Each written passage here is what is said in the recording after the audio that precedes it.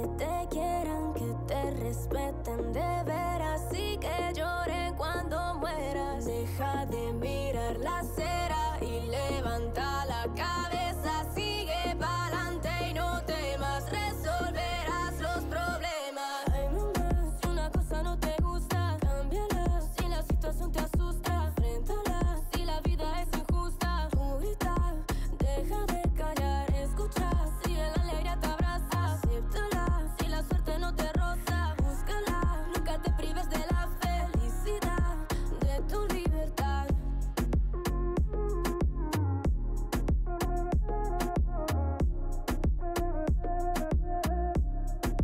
De tu libertad.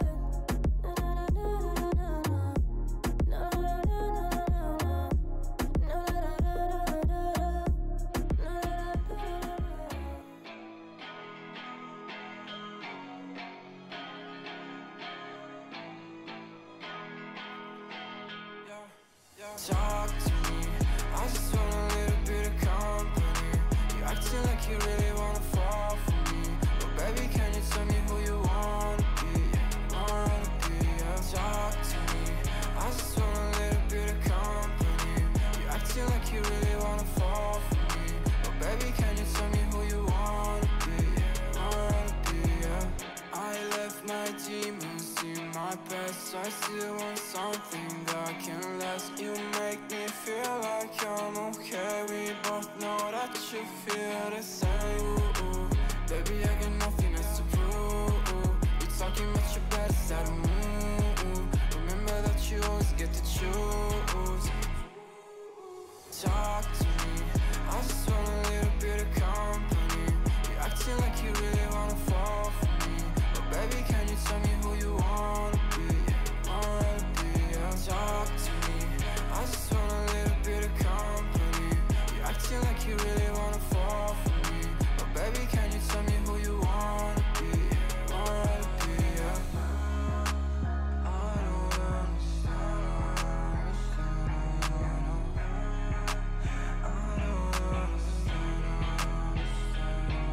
I don't wanna be friends, yeah, I guess you got my intention. Got no place I'd rather be, feel like another dimension. I don't wanna talk, baby, you should let it go. I don't wanna go, let me say a little more. Talk to me, I just want a little bit of company. You acting like you really wanna fall for me, but baby, can you tell me who you wanna be? Yeah. Talk to me, I just want a little bit of company. You acting like you really wanna fall for me, but baby, can you tell me who you wanna be? Yeah.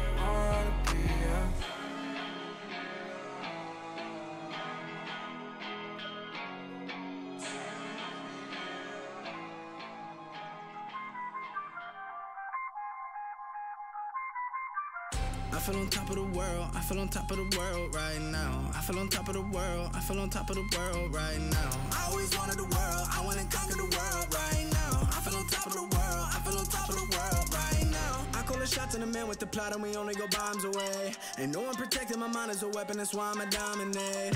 Taking advantage of every second, now I ain't got time to waste. They all tryna sign my name, they want me to sign my name. Counting your blessing while I count that in my winnings. We take 50s and 100s and throw them up to the ceiling. Everything I envision, now everybody gon' witness. Only difference between us is I ain't stop till I finish. Yeah.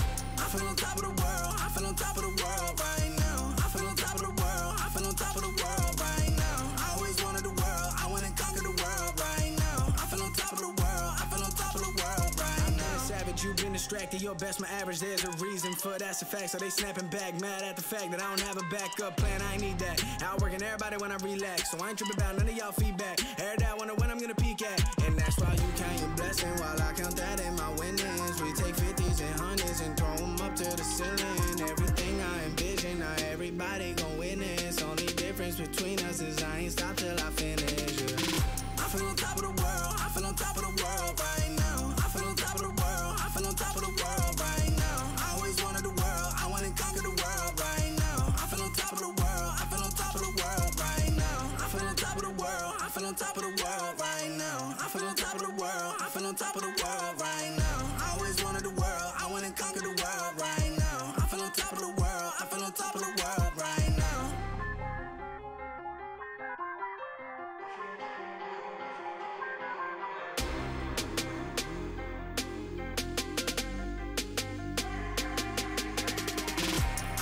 often the man with the plot and we only go bombs away. Ain't no one protecting my mind as a weapon, that's why I'm a dominate. Taking advantage of every second, now I ain't got time to waste. They all tryna sign my name, they want me to sign my name. Counting the blessing while I count that in my winnings. We take 50s and 100s and throw them up to the ceiling. Everything I envision, not everybody gon' witness. Only difference between us is I ain't stop till I finish, yeah. I feel on top of the world, I feel on top of the world right now. I feel on top of the world, I feel on top of the world right now. I always wanted the world, I wanna conquer the world right now. I feel on top of the world, I feel on top of the world right now. You thought that I was blind, but to be honest I don't mind. Cause I don't feel the same way I used to do. Every time I see you, I know the truth. Cause baby, every fucking time you've played me,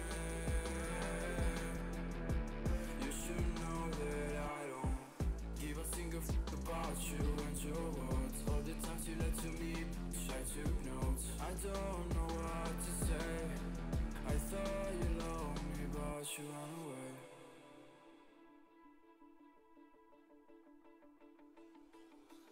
I've been living in the shadows for a while. Demons calling me from the afterlife. Dark doesn't faze me anymore. I can see my tears into gold. Yeah, yeah, I don't care, no, I don't care. Yeah, yeah, I don't care as if, cause baby, every fucking time you've played me, you should know that I don't give a single fuck about you and your words. All the times you lied to me, I took notes. I don't know what to say. I thought you loved me, but you don't. I know people come and go away. Sun is low, that's my time to shine again. Cause baby, every fucking time you play me,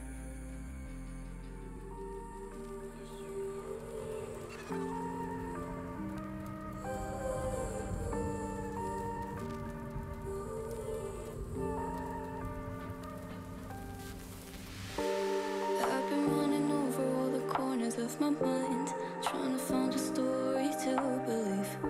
And I've been getting sick of how I'm spending all my time, searching for a way to find relief. And I can stay inside, go to sleep, but I feel like I need to let go. And I can spin a web of any story that I like, but tonight I wanna make a masterpiece. Stepped out looking like a small fire, half glass and filled with desire. Head down, but I know I can't deny it. Life is fun when you're a liar.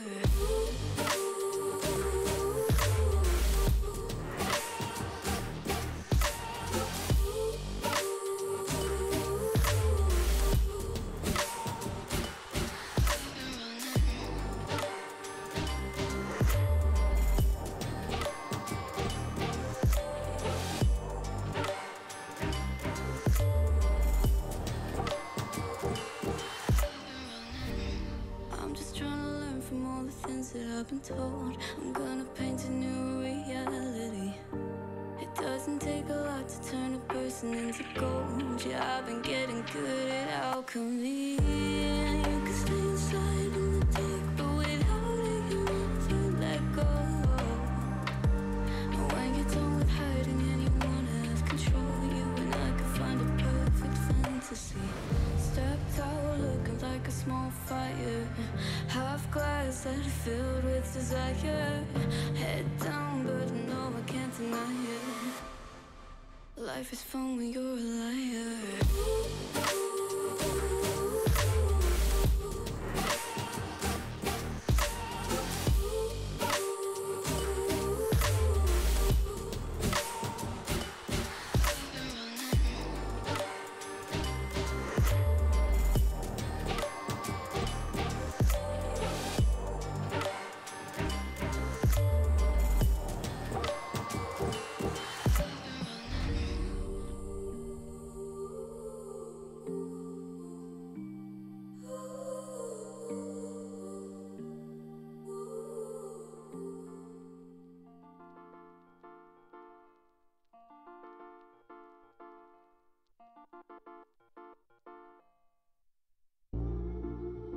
Wish we could learn how to love our mistakes. Straight from the jump and not wait for an answer. Wish we could smile when shit's rough nowadays.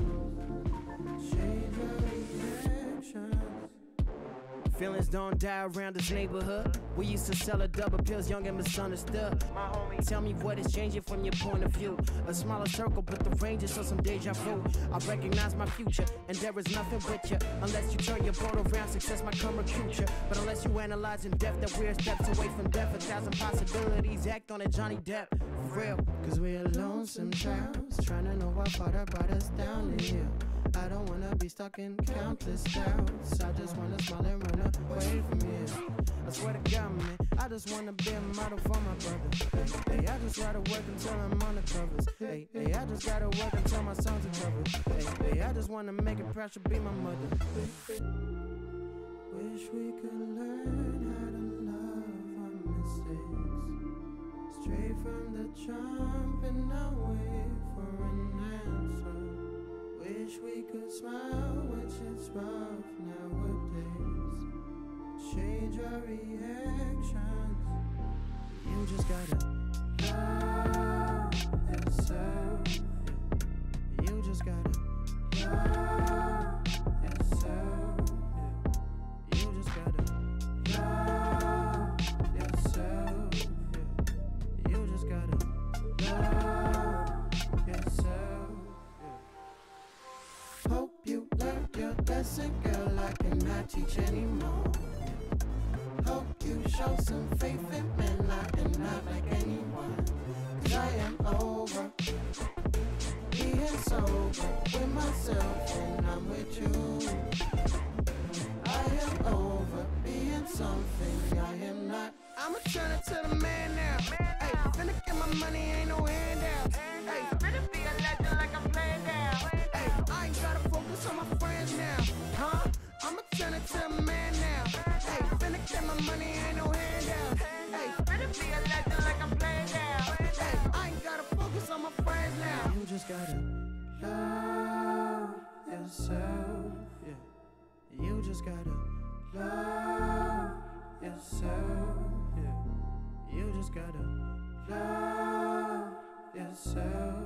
Yeah. You just gotta love yourself.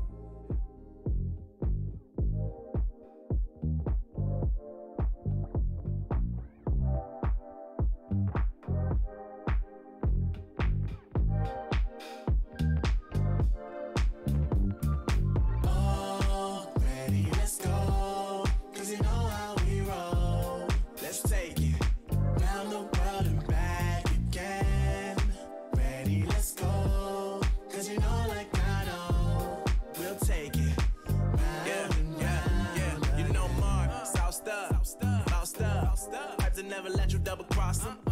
Moving through the city like it's Gotham. They told me get one, so I got one. Stop saying you're a boss when you not one. You ain't sacrificed, nah, you ain't lost none. All over the gram like you got a bag. You ain't big dog, we ain't hear none of that. I'm in the gym looking like a running back. How you know the flow, got him coming back. Who I was in the past, I'm unattached. Only focus in this moment is bringing the summer back. Oh, respect my grind, elevate souls and I spread good vibes. Young divine, you know I gotta shine. Raise your hands for a good time. Aye. Vibe until the morning, sleep until the noon. You said that you want it, so I got it for you. Let's all get together and show them how we move. We move, we move. 3, 2, bringing summer to you. Oh, ready, let's go. Cause you know how we roll. Let's take it round the world and back again.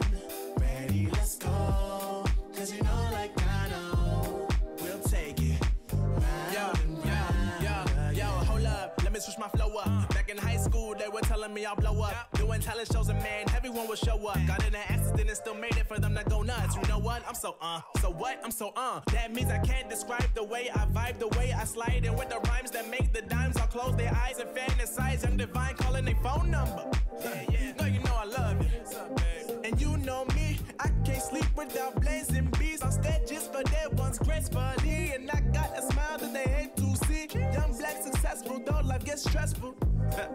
Though life gets stressful, go and vibe out with whoever you next to. Live until the morning, sleep until the noon. Yeah. You said that you want it, so I got it for you.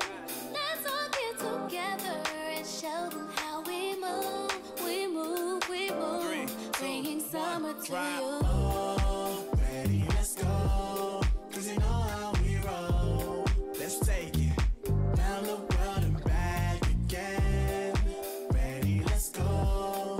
Cause you know like I know.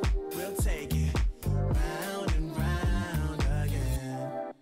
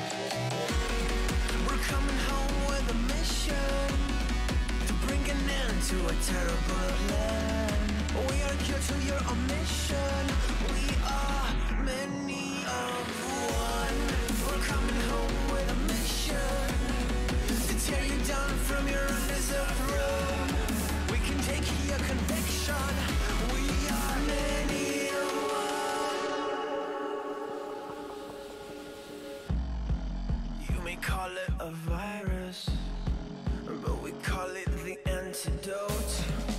It's an answer to silence. The future is here to revolt.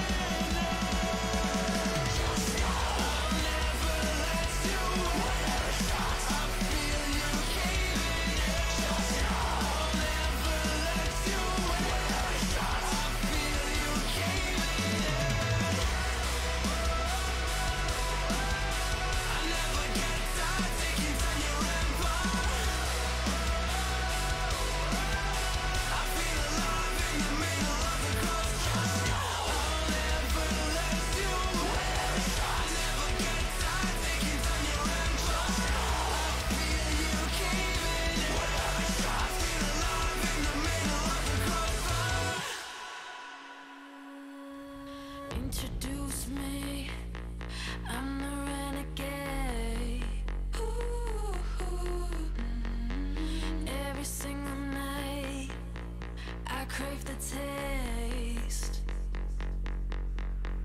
It's the adrenaline running through my gait. It gets me high, high, high. Got no time to waste. Ain't got time for small talk. I tell you the truth. I'm faster than you. I'ma tell you the truth. Not in it to lose, just faster than you.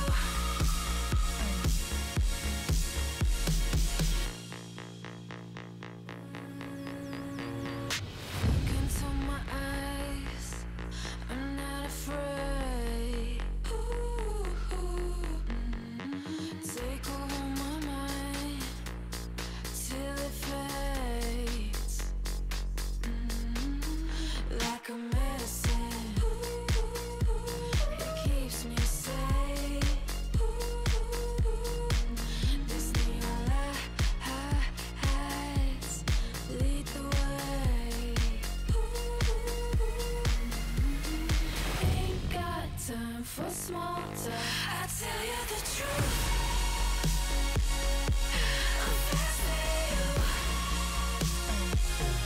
I'ma tell you the truth. Not in it to lose, just faster than you.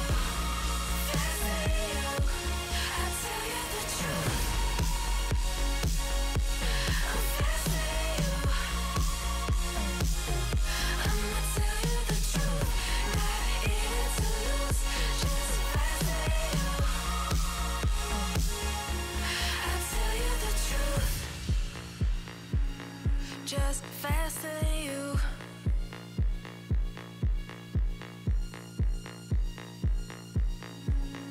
Just faster than you.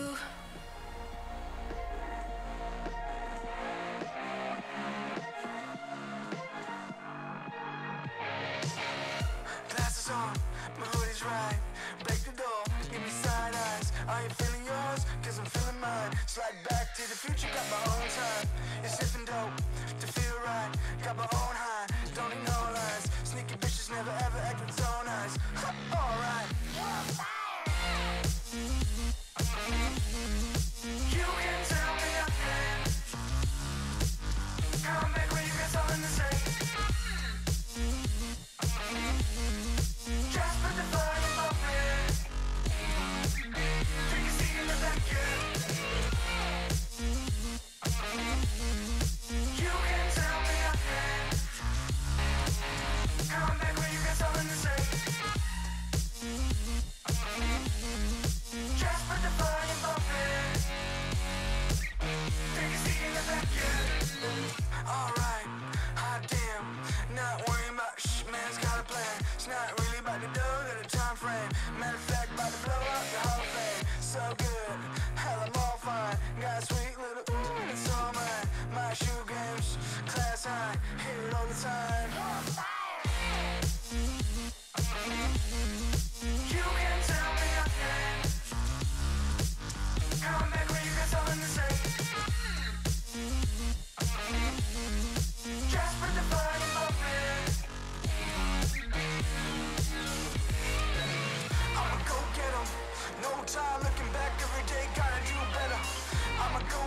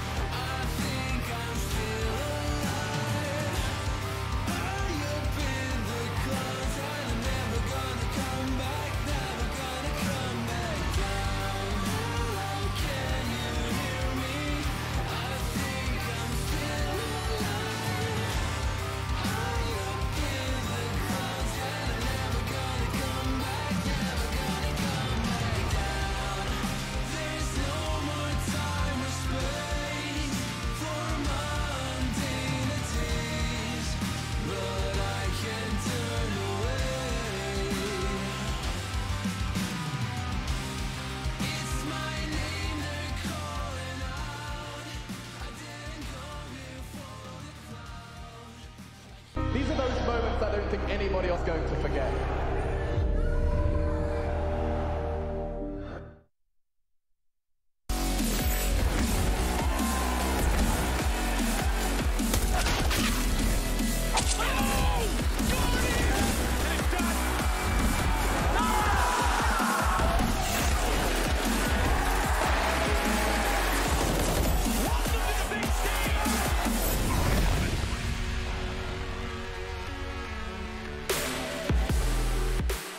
It's March the 20th. We're ready to jump back into Pro League. We got Group of C. We kicked it off yesterday. Had some results as expected, and of course, as always, with Counter-Strike, some unexpected results as well. Welcome back, everybody. My name is Trace. Alongside of me is Yanko. We are ready to get her going. Yeehaw. Yes, indeed, Trace. We are as ready as we can be. This wonderful day. The sun is shining. Well, we can do whatever we want here. We can put a storm here. Like, you guys think this is all like... This is just green screen for us. Yeah, I know it looks pretty real. I know that you guys were in a spaceship not too long ago, so weirdly enough. But if that's not real, how do they know we are real? Exactly. Exactly. How does anyone know anything, Yanko? And that's what is actually real? Yeah, maybe someone should get with Anders about. You know what's real? What's up? The results we had so far, Trace. Damn right. And you know what? We could talk about that a little bit. Yesterday was a topsy-turvy day, but it wasn't just about that. We've already played Group A and B up to this point, and really has given us a lot of life within Pro League of Season 13. Wild ride in Group A. Group B, a little bit of the same.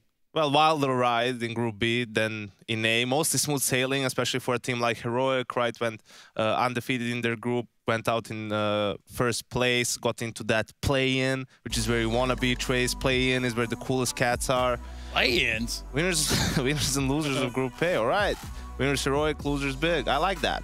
Yeah, and, you know, Big out. Out and down for the count. Cole go through with Heroic.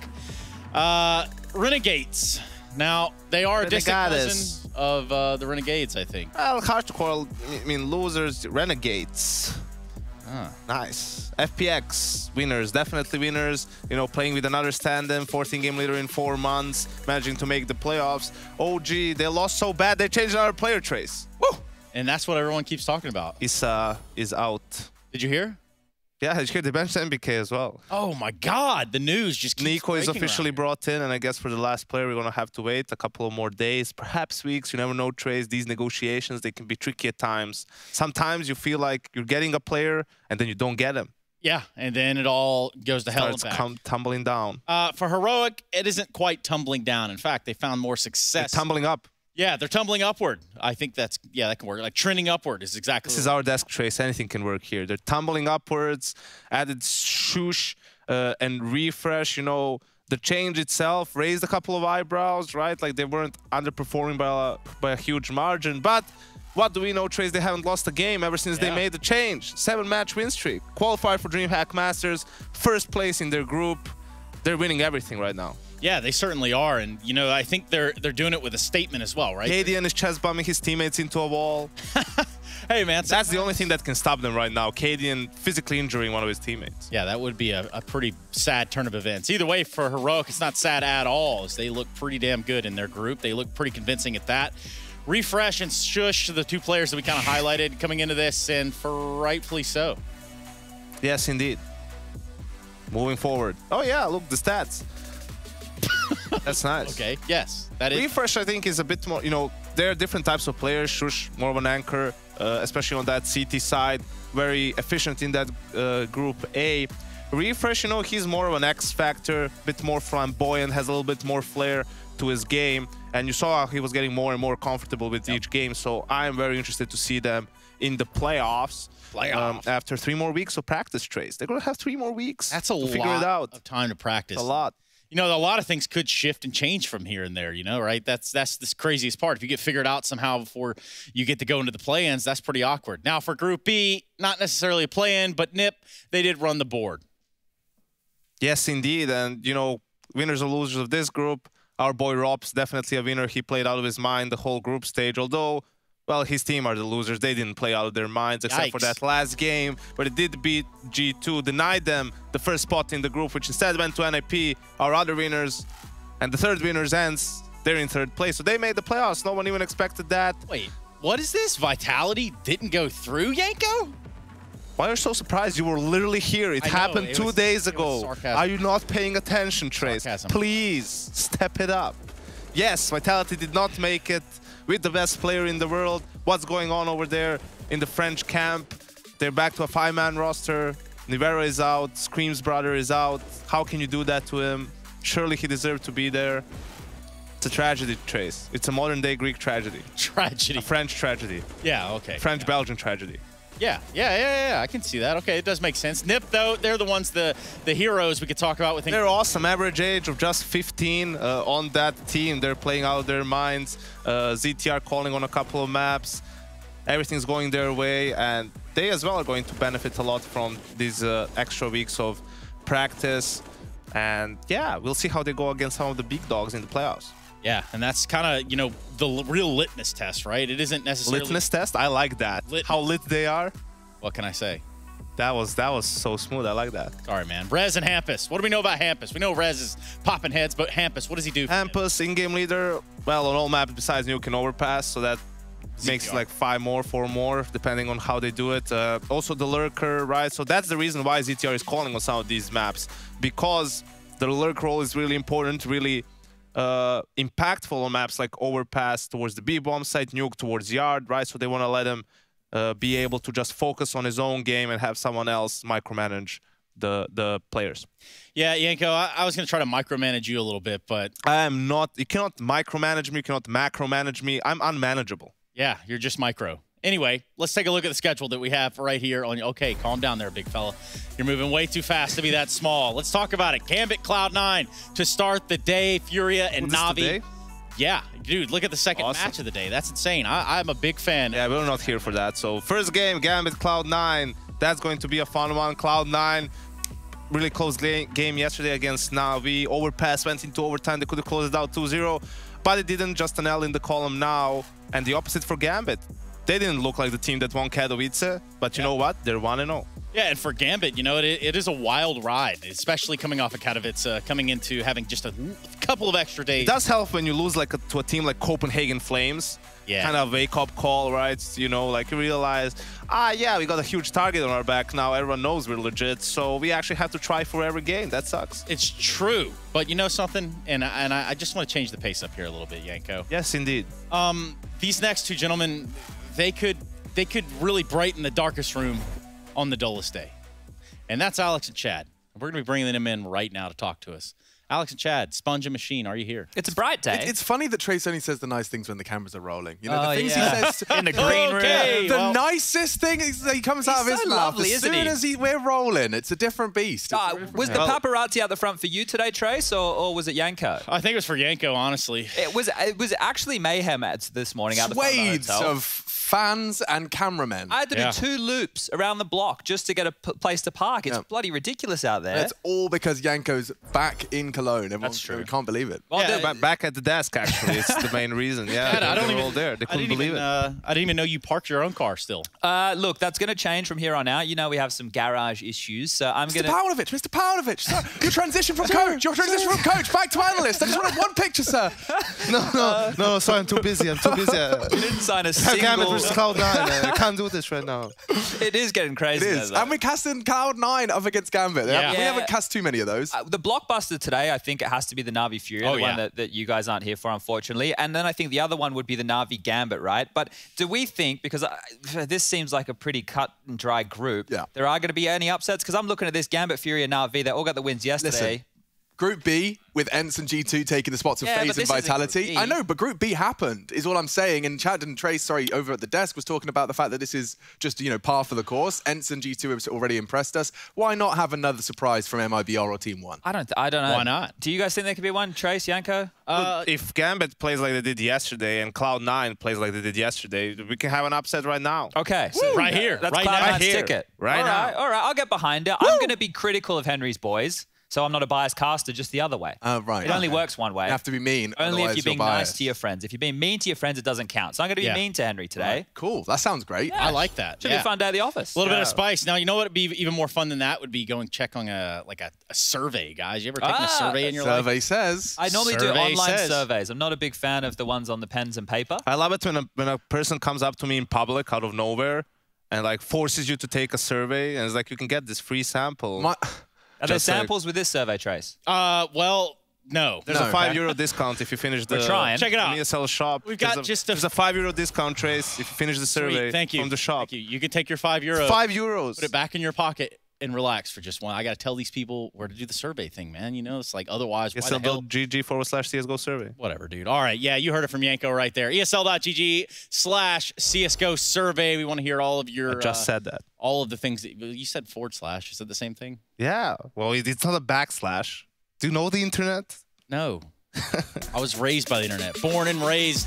Maybe even a little bit braised. We're going to be going to a break so we can come back and talk about Cloud9 and Gambit as our first game of the day here for Group C.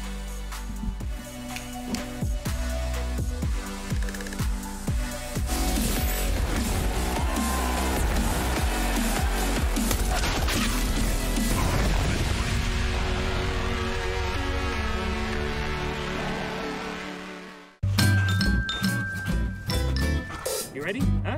Hey, he's a good boy, huh? You ready? Huh?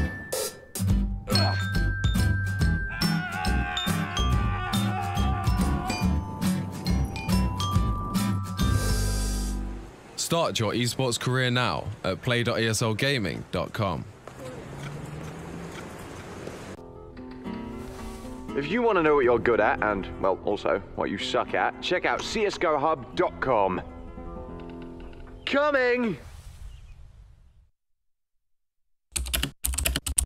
Hi, my name is Sue Lee. My handle is Smix. I think it's important for these initiatives to happen. Empathy really, really goes a long way, and it always means so much to us, and I think that's where initiatives like this really help. Good luck, have fun.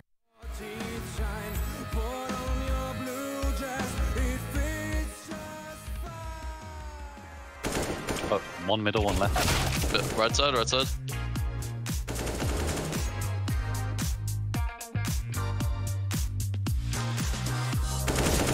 Nice. First bullet wins. First bullet wins. Top right. Middle.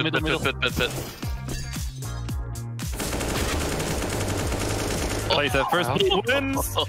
Yeah, I couldn't see you after the first one. Middle one. Oh my god. Oh yeah. Oh yeah. Scrub. Dude, he fucking surfed. Top right, surfing. And in the middle in the pit. He's left side behind the wall. Oh. Nice, William. Oh yeah, great communication. Top left. Oh. Middle, nice. Middle. No. Oh yeah. Nice. Left, middle, left, I think.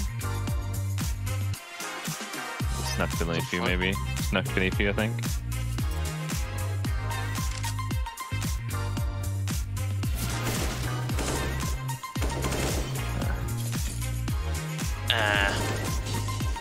Oh yeah. It's just a wanker. The patience. My teammate's moaning while I'm in a clutch. Top left. And middle. Middle dead, top middle.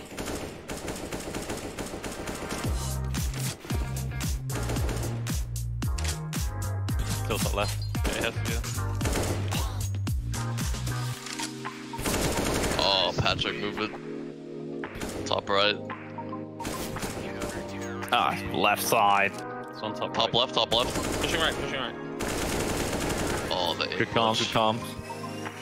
Left side. Middle. Right side, right side. Oh, yeah. Yeah. Yeah, buddy. Bottom right.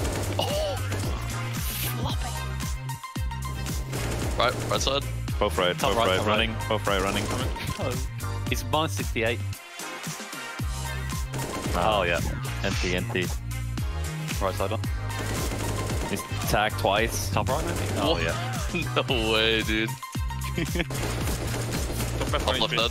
2 HP. He's in the pit, right side. In the pit, right side. 2 HP, 2 HP. Left side. Oh. I liked it though. Top left still. 1 HP dead. 6 HP. Top. 6 Right, HP. pushing you, beneath, right. Left side, yeah. 1 bullet. Wow. 98 last round, 94 this round. Fucking hell. ESL Pro League is brought to you by Gaming Malta, Intel, US Air Force, 1xBet, and DHL.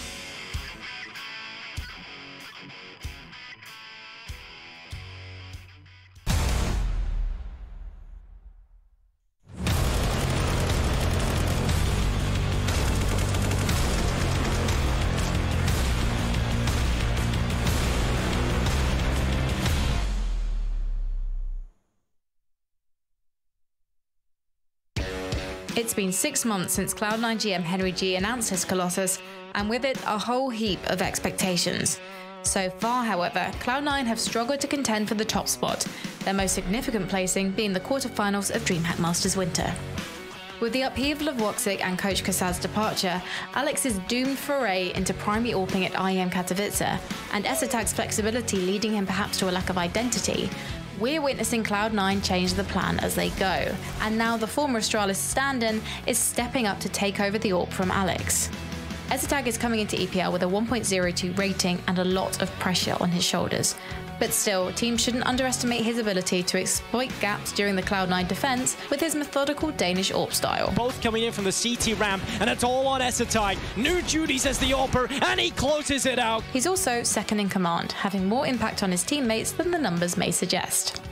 Henry G has advised that you keep your eyes open for Floppy and Zepper as a dynamic difference-making duo, saying, their synergy, skill and clutch potential is crazy. Everyone needs to bear in mind that Zepp hasn't played in Europe and has had a handful of games so far. Floppy has already proven his worth, but Eric's time is coming for sure. Thank you, Mr. Greer. Going into the group stage, Cloud9 currently have a 4v5 win rate percentage of just 26.1%. Based on those figures, one down in a round will mean out against the likes of Na'Vi, Gambit and Furia. And as closed borders mean this iteration of the team hasn't been able to boot camp yet, they'll be relying on Coach Elmer Puddy and IGL Alex to soothe them out of those sticky situations. Have they built up the mental resilience to bite back yet? Or is it, as always, a question of time?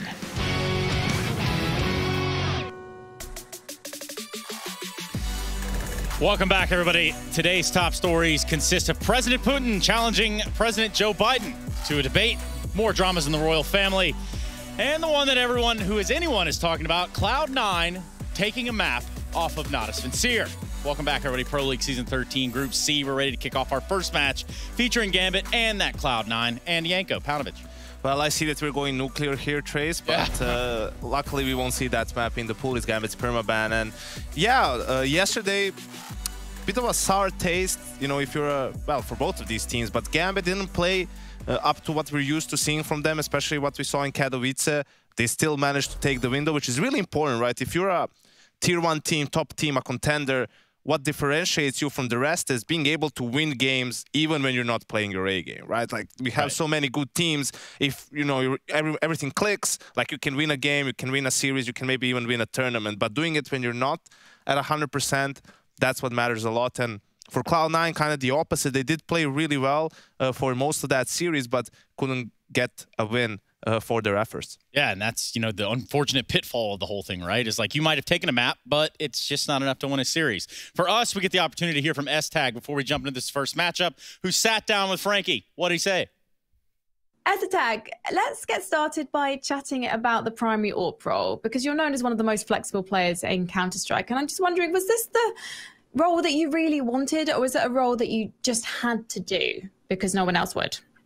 I mean, it's a bit of a mix of both, right? I've got the confidence in me to feel like I can do it. I've never been the shiny rifler who shoots for the head, anyways. So like this, I guess, one shot to the body is a plus for me. Whether or not I can actually fully transition, it's hard to say. But I'm doing my absolute best, and I'm working really hard. And to be honest, like it's constant work and constant effort because I'm far behind like all the other operas. So I'm playing catch up, but I'm getting there as fast as I can.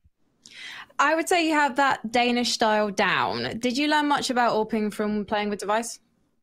I mean, I've played with a lot of operas. I think Device is probably the one I have the most similarities to, in the sense that he used to be a rifler and he kind of got forced onto the op, and like he's also like an insane opera, right? And his go-to thing is not hitting like super flashy shots, even though he's capable of it. It's more like positioning and stuff, which is what I think is my force as well. So I think I'm trying to get that type of style where I'm just in the right place at the right time all the time, and then hopefully like hitting my shots. And I think that's kind of where I'm working towards. Well, let's talk about what you would like to do overall. If you could have any role on a team in Counter-Strike, then what would you be doing if you had the Any choice? role? Any role? Any role. What's your ideal? Whatever role that makes us win. Like I literally don't have a preference, which is why I've played literally every single role. Like whatever role the team needs me to be is what role I'm going to be taking, and I'll be doing it to the best of my abilities. And constant grinding, constant work is what will get me there, and hopefully we'll start winning soon. Navi had an absolute banger yesterday, so you know, like Simple is just. Yeah, what can you say? He's been playing lights out, and hopefully today, Simple Junior won't be as good, and we'll take it over the line. Yeah, taking it over the line is exactly what S-Tag and company can hope for right there. Yanko, what'd you pull from that? Simple Junior. He's talking about Shiro, right? Yeah. But yeah, I mean, it just seems like from the interview, right, which is the public medium trace, that he's like going to just his favorite role is whatever makes us win for the team, which is awesome. It's a guy that you want to have on your team, right? He's willing to sacrifice himself for the betterment of the team, but it's a process. We had the same thing with Nico on G2, picking up the off from a rifle role, and it's going to take time. Yes, I see you want to say something, Trace. No, is it the boat? You like the boat? Well, little boat. But no, that wasn't really what I was going for. It's a nice boat, you know, don't get me wrong. What I do kind of want to like focus in on a little bit is Cloud9 and Navi on Dust 2. There were a lot of misplays from the side of Navi. Everybody's talking about, you know, flaming out middle with bomb, blah, blah, blah. Like, what happened? There were misplays. There were also the fact that they couldn't kill anyone. That doesn't help, yeah. Flamey, Perfecto, and Boomage had 10 kills in the first half combined. Hell yeah. So that was the biggest issue, right? Cloud9 just capitalized on that. They were playing solid CS. You could see like the work that they put in terms of team play, right? So they just had a really, really strong showing. Like this was Navi's pick as well. You have to remember that. So they completely dismantled them on their own map pick. And yeah, it was just a really strong map for Cloud9. Wild scenes all around. And, you know, if we continue to talk about this and go down this path with regard to Cloud9, right? Because Gambit, I don't think they're going to have a Simple in the server today. And I think that could very well be a difference maker. It could be. I think you even look at, I don't know, I just love Gambit, man. For a while, like even when I was on FaZe and we would practice them, you know, people always had this opinion about CIS teams. They're just chaotic, they're just running around, blah, blah, blah, blah, blah. Gambit wasn't playing that sort of a style to begin with, and also they just had really good individuals. The things they were doing in practice, like you could see, it makes sense, you know, how they're playing. So obviously young players, a lot of talent, and as they grew, as they got experience, they just got much better. So for me, they're a better team. So we can fly the vetoes in here, and then I'm thinking, like, there's a whole conversation Mirage to be had about Alex at some point. Yeah, here it's interesting. Like Cloud9 probably Dust2 or Overpass, you feel like, right? Overpass is the only map with this lineup where they have a winning record, actually. But, you know, we all know about Gambit's Overpass, especially coming into Katowice, 14-map win streak, right? But we've seen them being rather shaky on the map recently, right? It's not been as great, and Cloud9 indeed does pick it. You know, they had an overtime loss to Navi with losing both pistols, right? They won 5 more gun rounds in that game, and they still lost the game. So this is going to be interesting, seeing how Gambit, you know, in the interview with Hobbit, that's probably the best map for Gambit, up there with Overpass. They have a 90% win rate on it in the last month, I believe. So yeah, just very proficient on the map. I remember Kasad, when he was on the desk here for Katowice, he was talking about Nafani and how good he is playing at that A ramp on T side, which is obviously the crucial part of the map. And we see Dust2 as the decider. Obviously, Gambit's going to Vito Inferno in the second phase, so it was all the time down to Cloud9 picking between Train or Dust. Based off of the performance yesterday, it makes sense that they go for Dust2 here. So just to circulate back, you know, you look at some of the stats here for Alex over the last or at least yesterday against Navi. I just want to kind of touch really quickly on the impact he has within the team. Well, you know, I don't know, like stats are stats. It's just he's the in-game leader. He plays a lot of rotation positions, right? Because he, you know, has the ability to read the game. He can also move other people as he's rotating, you know, call out what are the moves that they want to do. So he can have a really good game at times. Sometimes he won't. He had big rounds on Overpass as well. T-side at 3K in a 3v5 that you know, won a big round for Cloud9 too. Now, Yanko, if I'm watching this from the outside, Cloud9, you know, what is it that separates them and makes them look like they have progress going on? I think it's just, you look at the things they're doing as a team, you know, some of the little, whether it's like HE combos that they have on T-side Overpass, some boosts, some cool rotations, like, you know, some little plays like that, some strats that they're doing, like, it tells you that they are putting the work in, you know, they're trying. So yeah, if the players can execute a little bit better, if they can step up individually when it just comes to duels and stuff, then they can really start beating some of these tier 1 teams. Yes, indeed. Well, let's get into the game. We don't have much more time to waste. Analysts stop talk. Trace stop talk. Gambit, Cloud9 start now. Overpass, Vertigo, Dust2. Should we need that third map? Who do you have? Let us know. Hashtag ESL Pro League. Cloud9! Gambit are the Katowice champions. They have already dusted themselves off after the fall in Snow Sweet Snow. Thank you very much to Yanko Paunovic and Trace Stunner-Serenthis for bringing you the breakdown. We've definitely had the scene set. I've got Chad Burchell alongside for the ride, and the T's are all grouping up. Bit of early action in the playground. Axile will report back. They are going quite quick, so he's not going to confirm that they're crossing long, but it will likely trigger a rotate in their setups. Axile was solo for that info. That's a classic call off the break, Chad. Peak Fountain for info, and he's tucked in long now, just in time. Cloud9 splitting. Haven't gone for the connector setup this time around, so a bit of room to work with. It's pulled 3 CTs. Yeah, and they've even rotated back on down, so a lot of room taken here by Cloud9 and a lot of free real estate. This is great for the utility they have left over for Esatag and Alex to deploy. Nafani flashed off the line, and they've been able to slip the net to the other side. So lots of pressure on A now. Third man, Hobbit, is over on A as well. So, I mean, if you see the bomb, you're going to assume it's a commit. Nades the landing as well. And here's the chance. Zeppa opens up the account for Cloud9. Needs a second, but he's denied. Nafani says no. It's in capitals. Hobbit taking flak. Nafani has fallen. It's Esatag. He needs a second. He provides it, but it's Shiro. Bit of a hero. 3 frags from him from that Optimus position. Gambit will take the pistol. Oh, nice start there for Gambit. And they want to, I guess, buck the trend. They've lost the last 2 in a row on Overpass, so they'll be trying to get that off their back as quickly as possible. And Cloud9 on the other side, we were just taking a bit of a look at their record. It's pretty good on Overpass as well. So you're kind of doomed if you do, doomed if you don't. If you're Cloud9 picking into Overpass today, it's your strongest map, but you know Gambit are pretty bloody good on it as well. So it's a tough choice to make. And it will just be the light pistol upgrade here from 2 of the Cloud9 members, Zeppa and Esatag purchasing on in. Seen some narrow losses for Cloud9 over the course of their career. In fact, their Na'Vi game on Overpass was an overtime affair. We saw them lose in overtime to Virtus Pro as well in one of their opening games. So far, it's been close but no cigar. Just pistols. Jump spot from Axile safely recovers the information and can tuck on in to a more passive setup. Floppy has been given the gift of Underpass, and it's a gift that keeps on giving. He'll be able to park his bus there in hopes of fending off any potential rotates. Yeah, I guess this round we can establish what we learned yesterday, right? Yesterday we learned that Cloud9 were competitive against a Na'Vi and a Simple who averaged 29 kills per map over a 3-map series. So it was classic Simple things. For Gambit, we had a couple of wonky woes. We're like, overthinking a situation or two as Shiro's going to make this one nice and easy for us. The MP9 close range is going to be farming up some cash for that AWP. Alex will get the kill. If they get one more, maybe make a FAMAS hard to recover. There is the frag, but I'm afraid that is all. Just S-Attack now. It's P250. A third frag could be the dream, forcing those rebuys. You'd need a one-tap, but it's long range now. Anthony knows exactly where he is. It's not going to be easy. Yeah, gives it a go.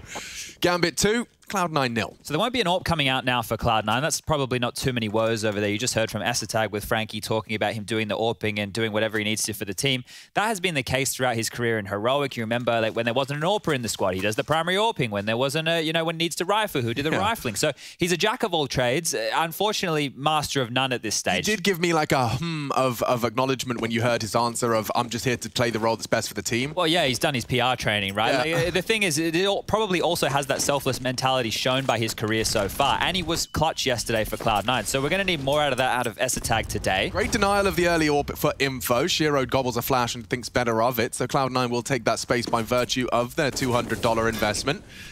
Doors blown off, though. We talked about this meta, Chad, and of course I'll let you highlight it as it continues to play out, but with the door gone, it does limit some of Cloud9's options. They can jump for that info safely on the B site. Yeah, need to leave someone here, and that will be Floppy just to deal with pushes over towards sewer. Alex clearing out towards long, and I think yesterday he was a key factor as far as the entry frags went, so the dirty work from the in-game leader. Okay, AKs and just that single Galil on Floppy's B-Water lurk.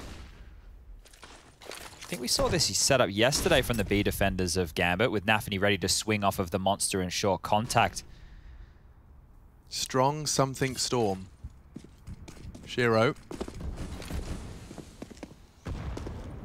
Oh, a nade actually landing perfectly from Axile. He's got the top spin, and Shiro doesn't miss, barely flinches.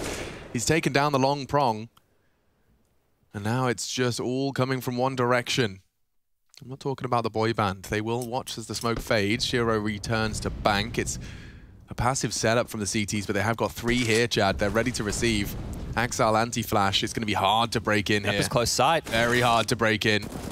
Util would be great. Nafany's already been spotted, but that might bait them in. Oh dear, Zeppa not ready. Good trade, Mezzi provides. Needs a second. Floppy's there. It's just the AWPer now, but Shiro still hitting shots. No, another. The no-scope, and it's denied. They barely get the bomb down. Gambit posting a third. Oh, nice opening right there. And that nade over towards long, it felt like they were well prepared for what Cloud9 were throwing their way. They did that front sight smoke to lurk up behind, but Gambit just tuck on in. They don't give away any easy kills and then trade efficiently on the bomb site. 3 survived, 2 AKs picked up. The bomb down for Cloud9 makes things interesting. As the loss bonus starts to build, they will be able to buy again. Alex is at the low end with 3.7, but the rest, well, Zeppa's there too, have enough to get AKs or Galils. So this should be a Cloud9 buy if they want to invest without the AWP. That's twice they were hitting A, and twice, both pistol and now with AWP, that Shiro has sent them packing. 3 kills and 4 respectively from him. He's actually sitting at, I believe, 9. 9 and 1 to start off his proceedings. He is... That's not the way you want to be. I mean, listen, if you just played Overpass against a never-before-seen level of Simple, we saw Device talking about that on Twitter, took to Twitter to share that he believes Simple's at an all-time high, averaging 29 kills a game last time, just yesterday. Now Cloud9 are up against Gambit with a Shiro who seems to be finding form, unprecedented levels of it. Nafany gobbles 2 nades. The stack nades will indicate a different stance. And Hobbit, he's ready to dance. Double immediately, even a third. It could be all of them. 4 with the AK. He's had enough. He makes that one sing. And S-Attack just walks over his adversary. Previous position, there's no one home. Tucked in passive now with his low HP. They want to keep this spotless, and I can't fault them for it. Shiro's looking like he wants to get stuck in for this. He's thrown the AWP over to Nafany's on low HP so they can find this final frag without giving up too many casualties. If you keep it clean here for Gambit in the early stages, this is great. What can ESL do to make it expensive? Wins the duel. So now there's 2 more low players to find. He's down to 2 HP himself, but that, a bullet either way. That does give him a little bit more of a chance. If he slips the net, these hunts could have given him a path into a second frag. Well, he stops it from being spotless, but Gambit probably 0 complaints in their comms right now. Well, they did take that partial by Cloud9, which tells me ESL should be onto the AWP here going into round number 5. He has 6.2. Plenty of money to buy, and this is Hobbit. We were very impressed with his multi-kills yesterday to kick off the group on Inferno, looking absolutely unstoppable against MIBR. Cooled off as the series went on, but kicking off with the multi-kills here. And that is going to be the AWP from ESL. So let's see the approach from Cloud9. Very standard stuff. 3 players over towards Playground early, 1 towards Connector, and 1 babysitting B. Again, Axal's dunked Alex. First long, now this time he gets it with the lead towards Playground. Lots of pressure on Floppy's shoulders here. Ooh, that was textbook. Simple. Made to look easy from ESL. Crosshair placement flawless. He executes Shiro on that Guardian hold. You can see how easy the movement was there as well. He's pre-aimed that, stood into it, taking a shot. Simple as you like. Just the release of the crouch key. Oh, now Cloud9 with the number advantage need to convert this power play situation. Flashes over back and forth. Nafany's going to peer on up. Oh, okay. That'll be heard. That will be heard. Floppy's building a profile as to how he can swing out. They are grouping and walking monster potentially. There is 3 to deal with. And another smoke arriving monster. It's not going to rot the clock to the point of a failure, but they will respect it. Wow. Again, Gambit are in the right place. There's no denying it. They have solved this mystery. I think that Nafany's in the power position here because he's not peeking, he's not doing anything. He will just swing off of the contact again. If they're not ready for this, they don't smoke him off. He might be able to get a multi-kill. Worth highlighting that. I mean, like, they're leaving toilets open completely. Axal's tucked in long to hold the site. Yeah, they're allowing the flank. They're giving them that flank. And with 20 seconds left, lads, they're trying to sell the fake. Axal won't hear it from long. Nafany will hear his footsteps above him. Yep, he's starting to move. They're working it out. Site is wide open. Axal long, he would play for retake. Nafany trying to draw attention, but it's Alex! Nearly makes a meal of it. Axal's hold on, though, and Floppy needs to find him. Oh, Axal ruins their chances. He's using his util to success as well. Zeppa relieves the pressure. And now it gets awkward for the CTs. Mezzy, you need this frag. It's Hobbit late coming in from party. He will have to... Oh, no, he's been caught. Just didn't expect such a late arrival from Hobbit, and it makes it really awkward for ESL. He had his flank covered now. He has to lose his head. Oh dear, it's only Zeppa to clutch up. Time's on his side. 1 more frag will do it, but he's defusing safe. He's defusing safe, and that is a Cloud9 mess. Gambit will pick it up. Big frag from Hobbit. I mean, it kind of reminds me a little of Kick It. You know, how many times did we see those super late CT flanks just as the T's start thinking, okay, I really need to help out on site. And down to the wire, they get the defuse. This was a telling duel as well, but the fact that Axal gets Floppy as well, You see what's happening here in the minds of Cloud9 as well, because they've just thrown a B fake. If you run into the site and it's empty, you've gone, oh, well, they've bitten on that one, haven't they? We've got what we wanted. But they put you exactly where they wanted you to be. Flashes to disrupt coming up from spawn. Axial from long as well, just standing and waiting. They change the puzzle piece around, they give them the site, and they understand what territory they're working with, and Gambit walk away with their 5th round. 5-0. Max loss bonus for Cloud9. The plant is good, which means the buy will follow through. But Gambit, yeah, their CT setups, like that was the product of a gamble, but with all of the right panic buttons to hit. Like they had the necessary. Nafany could hear anything fast. It's 40 seconds. They have to go. They can't walk to B. You are going to have a chance to get your knife out as you hear those steps in toilets, and he did. It's really great. It's great. Axal with his passive hold, you know, you can't help but feel someone watching the minimap be like, what's he doing? They're going A, dude. He's not moving his feet whatsoever. Well, didn't need to. Faith in his teammates. We are going to be seeing the flash to suppress early aggro. I'm curious if Cloud9 go for something a little bit more direct here. I mentioned before that Alex, you know, takes some of these risks. Oh, there's a bit of a missed smoke right there, so not exactly certain how that one landed, but hasn't hit the mark. Molly towards Divider. Quick A control being taken here. Axial's going to stand and fight. And combing through his own smoke. Alex taking a risk here. Gets through with no dramas. Top bathroom's called clear. We'll be able to call the same for long. So doesn't have a smoke though, Chad, so he won't be able to kind of sell his presence. It's a lot of reconnaissance though, right? Like he's doing this as the in-game leader on his own without any trade potential. Everybody else is about a good couple steps behind. Axial's actually pushed on forward here, and we know Nafny likes to rotate over. Bit of a team flash, so they've missed that one just there. Smoke forward, Axial for info. Now they know where he is. Yeah, smoked off as well. Bomb's going back to B here. They're trying to force him back, and they've done that. They have achieved that. Yeah, but they haven't forced out much utility from the likes of Nafny, still with a full kit here. So Alex is just selling a fake. He needs a kill or two, maybe more. Yeah, if he gets a kill before they take contact B, it is promising. And as the smoke fades, no one's home close. Smoke long indicates he may have to contend with the Orpa's eye line. And it is Shiro to find him. 20 seconds, already. He's already starting to rotate. Inters playing to spoil. Hobbit passive, a good chance and a great shot. He's found Floppy. 13 seconds, that bomb needs to go down and they contest. Mezzi opens up the account, a huge find.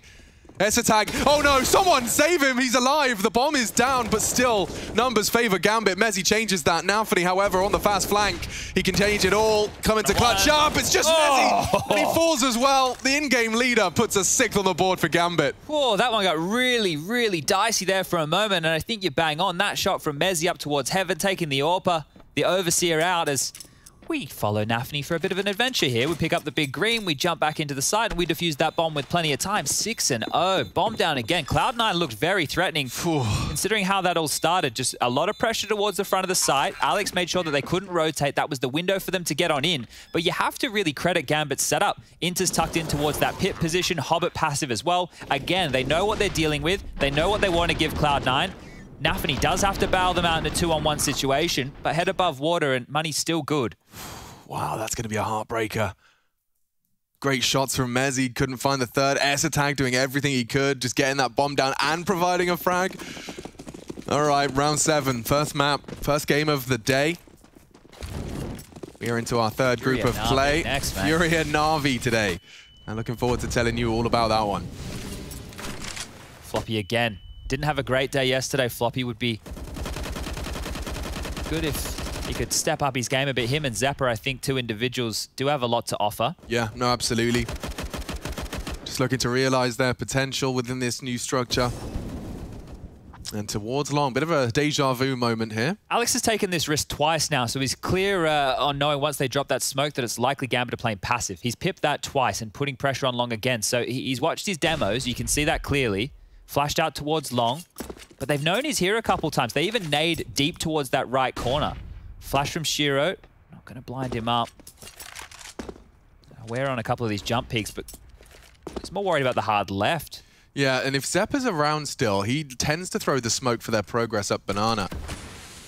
CT smoke, and it's a slight slither for Shiro to hold. Look at that. It's just enough. Enough to take the shot. Whistles past the ear of Zeppa. Pressure being applied towards A. 35 seconds now. It is going to be an A finish. So Floppy rotating back over confirms this completely. Yeah, and typically we've seen moments of brilliance out of Nafny. Often he gets there right when he needs to.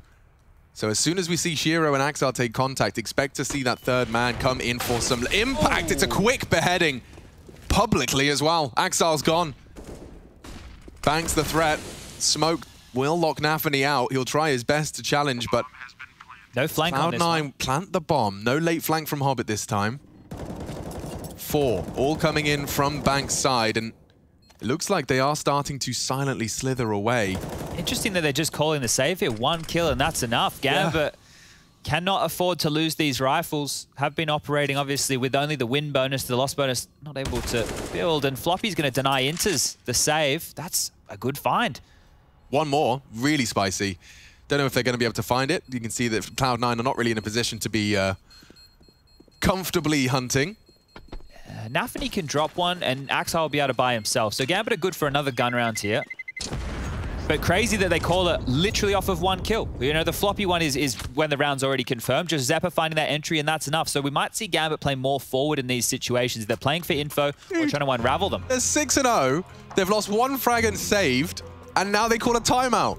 They are making sure that they are taking every opportunity to pick up these rounds and to do so as cleanly as they can. This is the opening frag. It was the first bullet out of his gun. Bam. That's the round. That is the round. They save immediately upon it.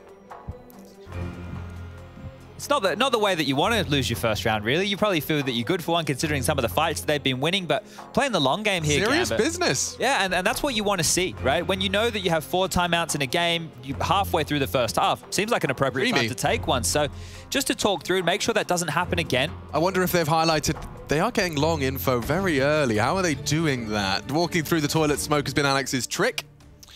Let's see how we get it on in round 8. Early monster smoke to be deployed. Nafany has thrown it out. And early Cloud9 lean away from B.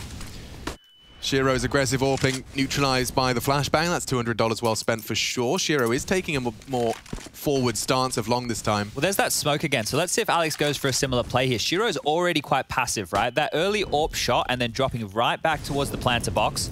Axial as well, passive now. Utility being strung on out. Molly divider. This is the same as usual here from Cloud9. Alex this time is lining up this banana smoke, so maybe a bit of a pace change. They might all just lurk up behind this and explode on the site. Could be good. They've been playing really late CS so far. Something a bit earlier could catch Gambit off guard. Yeah, they planted the seed of this smoke earlier in the piece. We've seen Zeppa throw it out on a couple of their takes and fakes. Floppy's been tasked with finding Shiro, though, and that is not an easy duel to win. AKV AWP, and it's a spicy AWPing meatball.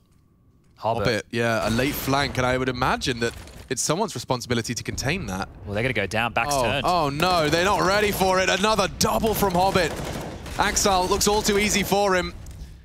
And no one accounting for the flank. Hobbit times it to perfection. Floppy already caught a Shiro bullet, so he's operating at only 18 points of health. And they know where he is as well, so Hobbit's locking down this complete rotation. Should only be a matter of time. And Floppy's job is traditionally to deal with exactly where Hobbit pushed. It's just a different call this round. Axie will finish him off, and it's a clean one. So Gambit immediately bounced back, and in stylish fashion, nobody dies. Just completely get blown out of the server. I mean, yeah, look, like you can take a look at their deaths. Straight away across the board. You've got maybe 1 on the high end. Axel's gone down at 6, but most yet to fall past their second death.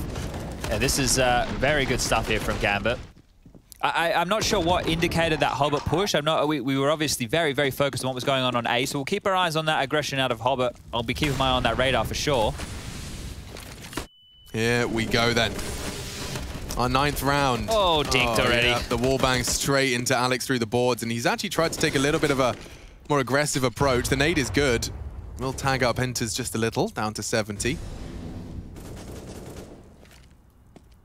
I feel like as soon as Alex gets spotted, you have a pretty good idea of where Cloud9 are likely going to either end or explode. Fortunately, unconfirmed information as of yet.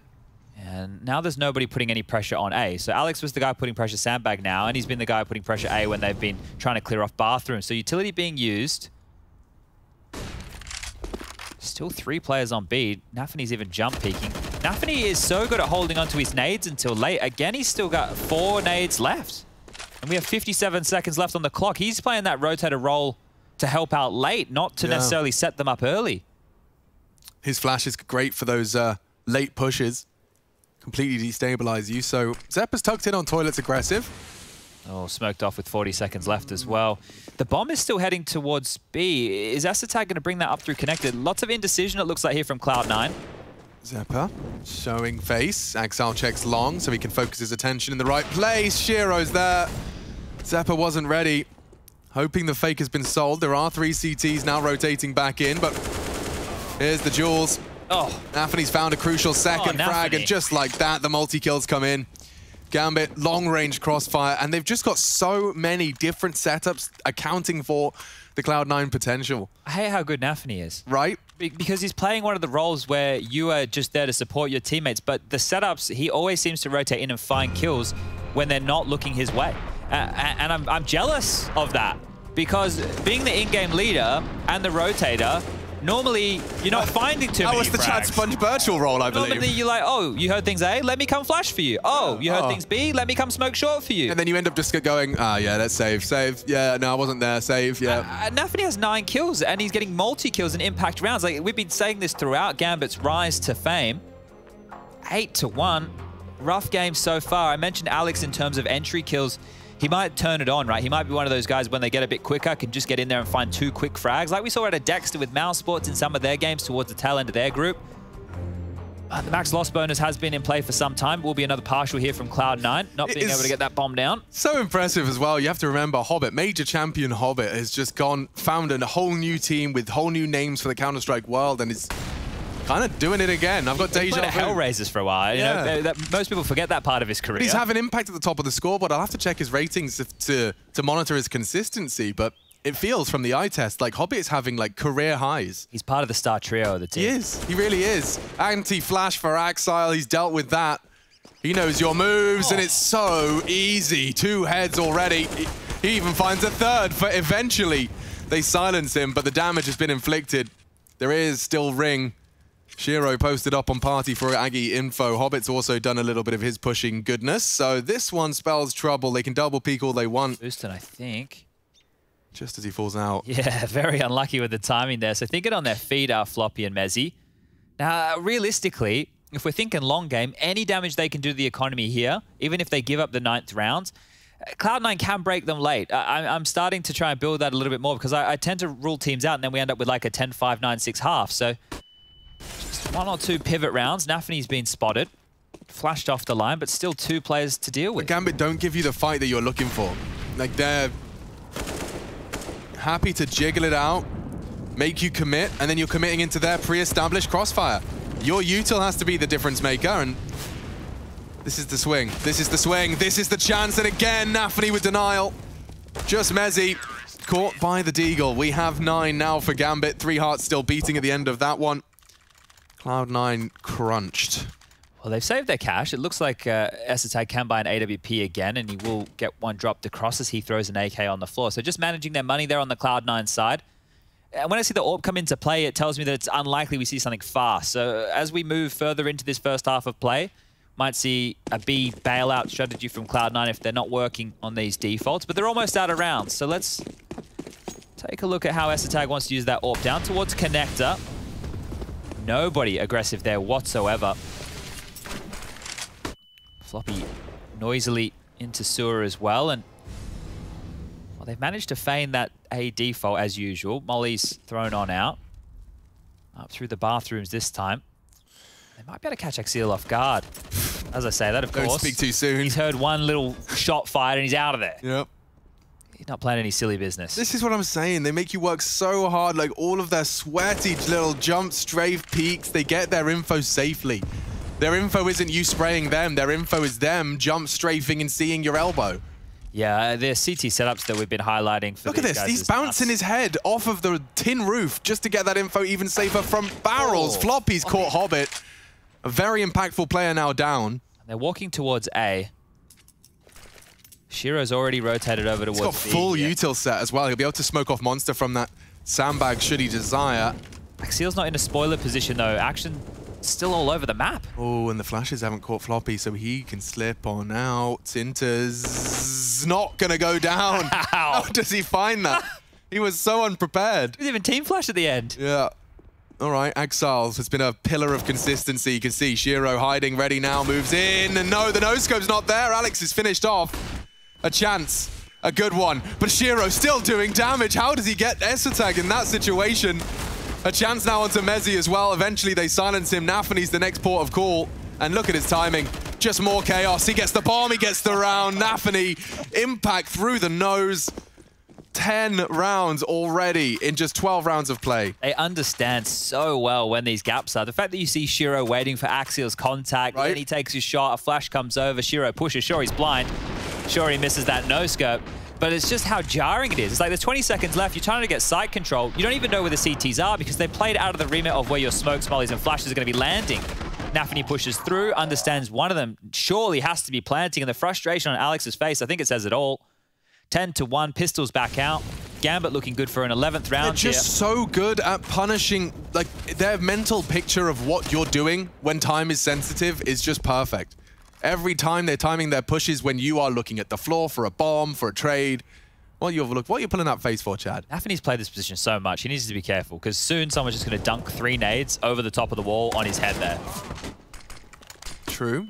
Hobbit down again, that's 2 in a row. Opening deaths, and Mezzy has provided a crucial Deagle headshot. Cloud9, they haven't found the loose end though. Inters is still on Monster. Oh, he's blocking him. Blocking him. Body block. We'll work it out. The transfer is magnificent from Inters. Shatters their hopes and dreams, and immediately, nearly pieces out. He's so low, the CZ's been built, but it doesn't matter. Inters will take a third, maximum denial. Ultimate sacrifice, 13,000 in the bank. He doesn't go down. He still only died twice, Chad. He's cheeky, isn't he? Staying alive right there. I cannot believe he walked away with his life. And you could see Alex, he wanted that kill so bad. But I want to understand how he ended up there. Like, I imagine he was holding it close. So this is another one of these situations, right? We'll get it on the highlight here, but where Gambit know what territory... This transfer, by the way. It's juicy. Ooh, in the head, bro. It's where they want to defend, right? They want to defend Monster to the death. So they let you come up through short, but then you're stuck in a crossfire of 180 degrees. Yeah, your mouse mats... CT, or do you look towards Monster? It's not a fight anybody wants to be in. And that's why I guess they keep Monster smoked for the entire round. They do not want you accessing Monster whatsoever. Yeah, you either run through grey screen or you come short and walk into our crossfire. And this is what we were talking about at the start. The desk was covering it too. The fact that Overpass is the choice for Cloud9, one of Gambit's best maps. Sure, 2 losses in a row, but it's a map that they are very, very comfortable on. And Cloud9, they couldn't pick anything else, really. Cloud9 have had close games against some of the best teams they've played on this map. Yeah. Na'Vi just yesterday, Virtus Pro before.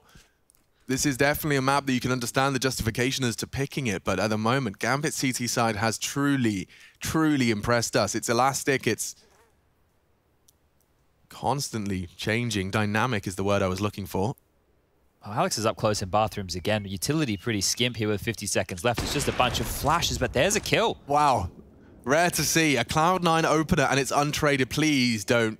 No, you're ignoring him. He's found him, and it's all Cloud9 frags.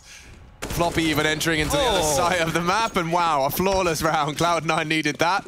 A confidence boost spread across the Cloud9 board. Well, look what that's done to the money right now. Gambit have to drop guns. Cloud9 get another. Gambit in the final round of play will be on a light buy. So 11-4, you could walk away relatively happy, considering how this first half has gone. Yeah, let's keep everything in context, shall we? As ESL, a lovely little peek over the top there of the flower pot, not an angle you're too familiar with. And then some clean headshots by Floppy that ruins the rotation. Gambit, they cop a bit of a hard loss right there. Monster smoke, standard utility out again, and we get back underway. Alex is taking control of sewer this time round. Yeah. Intrigued to see if Axile's once again solo endeavor. Flashes over him. Bears fruit. It often has. He's been so good at destabilizing these party pushes and finding that gap, and here it comes again. Zepp has just arrived to party. ESL not considered it yet. Oh, no. And this he couldn't get worse. Fought. Okay, timing this time favors Cloud9. It's been a rarity. So much so I often just assumed it wouldn't go that way. ESL holding the right line. Well, it's 2 in a row from ESL. Yeah, stopping the early aggression. Axile with his early deaths. He's definitely been the... Flash. Oh, great conviction. Floppy converts off of Alex's flash, and it's another reaction shot from Floppy. He's woken up, wipes the sleep from his eyes, and has provided a double entry, the American that can. He is going to go down, though. It's a 1-for-1. Favors Cloud9 dramatically now, as it's only Shiro and his AWP. They put all their pennies into this one, and well, he baits it with his bottom. His butt cheeks squeezed together. Flashes, however. Shiro's managed to catch Alex. There won't be much more, though. He's staring at flames. He wants to have a look. Yeah, he's making it look as threatening as he possibly can. Oh, I thought he wanted to have a look. Now he's just defending that AWP. So aware there could be a flank. Has the AK for the close combat duels, and then can pick up that AWP to run away. But Gambit won't be working with a lot in the final round of play if Shiro does go down. So this big green is important for Cloud9. They can deny this. They can make the round number 15 nice and easy. Well, they can do it the hard way. Zeppa's close. I don't think he's going to find him here. Bomb goes off. The chase is on. The footsteps are heard. Shiro between 2 mines goes down. Zeppa finds him. No AWP, nothing for Gambit to carry through to the final round of play. He's going to screw him. Yeah, bank broken. Yeah, 3.4k to this was the double entry. Great shot to Inters as well. So Floppy had 2 rounds in a row there where he got a multi-kill, and ESL found both opening kills in the last 2 rounds. So things going right for Cloud9. Losing a round like this, they've worked for this. They've worked to break the money. Sure, it's the final round of the game, but still walking away with 4 won't be too bad. Gambit on the low buy. Looks like they're going for the 4-man B lean. Just Axiel aggressively up towards A. Yeah, let's see if Floppy can continue to keep these inquisitive CTs housed within their sight. As one man, it's not always easy. As util integral, you can see now if getting that information safely, he'd have to hit the craziest of one taps. He's already being pressured by the short. Oh, Hobbit. Such good timing. Such good timing. He's caught Floppy off guard. Based upon the shot, he knew he might have retreated now. They're actually going for a spot of aggression. Look at Hobbit. Look at him. The madman brings the aggression, gives them the equalizer. Cloud9 not only have the bomb been spotted, but they've got 60 seconds here. You don't have to stress too hard. They're going to force the issue towards B. He's just pushing back any more inquisitive CTs. Another smoke towards Monster. You can just hear them constantly being limped out. Axial has one left, and Last Attack's throwing the AWP away, just making sure any late flanks can't pick that up. We'll operate for an AK. Mezzi's found another. Shiro's down. That was an M4. Yeah, but surely you're ready for this potential. Yeah, he is. Last Attack considering it. Still get nutmegged 5, here. 4, 3. Nice toggle on the X-ray. You see just how invisible he was as he started to unload. Not only in the smoke, but also in the shadow right there. Difficult to see. Nafany. Spotted. Found by Mezzi. 2 frags to his name as well for the Union Jack. You heard about Final the round of this Axial half 1-on-4? Yeah, I don't remember that one, actually. You'll have to show me how it went down. Cloud9 find 4. 40 rounds. Is it enough to work with? 3 in the final 3. Gambit looking fantastic. They're back. Let's see if they can close out quick.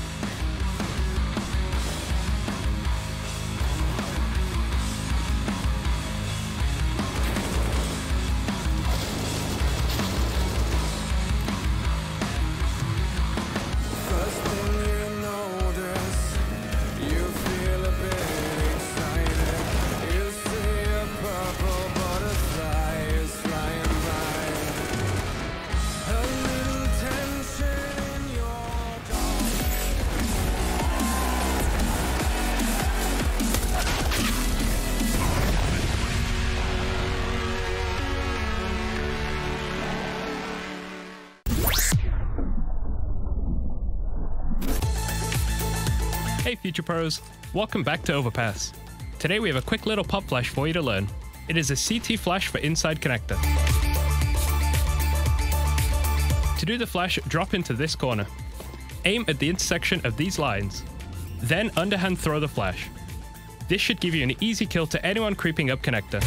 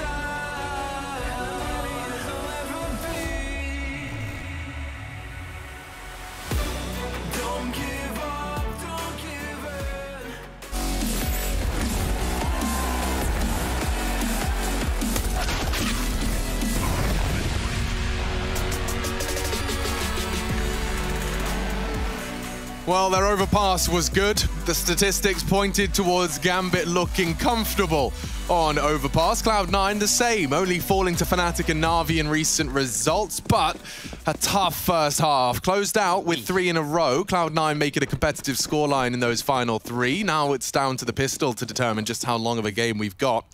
1xBet leans Gambit's way. Can't fault them for that. Cloud9 to change our minds collectively. Very passive setup on B right here. They're just spotting for any early monster aggression with those double nades that you see from Esatag and Mezzi. That's a classic smoke, Chad. You'd be proud. Yeah, that one right there. Really just going to corral them into one side of the site. But right now, Axel and Shiro finding no contact up long. The P250 in the hands of Shiro means he might want to take a duel all the way down to bank here. People bringing the splash back out. I saw Bit working his magic with that P250 on this very map. Shiro would have been about 12 when that skin first came into the game, I think. That's true.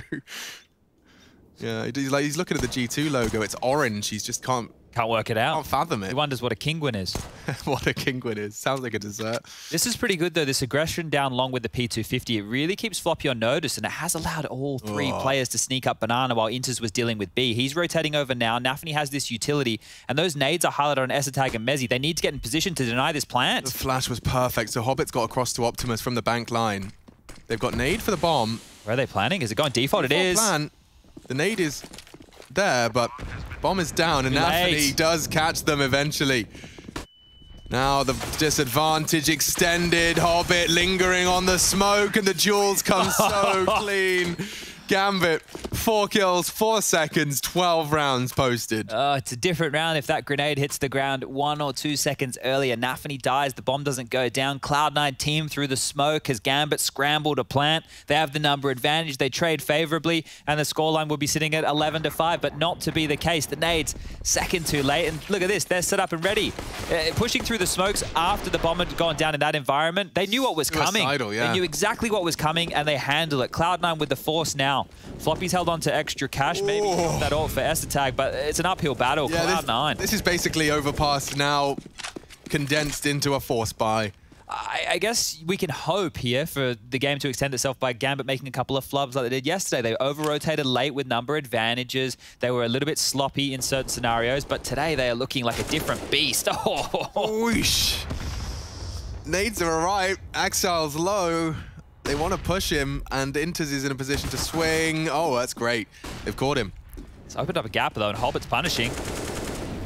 Zeppa will get caught. Have the AK. A good chance for Alex, and he swings out for a successful frag. That's an advantage that was short-lived for Gambit, and it's short-lived all over the shop. Trading frags, trading blows. Nafany's caught Mezzi's Deagle bullets. Advantage now. And they will be in the 1v2. Shiro, however, a bit of a clutch master. Gonna double peek him. His stats for the clutches in Katowice were high. It's Esatag to save the day. And Cloud9's force, albeit in a 1v1, they pull it across the line. Yeah, and it was just an awkward round, right? It looked really good from Axel in the beginning with a clinical shot, and then those trades back and forth. I think Alex's frag rotating with the AK out of the site was the key one, this one right here. Because he was isolated, right? We knew there was a player sewer. We knew that there was players through Monster already. The fact he gets one and gets away, sure, he dies to the nade after the fact, but it was enough time for the rest of the teammates of Cloud9 to set up and Esatag to close the deal. So a chance now. Oh, they're forcing, yeah. They're bringing out all the guns and Galil as best they can.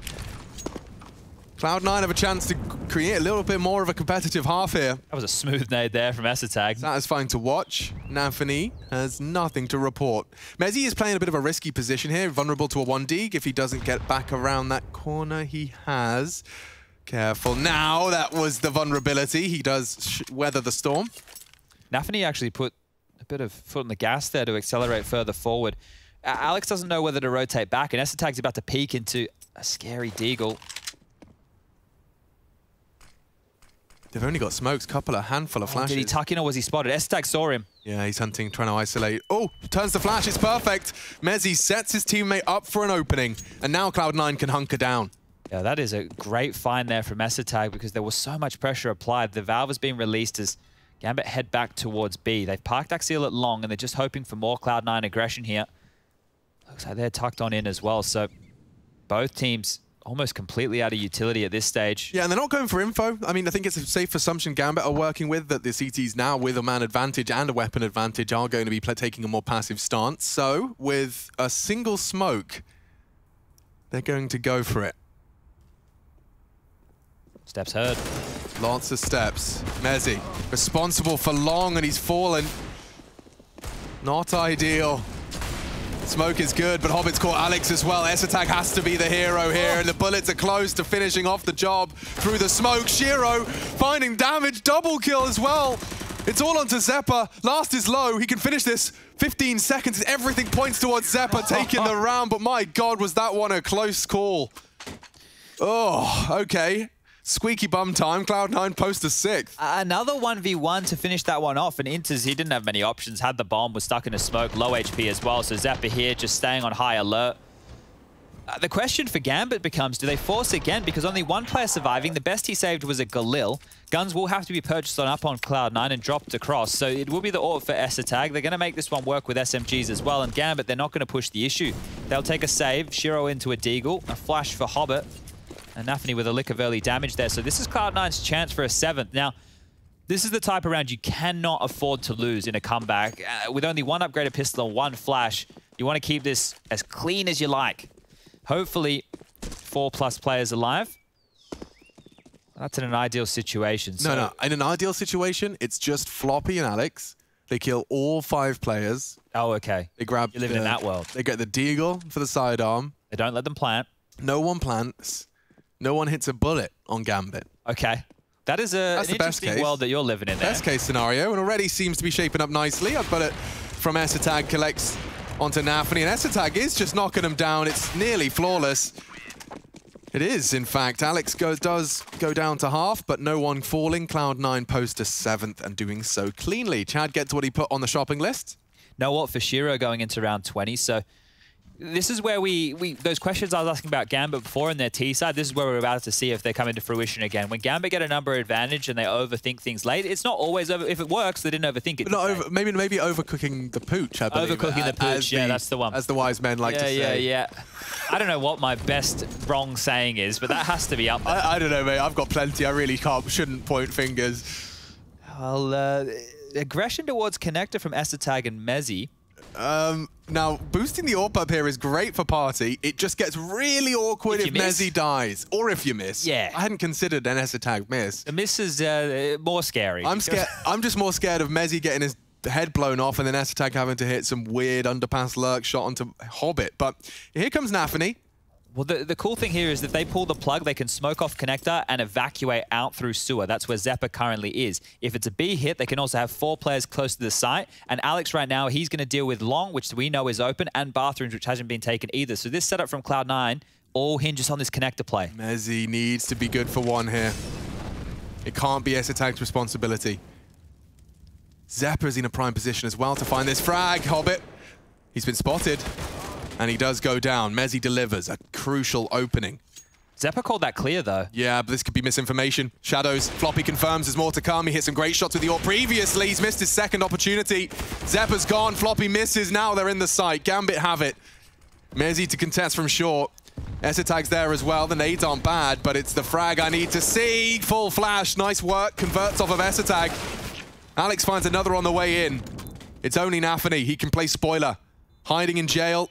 Turns the flash with great success. It's Mezzi to provide 3 from the Brit, climbing up the scoreboard and making this comeback a little more realistic. I haven't grabbed that second AWP yet. I'm not sure if they want to get this. They're looking for it. Where is it? And they've been able to save it. So Floppy will be wielding that bad boy again.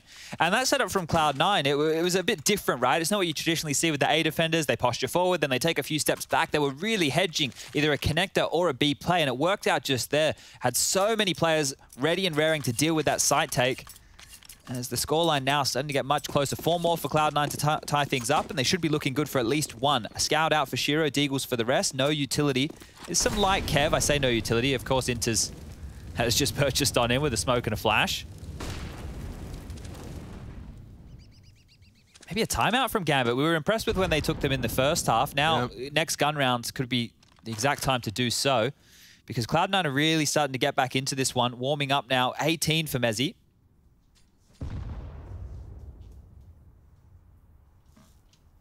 Seems reliable on this AWP is Floppy. Pulls the trigger onto the first test of Gambit. Ooh, S-Attack's going to be really thinking twice about jumping again. Tagged by the scout, jump peeking for info. That will keep him honest. Like it's not north, Like, really, no way is that forced a third man over to A with a single scout bullet. It has. Well, they could get overwhelmed on B here. Really easily. Don't forget, Floppy has an AWP. He'll get to fire one shot before there's potential deagles.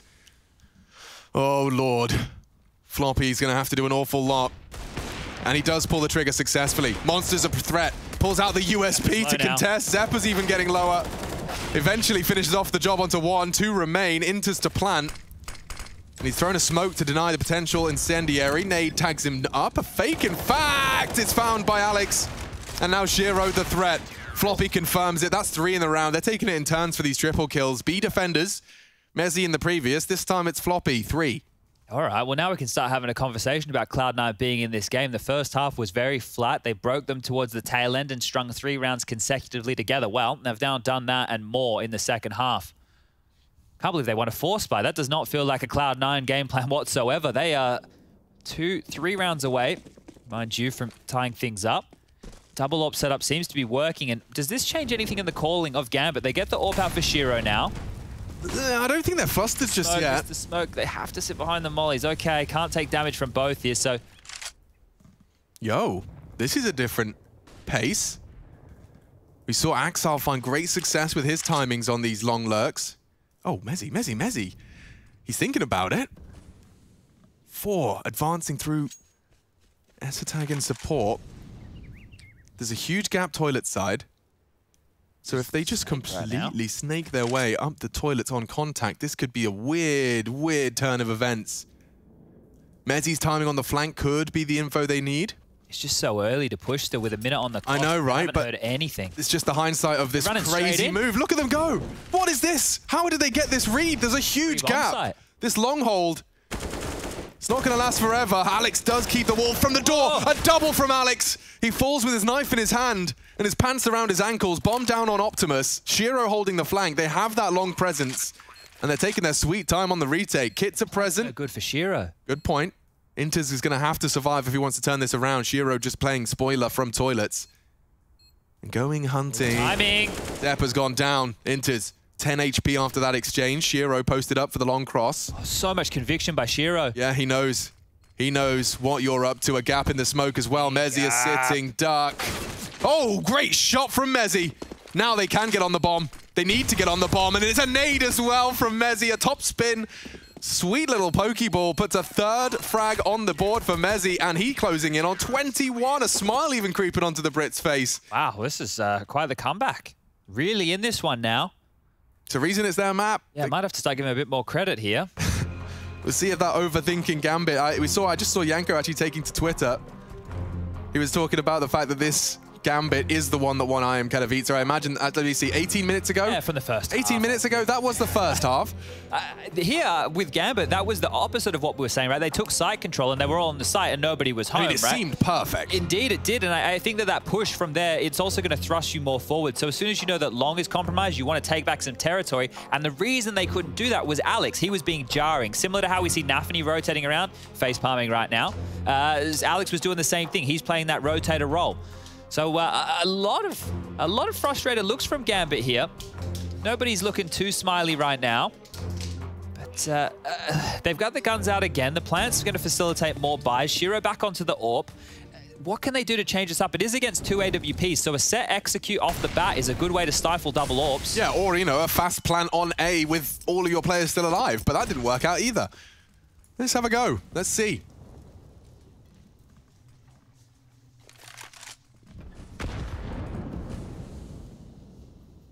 Nafany's so effective at finding gaps on those CT side timings. Now they're going for a boost. Commonly seen a player from Cloud9. Ooh, trying to nade out Zeppa. Oh, Barrel's not Zeppa's position. Actually, it's the pillar spot where Floppy typically holds. Zeppa swings out for 1. No way, a second chance. Axel very low, bleeding. So close to falling. Missed incendiary there. Bit of a panic from Alex. He's between 2 mollies right now. This isn't a new comedy. Dash through Monster just to keep them on their toes and, well, to facilitate Axial to start backpedaling out a dodge. Alex is pushing forward. Yeah. Oh, he caught him. He did. just saw the arm. arm. It was a shadow or something. But he wants him. And he gets it. That is a man advantage for Cloud9 in a crucial juncture of this game. Shiro throwing util, that's going to be enough to at least keep a feet planted of one. Hobbit reveals his presence in underpass, making it very clear it's Inters they're trying to set up for success. And if Floppy doesn't gobble this bait up, Cloud9's round chances go up considerably. Did Astatag spot him? Oh, Floppy will have.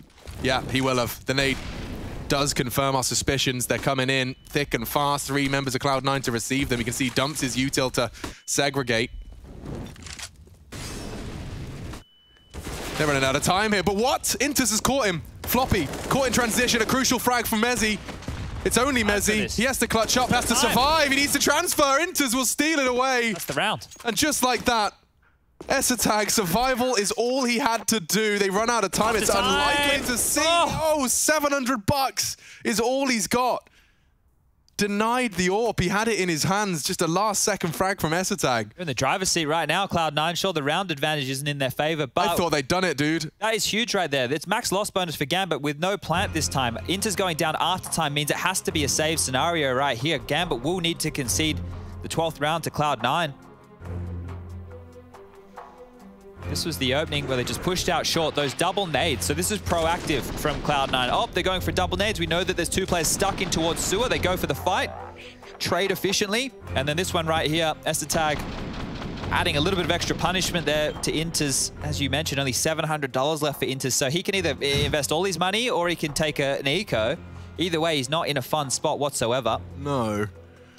Now, Cloud9, against this light upgrade, we currently have 4 deagles, a smoke, and a flash on the board. Need to convert cleanly again. They did well against the last eco. This time round, they'll need to do the same because with only Astatag surviving, their bank balance is starting to get whittled on down. Cloud9 cannot be broken. Zeppa thrust forward, ready for a few fights. Yeah. Good to see those spots of CT aggression. He's tucked in, though, as they advance. As he's still pushing up towards A here, so this is lots of early info. The B defenders can be on high alert. Gives them the green light to use a bit more of their utility if they feel pressured. But just a Glock, Inters is not worth a lot here. Spotted, dead. Hobbit will try and come up connector. Ready for that one as well as Mezzi can evacuate through long and does that with confidence. Astatag's AWP shot will force them back in towards B. Just a matter of time on this one. Yeah, and the smoke arriving exactly when it needed to. One more behind the smoke, says Zeppa. 50 seconds for them to try and make something out of nothing. Just Kevlar vests and deagles. You don't give them the fight, there's no way in. That's exactly what they're doing. They plant their feet. I think Alex is in a really cool position. I've been trying to make this one work for a while. Yeah, RPK always loved that one. It's a pretty spicy little angle. There's your... Ooh. Not going to get a demonstration just yet.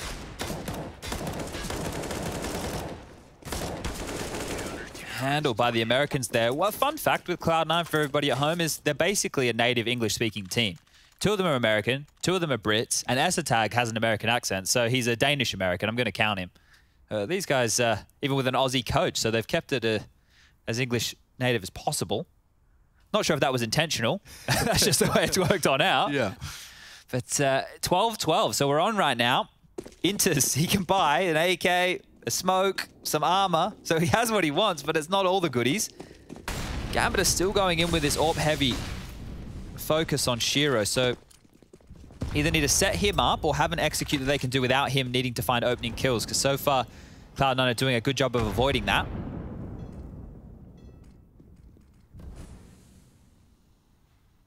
Have the nades again here, Nafany and Axial. So they're going to set up for the double nades again.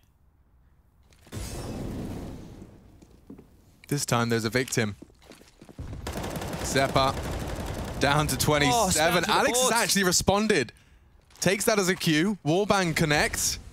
And an early first blood for Cloud9. They could take control of Overpass. They could take the lead here on their map pick. A lockout on this defensive side. They have only managed to post the pistol so far from Gambit. Oh, back turns. Hobbit, huge find. Yeah, Astatag can trade. Oh, nose. Disastrous miss. Shots on him. They're flooding into the site. Late response from Cloud9. They're going to have to find their way back in. And Alex, a big chance It's squandered as well. Finished off nicely. Zeppa's nade does give them a chance, but he's low, don't forget. The nades, they soften him up through the smoke. It's Floppy with huge frags. All onto Nafany now. Very uncomfortable. He has to plant, but ESL timing straight through the smoke. That's balls to the wall Counter-Strike. Straight through the smoke. Floppy does the same thing. Both of them pull up the necessary frags. My God, did that one come right down to the wire. There's nades, there's trades. One-on-one, Gambit fall. And Gambit force. Galil straight away for Shiro and Axial. The buy coming in for the rest of the players now, and this is it. So Alex hears the nades getting thrown, immediately starts spamming, takes down Axial, and Hobbit, he goes for a hero moment of his own here. His second kill is huge. Thought he had done enough, but just appearing through the smoke. Cloud9, 3 players all through the same smoke. Very wide spacing on that one, and they pull it on off. ESL with another one-on-one. So many Galils right here for Gambit to operate with, and as they all just posture right now towards the backyard of B, it might just be a set piece. Smoke towards heaven, get the molly in towards barrels, flash and go, take the fights because you're being whittled down one at a time. Oh, they are. They're testing. The Americans have held them at bay successfully before. Floppy tested. They're knocking on the door. It's a double for Cloud9 in the feed. And Floppy makes good on his promise. He's found another. Every member of this B defense has drawn blood so far, and it's only Shiro. They'll make it clean. Not a single body drop for Cloud9, and they're up to 14. Oh no, and Gambit, as I mentioned, they forced into that one. So they could do Galils again. They could definitely do Galils again. There's no question about that one. They'd already used quite a few of their timeouts. I think 1 remaining right now for Gambit, and Cloud9. They're sitting pretty for the 15th because Gambit are only buying in with light pistols, head armor on Hobbit, Kevlar on 3 of them. Shiro's just bought in finally 2. So it's a deagle spread. Now this is where it could all go wrong. Gambit just need a couple of big headshots here to steal away a round. Okay, ESL going for his early nade, and it is as graceful as ever. Look at that, and up right onto the nays. The nays? That's nade and nose. Or knees and nose. Knees and heads, shoulders, knees and toes. Knees and toes, eyes and ears and mouth and... Okay, well, they're going towards A, and I like this because the Deagles at that type of a range can find some fights. However, no one's facing them right now. Yeah, I am slightly concerned by Mezzi's island he's decided to purchase. We all want to live on one eventually. Yeah, this is his, and he's fully committed to it now. He does have ESL who's trying to bail him out. And this will be that take a shot. Oh, Shiro's so prepared. Mezzi holding his nerve. This could go disastrously. It's a no-scope. He needs another from ESL to seal the deal, and he's pulled the trigger successfully. Still competitive. They've recovered weapons. One more body is all it takes. Alex, his life is crucial. He has to survive. 48 seconds. Gambit have found a little bit of weaponry. Shiro with his signature weapon now on his back. He's picked up ESL AWP, planning to ply his trade with the Zoom banger. They are pushing for info. Zeppa's back to respond to the potential rotate. And the nade being, or rather the door being naded off, does mean they can do so silently. Oh, this is huge by Alex. They can gamble on B right now with 2 players because Alex can be late in the toilets. If it's A, they can just retake that as a team. Sure. If it's B, he can come down quickly from connector here. Shiro's just called toilets completely clear, so they're going to walk on to B. They've got no nades here, C9. It's going to be bullets. And so element of surprise is integral. Shiro, oh, wow, the timing is perfect. Zeppa saves himself and he saves Cloud9. Takes them both. And 15 posted on the board as well. Near flawless CT half. That's 11-1. If you were looking for the scoreline, if this was the first half, it would read 11 to Cloud9, 1 to Gambit. Completely locked out of their T side. T-side woes continuing here for Gambit. We saw Cloud9 come back yesterday against the likes of Na'Vi. Oh, it wasn't pretty either, was it? Oh, dicey. 26 for Mezzi. Keeping up with Shiro. Chad referred to him as a mini simple in the making at one point. I called that one early. All right, guys, go back. It was a couple years ago. We were in Leicester. I think 5 guys every day. All right, well, can Cloud9 keep this clean? Because a force by conversion into this spree of rounds, that is impressive. They've done it the hard way, right? They've done it with the cobbled together pistols. They've done it against Gambit buy after buy after buy. They've dealt with this Shiro AWP on 4 occasions now. This one here is going to be the 5th. Finally, Inter's economy's been able to recover, so he has full utility here too. So, Cloud9, could this be the almost clean sheet? Unfamiliar levels of pressure.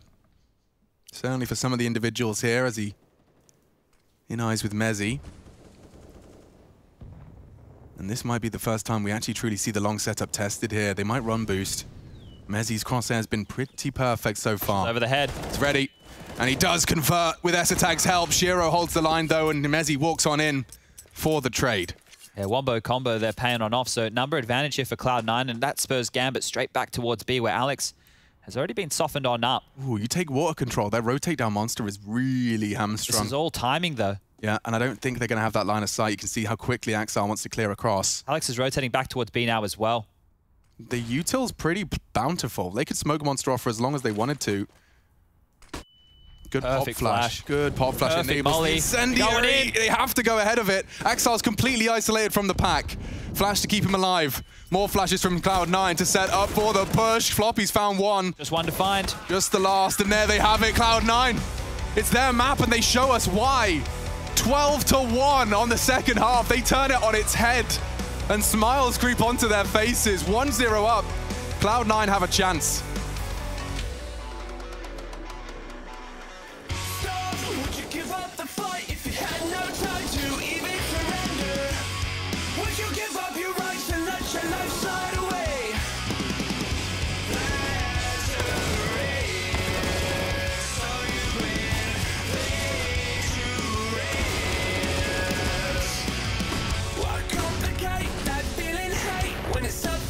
At the bottom, don't take the bait, just walk away, resuscitate your nirvana.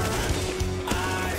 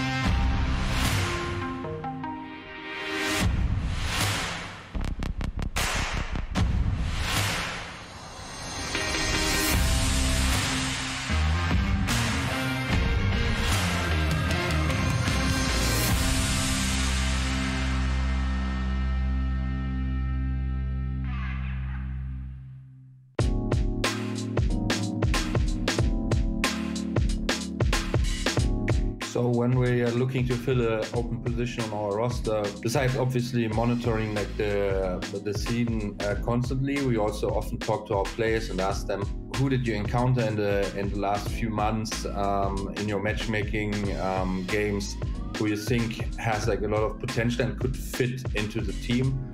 And for example, similar with Beamers, who we recently added as our 6th player when we were looking for someone, our management team already had like on their radar, but our players all said, well, yeah, he seems to be very mature for his age, 17 at the time, and also someone who brought a lot of potential. And then we got in contact with him, talked to him, and saw how he fitted into the team character-wise. And we came to the conclusion that he was someone that had the skill potential and also had like the mental strength to fit into the roster. And so we slowly integrated him into the team. And it was a similar process with a lot of other players that we have in the team, like Robs or like Frozen, for example. I feel like I was playing good CS for a long time already, but there was just no options organization-wise. There were no like big tournaments and stuff like that. So even though you maybe kind of were a pro, it's not like a pro in the sense that you get paid to play and stuff. People also quit playing CS earlier at that time, because obviously you cannot just play for fun or just for the competition your whole life, right? That was a really, really long road, and there's tons of stories of things going wrong there. But in the end, it's been a fun period, and it also makes you value what you have now. Some of the most important parts of being a pro player, in my opinion, actually have not so much to do with the game itself. You know, a lot of it comes down to being hardworking. A lot of it comes down to being self-starting. A lot of it comes down to mostly, I mean, most of what I deal with on this level is communication stuff. And I mean, that kind of becomes the focal point of being a pro player, is your ability to communicate ideas, your ability to communicate in the game, and your idea to really just be able to work together, you know, as a member of a team, which is in short supply, surprisingly enough. Let's go, 'cause you know, like I know, we'll take it. Yeah. You know Mark, South Stuff. Types that never let you double cross them. Moving through the city like it's Gotham. They told me get one, so I got one. Stop saying you're a boss when you not one. You ain't sacrificed, nah, you ain't lost none. All over the gram like you got a bag. You ain't big dog, we ain't hear none of that. I'm in the gym looking like a running back. And you know the flow got me coming back. Who I was in the past, I'm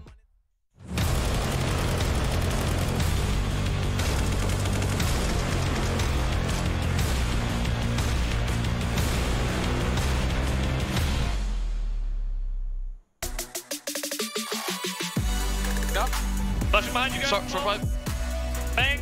Midges. Short. Dead. And open Matte. Nice choice. Now that's a CT half I've ever seen one. I've seen that. Nice. But for Cloud9 anyway, they find a lot of success here on Overpass. And trust me, we are going to have to break this one down in a rather different way, because Cloud9 with a strong CT side here. In fact, they only dropped that pistol round and then ran away with the rest of the game. Yanko, why is it all turned upside down for Gambit? How about this, Trace? They were losing 11-1, and from that point on, they beat Gambit 15-1. That's a massive turnaround for Cloud9. You know, like watching that first half, it did seem like, you know, we saw a different Gambit today. They were just playing better individually. They were winning some clutches early on. They had some good flanks, right? They were going for some good information plays in the mid round, and it felt like whatever Cloud9 tried to do, Gambit was just one step ahead of them. And then all of a sudden, they win a flawless round in 10 seconds, and they just proceed to win the last 2 rounds of the half. And you really did feel like that was a massive success, considering how the first half was going up until that point, which is a weird thing to say, like, oh, awesome job getting 4 rounds, but it was more than enough for Cloud9 in the end. And shout out to Zonic. He always says 11-4 is the most dangerous lead you can have in CS, like a 2-0 in football. So turned out to be true yet one more time. Yeah, I'm looking at this Cloud9 and I'm thinking, yeah, okay, cool numbers, yeah, whatever, but Messi, maybe Messi, maybe him too, but both finding success, obviously. Yeah, and I think for me, it's just like he had a great game. He was like 7-1 in opening duels in this game, which is a big deal, obviously. And I think also, it's just funny how CS works sometimes, right? 11-4 for Gambit, they win the pistol, 12-4, then Cloud9 just goes for a 5-man stack on B in the force buy. Gambit comes B, Cloud9 wins the round, and they never look back. So it's just like, you have to, obviously being down that much, you have to take risks. They did take one, maybe something that's based off of preparation as well, seeing that Gambit likes to finish all of their anti-eco rounds on B, and it definitely paid off for them. And from that point on, we saw a lot of, like, again, similar to what we saw from Gambit in the first half from Cloud9. They pulled out the double op setup early, knowing that the economy for Gambit is not going to be there. They won't have an op on Shiro. They won't have all of the nades either. Utility is the best counter to a double op setup, right? And some just maybe faster executes. And from that point on, they were just doing a lot of good information plays in the mid round. They were having flanks of their own, right? And, you know, a couple of clutches going their way as well. Yeah, that always helps. And I guess what also helps too is winning your opposing team's map pick, right? So you look at Vertigo and you got to ask the question, it begs to ask the question, does Cloud9 close the series out 2-0? And, well, for Gambit to have come into this tournament after winning Katowice, not dropping the initial matchup, kind of unheard of. Yeah, I think it's also, you look towards Vertigo, right? Like, Gambit is 9-1 on this map in the last month or 3 months or something along those lines. And the one loss was in the grand final to VP, where they had a 14-10, 14-11 lead, you know, and they lost 5 rounds on the CT side in a row, which was a bit awkward the way it happened. So very proficient Vertigo team. Cloud9, so-and-so, a couple of good results. They did beat win streak in their last game on this map, another CIS team. So we'll have to see. I do expect them to have a tougher time on Vertigo against Gambit, but the big problem is mentally, right? Can Gambit, such a young team, can they reset after a loss like that? Because you saw the player cams, it was all smiles, it was all fun while you're winning 11-1, but when your opponent starts coming back, you know, you have to keep that mental fortitude, Trace. Yeah, and that's what it's all about. And if the Army taught me anything, it's that it takes 2 twinifications to make a fortification. That's right. We're going to be going to a break. We're going to come back with Vertigo, and we're going to see if Cloud9 can close this series out, because that's what all Cloud9 fans want across the entire planet. We'll be right back. Temper 5.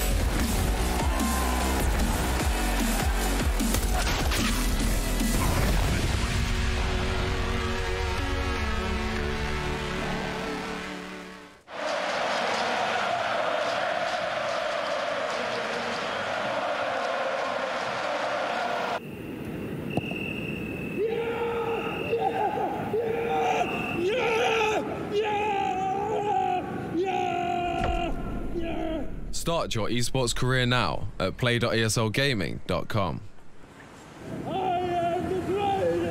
My name is Jordan Gilbert, aka Nothing. Hi, my name is Sue Lee. My handle is Smix. I think it's important for these initiatives to happen. Empathy really, really goes a long way, and it always means so much to us, and I think that's where initiatives like this really help. I encourage everyone in the community, anytime they see bullying, anytime they see someone getting called names, I encourage you to step up and say something. Good luck, have fun. Good luck, have fun.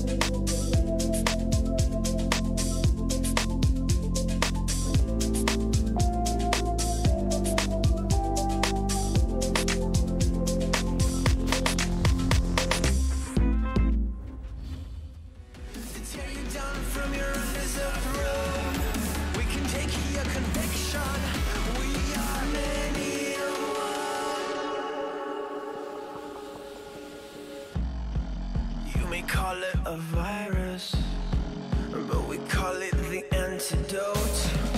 It's an answer to silence. The future is here to revolt.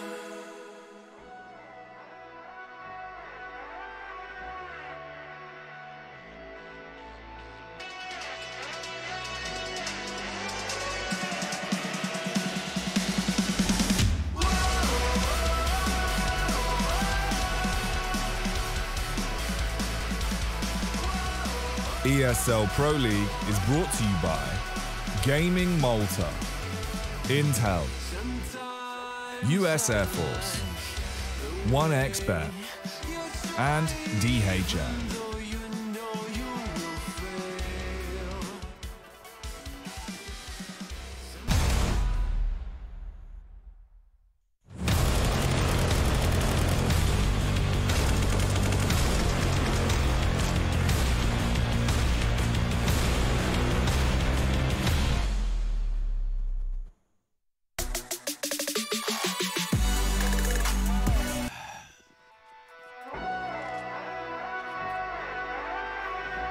Well, what do we have here? Is that a 1 next to Cloud9's name? It certainly is. Their map smashing their way through the competition. The Katowice champions Gambit defending their honor on Vertigo. Now, this is a map, Chad, that definitely seems to be pointing in one direction and one direction only, but for the majority of that first half and for the start of the second, it seemed it was Gambit's overpass as well. Let's see if Cloud9's homework. We saw Henry take to Twitter letting us know that there's been a lot of extra legwork on this map.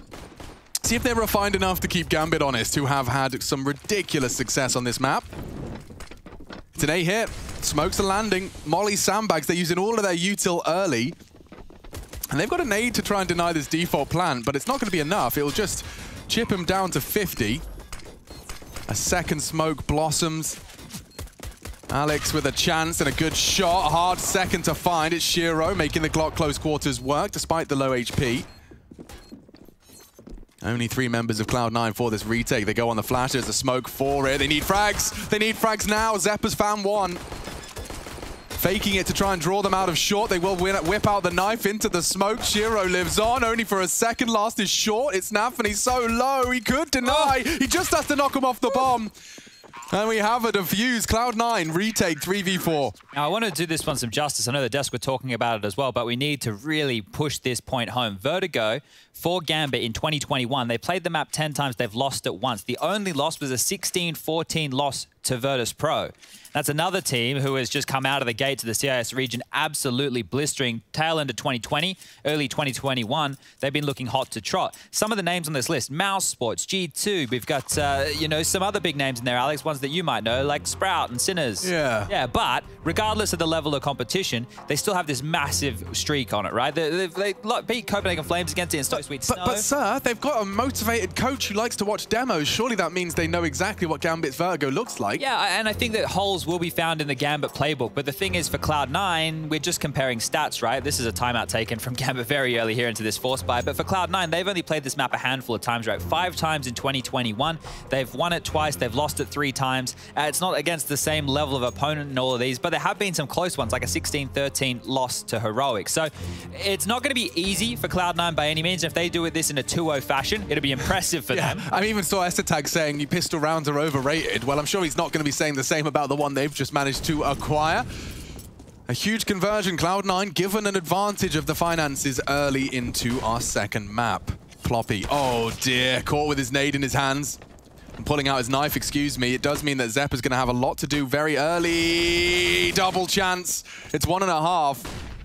They're into the site. Inter's low. Bomb's not there yet. Coming up the stairs now. Mezzi playing for the retake. He'll delay. He's not going to try and take those duels on his own, but Hobbit is in a prime denial of that connector. Bomb's in now. Essetag's trying to set up the bait. And yeah, as you discussed, there is 2 smokes for the retake. Alex very late towards the stairs. And oh, Essetag's been found. They line up for Nafany. Catastrophe strikes for Cloud9. They're into the B site. Alex will save this one. Just hold on to that AUG. So an interesting start there from Gambit, taking fights on multiple fronts, winning out over towards B, and that's where they decided to take the bomb. So it looks simple. Definitely not the case here, and difficult to keep up with as fights are going on all over the map. You had 2 opportunities where that round doesn't end that way. I'm curious how the Shiro biff happened. He was down in Fork Room, so I think he maybe just got spammed through the smoke early, but Gambit were happy to make a lot of noise. Hobbit, is he going to drop down, give us a bit of Spider-Man action here? Doesn't look like he's going to find... Oh, he does! Alex goes down. Oh, that one is going to sting.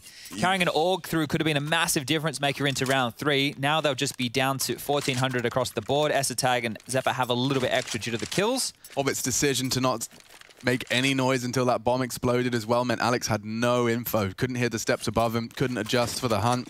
Zeppa's brought in here with a UMP. There's going to be some CZs around that Deagle for S-Attack. So it's an all-in. Cloud9 want to fight for control of the economy here. Yeah, but Zeppa is dicing with death here. He's got 3 opponents on the other side of mid. Gonna flash. It's too deep. And it's not there in time. We do already see Hobbit take down the SMG, the best weapon for this next round of play. Yeah, they were hoping for a pretty deep fight there with Cloud9. They didn't get what they were looking for, and then straight on towards B they go. Zeppa's not home, so it's going to be almost a free bomb site. They park themselves in mid. Rotations will be covered off, but Alex has something to say. Grabs a big one onto Hobbit, and now Intis has to deal with 3. They're pushing him. Intis on the spam with the Galil. It is too good. Yeah, but S-Attack's kept it competitive, and it will put a Galil in his palms. The bomb's already down B. A little bit more damage would be lovely. Doesn't seem like it's going to be shaping up that way. So AKs and Galils to be saved. Shiro to deny. He's already started his hunt. All right, then. What are they opting for? If they go back toward ladder room, that is the safe haven. Shiro will be testing them, though. Yeah, if they just tuck on in it, it's too scary to go down that ladder. I think Shiro's good for 1 here. Oh, knife out. It's good for 1 here. Oh, he doesn't even check it.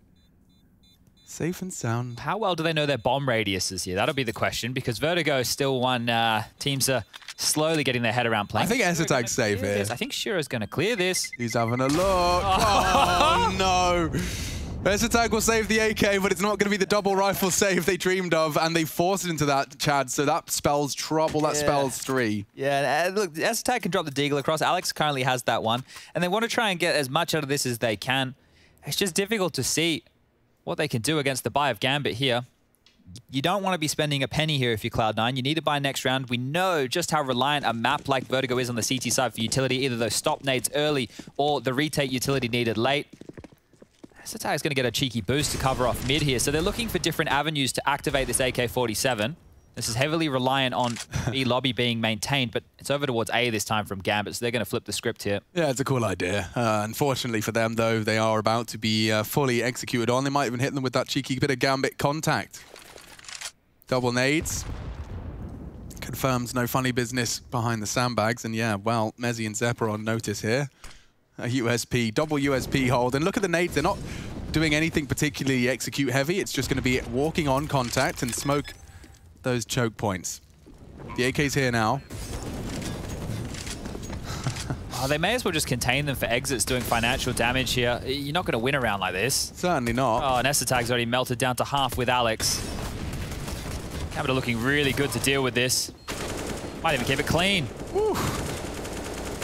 Yeah, that was way too easy, wasn't it? That deep smoke towards elevator, one to keep in the back of your mind. Most teams we see throw the 2 smokes across the front of sight. If you get that elevator smoking and you molly towards that heaven, that deck position, you have so much more room and you're not worried about the pushes through the smoke. That's something that I'm surprised we don't see a lot more teams doing. Yeah, I mean, especially when you know you have the weapon advantage. Like, any of those duels as you swing from Crane are going to be favorable to the D side. So why not, you know, not give those awkward smokes close for some pistol action? Standard smoke out Hobbit, that will give them control of Scaff early. Alex looking for early info towards the ramp as well. He's got a flash and a swing. Oh, okay, he's pushing this one, Alex, through the smoke. Always dicing with death on this one. Shiro, he knows something's up. He certainly knows it's a possibility. This is going to be a very telling round, and they're already up B. Already! Floppy under so much scrutiny. So much scrutiny. He's flashed. They know where he is. Zeppa can't support him. They got mollies. They have got bullets, though. Cloud9 put 2 down range. Lethality found. 2 bodies dropped. Gambit clawing their way back in with an Anthony spray, but it's Floppy finding the head just as the smoke blooms. Shiro doomed. Bomb to be picked up. Could be over in the blink of an eye, but Hobbit wants to say something. Hobbit finds 2. Nearly a third as well. Floppy, the B defender, tested and finds his first 3 frags of our second map. Yeah, important there that they all threw their bodies on the line, right? You could see a world where the bomb gets picked up, maybe a trade comes out for Gambit, and then they can play out the clutch situation. But it was so many flashes here to facilitate this B take, but they were never able to push Floppy into a fight. He just stayed stoic, waited until the right time. Zeppa actually took that first contact. Great, Floppy double up as well. Down.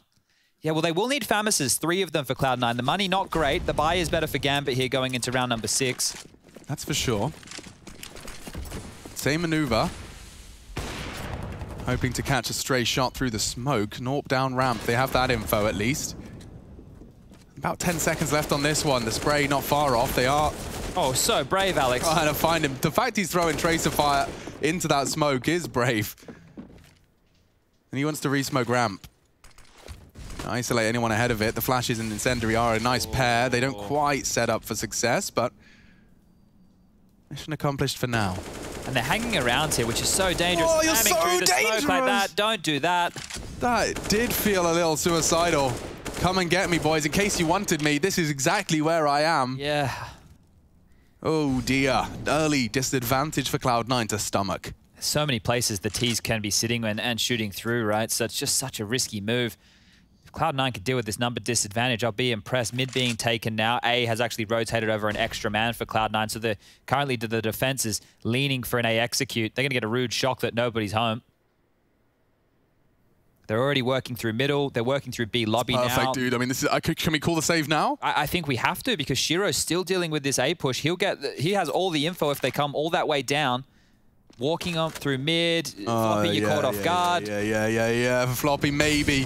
This is the element of surprise. 1.5. It's just not enough. Had it been both, perhaps the conversation feels a bit different, but this one now is on to Zeppa. He's not laying a check for Hobbit. There's the frag to seal the deal. Gambit return to controlling this T side. Yeah, immediately bounce back. So that's just one for Cloud9 in their economy. It hasn't even had a chance to build just yet. So if Mezzy can grab an AK or a kill, maybe even find Shiro with... Where does AWP go? Is he doing that classic thing where he leaves it on the ground? Good question. I'll go back and find it, I'm sure. Go on, Mezzy. Patience. He's hearing a lot. Catches him first. Knows Shiro's messing around with the ladder. What a tough spot. Bomb goes off. Look at that. Ooh-wee. Okay, 4-2. Cloud9 money broken. Recovered. 2.2 on the low end. Yeah, really are staring into economic despair. This one here, Vertigo, when I say this one here, is another map alongside of Dust 2, where I think it's so difficult to decide what side you want to start on, right? Like, it feels like in a lot of these maps, Train, Nuke, you always want to be starting CT side. Well, Cloud9 got the choice on Vertigo with it being Gambit's pick, and they decided to the CT side. We know that the T side, in terms of how much space you can take, how good your executes are, and, you know, just the economy advantages that it has, can be quite difficult to slow down and stop. And Cloud9, as they have an eco here, are feeling exactly that. Yeah, and I will also say it probably bleeds into the fact that you just had such a great CT half on Overpass. You know, you're in the defensive mindset, the calls were there. I wonder if they would pick at the start, right? So they decided that as soon as the veto was done, which is, I guess, a harder way to kind of, you know, dip your toe in the water and see how things are going. Go on. Try and keep it from being a perfect round. Alex has found the bomb. Oh. He has and he hasn't. Yeah. Shiro so aware. Alex goes down straight off the ladder and 5-2. Yesterday, Gambit won on Inferno, then they lost on Overpass, and then against MIBR on the third map, they close on out. This time, they have to convert the second map. Cloud9 taking their first time out here, and they will get rifles back out. Still no ult for Esatag unless he wants to glass cannon. So the gap I personally would like to discuss is the fact that their B stairs has been exploited. The one time we've seen Floppy successfully defend it was him and Zeppa. Obviously, we saw them walk onto B. But the A ramp, so far, it seems like Cloud9 have done enough to gain some respect from Gambit's ramp tests early. You know, the deep smoke, they can push up Alex tucked in Scaff. So far, so good in early ramp aggressions. I just can't help but feel Gambit can thread the needle on Floppy's B hold, and the Fakey boys could come out once again. Mid, yet to see too much in the Gambit playbook through there. They did their mid B pincer. Of course, we saw a failed retake out Cloud9 in that instance. I think it's a bit difficult right now for Cloud9 to go for any gambles early, because they're still just dealing with Gambit, who are happy to wait out that A-ramp smoke. So if you're going to throw that Cloud9, you need to make sure... There you go, there's a molly to slow down a little bit of mid control, and they will get Esatag on the glass cannon. So they did purchase into it. This is the mix-up. Searching for a pick over the top of that smoke is always deadly. Yeah, their setup seems strong. Alex isn't going to be tested by that Molotov. Nafany's wild spray this time, not going to be finding any victims. And as the smoke fades, Esatag with a slow creep peek. Shiro's posted up though, so... Yeah, Esatag is just babysitting Alex right now, who's tucked in on Scaff. So he'll take a shot, and then Alex gets a chance to pick up that kill if Esatag misses. The issue is one flash and an explosion here at Sandbag. Oh, smoke, yeah. Alex has to peek over the top of it. Nafany's so prepared, and now they've done their diligence constantly on Sandbags. He can't really afford to take that risk. Ooh, barrel spotted. Esatag gets away. Molotov won't force him out of position. 50 seconds, Gambit gather their resources and pull them in the right place. It's the scariest spot to be as a CT playing retake when you're limited util. Nice shot, but quickly separated from the pack. Inters shuts him down. Oh, off the flash, Zeppa makes a bit of a mess. He gets 2 with the FAMAS, desperately trying to survive as he's chased down 2-on-2. Both the T's on site. Shiro default plant can't be contested. A flash is all they've got. Zeppa peeking out, desperately trying to find a way back in. And it is Floppy to provide. It's only now Nafany on short, and that should be a first free. Now Floppy 1-on-1. Looking for impact, baits the shots, but Nafany too damn easy. 3 frags from the in-game leader. 10 in total. Gambit post their 6th. Nice stuff there. They didn't even execute. They just peered on out, right? Those nades towards the boost box and exploding their Gambit with a bit of a different showing. And you can catch the CTs off guard. So they threw those nades. Esatag gets 1. A great trade there from Inters. And then now that they're established, even Zeppa trying to unravel that, just taking a couple of clean fights.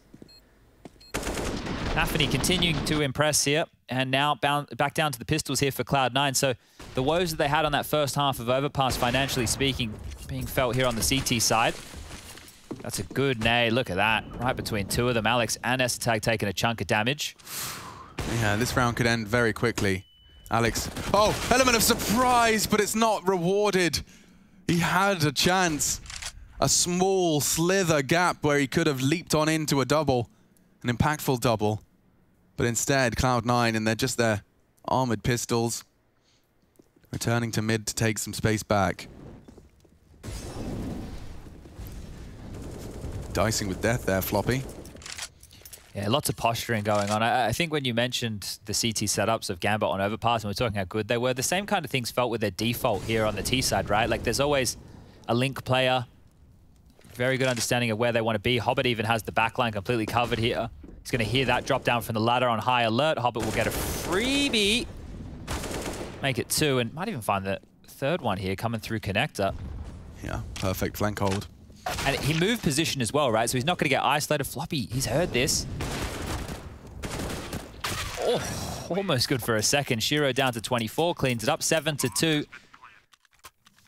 Now, I was talking about the scoreline, I suppose, for Gambit on this map, right? And how this year they played it 10 times, they've won it 9.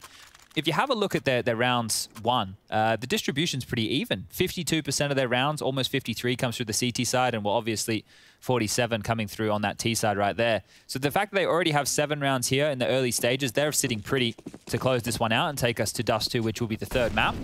Okay. But Cloud9 need to change that, and this is the first time we've seen them fully equipped, and Esatag is so good with those creepy peaks. Yeah, his pre-aim, perfect. Well, there's an opening. They have to convert this one. You really couldn't ask for anything more from your Aubrey. He's taken matters into his own hands. He's taken an aggressive line and caught your mid holder.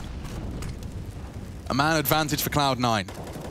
And a big opportunity to take a step, a leap, and a bound towards closing this gap. Alex caught out on short. Not ready for that one. Not at all. Mezzi's been having his fair share of woes on short in the past. Nade on his nose. Operating at half health, there's more to come. Completely pinned in, he stands to deliver. The smoke is decent, but the flashes are better. Oh! Hobbit's not dead! Mezzi neither! More nades on his face, wallbangs are plenty, he still lives on. Okay, gosh, Mezzi just happy to be alive at this point. How does he even get away? Bullets could come through that border any second. Yeah, Axar's taking mid-space after Esatag's funny business. Flash high. No one's ready. Mezzi actually makes that low HP work for a frag. Floppy steps out for Axar's mid. Now we have an advantage for Cloud9. Okay, well, Hobbit and Shiro. A big one. A big advantage. Considering Hobbit's HP, he's been given the AWP and he's been asked to find a way in. Elevated. Not easy. Esatag misses his shot, but does not go down. Does not surrender. It's short next. No. Shiro, what a shot. No, trying to clutch up a 1v3. He's done it many times in the past. Zeppa has to play this one smart, and he has. Tucks in passive on the sandbag. Shiro has time to play his games, and he hits the first shot. He has to. Surely not another clutch for Shiro. Good molly. He's actually going to hunt. He hasn't got time. Floppy just has to survive. 4 seconds. Shiro's on the hunt, looking for him. The save on it. And he goes for the save instead. Cloud9 given a gift. Shiro keeps hold of his AK-47. So strange decision making there out of Shiro. With 8,000 left in the bank balance, it's not like he needed to save that AK by any means. He didn't even give it a crack. There would have been a slight window of time if he peered around that corner. It must have been that incendiary. That was just enough for him to try and cancel the plant. Goes a little too wide, won't be able to get the replant off. Mezzi does very well to time his push. As Nafany's faffing around with his nade, this is what I'm talking about. He hears the incendiary, swings wide, it's like 7, realizes he has just got to commit to the hunt. No one was home. Now, Cloud9 looking to string together some defensive rounds. They do not have the weapons for this job. Alex, living dangerously. Smokes off the bridge. That was stylish. Yeah, very cool. They want control of the room, but they're not allowing it. Nafany, again, absolute pain in the arse here. So close. Alex cannot be the nuisance. He wants to be down towards that A ramp. Yeah, and they've been so persistent with their sandbags util, and it's coming in again. Alex does not have a smoke. What's your plan, bro? His teammate will smoke it out for him. So S-Tag has saved Alex, and that will buy a lot of time on the potential for A. But as I say that, it seems that B is just being investigated. Captain Axile. Oh, no! Beheads the B defender and immediately smashes his fist into the W key. Zeppa was responsible for middle. Hobbit slipped the net as he looks towards B. Shiro opens up the account, and already this one feels dead in the water for Cloud9. Don't want to save these MP9s either, so S-Tag and Alex are going to have to try and find an upgrade or two. Horrible guns to want to carry through to the next round. I suppose it's better than nothing, but that was obliteration onto Floppy there. You could see we got the jiggle before anybody appeared and the jiggle after, and he's just jiggled dead. It wasn't a tight jiggle by any means, but I don't think he's expecting to get flatlined just like that. 8 now for Gambit. They've won the half. He's probably jiggled that 15, 16 times already. Yeah. And then it's on the 17th. Nothing, nothing. Dead.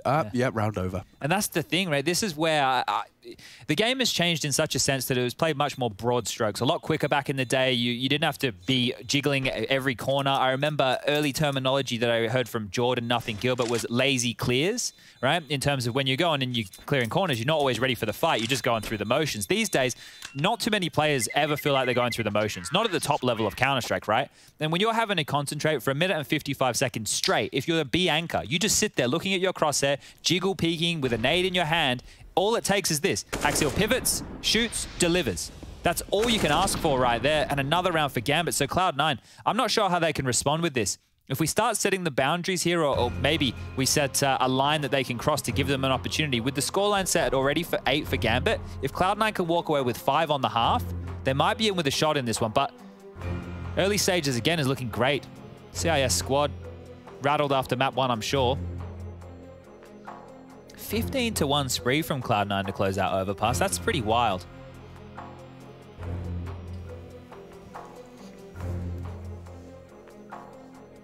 Have to take a save. Alex just talking to the troops there, letting them know. Well, 2 saved MP9s and buying down to 2K around it. Gambit set for a 9th. It's their map, and they're proving us, or showing us exactly why. Well, they're doing something different here, Cloud9. They're not going to harass a ramp early, so they're just throwing the smoke to feign this. Not going to push too much attention behind it. They've gone for a B heavy lean at the start, so they didn't get offered anything early. And this is the problem with Gambit. How are you meant to force the issue on the CT side of a map like Vertigo when they just wait for your A ramp smoke? They don't even want to fight you. Towards B, they'll happily wait as well. And now having to rotate silently is Cloud9. So really difficult to find an avenue in.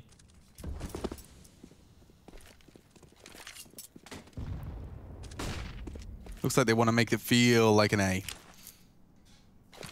Flash up, take crane. Molly sandbags, floppy smokes. And that's the presence they were looking to exert. Perhaps even some more. Oh, the wallbang brutality. Floppy has to go down Extra here. damage, yeah. Floppy at 4. What are you up to? Alex trying to keep it dynamic. Swings out to try and change the odds, swing them in their favor, and it's enough of a distraction to enable Floppy's first. Trying to force them into B here. Yeah, Shiro's trying to bait Naf and his low HP in. They are going towards B. Mezzi had a great standout performance on Overpass, but a Deagle just not the weapon for this job. Okay, a high flash and a go. Here we are. Mezzi smoked off. C9 flooding in straight to the AKs. Mezzi stands and delivers just the one. Floppy, we talked about him, so low. And they're so ready. That's Gambit's 9th. 3 hearts still beating in that one, starting to close in on 10k after their buy. Quite the contrary for Cloud9. Alex gets his thinking cap on. Don't forget, we saw the same thing on Overpass. It looks disastrous. Close it out with a couple of your own. Admittedly, that was on the T side. CT side, you really do need to see a bit more resistance. Otherwise, that playbook you may have been working on and nurturing for Vertigo just won't get a chance to get running. You want to have the bit of round and room to play with. So this T-Smoke, can I speak as bluntly as saying it completely denies the CT smoke? Like, you throw that, you just throw it every round, and then Scaff is an uncertainty when previously it wouldn't be. Yeah, it's like both of you are just happy to give up the territory early. Like, they're just harassing, right? So oh, look at this one again. You know how Floppy and Axile have been having this kind of standoff of patience? Much better for Axile, this kind of a peak. Oh, but yeah, Axile's been getting Floppy's, or had Floppy's number for a lot of these B exchanges late. It's been a question of patience, and Axile's just made of it, built out of various bricks of patience. And all it would take was his Floppy start, like as soon as there's contact mid, he can fall into that trap. Oh, finds one. Has to get away though. Yeah, that's the hard part. Nafany might try and swing. Oh, down. Huge from Floppy. Bomb down. Cloud9 need this round. The spray is there. It's not quite enough to finish the job. But with Hobbit shaken down to 6, Shiro forced to recover, and actually he's dropped his AWP, doesn't want to be letting that fall into the poor CT hands. Hobbit trying to flash Floppy. Oh, this could be a nice little setup for a bomb retrieval. But yeah, it's an incendiary down there. Now he wants the bomb. 28 seconds. Do they have to commit B? Yeah, now they do. Floppy's going to surely have a chance here. Swings out, good timing. Mom loose and confirms the round is Cloud9's. It's all Floppy, baby. It's not a sentence I've said in a while. I'm trying to see where Hobbit's ending here. Did Shiro leave his AWP in the open for Hobbit to pick it up and save just in case it didn't work? Doesn't look like it. I think he left it in T-spawn, just really didn't want it to fall into enemy hands. Money's still really good over there for Gambit, so not too many worries as it is. If they get double digits, 10 rounds, they're going to be happy with that on the T side, and they are looking good to do so. They take one back off of Cloud9 again. They obliterate everybody, and while it's going to be down to Squalor once more, Floppy did great. One and the second, and the bomb drop, right? That's absolutely everything. That forces the round for Gambit. They have to go retrieve that. They have to spend a good chunk of time dealing with the B bomb site, and from there it is going to be the 4th. So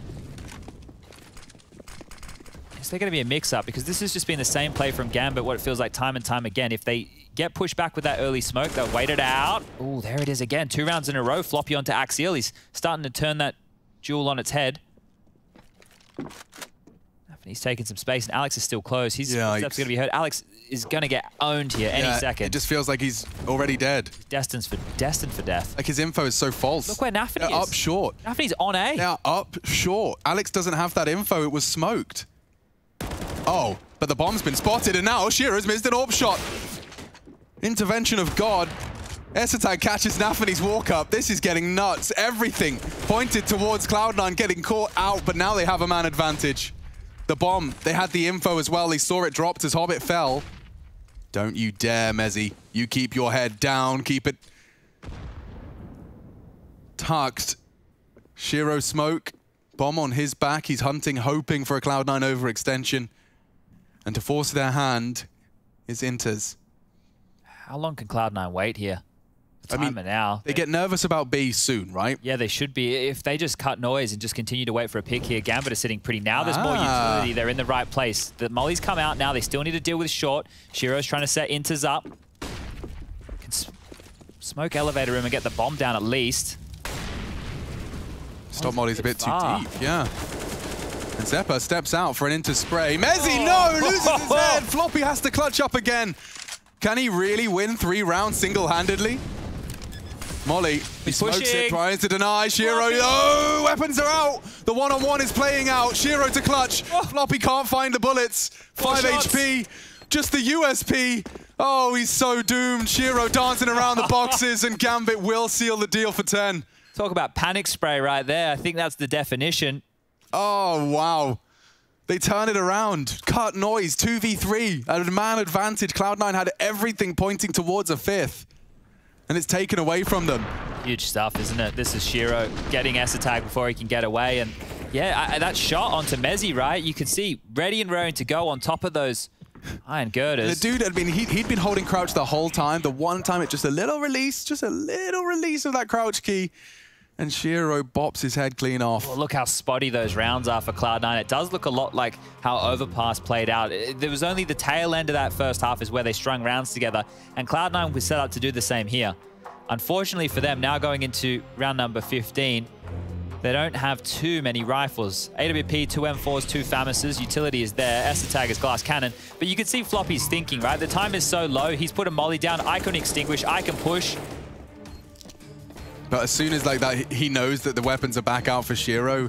That advantage is that just disintegrates. Yeah, it just lost. He was what 0.5 seconds off having that kill. So a nice close one there for Floppy, but not enough.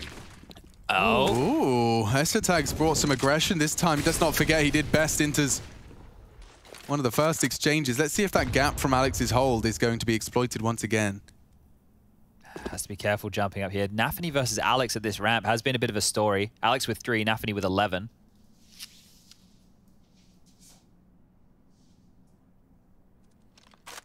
So Zeppa has the orb. S-Attack rushed mid with a rifle then? I must have missed that one. I think he just recovered it. Like he came with him, grabbed the orb as he died and... got away. Gone away. Hobbit with 18. Another good game from him. Sounding like a bit of a broken record, aren't we, when we cast these Gambit games? Yeah, he's been consistent. Standing out. Oh, this is very quiet stuff here. Gambit waiting for any mistakes from Cloud9 as they have to scramble for something, but they're just standing and waiting for an A execute right now. 2 players towards A, 2 towards middle. They're giving up B. Floppy's doing 2 jobs, bro. Yeah, he has the AWP of Zeppa there to bait on into.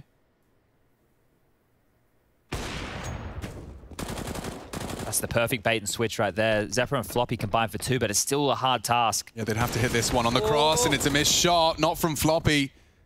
2 remain. Surely Gambit haven't got another clutch in them. Lots of util, full health, and taking space, big amounts of space as Shiro trying to enable Axile's plan, but it's Zeppa with more impact from the side. Takes the line. Shiro has to try and take a hero play straight through the smoke. Zeppa's having none of it. Okay, slightly more competitive. They pick themselves up another. Cloud9 5 and Gambit hungering to take us to 3. Let your life fly away.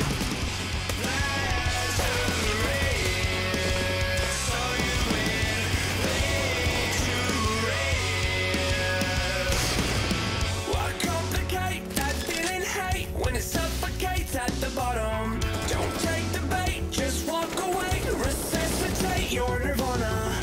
I feel a way I've never felt before.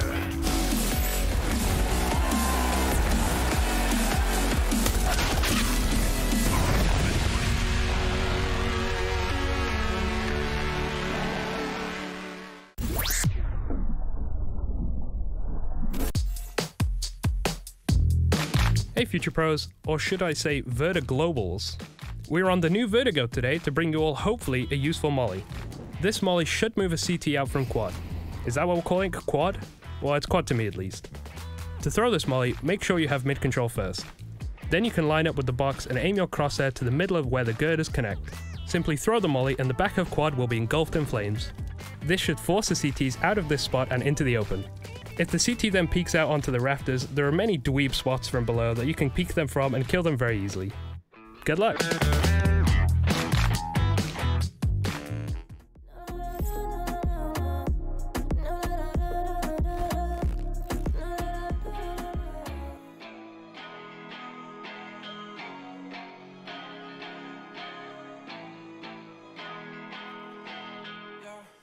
Talk to me, I just want a little bit of company. You acting like you really wanna fall for me, but baby, can you tell me who you wanna be? Talk to me, I just want a little bit of company. You acting like you really wanna fall for me, but baby, can you tell me who you wanna be? I left my demons in my past. I still want something that can last. You make me feel like I'm okay. We both know that you feel the same. Ooh, baby, I got nothing else to prove. You talking about your bad side of me. Remember that you always get to choose. Talk to me, I just want a little bit of company. You acting like you really wanna fall for me, but baby, can you tell me who you wanna be? Talk to me, I just want a little bit of company. You acting like you really wanna fall for me, but baby, can you tell me who you wanna be?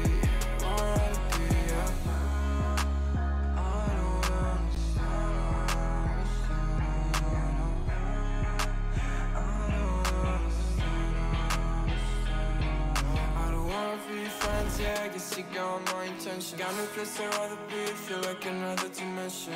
I don't wanna talk, baby, you should let it go.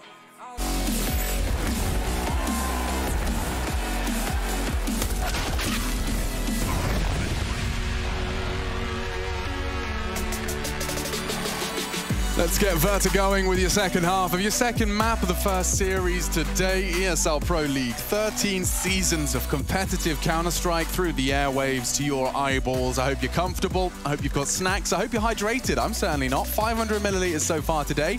It's not good enough. 2.5 is the goal. Still early days. Lots of Counter-Strike to be played. Lots of water to be drunk. Yeah, man. Chad Sponge Birchall, of course, the handsome Australian. We have one expert leaning a little bit towards Cloud9 after their map win on Overpass. Let's see if this T-side can start off with a bang. It's Mezzy drawing blood. Hobbit gone. Early ramp control given over to Cloud9's T-side. This is Gambit's pick. Oof. Found the opening. Get on out of dodge.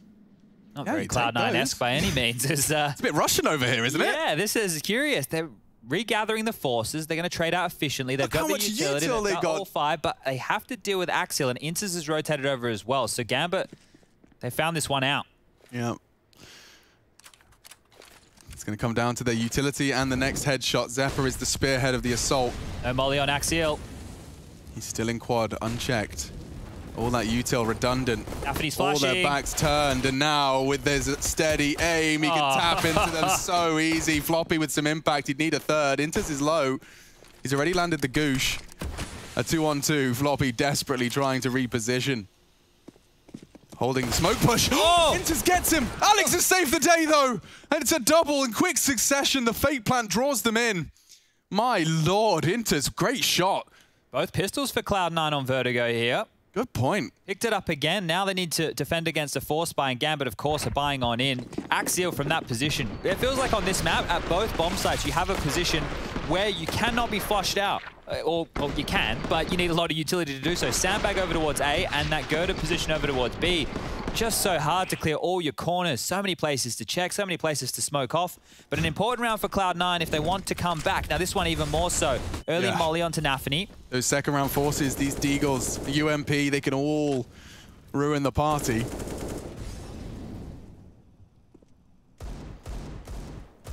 Jack the Orcs stop blasting their own tunes.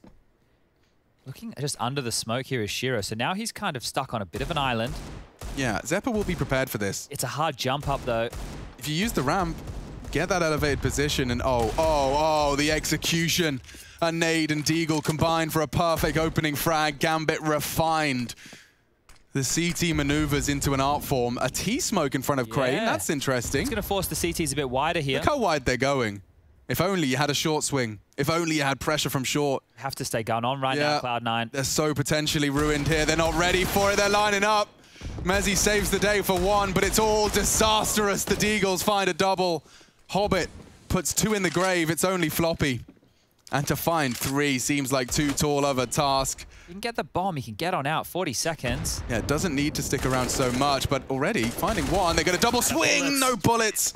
Axel there for the triple peak. He'll take an AK, but it's the round that's the most important part. I have to point fingers as well towards their opening gambit. Shiro, when short is smoked, he pushes up into the off angle. Nade from Nafany. Combo was nice. Oh, it's just flawless. And it's so unlikely that Shiro's not going to hit 1 deagle bullet. Yeah, that was perfect, right? If you're going to facilitate a peek into an angle where you feel like you have a disadvantage, do it with some utility or do it with some form of Because there's a smoke there, you know? You're taking damage. You may just assume that that's all that's coming. Yeah, great stuff, exploiting the tendencies of Cloud9. Well, they need to bounce back here, Cloud9. They cannot allow Gambit to push them over this early. Nafany doing his best Alex version over towards A-Ramp with an MP9, and they've just left him. So as soon as they establish control like that and Cloud9 don't drop a deep smoke, you can see what that does. So many players towards middle. And it should come easy. Alex so damn low as well. Floppy fell. Good trades. See that bait and switch setup again. I love Gambit CT setups. Yeah, just like Overpass. Constantly moving, constantly hearing these sound cues, nades pulled. Oh, Nafany, yeah, he's actually willing to take that fight. Gets given the M4, so that's quite a nice upgrade from an MP9.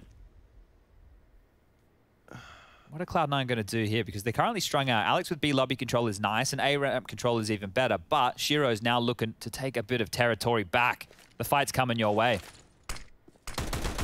Oh, they both line up for him. S-Attack has completely rocked the boat. 40 seconds, Cloud9 don't get flustered. Bombs on their back, and S-Attack goes looking.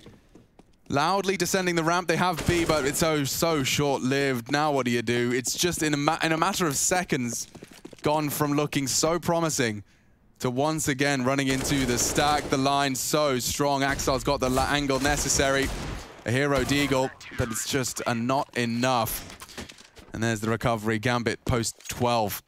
Wow, it felt like S-Attack had helped to destabilize that round, but Alex trying to do a little bit too much there. You can see what he wants to do. He wants to cut off the rotations, right? But he's run all the way in. All the space that he did have was given up, taken back from Axiel, and then simple as you like. But a good double there from S-Attack. They're keeping the economy honest, but they won't be able to do the same going into round 19, where they will need to take an eco. And we did come into this saying that Vertigo, extremely unlikely that Cloud9 pick it up, considering Gambit's win-loss. Run boost, Floppy. Absolutely dismantled mid-air. So Axiel ready for every little trick in the book. Yep, of course. The run boost looks good when you land it, but at the same time, when you get killed mid-air before you've even landed, you're like, oh, okay, that's kind of rough. Yeah, if they killed Shiro, you might be able to get a bomb plant. I don't think he's got a... Oh, perfect nade. He's not going to bend the knee. But yeah, the run boost holding it, I think... if anyone is the solo B player, maybe take a couple of look at Axel demos, because A, his quad bait on pistol round, super insightful, because you know there's probably not going to be utility to do their diligence clears. On top of that, checking for the boost spot when he knows they're up against Deagles or something a bit more funny. You know, his hyper-awareness of the economy takes the cheese out of it, right? Influencing his decision-making as to how he positions himself. But like, look at this. Look what Axel's holding. He just has to look at this for the first 10 seconds of the round. It's no sweat off his brow. Yeah, the early molly means he doesn't have to focus. Like skeet shooting right there. Yeah, it's a completely different game. Yeah, I think there's a map if you guys out there want to go and play it. I think it's called like AWP Skeet something. Like, it's a crazy fun map. What do? They basically fire terrorists into the air? Yeah, so the CTs get to spawn in like a little hut with AWPs, and the Ts, they have like knives, I think, and they get flung out of this thing, and then like you fly towards the CT, and if you knife him, you can win the round. That's fun. Right? Okay, so you have to pluck him out of the air. Yeah, it's a bit of fun like this. So I don't think I haven't seen a community server with it up. Maybe we can get one going. Where are the Death Run servers at? I saw the... They're there. They are? Yeah, you just have to search the deepest, darkest parts of that scroll thing. I just need to find one with the auto hop feature, because it's a distinct disadvantage when you aren't a sick KZ star and everyone else is. Regardless, we are ready for our 20th round. Vertigo. Not this time, Exile. Now, when he fancies his chances with a bit of aggression, this spells trouble for Cloud9. But Zeppa, he's alert. And he responds with a brutal first frag. But previously, these advantages have been short-lived for Cloud9, so they're going to have to prove to themselves, as well as us, that they can handle what the... Oh, guys! So much damage. That was a perfect incendiary. He actually forces a smoke out of them. Axel's pushing B. Shiro deals with Mezzi. Catches one on the cross in. Inters provides as well. If S-Attack goes down, Hobbit has created space. And Alex dreaming of a plant. Dreaming of it. Smoke to enable his escape. Flashes are high. Flank is on its way. Alex trying to slip the net. He's done so. Axal onto Floppy here. It's a clean frag, which means it's all onto Alex to clutch up. He knows where they are, knows where both of them are, but oh, a shot onto Shiro. And Hope's starting to come together. Needs to disappear through the smoke just in the nick of time. He's gotten away. Alex can clutch up here. Lines up for the spray, trying to deny. There's no time left for Axal. A 1v3 from the leader. Even finds the headshot. And 8 is delivered for Cloud9. Make it 7, excuse me. Much needed impact right there. My God, let me see this one again. So they swing into the site. All the shots are hit. Inters, Shiro, both finding them on the initial swing. Hobbit even provides a second. It's Alex's clutch up. And this second shot changes it all. Baits it, going towards short, and Shiro missing his opening bullet. Oh, lovely stuff. Alex has given Cloud9 a chance. Yeah, that is very, very needed here for Cloud9. Look, everybody in this server goes down and around like that, so they will need to discuss their buys. Cloud9 take a timeout just to talk this one through, but we can run you through the scores on the doors there. 22 kills so far for Hobbit. We got 20 for Shiro. On the other side, the top performers, 20 for Floppy. He's been having a bit of a game, and 14 for Zeppa.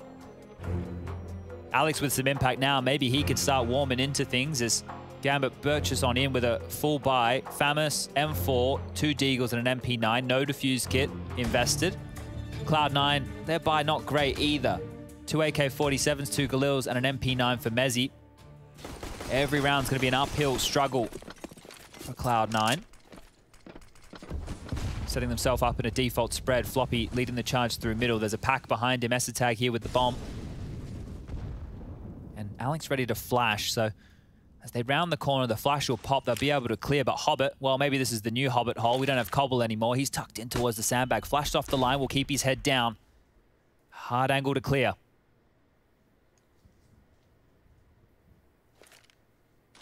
Lots of players around middle. He's thrust forward. Yo, Hobbit, why are you so scary?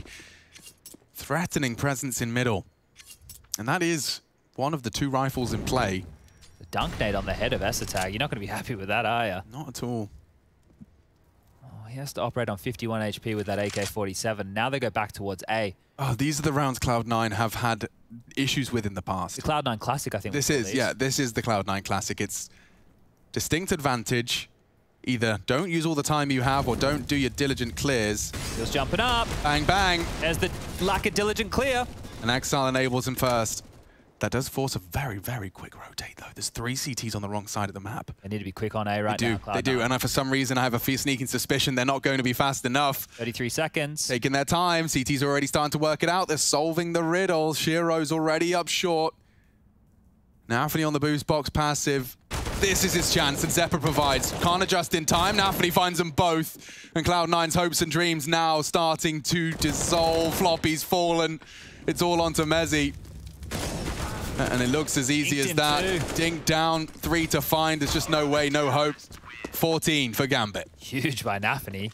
What did he get there? Just 2 good kills and 2 good assists. for the double every time. Put the crosshair in fire. Robs one back from Cloud9, 14-7. Money back in the bin, and this should be the game.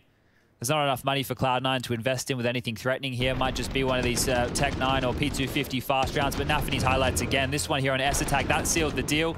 Zeppa has to go for the trade. The rest of the Cloud9 members a little bit too far away.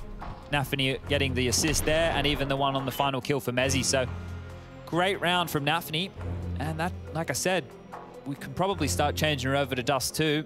I know we have to wait for the official scoreline to hit, but just such a tall task. This isn't like Overpass, where it was a clean sheet from Cloud9, right? To come back into things. Once again, they get the pistol. Once again, they lose the force buy. Been on the receiving end of a bit of a shellacking here today. They have forced in all the pennies into the middle of the table. Pistols are out, utilities there as well. Where do they want to end this one? A quicker approach. We haven't seen too many just all-out rushes, scrimmy maneuvers so far. Feels like we won't be getting that again. Cloud9 will be taking this one slow, just the jump peaks, the shift keys, the spread of the players, that's all the indication I need. And a bit of a flub nade there from Shiro. Right, that's all I need to see. Cloud9 win the round. That's the game. Yep. All right, thank you everybody. 16-14. Yep, thrown by the, just like the HE. Literally thrown. This round has been thrown. They're going to boost though, so don't know if Hobbit really is going to be... Naded. Oh, that would be cool. It might be a little bit too far to the left. Oh, he's run into it. Ooh. Not so much damage, only 78, so the idea was nice.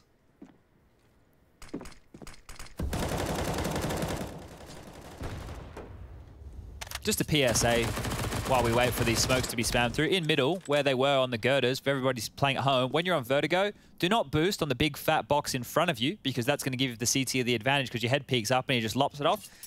Go on those back things, boost up there, you get the same line of sight, many different angles to pick from.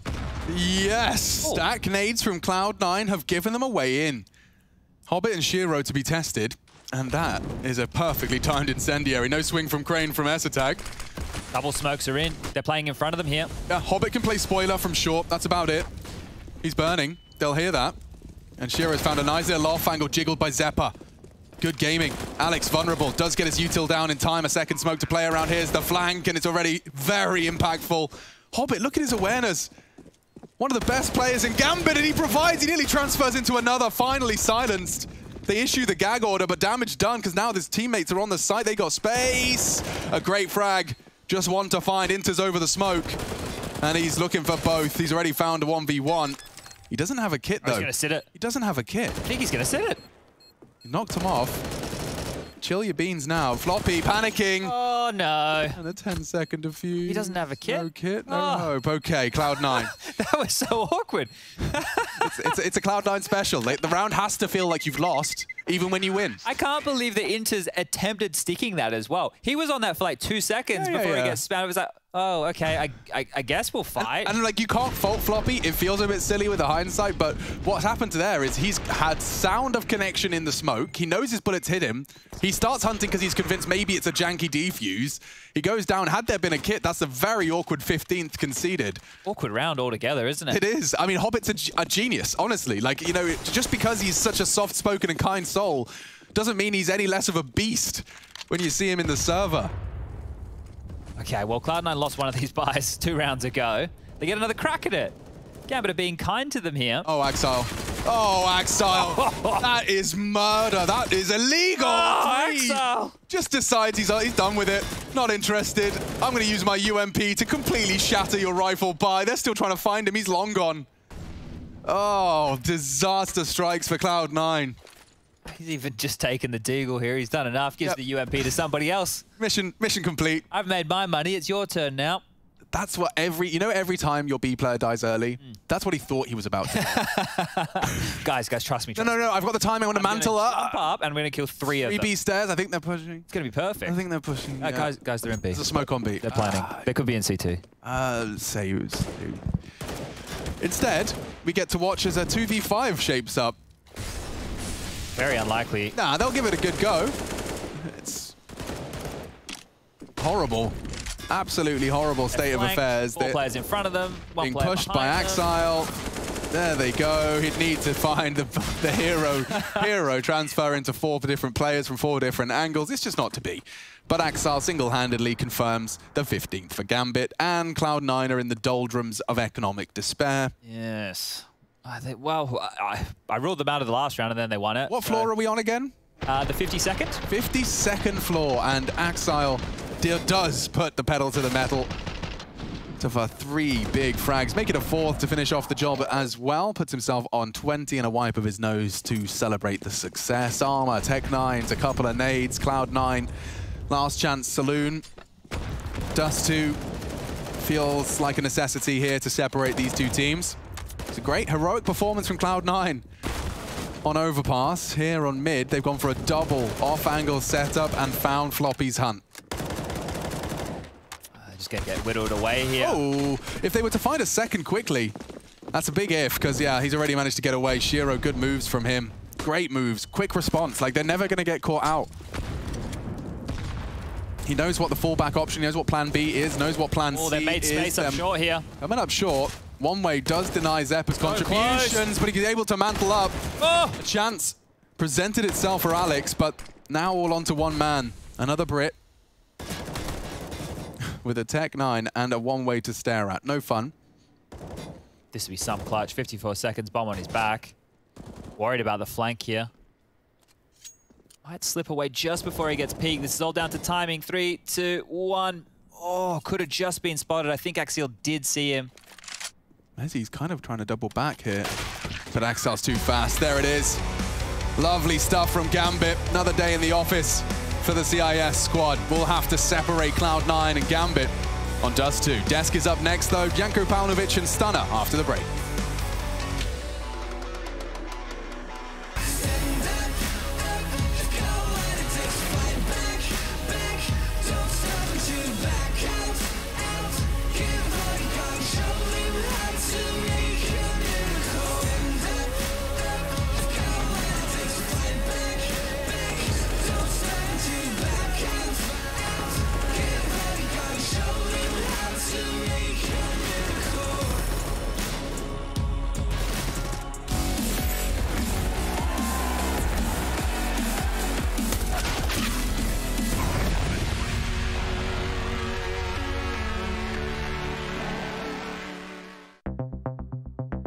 Thinking, moving, touching, and well, all of the other things, all of the other pieces that you need to compete in Counter-Strike Global Offensive. Welcome back to CS Psychology 101.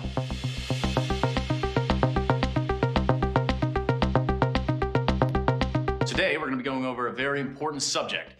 XXX Heyman 420. In 2012, he had a 4K 1D clip that really was overly edited by an equally talented friend.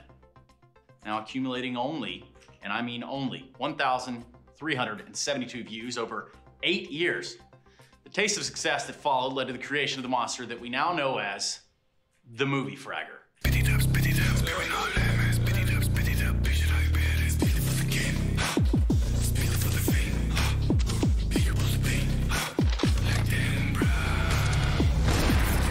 Clip it, baby. This one is going viral. Top 3 Reddit easy. Zai Wu, Zai Hu, more like it. Check out this shit. Oh, don't you worry, Movie Fragger. We are definitely watching. In fact, we'll just start on the appearance. We'll note that the cap is backwards, albeit he doesn't have a headset on, but don't let that sway you from the idea that this guy means business. Oh, is it serious business? Yeah, we can edit that out. It's all right. Some general traits about the gameplay can be observed, such as the famous buy an op, and then use the deagle. Take this example. Where an ordinary player may see this round win as a certainty, the Movie Fragger sees it as opportunity.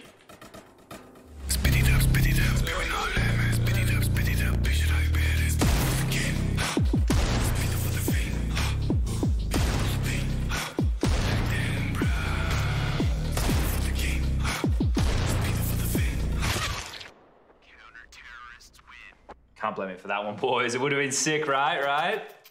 You are dog shit. Everything he does is for Reddit. Everything he does is for the comments, for the likes. It's all about the endorphins and everything that he gets from the moment he wakes up in the morning. They come and beat. I'm going for the cold, boys. I'm going for the cold zero. That's close. Oh, that's really close. Oh, that's so close. I'm so close. Oh my God. Oh my God, that was incredible. Oh.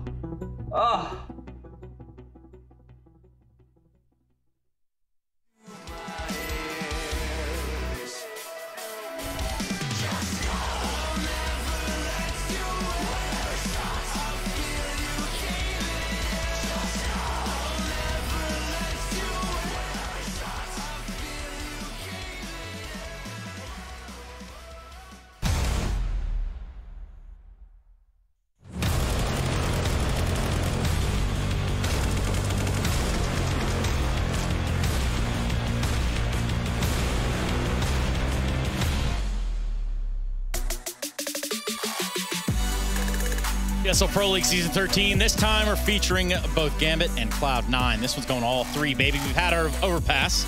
We just had our Vertigo. And now we will look forward with all our attention and all our might over to Dust 2. Yanko with me on the desk for Ready to Talk Counter. This one, what can you say about it? I know what can you say, Trace. You know that saying, be careful what you wish for? I do know that one, yeah. Well, Henry wished for his team to win some pistol rounds. And? They won both of them. And then? They lost the second round both times. Oh, now that is... Careful what you wish for, Henry Greer, because actually, we all know, I hope so, at least by this point, it's actually you're worse off if you win the pistol and lose the second round than if you just start losing 2-0, right? Because of the way the economy works, the money bonus works. And I actually can't remember if I ever saw a game that wasn't like a 16-0 or 16-2 or something like that, where a team did not win 2 rounds in a row the whole game.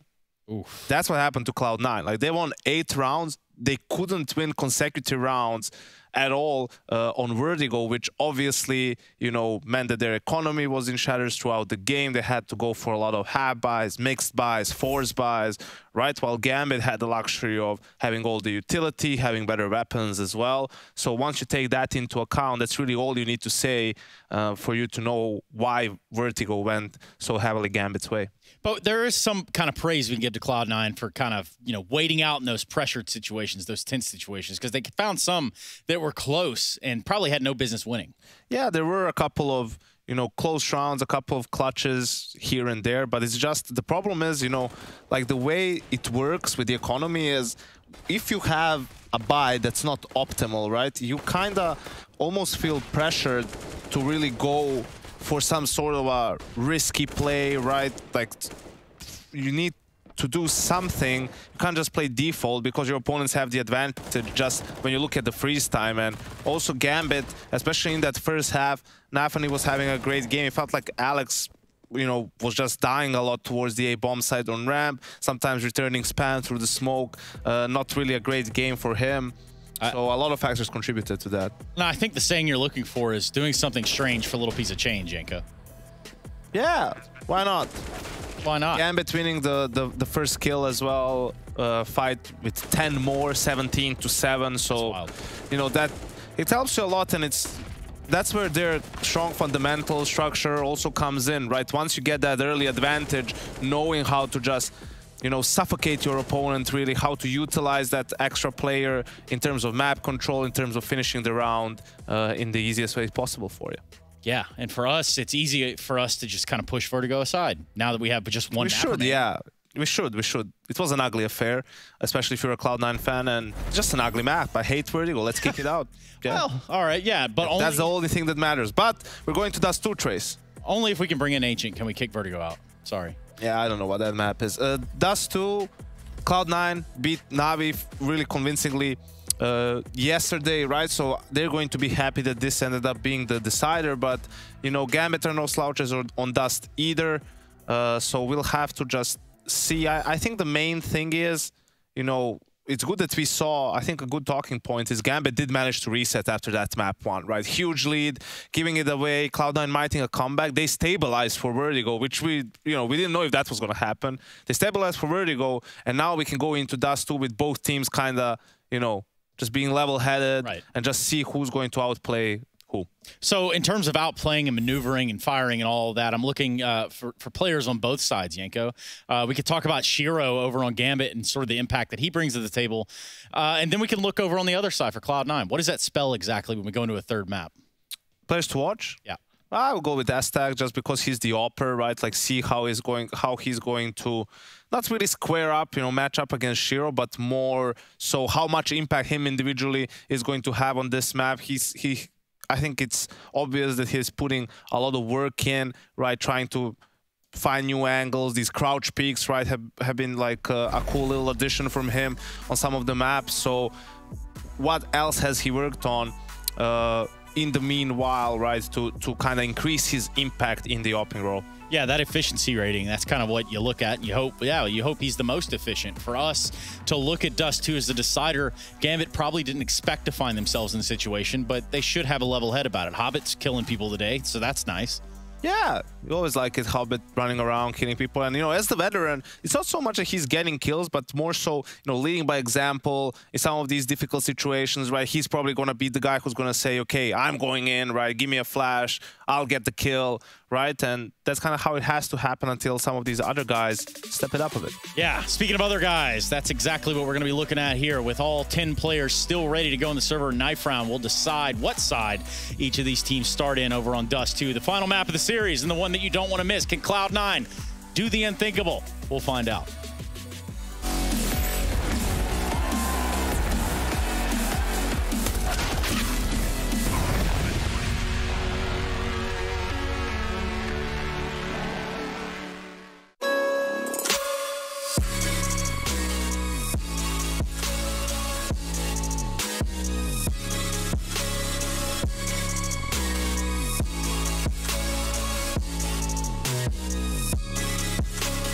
You love it, you wear it. What's your style?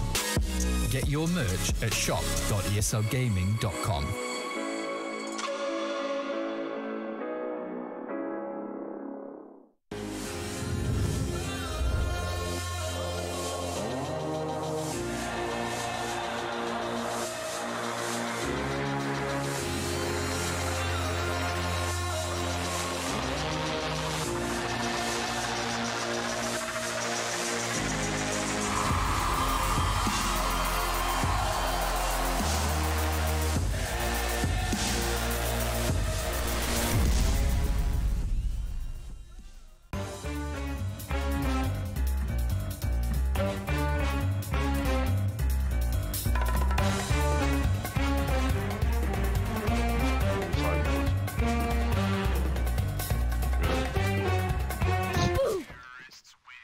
Wow. Bro, what are you? They're gonna rap, they're rapping, boys, they're rapping. One short of him, kill him. He's pushing me. Kill him, man. Kill him? Can you shoot him? Yeah, Olof, I can. They're playing default. They're playing default, bro. Okay. On the short. Ah! Hello, at me?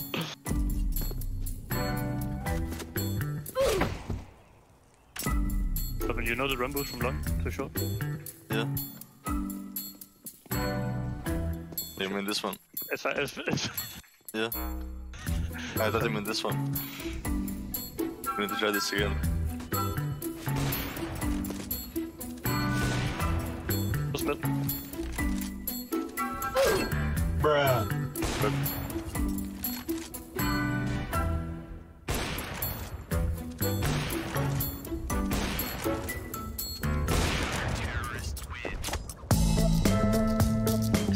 It's the strat. Yeah, I gotta kill him early.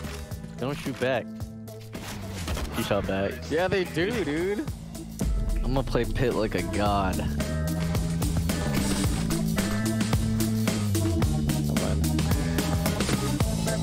Just make me out there inside.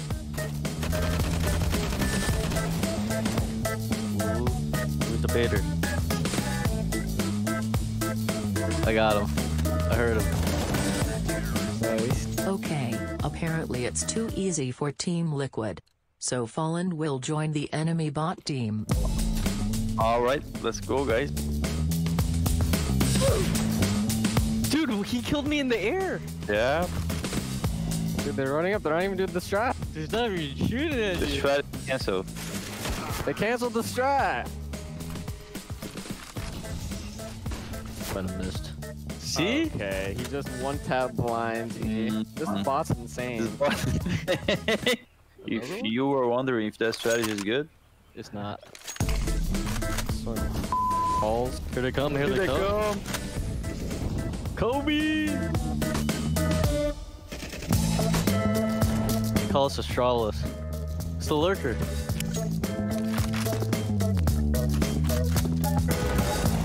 He took my kill.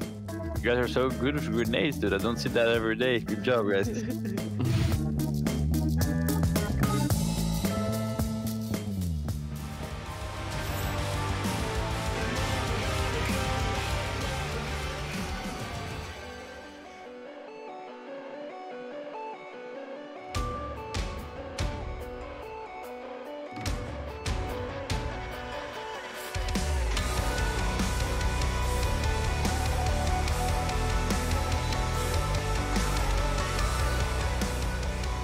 ESL Pro League is brought to you by Gaming Malta, Intel, US Air Force, 1xBet, and DHL.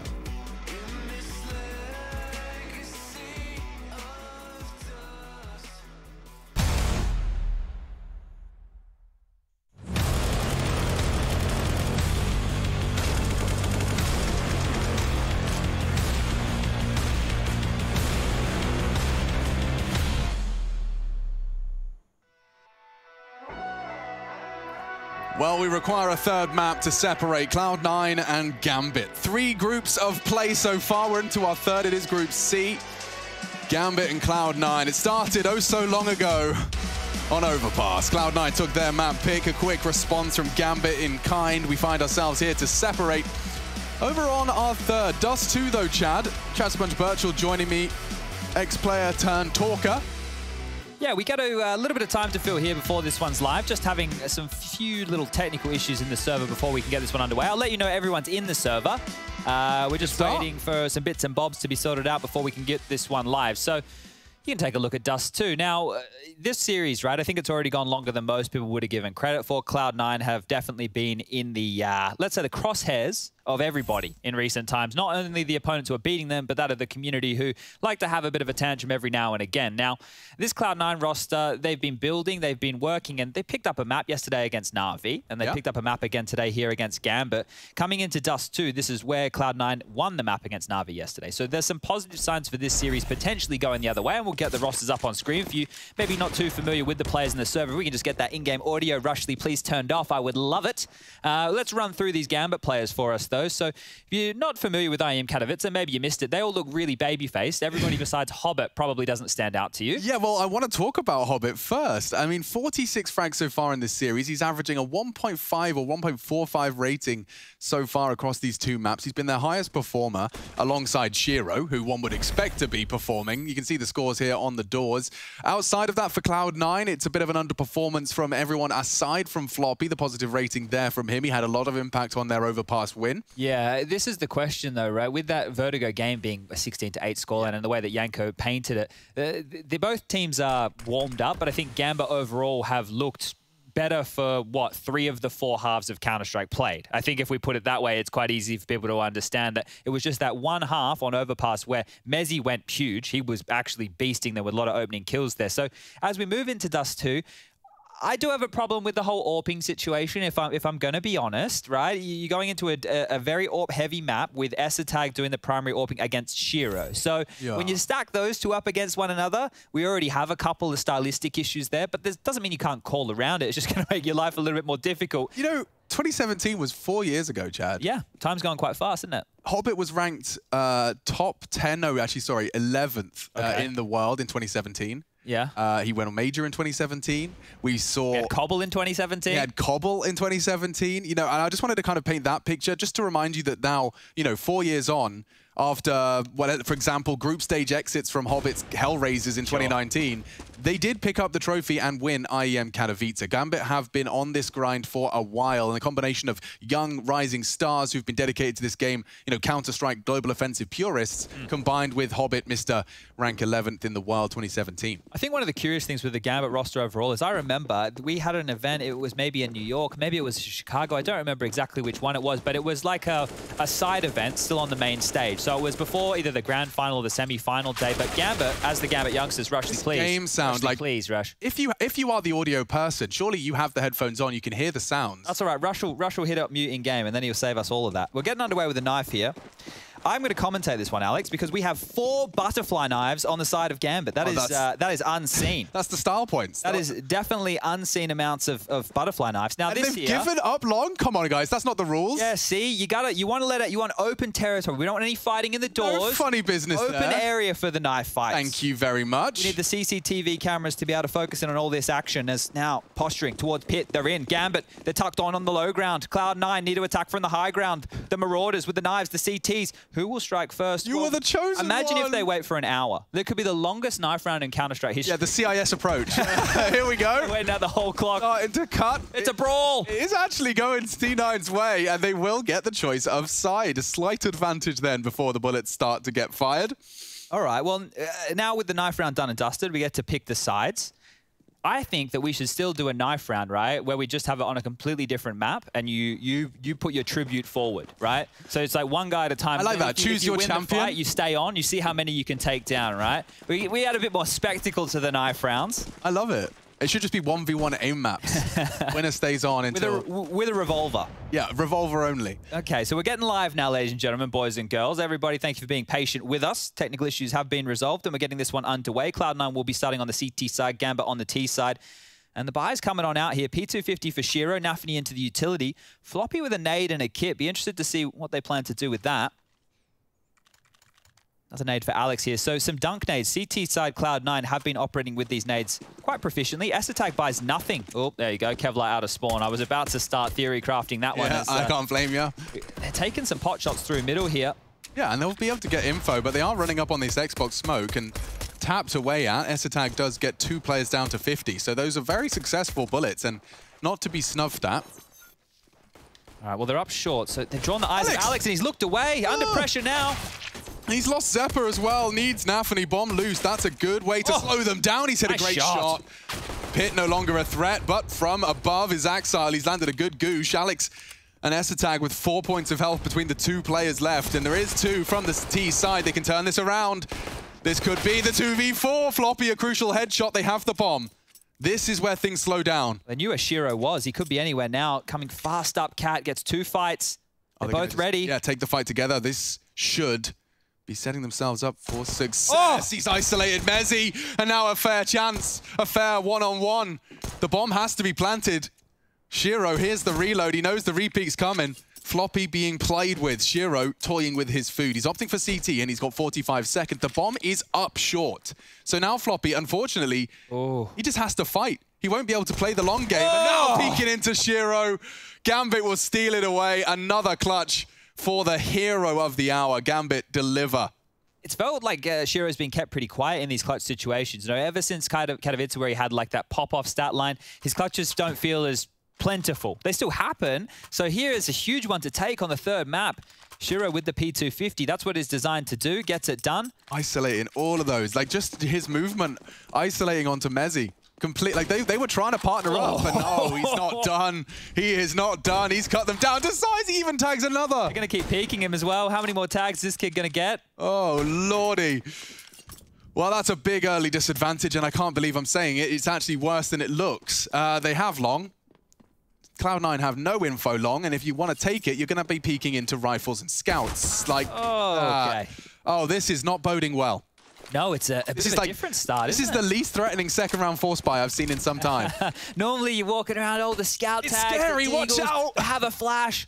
Okay, 2 guys are dead, territory's taken, Shiro killed a guy through the doors, and Cloud9 probably want to hold on to what they upgraded into. So that one happened quick. They're in the site, the bomb will be going on down, Hobbit's still in T-spawn, there will be no flank coming in, and the pistols are even being scavenged right now, so this is a much better start from Gambit. Now, this was one of the games where if you are Cloud9, you are going to need to be a Gambit or a Furia if you want to go top 3 in this group. And not going to be any easy feat. They already lost to Na'Vi. So the biggest scout eludes them. And Hobbit, he's actually locking the door over towards B right now. Axial's rotated over towards spawn. Shiro in CT. Nafany up through the lower tunnels. Corralling and pinning Cloud9 down here. More utility being lobbed on out. Pressure applied. They want to take these guns away. How many bodies will they throw at this? Shiro with another flash. He's found one, and that's a shot and a half from Shiro. Nice, Shiro. Take a chill pill, dog. Oh, and Nafany will hunt, and he's going to get them both. Nothing to be saved, nothing to be celebrated. Cloud9 venture into the salt mines for round 2. Okay, well, the rough start there. Cloud9 losing everything means the 3rd should be a freebie. Gambit can make this one nice and quick if they like. Spawn for Shiro on long. After the shots he's been hitting and the weapon he has, it'd be weird not to see him take something. He's actually looking towards mid. Maybe he'll just be doing his due diligence there instead. Yeah, he wants to stay away from the stack of the CTs, which currently are being boosted up towards short. That is where Hobbit is heading. Hobbit, how many do you have for us, my friend? Molly's deep. 2 are ahead of it, maybe 3. Slight element of surprise then onto Hobbit. Oh, Dinks. He's not dead, though. Those USPs are being held at bay. Zeppa tries to force the issue, and the round's already over. We can thank Cloud9 for making that one quick. 1:30 left on the clock when that one's finished on off. They still had all their nades. And now the gun rounds start. So this is the kind of pace we're looking for. Up next, we have Furia versus Na'Vi, and I think Furia are going to do their best to keep that pace going. Don't miss that one. Middle of your Saturday. Floppy, secondary AWPing Dust 2 as well. Esatag with the primary. And Zeppa with the long spawn. How will Cloud9 work to contain here? 2 defuse kits in the mix. Plenty of utility to work with. And the bonus round from Gambit. Somebody take the scout out of Shiro's hand. The dude has not had to rebuy, and your T-side scoping presence is going to have lots of funds. It's the CT AWP that's filled the feed, though. Nice from Floppy.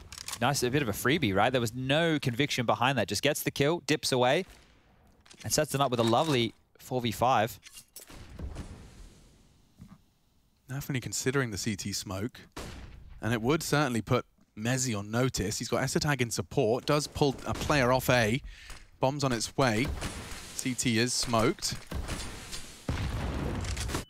And off they go. Mezzi spotted on the doors. They know where they are. And it was a chance for Floppy. He does pull the trigger onto Inters. Instantly traded, but as Mezzi finds the mid lurk, he does get a great deal of power to contain B. It's hard to retake. It is certainly. But with just the two of them, Shiro, Axile, now currently actively one ready. Shiro just going to be playing safe on bricks. This retake from Cloud9 has to be well executed. Axile's going to push. Oh, thought about it. Thought about it. Flash is being caught now. Shiro trying to provide some support. Multiple frags to be found. Mezzi with 1, Mezzi with 2. That's the B defender, putting a lot of frags on the board. 3 in total. Yeah, combined with Floppy there for the full set. So the B defense gets it done. Floppy gets his secondary AWP saved by Zeppa, and Cloud9 get their first round on the board. Threatening stuff. We know how much these CIS teams have been loving the mid to B splits, the B pressure with those executes. So Cloud9 will be tested time and time again over towards this bomb site. It's a great start there from Floppy. Even better from Mezzi here. Yeah. And I worried a lot, right? I really worried about them losing this whole retake situation because 2v4, look, it's not easy, but it was Axile and Shiro. So they dealt with the 2 biggest names. Smile on the face of Mezzi. Good signs. 4-man A-Lean. Boost and short. Shiro taking a look. Ah, he's been watching the demo, Shiro. Knows they like the blue bin. Just holding that cross instead of anything more active. Yeah, we've watched it a bunch of times with Zeppa or Alex with good spawns push up there. So see if that plays into the game as we continue. Has a tag. Real chance for one here. And if you're the lower dark on the default, this is a shot you are so vulnerable to. Oh. Wow, that hurts. Skittled him. Perfect play from Cloud9. Those nades have found their target. Nafany, his ears are ringing. 8 HP, and he's got a boatload of util he's going to be looking to drop without going down. It's all unconfirmed damage. That is a little bit of a problem here. So many Molotovs and smokes. Yeah, look at all the smokes and Molotovs left from Gambit for this execute, though. We've got 4 players on Cat. Nafany will deal with late long. Zeppa flashed in, calls that clear. They can be on high alert towards Cat and mid to B now. Yeah. Short is such a threat right now. Esatag yet to have an impactful round on the AWP. And CT setups, holding A. This is a good chance for him to demonstrate his value. Segregated. Certainly are, pushing forward. Flame, bullets, one dropped. Esatag provides. Turns the flash. Good pressure. Him and Alex are keeping him away. Another molly. And just through the gap. Great spray control. Inters can open up the account. A double. Need that from Zeppa. Quickly found, but the bomb's gone down. That's in CT control now. This is a disaster for Gambit. The CTs have the bomb. There's 15 seconds. How are you supposed to retrieve it? Shiro's trying to solve the mystery. Here he comes. Throw it up as best you can. Strong arms. It's Nafany that goes down, and Shiro can't save it now. Great play. Mezzi's read it like a book. Shiro will even get away with the save here. Oh, he's hanging around. Shiro, you brave, brave boy. Gets to keep the AWP after time, but that is a great second round there from Cloud9. And if their molly landed, that second one thrown to that bridge position, it didn't start burning. It actually got extinguished. Could have been a much cleaner situation. So Gambit doing some financial damage. Keeping Cloud9 honest. This is the bridge kills from Inters, right? That molly you can see extinguished just behind him there. And they did a lot with a very little there. Gambit just stood and fought, using the one-ways over the top of that smoke. Now, there was issues with Cloud9 stringing rounds together in consecutive fashion over on Vertigo. Here, they've done that in the early stages of Dust 2. Timeout from Gambit to talk their options over. Have an AWP because it's saved.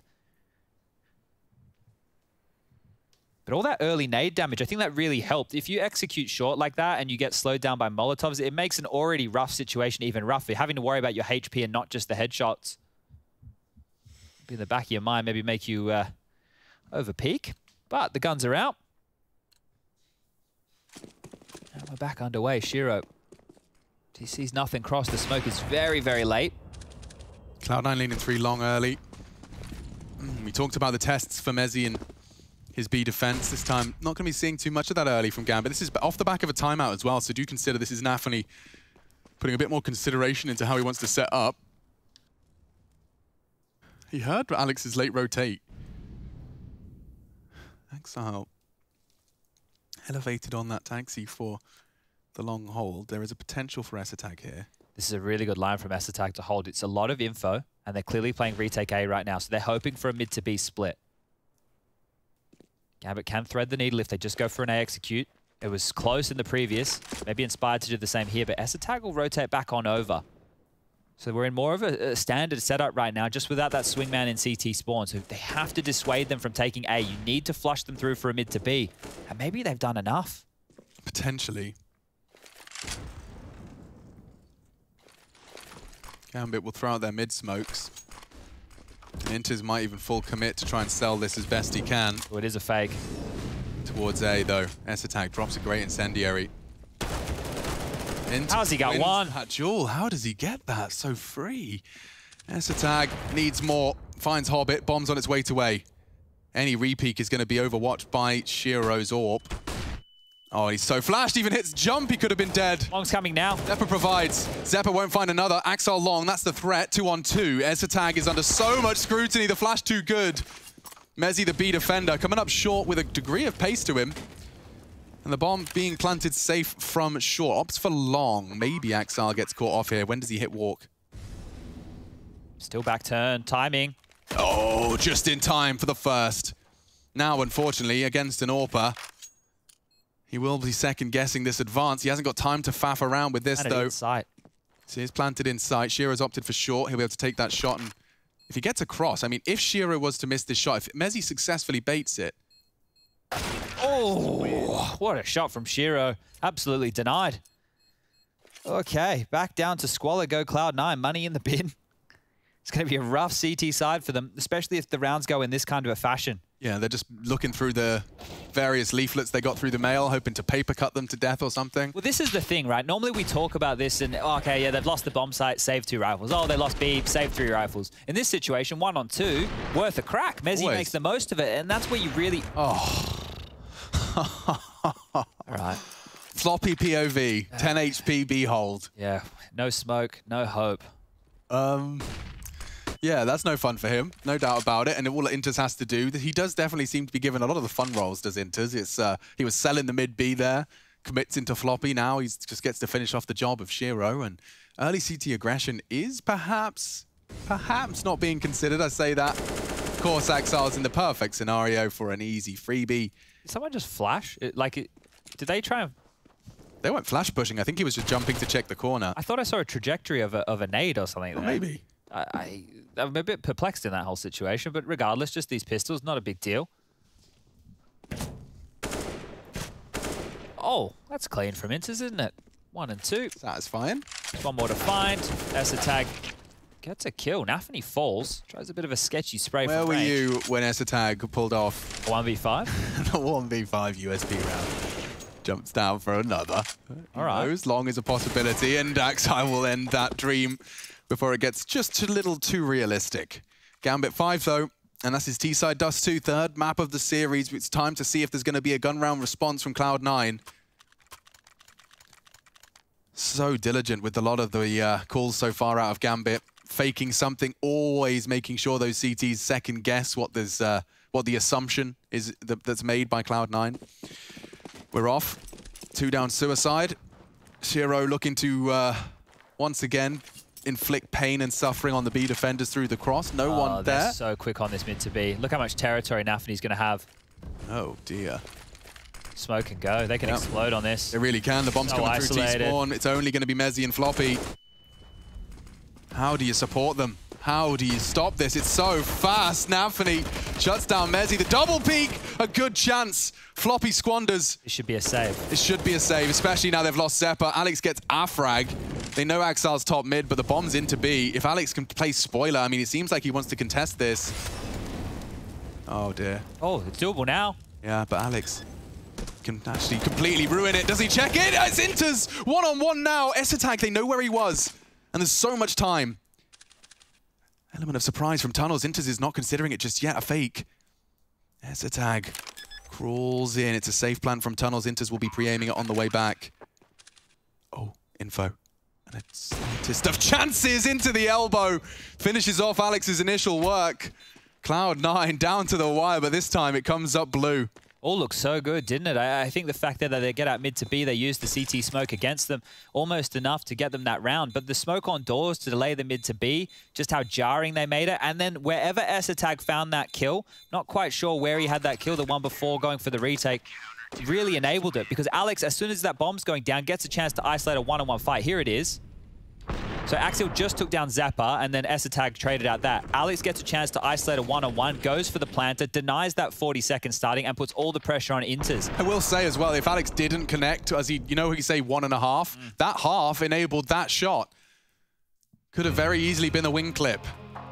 Could have been Inters aware of the position, time now on his side. It could have been such a different scenario. Gambit tested though. Second timeout within the first 8 rounds of play here, so they're looking a bit stressed over there. Nafany with a lot to say, because they've had advantages in a lot of these situations. The calling has been on point.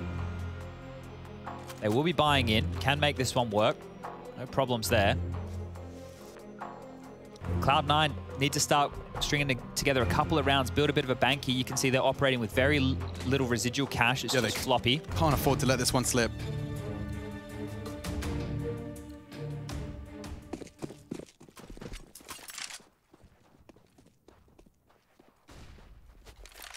With the AWP at long, has a chance, stands in the molly. No repeat coming on in, so he's burnt on down to 52. Cloud9 now know that there is an AWP on the board on the other side.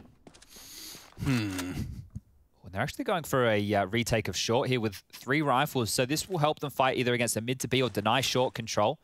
S-Attack ready to set them up with this flash. Cleared at 125. Gambit are in no rush this round. Very slow stuff from them. I feel like it might be the impatience or their hunger to find a kill. If it's not as, you know, as ironed out as the way Gambit have been finding that mid-round aggressions, it always feels like it's more accounted for, it's more prepared. Well, they don't want to be executed on here, so Cloud9 are really desperately looking to get a kill. And yeah, here we go. Apple cart. Nafany's anti-flash though, so actually, if anything, it's Alex that's lost his vision. Oh no, this feels bad. Alex agrees. He's just going to get the hell out of dodge after that one. Not willing to contest. And they are going to be taking long now. Zeppa, as that smoke fades, he'll be dropping the incendiary. Maybe he won't. Knocked down to 38 and knocked off his perch. They take long. No resistance whatsoever. This spells trouble. And now double kill for Axel's on the cards. He's got them both. An uncharacteristic miss from S-Attack. This is a slight chance. It's not enough. Mezzy would need another. A weapon upgrade, but the bomb to be planted. Floppy from the same position. No elements of surprise here. Flashbangs, not to be, and it looks like the call has been made. Save what you can. Yeah. Gambit back on the board. Have to save in this one as well. Cloud9 need to be working with something in the next round, and otherwise it would only be the, what was it, 1900 loss bonus. So they're still at the bottom of the barrel. It's really difficult for them to get anything established here with this flow of rounds and how many players are staying alive at the end of the ones they do win. I get what Cloud9 were going for there. Like, it was pretty clear that they want to make sure they don't get executed on short. That's why they were putting so many resources. They used 2 flashes, a couple Molotovs. Smoke, incendiary. Yeah, they really wanted to deny that. Gambit come out on top. 6 for them now. I do think Axile, a bit of an unsung hero as well for Gambit. So far in this series, his T-side impact frags. I mean, this one, of course, was by virtue of a miss, but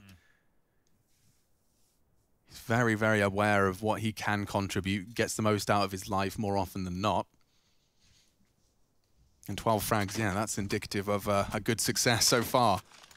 Well, Cloud9, they do reach behind the back of the sofa and pull out some scouts, MP9s, Deagle, and the double M4. Fast long. That's why you save. Let's see if they can make it count. Just one. They're going out fast cat here. Really could hurt. They're charging towards A.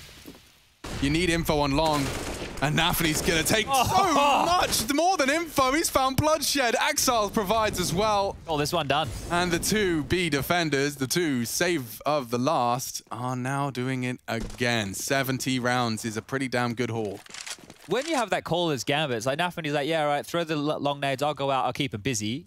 He gets 2 kills right there. He glued 2 of the players to that long position while 3 just team up Cat. And Cloud9, without any AWPs, just that scout to operate with, they can't offer any resistance. It's very Dust 2, isn't it? Yeah, and that's one of the things. If you can use those type of spawns and you can get that space, you can do it on momentum and pacing alone. It doesn't work like that on a lot of maps. Floppy gets 1, denied it immediately, and that's a rifle on the deck. Cloud9, oh, it is going to be a long eco. Ian Shearer's just staring at this as well, like, they know exactly where I am. If I'm Mezzy, I am sketched out. I'm now vulnerable to a potential AWP. If I walk through the smoke, I've got Inters to deal with, and yeah, not a single penny to be saved. This might become the next step in the meta of Counter-Strike, right? Because we know so many teams save on the CT side. We know that Ts are getting into bomb sites, keeping like 4 players alive after they trade efficiently.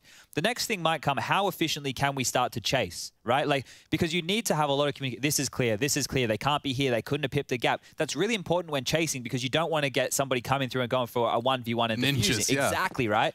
So maybe the next thing, because Gambit have shown in this game already, they want to chase and take rifles away. They did it against an anti-eco or a 4-spy, and they did it here against a rifle round. So if they continue to do that and strip guns from Cloud9, run into so B. late. The nades are so late. Nafany, the entry fragger. It's the USP. Go on, Floppy. Oh, wow. Actually, some Cloud9 frags are happening. And Nessatag's provided another. It's only Shiro. Cocking his weapon, he knows where Floppy is. A dink, and it's a double dink. Sorry, Cloud9 have turned an anti-eco on its head. What? There was a kill mid. I could see that one on the radar, but that all happened at once. That was just stereo kills all across the map. Yeah, I'd take a timeout too. The 3rd timeout taken. They just lost fights like that. That's all that comes down to there. If any of the duels look like Shiro's AK spam at the tail end there, that explains what just happened.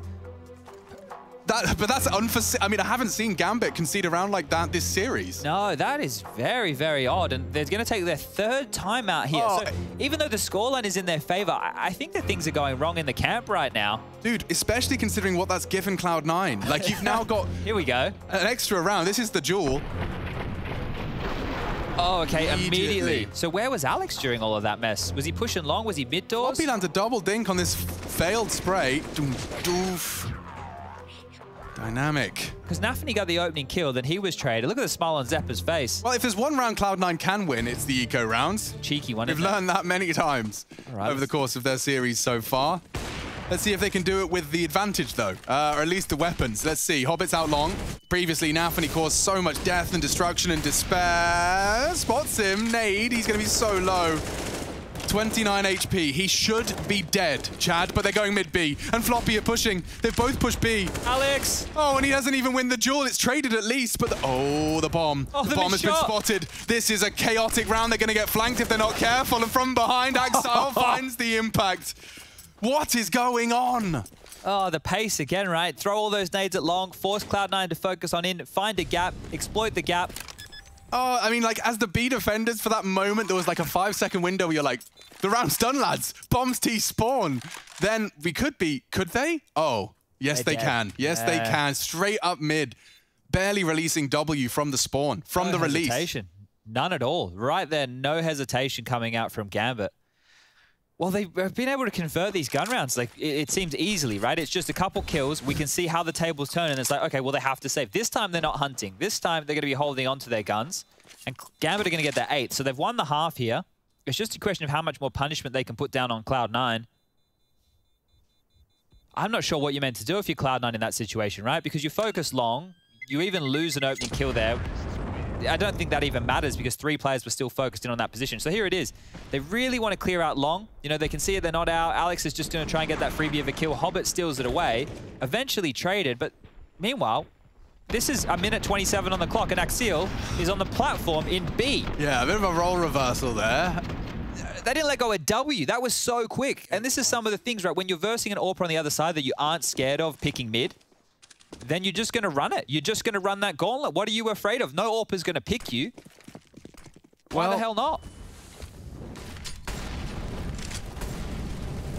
You know, Chad, it's the first day of spring today. Congratulations. We made it. We got through winter. The sun plans to be out next week. Hope you get your vitamin D. I will. Now, Cloud9 in pursuit of just a couple more rounds. 3 more to be played. First half of our third.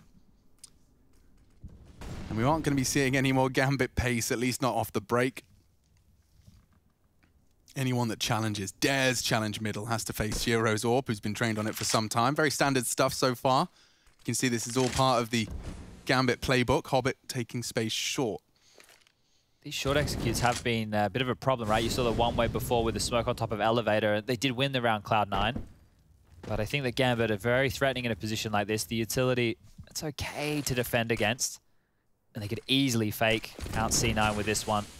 Just Nafany all alone, dropping spawn. Straight down CT for the wrap. This is a B split. Cut off rotations. Mezzi's done well to drop the smoke. It will probably funnel them in just a little bit. Eats the flash. Alex is gone, but Floppy and Mezzi standing strong. It's a no-scope. He's so vulnerable. Need a trade from Mezzi. Can't find it, and there goes the round. There goes their hopes. They have to save. I know they want to go for this. I know they want to look in, but there's still so many more rounds to think about in this first half. They're chasing. It's so good. Good find. He'll get one. But, like, can we just recap? Can I hear it in Chad's articulation as to what they just hit Cloud9 with? Because that felt so isolating for the B players. Well, we've already seen them go for that A execute before, right? So when they go for that same set piece, they're going to keep those feet planted on A, trying to hide from the Molotovs and the flashes. And as they drop on down, if Nafany takes contact, then you have players swing out mid doors, you isolate the CT rotate player, you get a kill. If you find nobody, you know that there's 3 players playing over towards A. They have to rotate in through spawn. That is the quickest point to get over towards B. And that means the B defenders, as soon as they know that's a possibility, are on an island. You're both on the site. You're completely isolated. You need to defend against upper tunnels and the Marauders running at middle, up the hill, charging towards your position. They don't even have to worry about spawn, right? So they're not even worried about getting spammed in the back. That's normally the biggest issue for a mid to be. And here they just pull it off with ease. Get themselves 9. And this is it. Nafany just can defend this position. Alex is running through gray screen. Yeah. What is he meant to do? And you can see how, like, the way they position themselves. Floppy had no info on that. Like, he in his mind, there was no one else. Of course, Hobbit lurks on the smoke. He has to turn his attention into the site. And Bob's your uncle, Fanny's your aunt. Gambit have 9. Spotty. CT rounds again. You saw this victim. Same one on Cloud9 on Vertigo. Just spotty CT rounds. Never get a chance to get the ball rolling. The snowball never becomes an avalanche. It is just, well, a ball of water.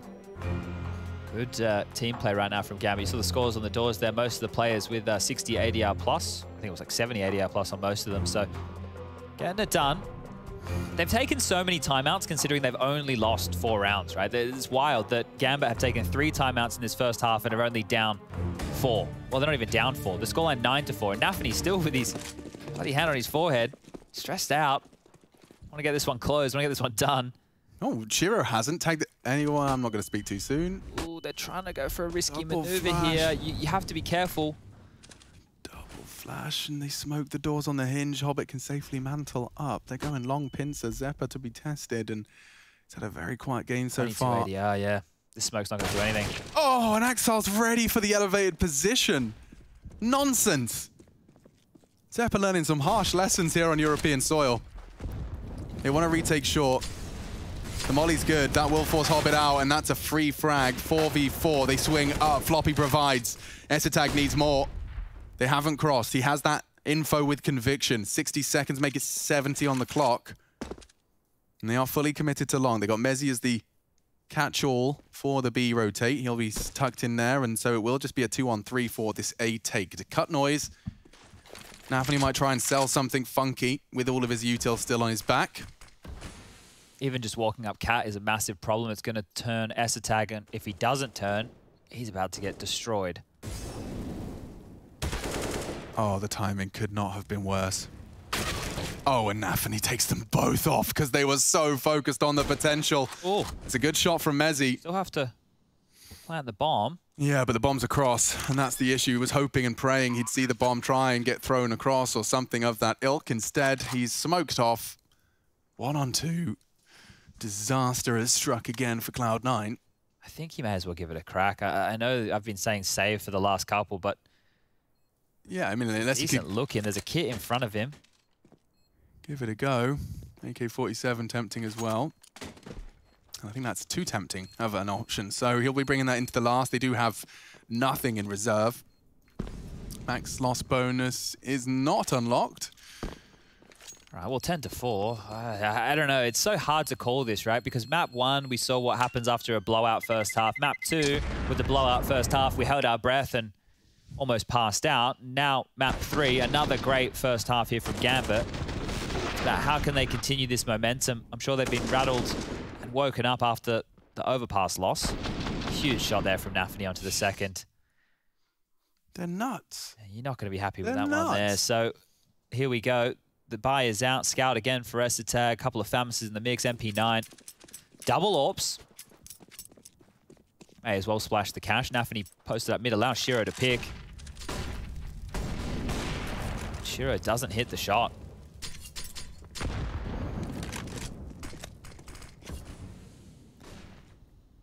Cloud9 have been chasing their tail on their CT side. Just the pace changes from Gambit. They can be threatening everywhere. Long, short, fast mid to Bs, B splits, whatever. They've done it. Cloud9 have no idea what's going to get thrown their way, and Gambit just put the brakes on for this final round of play, waiting to see if there is any aggression across the map. They're even flashing themselves back into bedroom. Not taking any risks here. Tag a second too short on that shot. Smoke goes up. Short control will be taken. Hubbard clean and easy. Alex is going to push through this. Smoke drops. He's actually going to go through it into Inters. And that's a crucial frag to have found. Famas wins out the element of surprise and now channels them into the A site. Yes, a tag. Only the scout, but it is the tag. Nafany, however, once again with impact, takes down Floppy and tags up Esatag. He'll punish the hunt. Bomb on Shiro's back to plant. Oh, Nafany. Yeah, he's found another. Feeling himself. Just elevates at the perfect time, catches Alex up the ramp, and Seppas is next victim. What a shot from Nafany! Give him the ace. Give him the ace. He'll take it by force. He's looking for Mezzi. Element of surprise, though, as he drops in. Can't adjust in time. Gambit, steal an 11th. Nafany is nuts. And Gambit are just 5 rounds away from picking up the first against Cloud9.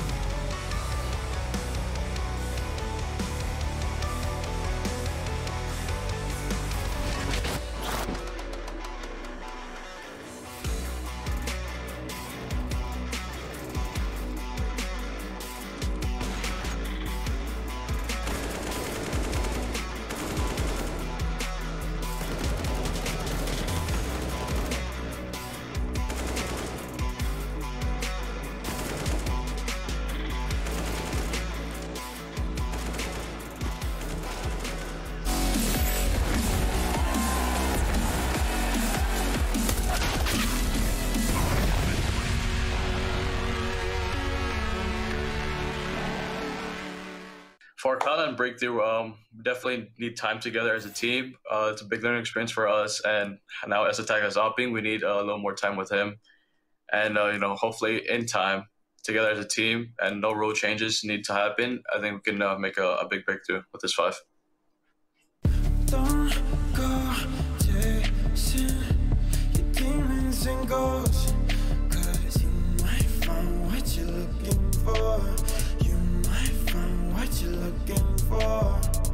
Don't go chasing your demons and ghosts, 'cause you might find what you're looking for.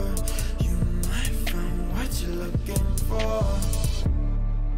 We both know we're not the same without rock bottom.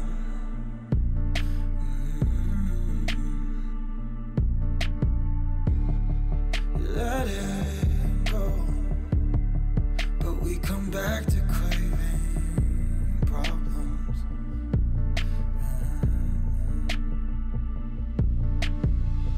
Am I your favorite kind of shame? Do I make you wanna hate?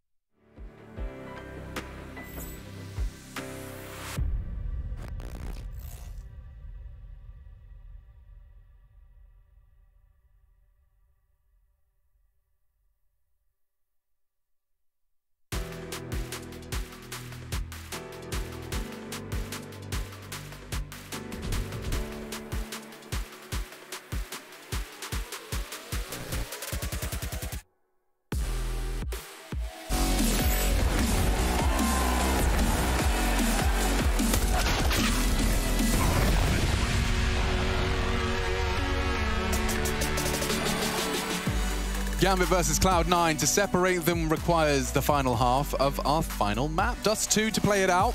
Pretty competitive first half, all things considered. However, Gambit pulling across the line. Multi-kills coming out of their ears.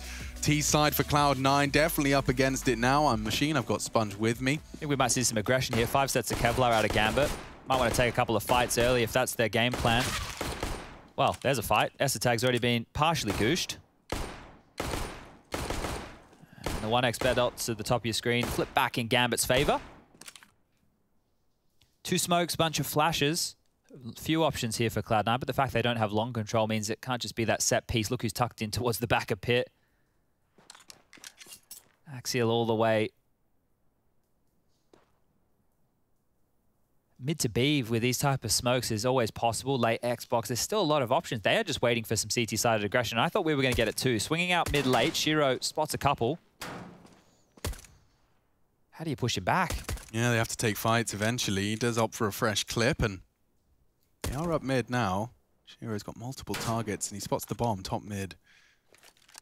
So 3 CTs A, 2 to B.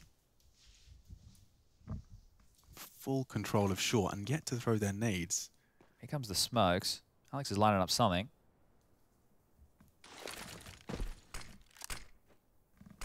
It's a fake. Floppy's going to try and go mid to A. The CTs aren't biting. CTs aren't biting at all. They're all in the right place. The flash does actually catch them. No chance for Hobbit. Does just as his vision's restored. Blow the head off of Zeppa. And there's 2 CTs for Floppy to contend with on long. Esatag no so tucked into CT. Their after plan positions are so good. Hobbit wants info. And Floppy's ready. Big find from him. Shiro keeps it competitive though. And Floppy just staying alive is crucial. He knows Axile's now busy. Not planted for Floppy at all. Axile, the only man left, and, well, he's very disconnected. Doesn't really have the time for this one either, so Cloud9 do seem to have pulled this one across the line. Just like that. Interesting how they strung out so many fights there, and you could even see the set piece from Cloud9. It all was predicated on getting that cat control, making sure they could set those flashes up onto the site, bouncing over the lip to make sure that the players mid-long were blind. And that was great. Axial will hold on to his Kevlar. I've seen him buy into a Famis on a couple of these 4 spies we've seen over the last few days. Let's see if he does that again. Because, of course, Gambit with the 11 in the first half, happy to purchase in. Axial onto a scout. Now, you didn't think the one from Cloud9 in the first half was too deadly. Let's see if Gambit can make it feel any more threatening. It felt very flat. Let's see if they can make the second round hurt and feel as threatening as we try and big it up to be here in the cast. Exile's given a chance to try and find Esatag in the mid-doors scout battle. Just pestering here, isn't he? Flash over. They're coming through lower tunnels. He's got players on short to deal with that, though. He had players on short. They've abandoned him. Shiro's, in fact, joined him. Ooh.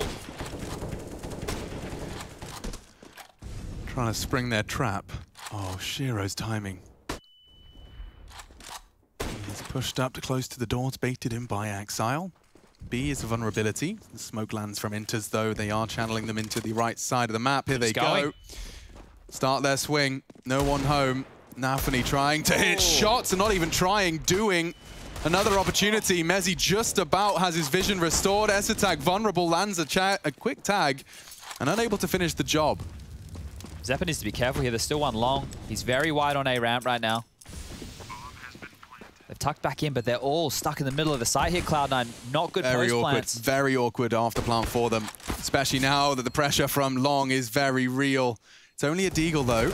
Need him. Need that frag. Hobbit lives to tell the tale. Zeppa has to take some initiative here. Finds the frag. Now punted down, and Shiro can't hit the shot necessary. Does half Zeppa's health. It's Axile. Can finish off the job. Deagles, scouts, good weapons for it, but Cloud9 have done enough. Well, they walk away with that one. You can see just how sketchy it can look. That was all the initiative of Alex. They just decided to start blitzing out Cat. Took a lot of room early. And the Cloud9 comeback, it can start. Only one Deagle carried across. Gambit will have to take light pistol upgrade here at best. This is a nice shot here to slow them down. But just not enough, and you're right, Zeppa's initiative, he's had a very rough first half. He gets activated here in the second half. Doesn't matter. Here's a good one for you, Chad. Is it a joke? Well, it's a bite-size perspective shift. Okay. Continually looking for the meaning of life is like looking for the meaning of toast. Sometimes it's better just to eat the toast. Yeah, I like toast.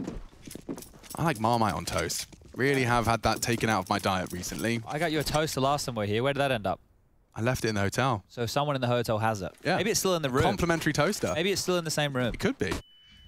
They are going to be looking for info early, and yeah, a little bit more lackadaisical with that MAC-10 and bopping around. On the fly, smoke and molly from Alex. It doesn't look perfect. He's just trying to bait a reaction there with that set of nades, isn't he? Huge gap. They just want to fight. Nafny's actually in his smoke, so imagine if that didn't go well. There we are. Boy. Lovely jubbly. Enters powerful position just as he wants to check the close side. Gets 2 to the belt buckle. Have to deal with him, though. A problem. Okay. And panic over. Cloud9 have handled business. 7 for them here on the T side. Even getting the bomb down for an extra 300 for that plant. Quick cleanup from Zeppa. He's got more kills in the last 2 rounds than he had in the entire first half. So Zeppa's here to play.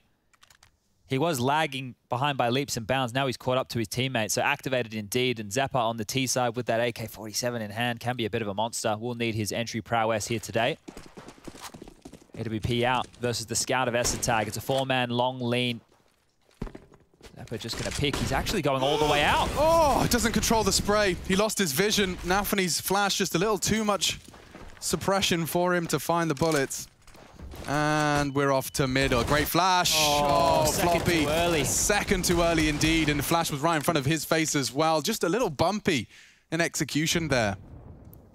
A little too much rough, not enough smooth. They've lost a man. They didn't need to. Could say that twice. Zeppa losing his duel on long. And now Cloud9's hopes and dreams mantle onto 3 of them. It is a bit of a bonus situation, right? There's still these Galils and the Scout. They'll be able to buy next round. So name of the game for Cloud9 here is see if you can get that bomb down and keep it costly. A kill or 2, that's going to be great. They can still make this one difficult for Gambit. Smoke on out towards Bridge. Elevator smoke as well will force Shiro back, and you can see he doesn't want to look into that whatsoever. Such a passive line he's been forced onto. Still finds one. Shiro's great. Always good for one. Pop flash, so brutal. And Mezzi, yeah, too many targets, too little time. Gambit 12 on the defense. Now, as you said, it was a bonus, but the fact that the CTs don't have to reinvest into anything, Chad, does definitely have a foreboding feeling about it. Yeah, so let's take a look at what Cloud9 could do with their buy here, because Nafny, as he's come around the corner, second flash lands. Good enough there. So we can get the buy out. There can be the AWP for Esatag. AKs for the rest of them. They've really made this one work, Cloud9. Penny pinching over there. Esatag's looking for a long pick. Flash is good. They're already crossed towards pit. The molly's just missed, but he hasn't seen that. So the info is 2 mollies long. Operating with that, Alex doesn't try and spur them forward like in the previous. Just going to really put the brakes on this time round. Zeppa through lower dark. Floppy's heading back over. The bomb as well on the back of Esatag. Still players lumping down nades in towards the long bedroom. Yeah, and they've actually just swapped Inters out. He was all the way at long throwing his incendiary. Now he's over here on B. So they're happy to have the double rifle B hold.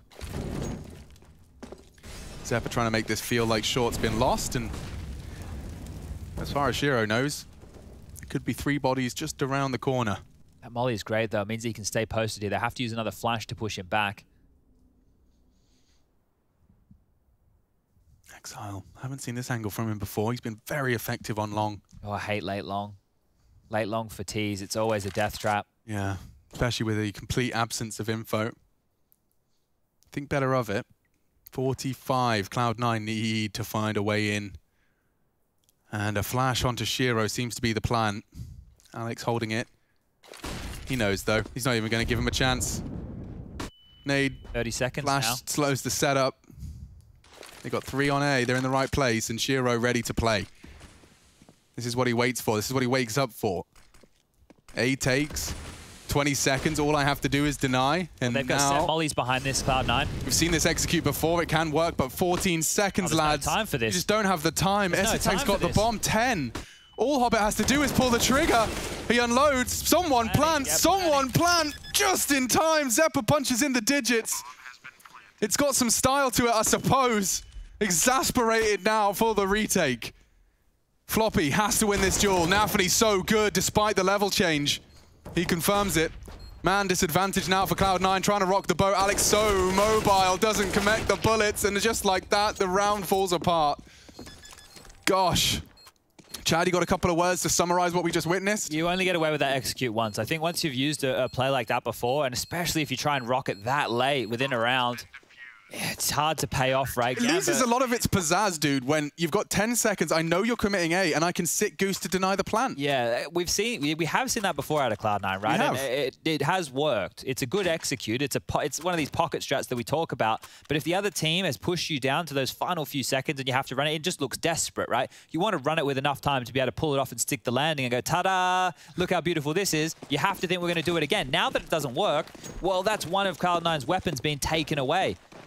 And we'll just be back down to these pistols, and Gambit are looking good to close this one out quickly. Oh, lordy. Yeah. Early casualties for these Deagles. And they keep going. Cloud9 doing us all a favor for a quick one, it seems. Not going to be looking to waste any time. It's over already before it even begins. And they recover all their nades as well. So very little cash pulled out in that eco. See this right here? This is the nightmare. There's only one player with the long spawn, right? When you're on this map, you want to have, you know, at least a few of your players with a decent-ish long spawn close enough to open that avenue. Right now, Alex can't even call that. He can say, yeah, let's go long. Can you guys flash for me? And hopefully I make it. Like, the bodies are going to be a little bit lagged behind him, right? So making those calls becomes even harder when the spawns aren't falling in your favor. 3-3. 24 for Axial, 21 for Nafany, and I think that really just tells the story, because on the other side, nobody for Cloud9 is popping off. You can just see it right here quite clearly. It's not always about the frags, but when there's a disparity like this, the rounds add up. 107 and 106 ADR respectively. Bit of a game from those two. Estag hasn't purchased in yet. Can go for the glass cannon AWP with a flash on his side. Buy for Gambit is great. They have an AK, 3 M4s. We're back underway. Plenty of defuse kits here. Hasn't gone for the glass cannon. Estag's opted for utility, so he's spamming that AK down mid as Alex rushes long. Here we go. It's all in. Here it goes, and there goes Alex. No one in support, Chad. You painted the picture. We witness it live. He's gone. Held at bay by Gambit. It's a good setup. Have to go B now. You can see the rotations far away. Still in spawn is Nafany. And they're all in tunnels, so they've regrouped. This nade could be the go, could force Cloud9 forward. He's got himself up. He's hearing this. Yeah, and he is set for one. Quickly traded, lightning fast trade from Zeppa. And if they can get their util down... Oh wait, there's a smoke. It is blossomed, and no one falls to the initial spray. Cloud9 have a big... Two-man flank from tunnels. A huge opportunity. And Nafany even considering a smoke for tons. That would be interesting. Have his team set up through it. He opts for bricks. That will completely nullify Zeppa. Oh, that's naughty. What's he supposed to do? Plays in front of it. Trying to one-way over. Trying to anti-flash as best he can. Tunnels is such a threat. Oh, big spray from Estag. He connects. Another reveals his presence, but Mezzi with some aggression needed another. Nafany denies it again with the clutch. The in-game leader from Gambit continues to cause chaos. He steals the 15th. What a pivot there. What an absolute pivot. All that action at long, they figure instead of the long rotation, let's just go through T-spawn. You smart cookie, smoking bricks. Cuts the legs out from under in there, doesn't he? This is a really good trade, right? Like, Inters gets one, you feel like he's going to get away, forced to fight, but Zeppa immediately on with this trade. Lightning fast. That's a pre-fire right there. And Nafany does all the work in the 1-on-2. So ready. Well, this is it, the last-ditch attempt. Tag exchange. Estag makes his scout sing. Shiro operating at 60.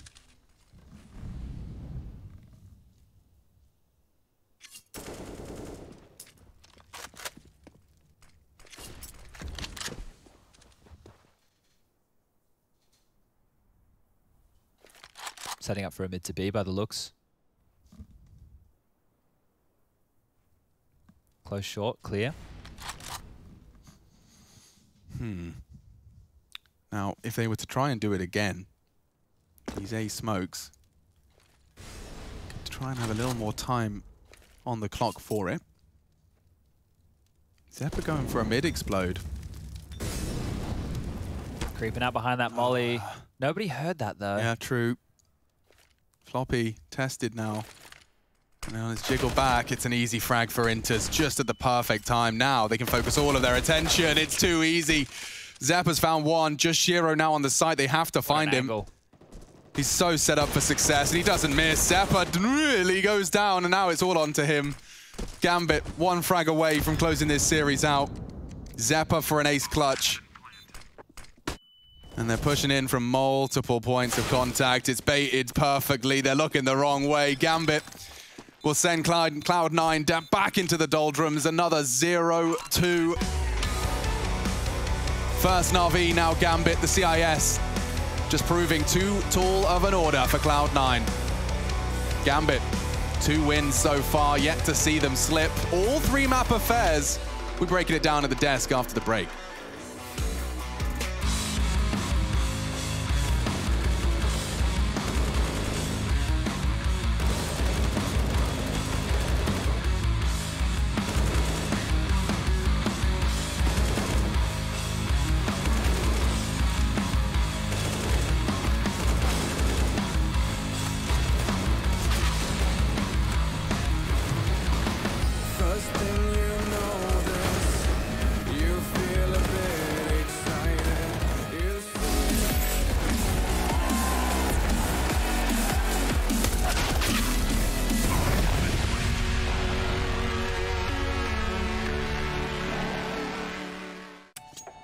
No, I'm exploring. I'm exploring. Oh. Exploring? Oh. I take this. What the? Okay. Need to take the scar, guys. Enter cover me. Stay here. Oh, Manek is better. Where? Top of jail, bro. How did you get there? Take the teleport now. Oh! Where's the hope? Tough myself, guys. Hunter, you need to save me, bro. In the jail. I fucked up myself. I'm stuck in the. You're in the jail? Ouais. Ouais. Tu me vois? You saw me? Yeah, I saw you. I suicide. Okay, Hunter. He knows now. What a position. Come down, guys. We all fight down. Okay, Rocky. Where down, bro? Down. In the L, bro. Oh putain, I'm the new upper, it's not Nico. No, man. No!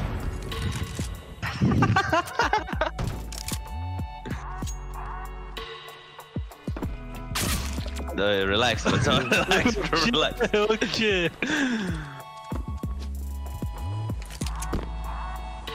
What? Okay. One in jail, Hunter. Hiding team. Attends, a little rat in the laboratory. A rat. Where are you? I wanted to go on the ladder, but I'm down now. Wow. Sick duel. It doesn't work, man. Okay, Jackie, we are coming. Okay. Beware, I am the ghost. I am the ghost of the map. I disappear. Wouhou! Ok, pourquoi pas.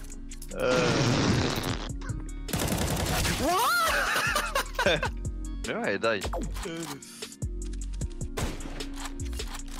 Salut. Coucou. À ma bite. Mais c'est pas possible. Fuck, I was inside.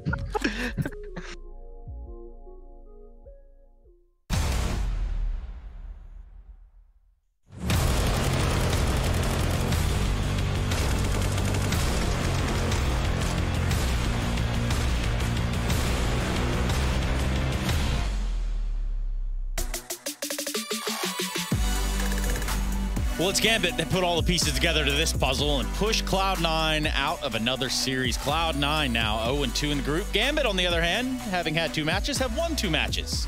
And we welcome you back to the Pro League Season of 13 here on the desk. We got Yanko, myself. We can talk Counter. We can talk Cloud9. But Gambit, they're hot to trot.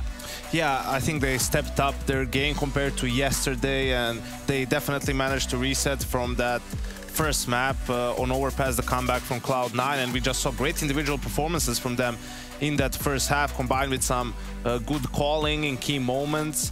Out of the 4 rounds, like one of them for Cloud9 was the full eco that they won, which was, you know, a bit dicey. That was a weird round for sure, but you know, the game opens up with a Shiro clutch, Shiro and Axel in a 2v4 round, right? So Nafani towards the end of the first half had some big rounds, consecutive 4v5, 3v5 that Gambit managed to convert thanks to him just, you know, stepping up, going for some aggressive peaks, hitting those shots, and really just pushing Gambit through towards that end of the first half.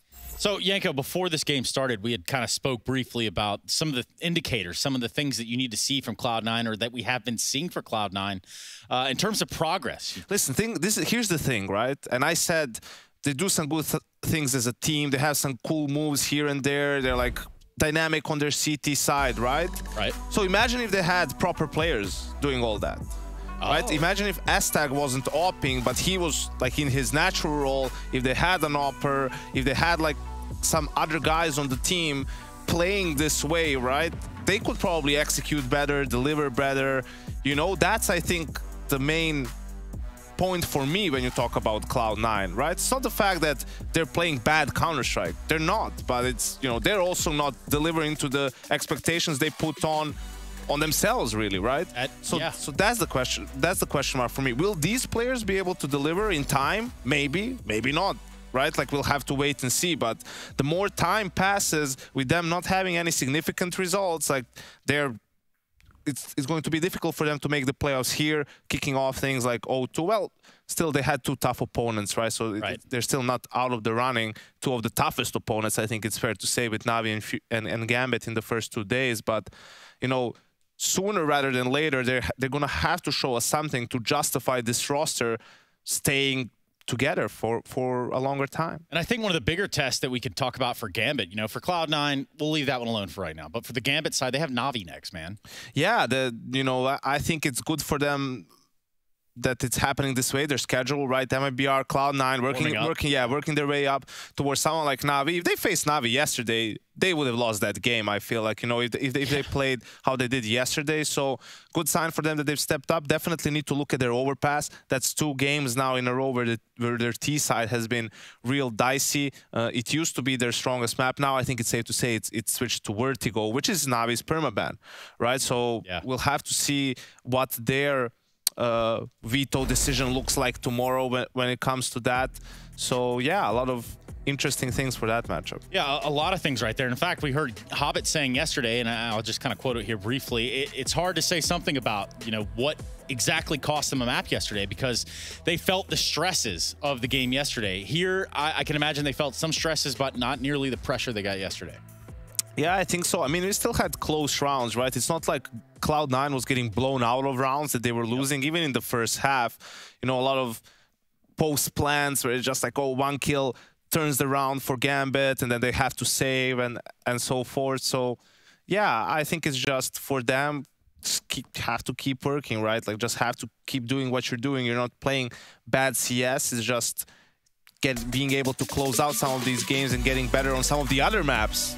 Yeah. Besides Overpass. Yeah, that's maybe the point of call, or port of call, I should say, for Gambit. For us, we get to take off. We get to pass this torch right on over so we can jump into the next map of the series, next match even, Navi versus Furia. It's going to be Pimp and Jason Kaplan up here. Now, this one does pack a punch. I'm sure you're going to want all the snacks and all the fixins that you could possibly find for this bad boy. We'll be right back after the break.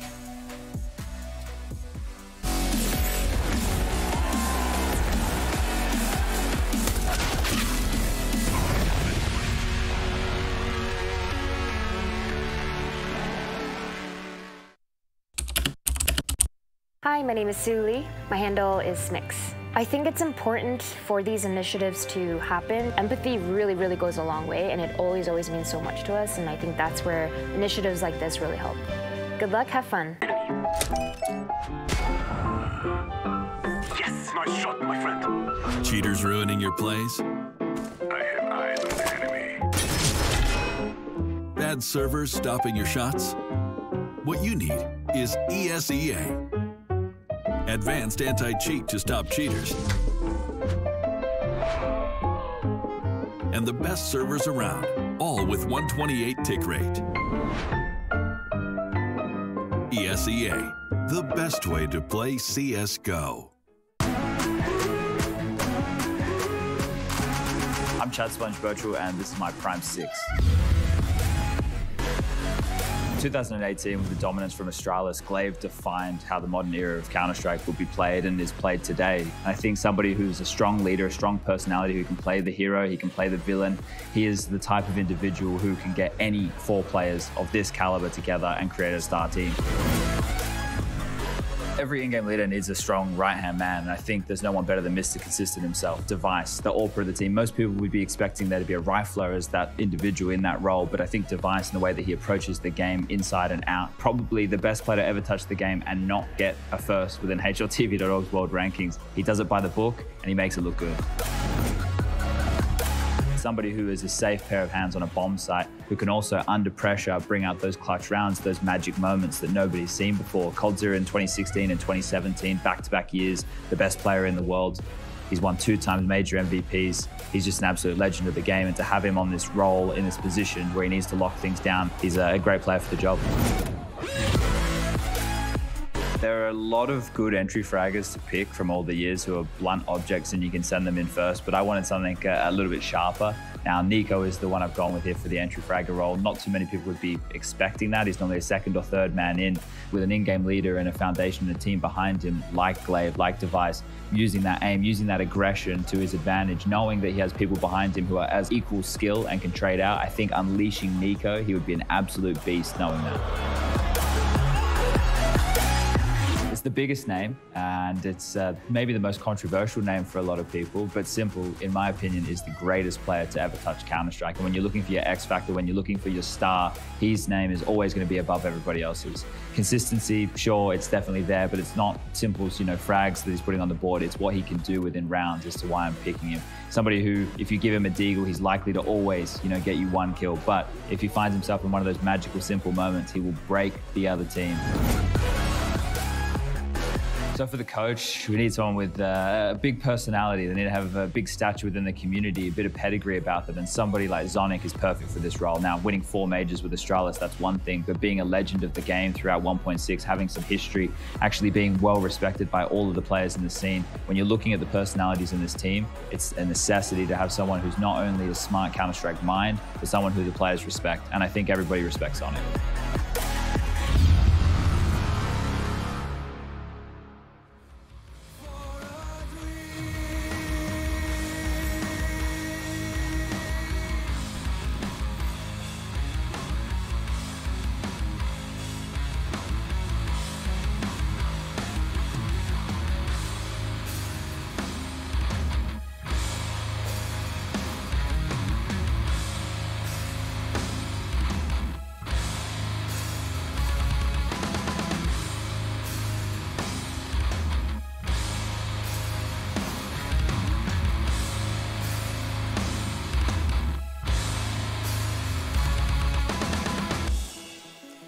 You go to hell, never coming back. There is nothing as it seems. ESL Pro League is brought to you by Gaming Malta, Intel, US Air Force, 1xBet, and DHL.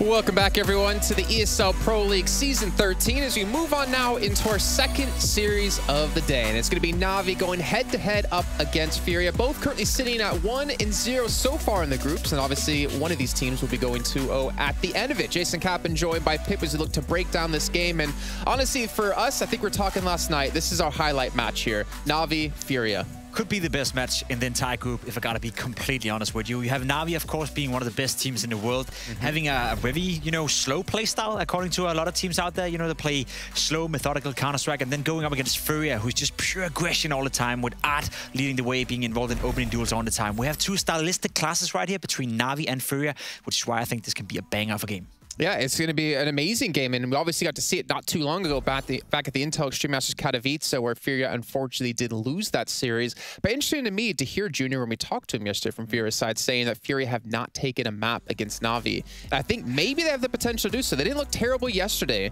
but they also didn't look as dominant as I expected them to come into the first match of the group. No, but the good thing for Furia is that they're facing Na'Vi in a group stage. And we all know Na'Vi is a team that is much, much better performing when they are, I guess, backs against the wall, when there's a lot of stake. I'm not saying that this group stage is not important for Na'Vi. Of course, winning every single game you play is important, especially if you're a guy like Simple, who's just a pure champion when it comes to winning mentality.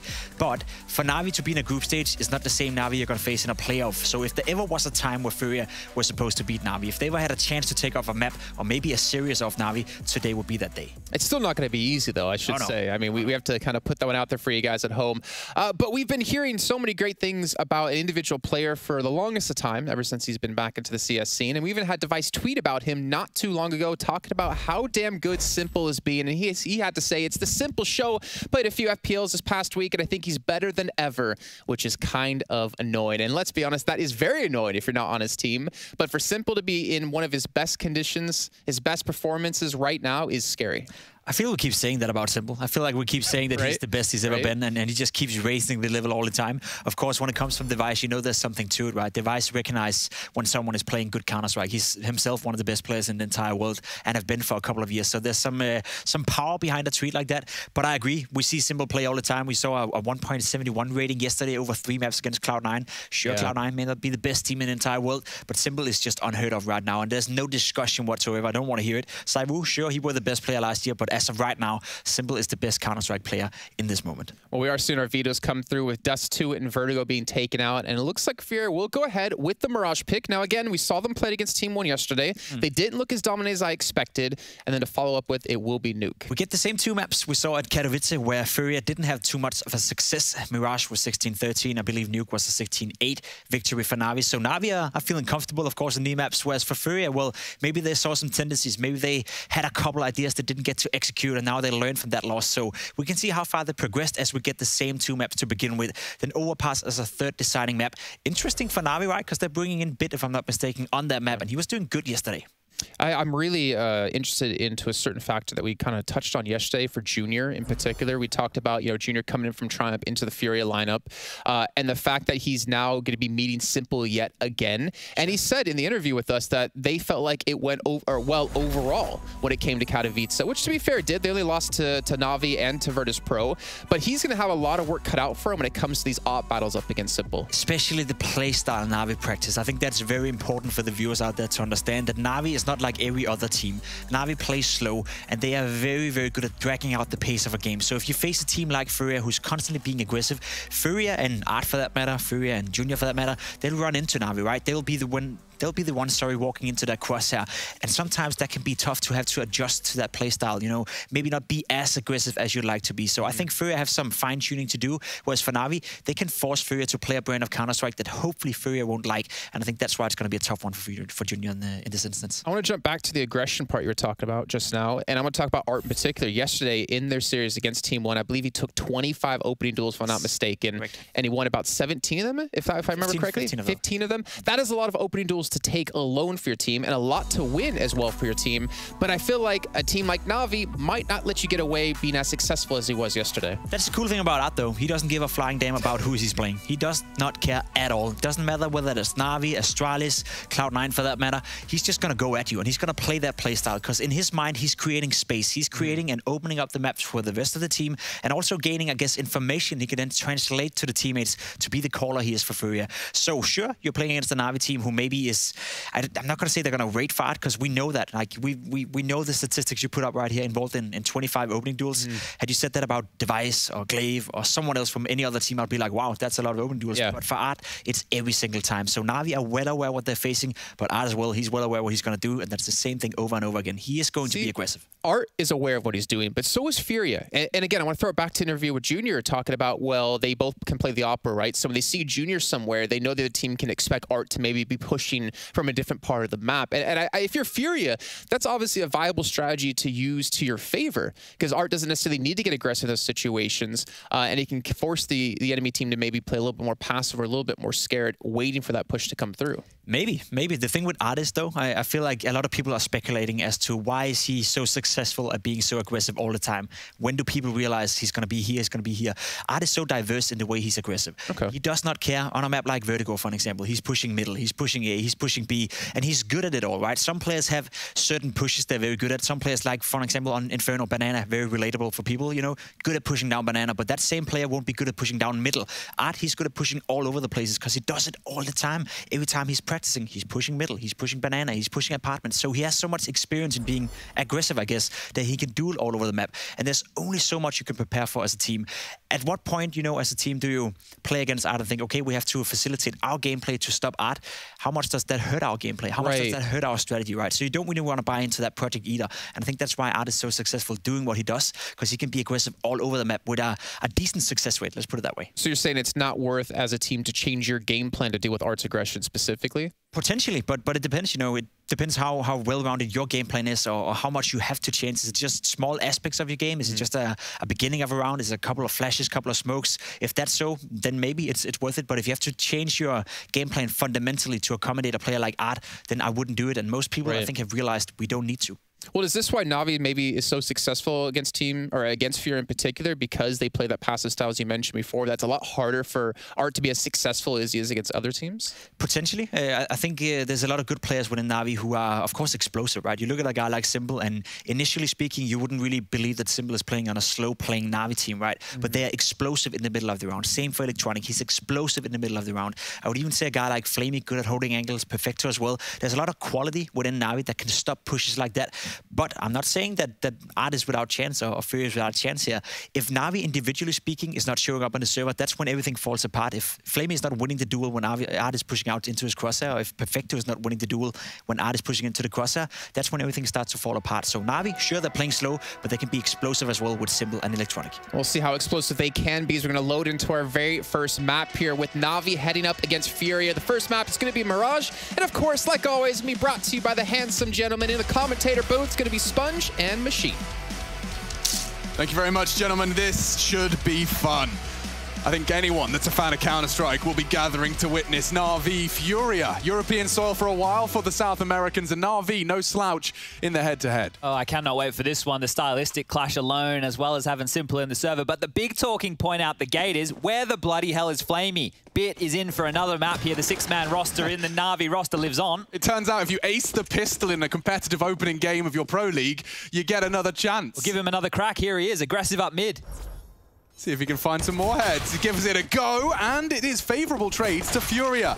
Art's fallen. Boomich has actually doubled on the A lurk, so as they all gather in middle, this one's competitive once again. Rush is on the Observer. So when you miss kills and spam T-Tours, be sure to file your complaint He loves that one. He loves that one. See, he's getting a bit sassy today. Yeah, watch, here's 3. Okay. Simple. Oh, well, no. It's 3 for Queserado, cool guys. to see it from Queserado's POV, but... Still counts, still counts. He caught the death. Oh, we'll give him a tick for that one right there. That's fine. I'll give him 80%. This one is going to slow out a little bit here as Furia have 2 USPs picked up. They've leveled the playing field against Boomich and Perfecto. Might need an ace for this one. I mean, there's so much to talk about in this game.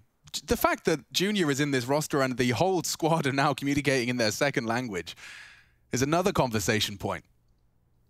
It hasn't seemed to affect them in a large quantity either. Their results have not taken a wild dip. The stats don't point towards a transition to speaking in your second language to be as much of a burden as many would have considered for Furia. But now, as they work their way through this man advantage, they head to apps. Perfecto's there to receive them. He's holding the line. Yet to fire a single bullet is Perfecto.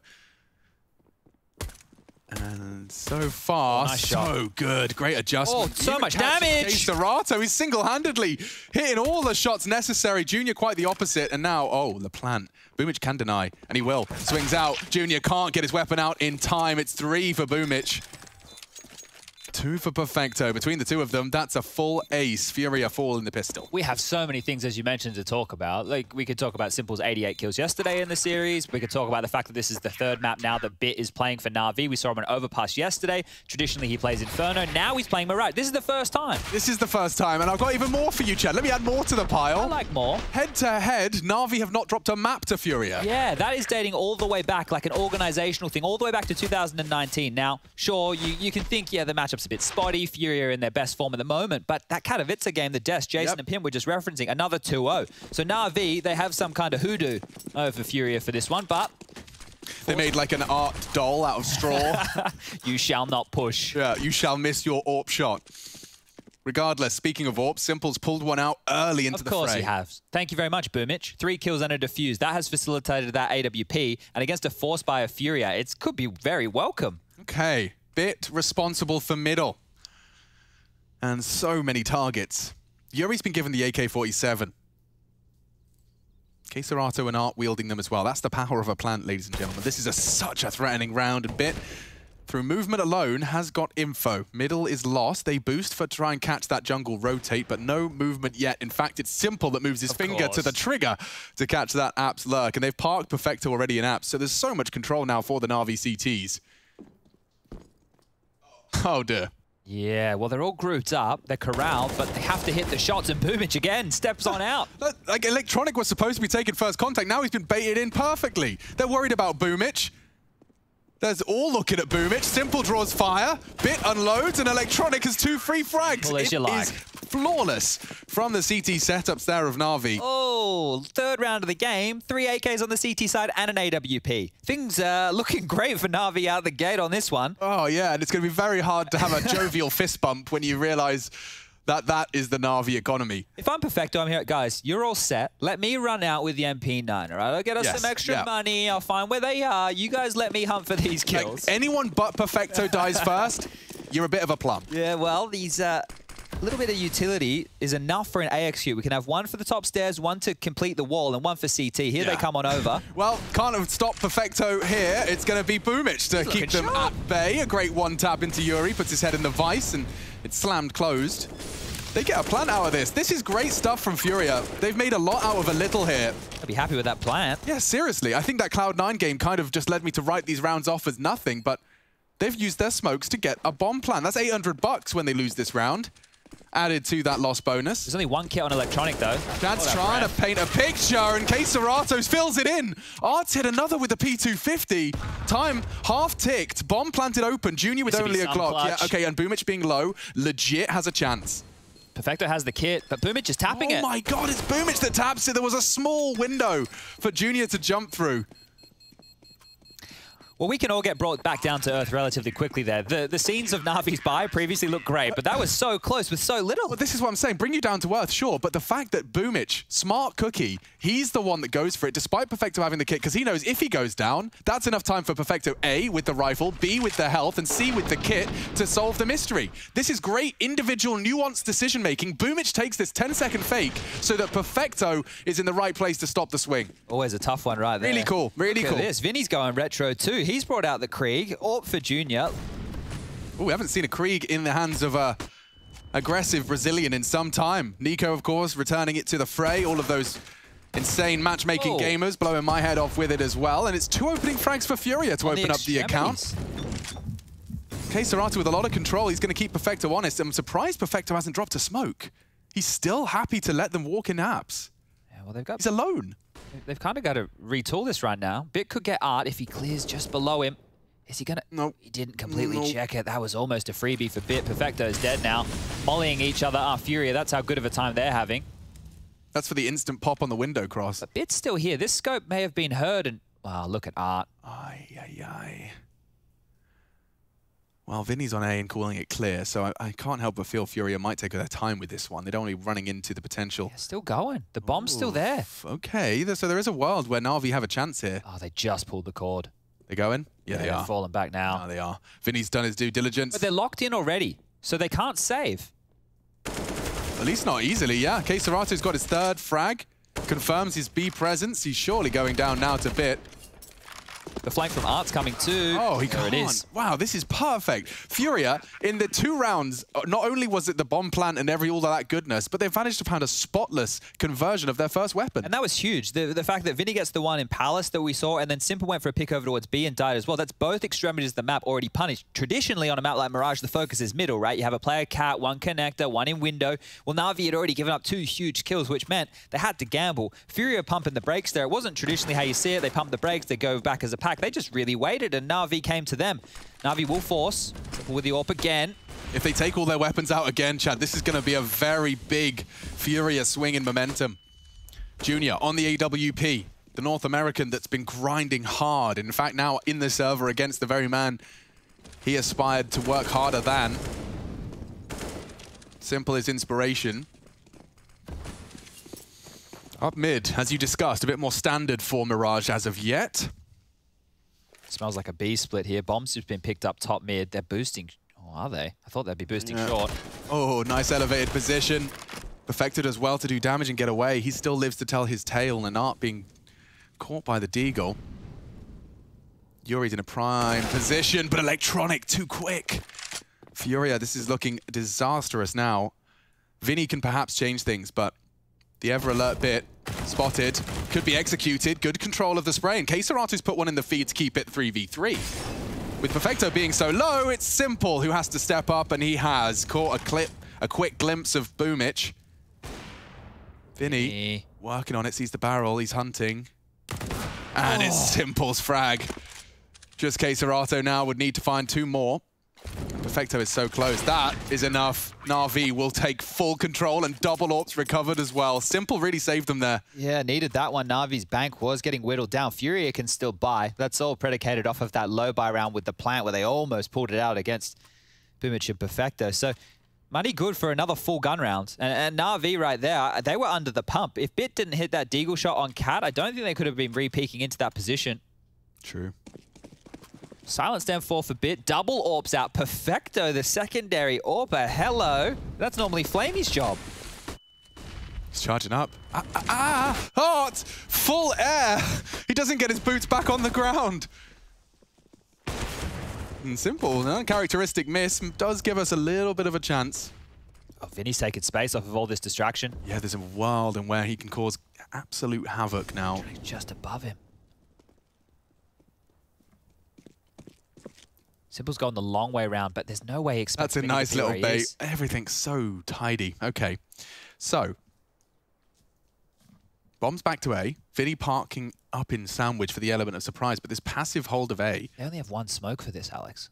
So where do you put it? It's either CT. You either have to choose. Is it going to be Electronic that's smoked out, or is it Simple? Well, Vinny can fight. Oh, Vinny! Oh, huge find. It cost him a great deal, but he's given his A players enough chance to get the bomb in. Yuri now knows there's one short.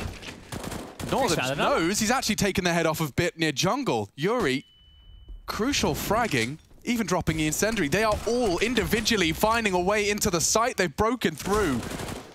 Boomich to fight his way back in. Perfecto still on the B site, completely disconnected. And so Furia, with this bomb now ticking, have secured themselves a second. Art really sold that mid play, right? The fact that he threw his body on the line right there. So many players were glued to his position, and Vinny pipped the gap, not Finny. Oh boy, Vinny. It was a bit finicky. Yeah, well, the fact that he got that much space is a real issue, because rotating back in, you could see Simple wasn't ready for that. Obviously, the players over towards jungle and window weren't ready for that as well. Like, that's that's like another example. You know how like a lot of teams used to park a player and connector, like the Carrigan special? Yeah. You get someone up mid, you get park and connector, go B split, like luck. It's like that, but he slipped out ramp. Like that's a different gap to Pip. Yeah, it's a big one to find as well. And you're not expecting players to walk that gauntlet because sure, if they're not close A ramp, if they're not under the balcony, there's traditionally someone towards ticket. So it's still a risky maneuver right there. Furia doing good at punishing Na'Vi early, and with these saved guns, they'll be dropping them across. I'm really curious to see how Perfecto looks on the AWP. I don't have any problems with him picking it up. I'm just really interested to see how he plies it and how this whole Na'Vi defense works, because this is the first time Bit's playing Mirage. They are talking it through. Yeah, and I mean, you know what, Chad? Saying Bit's first Mirage in an official capacity as they take a timeout to make sure everyone knows what they're doing, it does make a lot of sense. Yeah, and with the rest of the maps in the veto, I'm just going to go over this. I've jotted it down just to make sure I don't forget it. And we had Nuke as the second map. I think Flamey was in there yesterday. And then as the third will be Overpass, and that's where Bit was playing yesterday. So Bit played Overpass. He now plays Mirage, apparently, and Inferno. So he's starting to take over that slot. Does it feel like a sixth man, or does it feel like just a slow, PR-safe kicking? Well, it might be one. It might be both, right? It might, because if Bit's producing more and they just feel like they need to give him more time, it can operate both ways. Give Flamey a break. Maybe he can come back in some better form in the future, and they can use him on seldom maps where he is comfortable. So it could work really well for Na'Vi here, but it is interesting to see this change come through. The last time Na'Vi played Mirage was against Furia, and they won it. So changing the script here, keeping Furia on their toes. Couple of pistols could be exploited. You talked about Perfecto. He's only got a Desert Eagle this time, and Queserato previously has been pretty damn consistent at finding these apps pops. He's smoked off though, and they still demand some CT utility. Bit beheaded. He wanted info. He gets more than he bargained for. They have mid control incompletely, and Queserato has definitely showed presence apps. So Electronic has stepped up and steps out. Oh, as they're boosting, this could be some seriously destabilizing play. Oh, the triple! Oh, dear. Backs are turned and bodies are dropped. Electronic zips up 3 body bags. And he's taken this round. He's grabbed it by the horns. It's a question of timing. Simple's caught another out the apps, and Vinny just left slipping. Wow, Electronic could not have caught a better timing there, and the spray, the adjustment, the awareness, it's just gorgeous. That's away with robbery right there. Check this one out again. Look at the pre-fire. Watch how he keeps spraying. He knows there was a booster. He gets a freebie onto Junior. Can't react in time. Of course, it's the AWPer. Oh, maintains that spray. That is dreamy for any CT on short. That's going to be a frustrating one right there. The lineups, never want to be seeing those. What's that done to Furia? What does that leave them with? They do have AK-47s invested. It seems they want to go again. Here's one thing I feel about Furia. Every round's a gun round. Oh, yeah. And not because they just force by all the time. I just feel that Furia are one of these teams, because of the sporadic nature and the gaps that they can pick, that even with pistols, they always seem dangerous to me. There's always some funky idea coming out of that camp. Art's got a different Counter-Strike hat on than I've ever seen before. So they always seem very, very threatening to me. Must be a gun on the ground for Art, will be a Deagle. So yeah, that buy is through. Take a look at this CT setup. So this time 2 through the window, jumping on out, aggression again, Simple taking a bit of a fight. Thinks better of it. Yeah, Simple flash and that's it. Alt bullet in exchange, so they know Fury have invested in the big green themselves. An AK over towards A ramp. The early information is forcing out utility. 2 smokes land, one towards ramp, one towards connector. So yeah, you've seen ramp, you've seen middle. They've given up middle, actually, Na'Vi. They're pivoting back into a more of an A-centric setup, so Simple will watch connector and short from this position. That means that the window Who's got Palace? One of the two, I imagine, towards ramp. Otherwise, Simple's a sitting duck in his current angle. Yeah, just taking a bit of a guesstimation on this one, a risk. Yeah, no, absolutely. It's just a question of whether or not Furia can try and pip that gap. Yeah, this is a strong setup. God, this is a strong setup. Simple's got your mid covered. There is that gap, though, they have to worry about through the vent, right? So they're just calling the bluff right here now. Yeah, but they have full jungle control, and Electronic knows his angles. Elevates just on the lip of Tetris. That's so cheeky. Dum, dum, dum, dum, dum, dum, dum. How many more blocks is he going to stack here? That's a convincing frag from Queserato. He does shut down Electronic, but immediately this setup reveals it's got extra steps. Simple, they know where you are. Junior's done well to find that. He would need Boomich. Fury, yeah, just not expecting such a ridiculous off angle. He's actually up there on the lip. And with 19 seconds, Junior, his options are so scarce. He's got CTs rotating in to make sure he can't get any cheeky plants. He'll just look to keep hold of his AWP. Another round for Na'Vi. Lovely round from Na'Vi. I really am like, you can see that they can hold middle with Electronic and Simple almost alone, right? They have that level to them that a lot of other teams won't be able to pull on off, which means that now if Bit and Perfecto are playing over towards B, they can lock that one down. And Boomich, we know how aggressive he likes to be. If he needs to help the mid pack, he can be there. If he wants to go for info for Palace or a ramp, he can be there. So I'm learning what Na'Vi are throwing at us here, and I guess Fury are too, because coming into this today, they would have prepared for the Na'Vi with Flamey. That's going to have more ramifications likely on that T side. See if Bit just gets slotted in, if they change anything up, or maybe he has a few different nuggets to offer. The saved AWP needs to find a frag, and, well, Electronic's already spotted a few. Yeah, Simple. The AWP's already down. Clean and easy. Shouldn't be much here to write home about.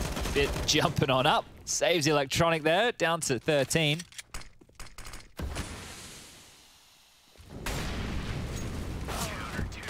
Even the defensive molly there to defend the right side of Electronic. 7-2. Yo. So Na'Vi definitely have Fury's number, and I do think it's very interesting to see how these two styles clash.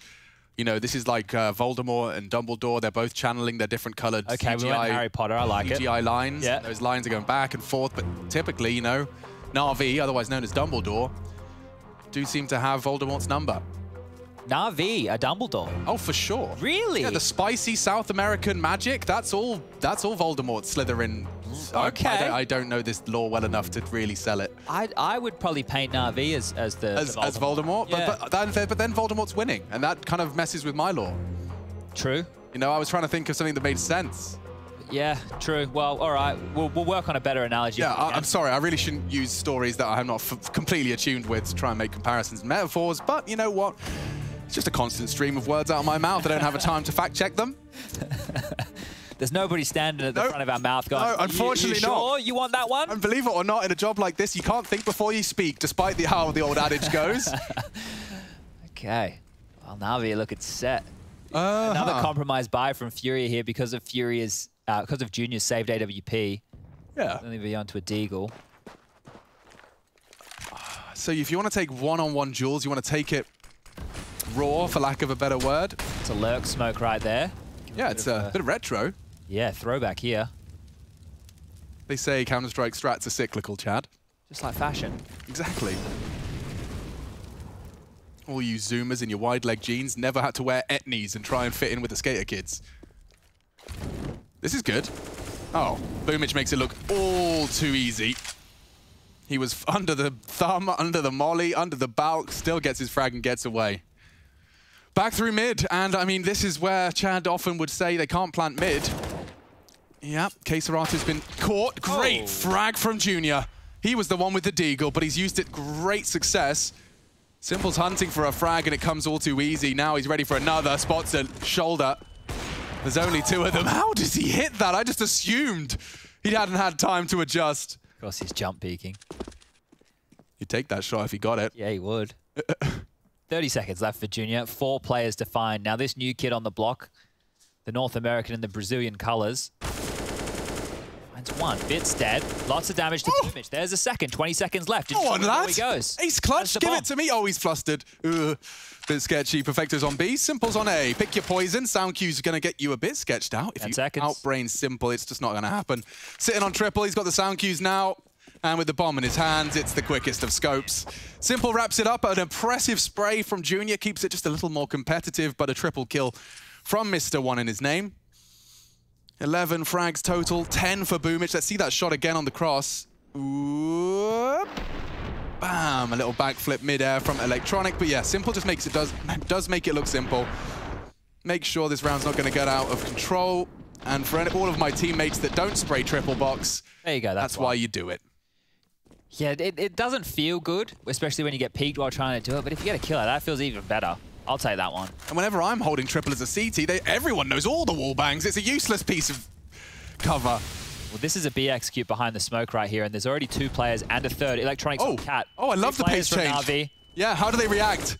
Perfecto tested, but no issues, and it seems like Electronics got them completely dead to rights. Art with 1 hero, Deagle play. The bomb's not going down anytime soon. They're still faffing around, staring at the floorboards. And Mr. Vinny doesn't hit his hero, Deag, and Simple will punish him for his error.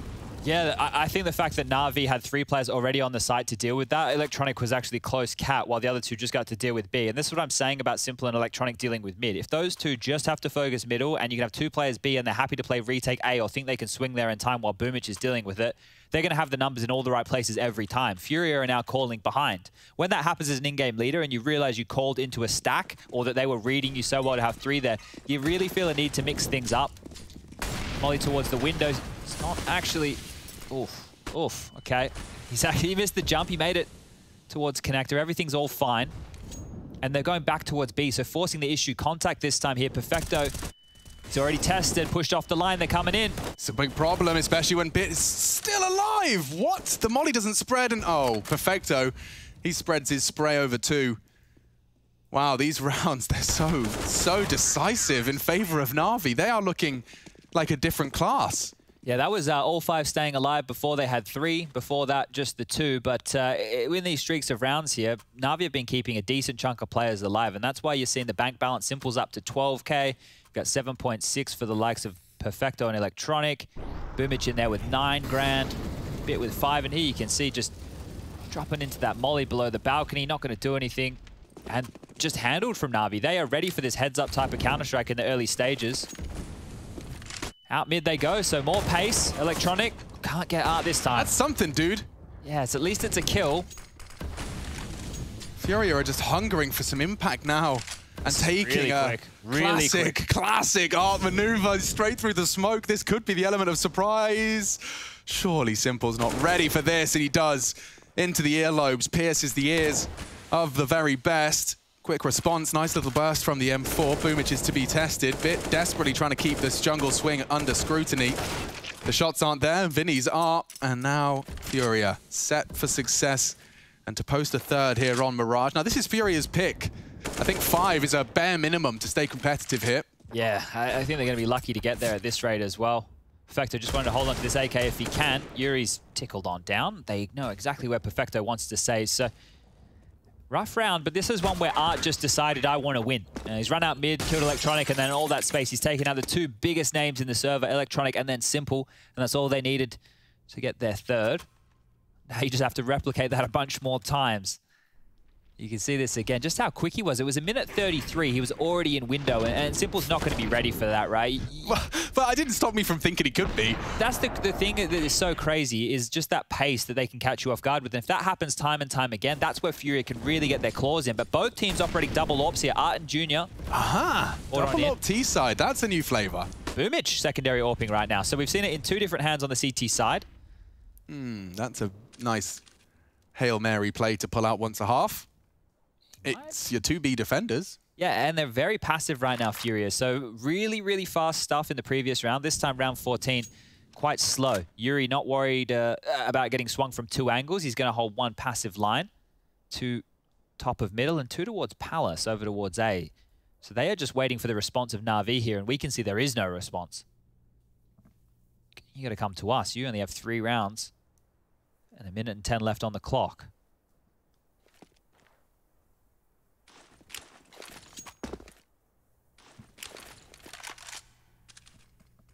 Na'Vi just happy to give Furia all this room. Just take your time, boys. Rot the clock. It becomes your worst enemy after a while. And through towards apartments, Electronic is tucked in down in Balk. They will have a incendiary, or rather a Molotov, from the Palace position. Oh, Bit's gone down. And they don't molly him. Enables 1. Potential trades. Electronic is so vulnerable to wallbangs. He's a dead man walking. Yuri seals the deal. Junior's caught Boomich rotating in, and now that bomb and the round should be a certainty. Plant safe default, can't be caught on the cross from Simple holding short. Now we have to save. And they have to. Despite 6 grand in the bank for Simple, the same can't be said for Bit. And so they'll just have to accept their fate, dudes. Now I see a 3 AWPs. I see a 3rd. Yeah. It's Is it going to be saved? I hope so. The triple AWP T side. It would be very exciting, and it would be very Furia-esque. It would be very Furia-esque. I used to question everything in Counter. Like, why are they doing this? I don't like. Now I'm just like, yeah, let's do it. These are the best teams in the world. However you think about Counter-Strike and you can win rounds, I want to see it. Oh, and they even catch him. Get another one, Yuri. Go pick it back up. Go 5 AWPs. Nah, I don't want it. All right, he's going to stick with the M4.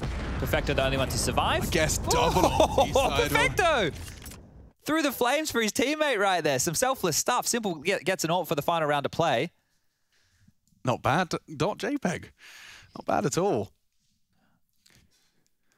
Simple said he wanted his camera on so he could get more exposure. That's not what he realized he'd get. Haha. We haven't had any dad jokes for a while. No, we haven't.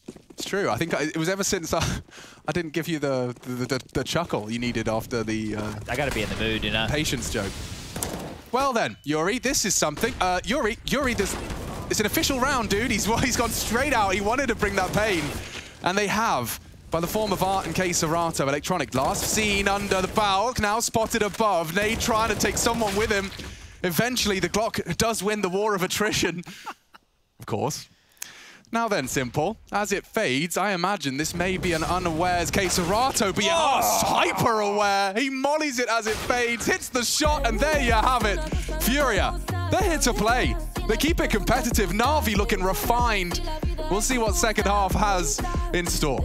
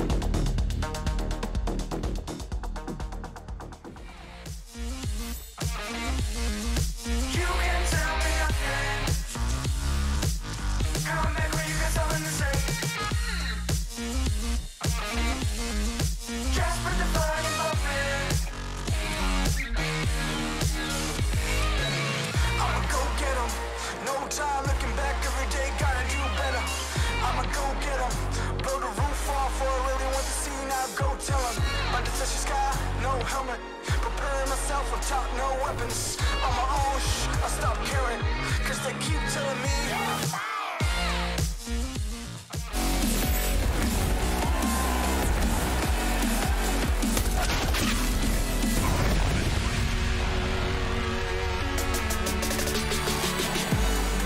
Just enough rounds from Furia's T side to give us a proper half here in the second. It is our second series of the day, ESL Pro League, 13 seasons, and we keep going.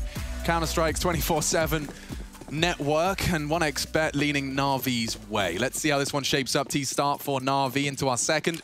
Furia gonna look for a pistol and a different set of util being pulled off the break. 2 smokes gonna be flying through, thanks to Electronic and Boomich. Looks like we're gonna be seeing 2 towards the jungle stairs side. And Art's actually playing around his own smoke. It enables him to take the head off of Perfecto. The CTs are here in the right place, Chad, but yet to see more bloodshed. Flashes. This is a big one from Bit. Big chance from Bit, and he's found the head.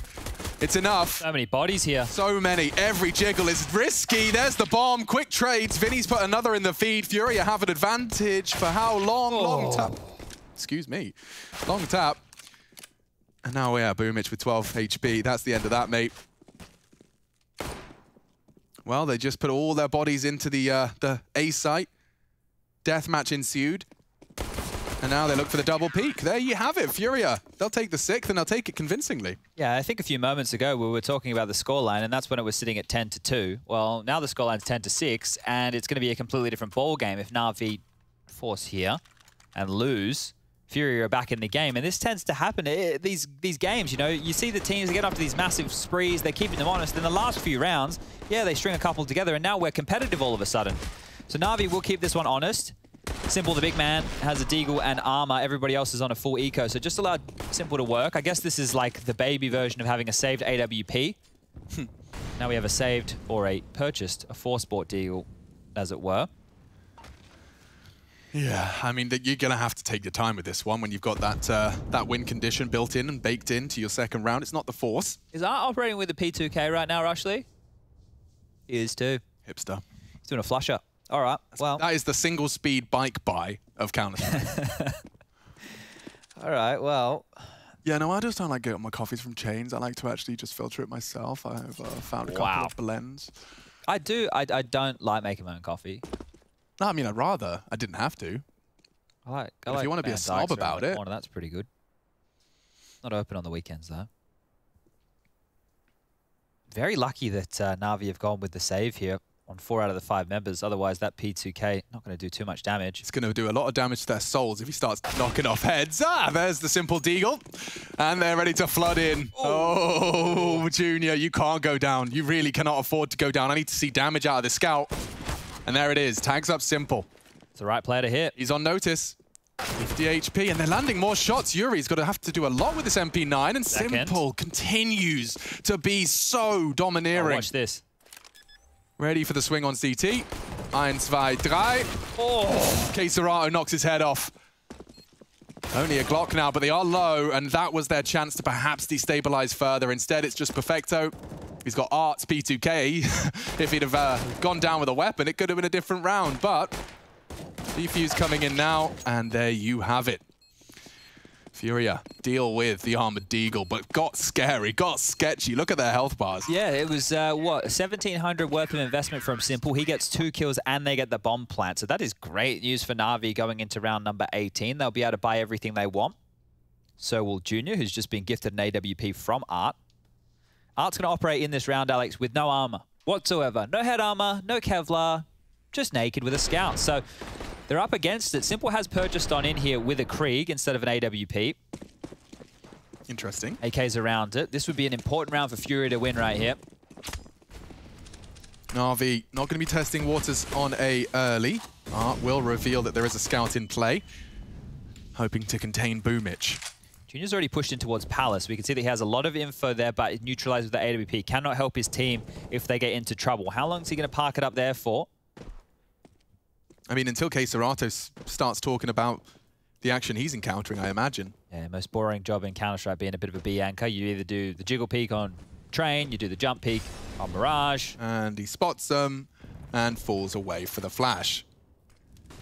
He's going to come back for a jump peek, I think. They are fully uncontested up short. This is going to be a lot of pressure on B here. Tucked in. And Art's hit his first. Vinny responsible. Oh, a very good opportunity to Boomich. He does shut him down Bit with an exceptional headshot to keep the round competitive. And him and Electronic are working their way in. Art Doesn't have the perfect weapon for the job. They're all in kitchen. And as that bomb goes down, Na'Vi cooking up trouble. Smoke to the window, brutal, and an easy first frag for Electronic. He's up close, in the gap of the smokes. Yuri strikes, he gets them both.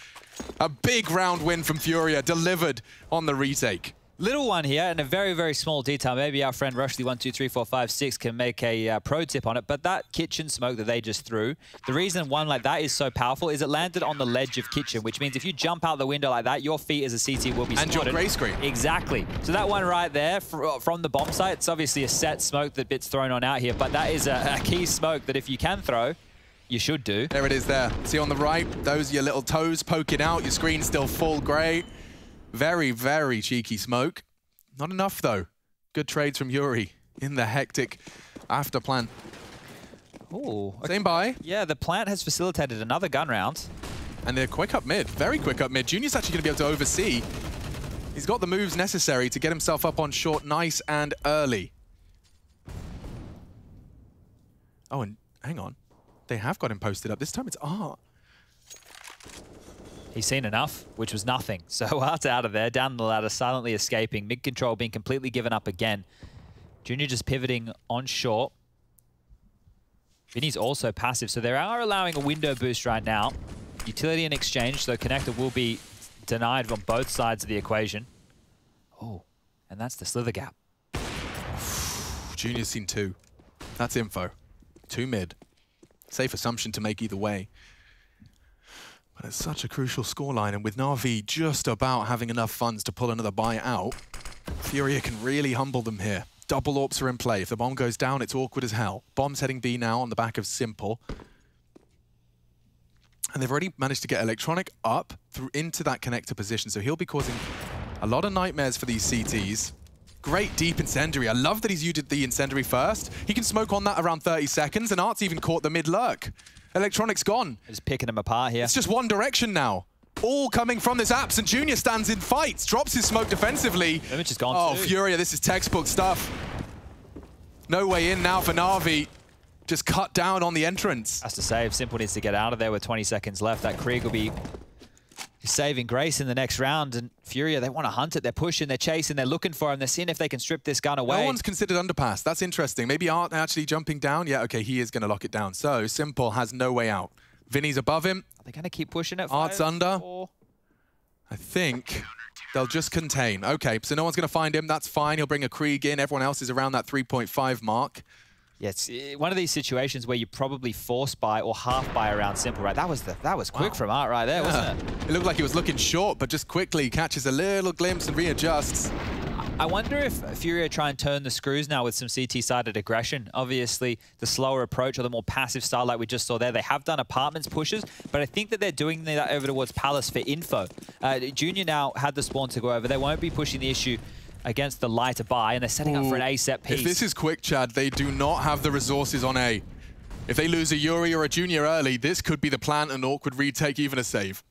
Simple's up close already, so he's going to be what looks like the point man. Now that Bit's joined him, maybe have someone to trade off of. Nades are lined up and ready, pins are pulled. Yuri's response is integral here. How does he opt to deal with this? Junior desperately demanding a chance, and he does catch a glimpse of Perfecto over the smoke, but he holds his nerve, holds his line. Perfecto could get the one-way here, but he's not got the weapon for the job. Yuri needs help. Junior wants to smoke out. He does drop it on triple. There's the bomb. It's loose and more to be found. Yuri passes his test, and it's all 3. Spotless round. That was the half investment, but it does leave Simple a little short. 10-10. Competitive Mirage then. Furia has definitely managed to pick up the pieces of a 5-round T half. If we're only looking at this second half of play, this is very convincing stuff here from Furia. 2 rounds in a row where they kept all 5 alive, and then even after the pistol, they still had 3 players remaining. So they are keeping their economy pretty flush here, building a huge bank, and Na'Vi, the virtue of saved guns and a lot of plants, will be able to buy again themselves. Perfecto operating with no armor whatsoever.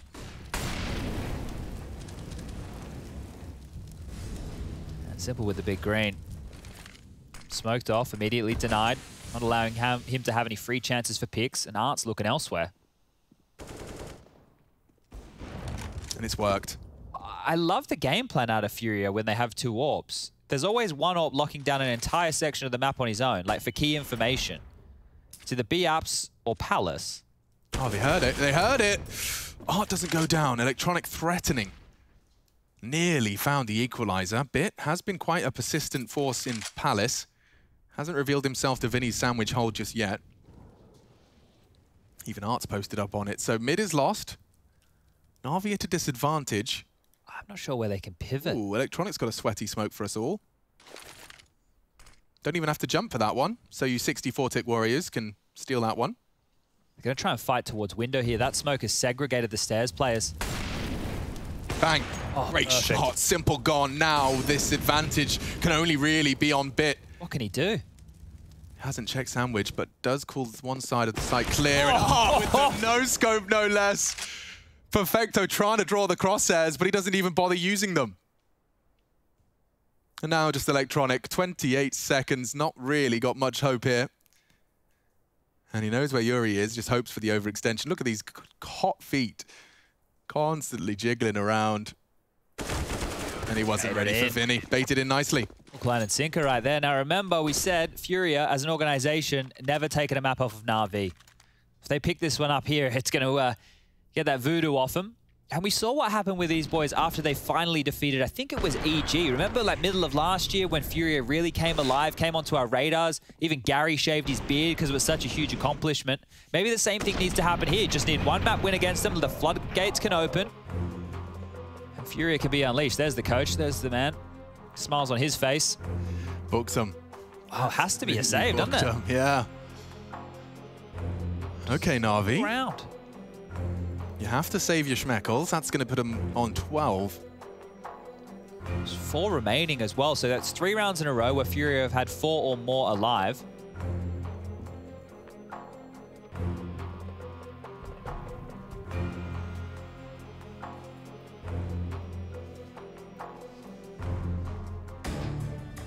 Haven't bought anything yet, so nothing to report off the back of this timeout. And there it is. So it's a late half by, real late out of spawn. We saw some set pieces out of Furia in their first half over towards B. They were absolutely annihilated. Simple does eventually get his deagle. Couldn't find that for a while. All right. So this is where the lead is definitely changing hands. AKs, warps, everything Furia could possibly desire. Oh, there's that smoke. He's trying to sell it. He's trying to sell it as best he can. And a frag onto Keserato would scare the rotate. In fact, look at this. Keserato needs an answer. You can see how much he's hungering for it. Over the smoke. Great, great spot. He's found him. It's a cheeky pre-fire. Yep. And now, well, the sell isn't quite as convincing. Had he found a frag, had he started pushing kitchen, everything feels awkward. The bomb can go wherever it desires. Instead, though, Keserato keeps Furia on lock. Yeah, this is a cold call. They've rung on. They go, Na'Vi, hey, this is Na'Vi calling. We wanted to show you guys a B-bomb site. You interested in a B-bomb site by any chance, sir? It comes with 1 electronic. I heard your B-bomb site's been in an accident recently. Yeah, we can get you a new one. Now, look, we've got some premium options for you. How did you get this number? Please don't call this again. This is harassment. They actually are locking down on those cold calls now. You shouldn't be getting as many weird ones, yeah. I don't answer my phone. I don't think I've used my phone as a phone in years. No, it's more of just like a calculator / doom scroll device. That's the one. Well, their health just disintegrated. He does well to find 1, but their days are numbered. Oh, Simple. Just doing simple things. He has a chance onto a 3rd. There's always an element of doubt every time, and I think it's an absolute sealed deal. But that was just the Deagles. Furia have picked up the necessary 12th. As you've already highlighted, Furia yet to pick up a map win as organizations head-to-head against Na'Vi. This is good for Perfecto. Alex, he gets to have armor in this one with the AK, so that's quite nice. What a treat. It's good for him, hasn't it, to drop anything too expensive. But Na'Vi, they haven't done anything in this half. It has been one-way traffic. Furia are annihilating them right now. Yeah, we had a 10-5 half for anyone that joined us for the second. 10-5. Na'Vi have yet to make that number move, not even twitch. It hasn't even felt close. And that surprises me. I'm sure Boomich has got a couple of pages of the strat book Furia will be unfamiliar with.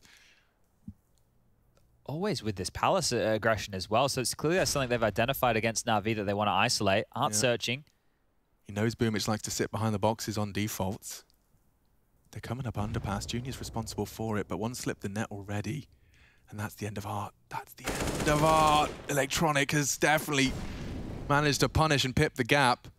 Waiting for the trade, and that's what he wanted. Junior takes down Electronic's partner in crime. So 1-for-1. Right now, I would say this favors the T's, but just how well Furia and their supportive backline of Yuri and Quesarado have been operating, it's still going to be difficult to get past. Nobody on the B bomb site right now for Furia. It's an intentional gap. They're searching for info towards mid. They get a little bit. Something. And they are actually completely gambled on A right now. So if Electronic and Simple do walk into B, could spell trouble. Electronic's going to try and sell it. That's interesting. No rotation. If he doesn't commit, they won't know it's clear. They're going back into the stack. They're going into the stack. Oh, no. Yuri's even caught bit. Oh, dear.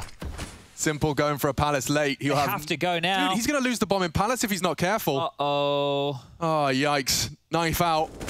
Yuri standing and delivering, and there it goes. The round is over. 13. Furia, so rigid, and overcoming the early man disadvantage. That's like me trying to take your ID to a club. That's what that was. Oh, yeah, no, yeah, Alex. They call me Alex. Yeah, I did use a full Indian descent man's ID when I was underage, actually. Don't do that, kids. Statute of limitations, I think I'm safe. Yeah, I think we're old enough now. Yeah, back in our day, we're those kind of guys. To have a fishbowl at the Weatherspoons, I cosplayed as Tom Newman. Oh, yes, indeed. Shout out to Tom Newman. Shout out to Tom Newman. This is rough for Na'Vi. Nothing happened off the back of that fake because Furia just stacked A. I don't know who thought they had the right card there, but clearly Furia did. Na'Vi just walked straight into a brick wall. This CT side from Furia is something else right now. They had it, man. And you highlighted it as well. I'm sure that would be something I'd love to hear the desk ask about in the post-match. If it is Furia on the mic, just the idea of, why was Palace such a priority for you? They've always had either someone in Palace or someone aggressive B apps, right? They're playing the extremities. I think they've studied the demos. They can get enough tells off of those two positions to know what's coming, and this is working great. All right, Na'Vi. They've even sent Simple into Palace to help Bit. Hey, Dad. Could you help me out with this whole Palace project? Yo, Junior, catching Boomich's aggression all the way from CT. Nice. That must have been a gnarly shot. Okay. And Yuri, in the most predictable of all the positions, he's just standing and waiting to receive Simple. Smoke arrives and, oh, is it deliberately got a little gap? It does. Maybe not by design, but Yuri will use it all the same. And if Simple was to step a toe out of line, Yuri would have the info. That's what I'm talking about, yeah. Thinking about it. As it fades, he's trying to nutmeg him. Yuri will be passive, though. His gun's not visible. Not a peep out of Simple yet. Electronic is parked in connector. Yuri, patience. Art, jungle. Twitching now. Ramp steps. Simple's desperately begging for his way in. And oh, the timing from Yuri! Just as they start to go. He's got it, and so are Furia. My God, it's over before it even begins. Oh, all right. That was some... You could hear the steps at ramp. Like, if you're there as the Palace holder... How do you not move? They're doing that intentionally to try and bait him into it, but he didn't even blink. Yuri just standing tall in a big way, and it was only one kill. This was the start of the round, so Boomich is trying to see if he can sell a bit of a fast B split. Oh, we don't get to see just how long Simple was staring at it beforehand. But yes, the frags come in, and Na'Vi getting a bit of a harsh lesson taught to them here. Yes, nothing. 4 AKs and an AWP. Is this going to be a perfect CT half? Art's dropped the AWP to play AK this round. That's how confident the kid's feeling. There he is again, aggressive Palace. Look how focused on the bomb sites this CT setup is. Like, you can have mid. Do whatever you want in mid. Press all your buttons. Go do you, boo. Oh, there's a B fake again. I'm not sure what they think they're pulling off with this B fake because Furia are never fooled. Not even for a second. Art has a little cursory glance mid, says nothing immediately to get concerned about. I'll tuck back into our turtle formation. It's like the Roman Legion. I suppose that in these splits, the reason that they've identified that they want either Palace or close A ramp is if they come through A ramp and connector, they already have one pressure point, which is Palace, the high ground to fight from.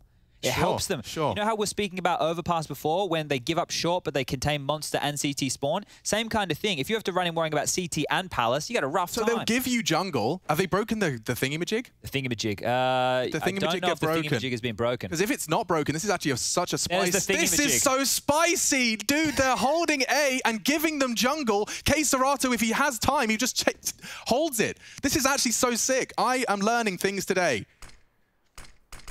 You live and you learn, they say, ladies and gentlemen. Oh, yeah, a live lesson. Junior's not had the time of his life here. Drops the smoke, has multiple pressure points, and misses his first. This gets uncomfortable. Look at the smokes. Over the smokes. He's caught straight through it. Electronic provides for Na'Vi. This is ugly. It is, but it's ugly for Na'Vi as he comes in with the spray. Good damage. K Serato in the hectic fight. And I have no idea who is going to win.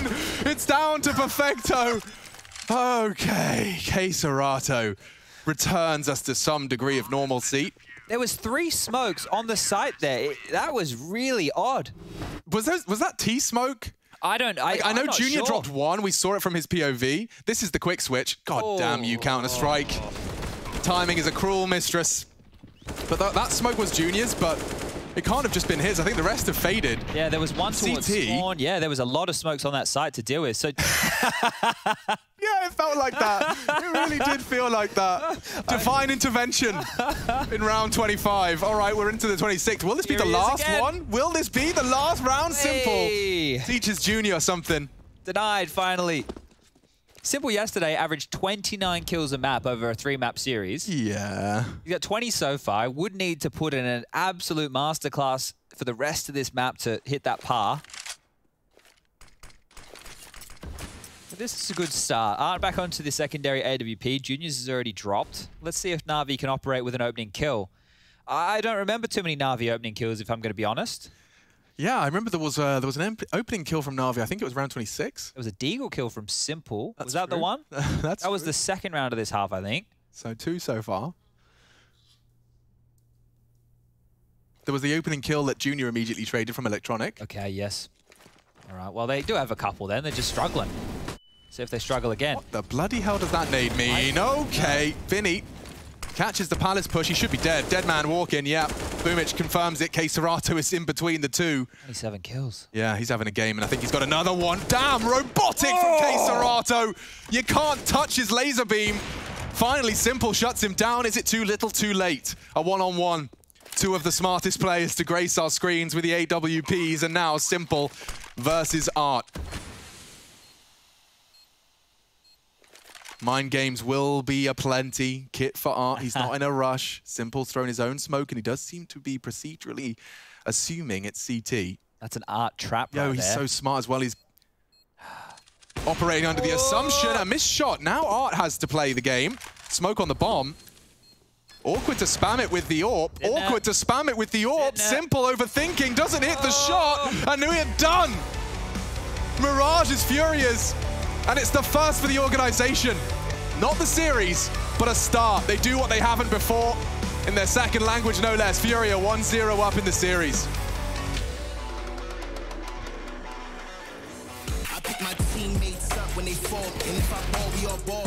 Fashion balls, crossovers and all. Just call us balls. Don't fear nothing, call us galore. Serving them all. We outside, we barely indoors. Because we gave it everything when we had nothing. Gave it everything when we had none. Holding on by a thread, couldn't grab none. Seems we moved on to a better place. Shine, shine away from the shade.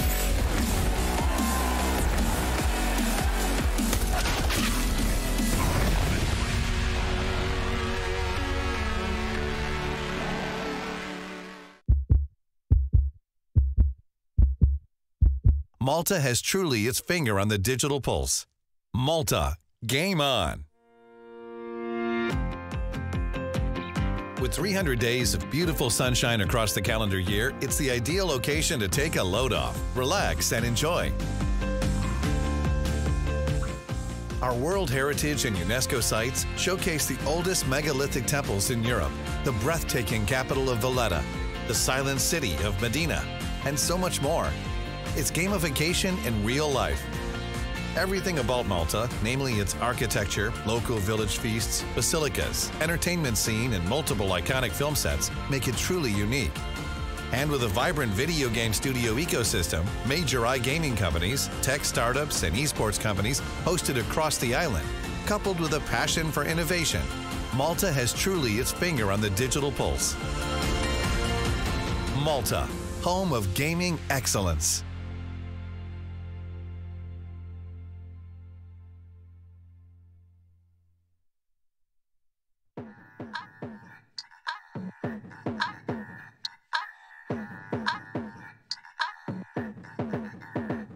Yeah, I'm bad to the bone. I ain't sure what you've been told. Yeah, I'm mad, you a clone. Sussy boy don't even have a sound of his own. I'm a dad, you're the song. I'm a fire hazard making hits from my home. I'm a tad, big bro. Baby, no money means baby, no stone. I like chick flicks, yeah, I'm realistic.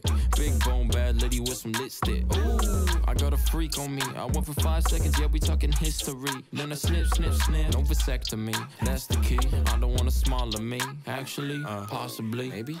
I'm rapping off the beat. Whoa, I like big cases filled with blue faces. I'm talking money, money, money. I'd rather not rhyme. I'm a hypocrite. Yeah, I'm a rapper, but I'd rather do a Fitbit bit. Cause I care about your health, no. Yeah, A, B, C, yeah, 1, 2, 3, 3, 2, 1, here comes the beat. Yeah, I'm bad to the bone. I ain't sure what you've been told. Yeah, I'm mad, you a clone. Sussy boy don't even have a sound of his own. I'm a dad, you're the song. I'm a fire hazard making hits from my home. I'm a tad, big bro. Baby, no money means baby, no stone. Yeah, Gucci, push slide, spend, spend. Say to some lies, my bad. Are you surprised?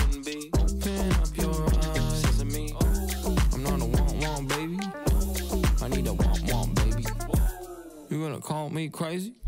Baby, can you get low? I don't wanna do no chit-chat when I'm in the club. Can't you see I'm on a tic-tac?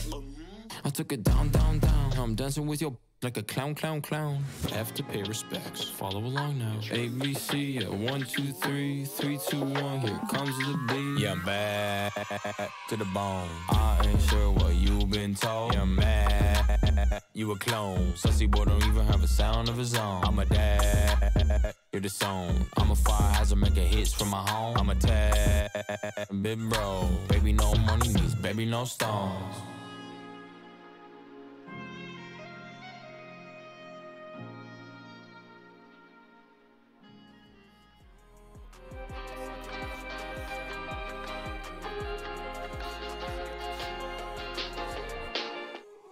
Talk to me, I just want a little bit of company. You acting like you really wanna fall for me, but baby, can you tell me who you wanna be? Talk to me, I just want a little bit of company. You acting like you really wanna fall for me, but baby, can you tell me who you wanna be?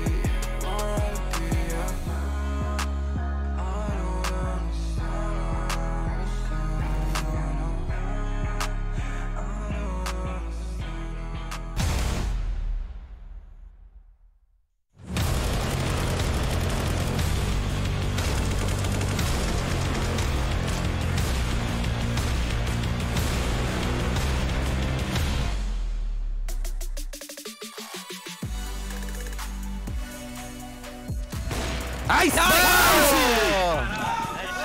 Boa! Nice, KS. Furia having that spark of genius now here in their best of 3 against Na'Vi, taking for the first time within their team a map win against Na'Vi. But can they turn this spark of genius into a stroke of genius and close it out here in this series overall with Nuke to come up next? Jason Kappen, join my pimp. And off the bat here, one thing we're going to have to mention about Na'Vi that we didn't expect coming into this game was indeed Bit and playing on Mirage. Yeah, I mean, that was a debut for him. Didn't really go the way you would have liked to. I think he was doing a decent job in the first half. He wasn't a liability for the team. It is not like you can pinpoint this and blame it on Bit, and I don't think the fans out there should do that. Bit was struggling, but so was Na'Vi as a team, and I think that's what we have to put our focus towards. Of course, Bit didn't have a great game. Looking by the statistics, he could have done much, much better. The bottom fragger on the entire server, 58, I believe, ADI is not too much, right? But as I said, I don't think it's a fault of Bit. This was Na'Vi falling short, especially on the T side. That was very, very lackluster. Well, when you look on the other side with K Serato going 4-2 in opening duels and having 11 2+ kill rounds, I think it's very hard for Bit to be too effective in the server. But that kind of leads our conversation now into another direction of with Bit playing and not seeing Flamey within the team for the first map. We're assuming Flamey's going to be coming in now for Nuke. He's coming in not warmed up. Maybe, or maybe he's been playing deathmatch. Maybe he's been waiting, and maybe he's eager to show only, I guess, not only Na'Vi, but also the rest of the world that he still has a place within this Na'Vi squad. Of course, we see Bit more and more integrated into this Na'Vi lineup, and it's very interesting, right? Because we've seen Vitality, they went away from it. They had Navira, and it was working. They were doing a good job with Navira on the lineup, having Misuta come in and out, having Shocks coming in and out, and then you saw them, you know, move away from that because, again, the rules with the minors, the majors, all that kind of fuss, you know. It's curious to me why Na'Vi would do this, right? Why they would start to integrate Bit more and more and more. At some point, I feel like we come to a conclusion where they either had to stick with Flamey or they stick with Bit. And I think we're in the process of finding out which one of those two players stays in the lineup. So for Flamey to come in now on Nuke, to do well after Bit have not been performing so well, is a very important thing. I don't want to set this up like they're competing for or competing against each other. And they kind of are, though. They kind of are, right? I feel like it's like a natural football, a natural basketball, whatever, right? You have a guy on the bench, and right now we have two players competing for what I think is going to be one spot within Na'Vi within the near future.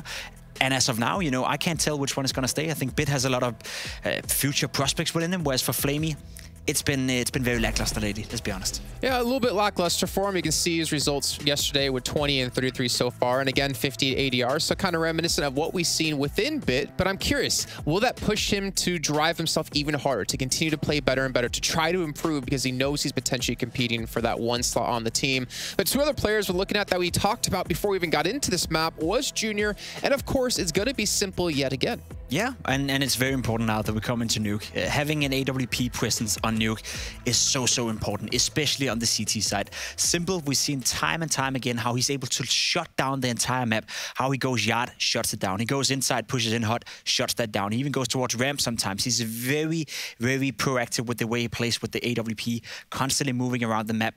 He's a pain in the ass to play against, whereas for Junior, I haven't really seen him that much on a map like Nuke. And Art as well, the style he has of constantly pushing outside and being aggressive towards yard, where's that going to leave Junior in all of this? So for me, Furia is a more of an unknown when it comes to their CT strength, whereas I know for a fact that Simple, most likely we see it 9 out of 10 games, is going to go crazy, especially when Na'Vi have backs against the wall. That's when he performs. See, on the note about Junior and Art, I have high hopes because, again, we talked to Junior and he said they're very aware of them playing like kind of similar positions at times, playing the similar weapons as well. I'm just wondering, will this victory they just had Mirage give them the spark they need to get things ready to go here and win the series? That'd be fantastic. It'd be redemption for them, some vengeance coming in from Katowice, and would be a great way to get into the groups to be 2-0, where they're expected to beat some of the lower teams in the group. You do like your Cinderella story, right? Yeah. I think Nuke is going to be a tough one for Furia, to be completely honest. If Simple is in the mood where he just want to shut them down, I think Simple will. Electronic, he woke up as well. We saw K Serato play at a very high level. He's needed, so K Serato to get it going, we can definitely see a close game, but I think Na'Vi are the favorites. Well, we're going to find out after we head to a short break here and get things ready. It's going to be Nuke and Furia for the first time ever leading Na'Vi 1-0 in the series.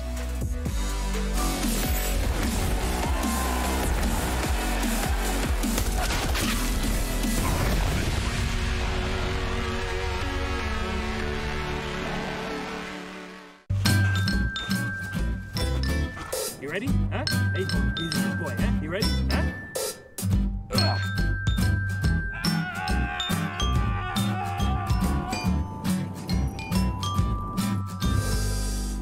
Start your esports career now at play.eslgaming.com. If you want to know what you're good at and, well, also what you suck at, check out csgohub.com. Coming! Hi, my name is Suli. My handle is Smix. I think it's important for these initiatives to happen. Empathy really goes a long way, and it always means so much to us, and I think that's where initiatives like this really help. Good luck, have fun. Now Suck has got to turn around. He's got players coming from every position but the Palace. They didn't have anyone here, so they've got to bear it in mind. And now Suck out with 2 has suddenly stripped this man advantage away. Carrigan.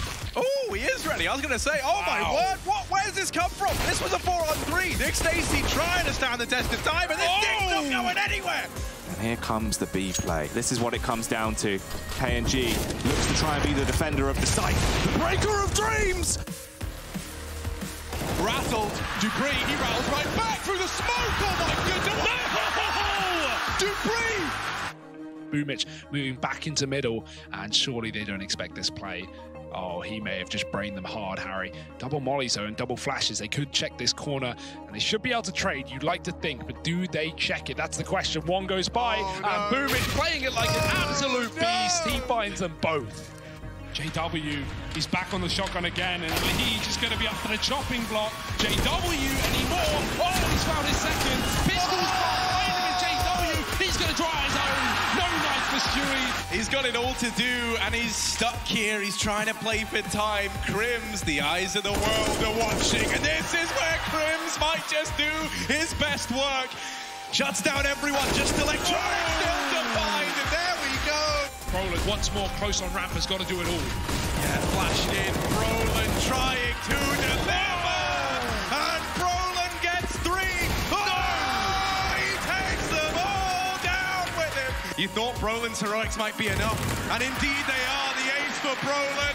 There's just 2 players left to get past. Karrigan, an unknown entity, an unknown factor, flicks on down. Karrigan drops the bomb, 7 seconds, and he's done it! He's stolen it from Fnatic!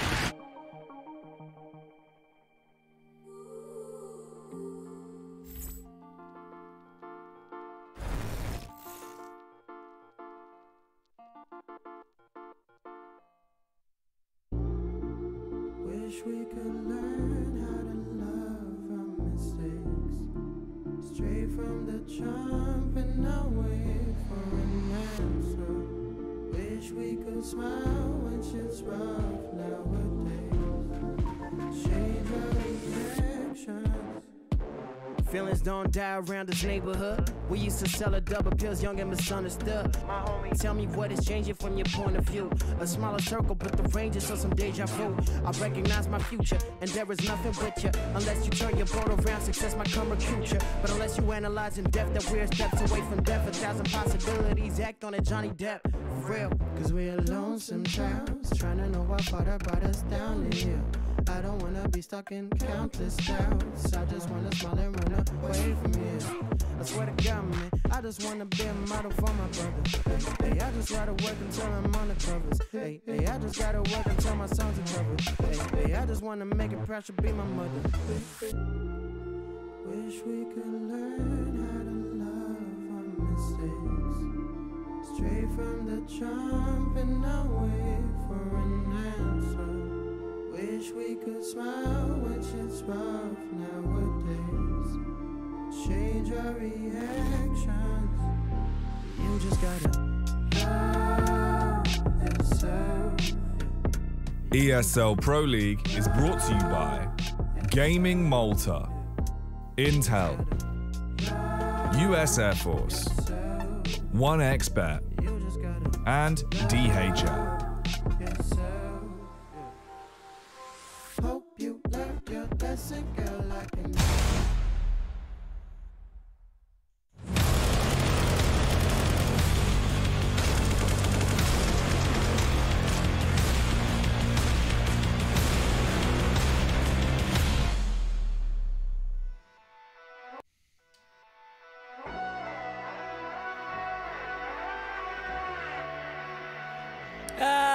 Alex, something a little bit weird going on in the server right now. Furia, on Na'Vi's map choice of Nuke, have opted to start on the T side.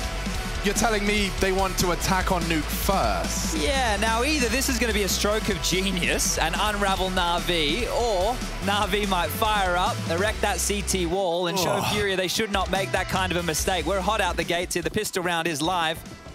And Furia, let's see what pace you've got. You wanted to start on the T side of Nuke. Let's see why. They've played 7 Nuke games, Chad, and they've only got 2 wins to show for it. This is not a map Furia have played an awful lot of. In fact, the most recent result, as they highlighted on the desk, was against Na'Vi in Katowice.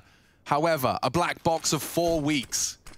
Oh, what kind of different flavor have they got for us here? Perfecto's trying to hit the simple knife angles. It's Art to open up with the account. Vinny's actually found a second. Furia into the top site, and the bomb's already going down, Chad. Looking clean, looking easy early for Furia here. They're picking up where they left off, and Queserado with his late ladder flank, it is absolutely going to destroy Na'Vi, who are just sitting and waiting. Flamey's back in the server, but not for long. Oh. Yeah, his toes are spotted, and Queserato's on for a flank. Okay. And that should seal the deal. Queserato can't afford to go down. Junior's already taken down Boomich, and yeah, Perfecto's just going to look to recover and maintain the Kevlar vest. He is being hunted, though. Yeah, no. Not interested in any of that. First round, Furia. They not only pick T-side, they take the T-side pistol. Yeah, and that's quite nice. You can see Perfecto there ready for Art just to roll down the vent with that knife out, and that's something that Art's going to do a lot, right? Sneaky beaky down the vent, not to be on the pistol round. It just made Perfecto sitting there with a knife out looking like a little bit of a tit.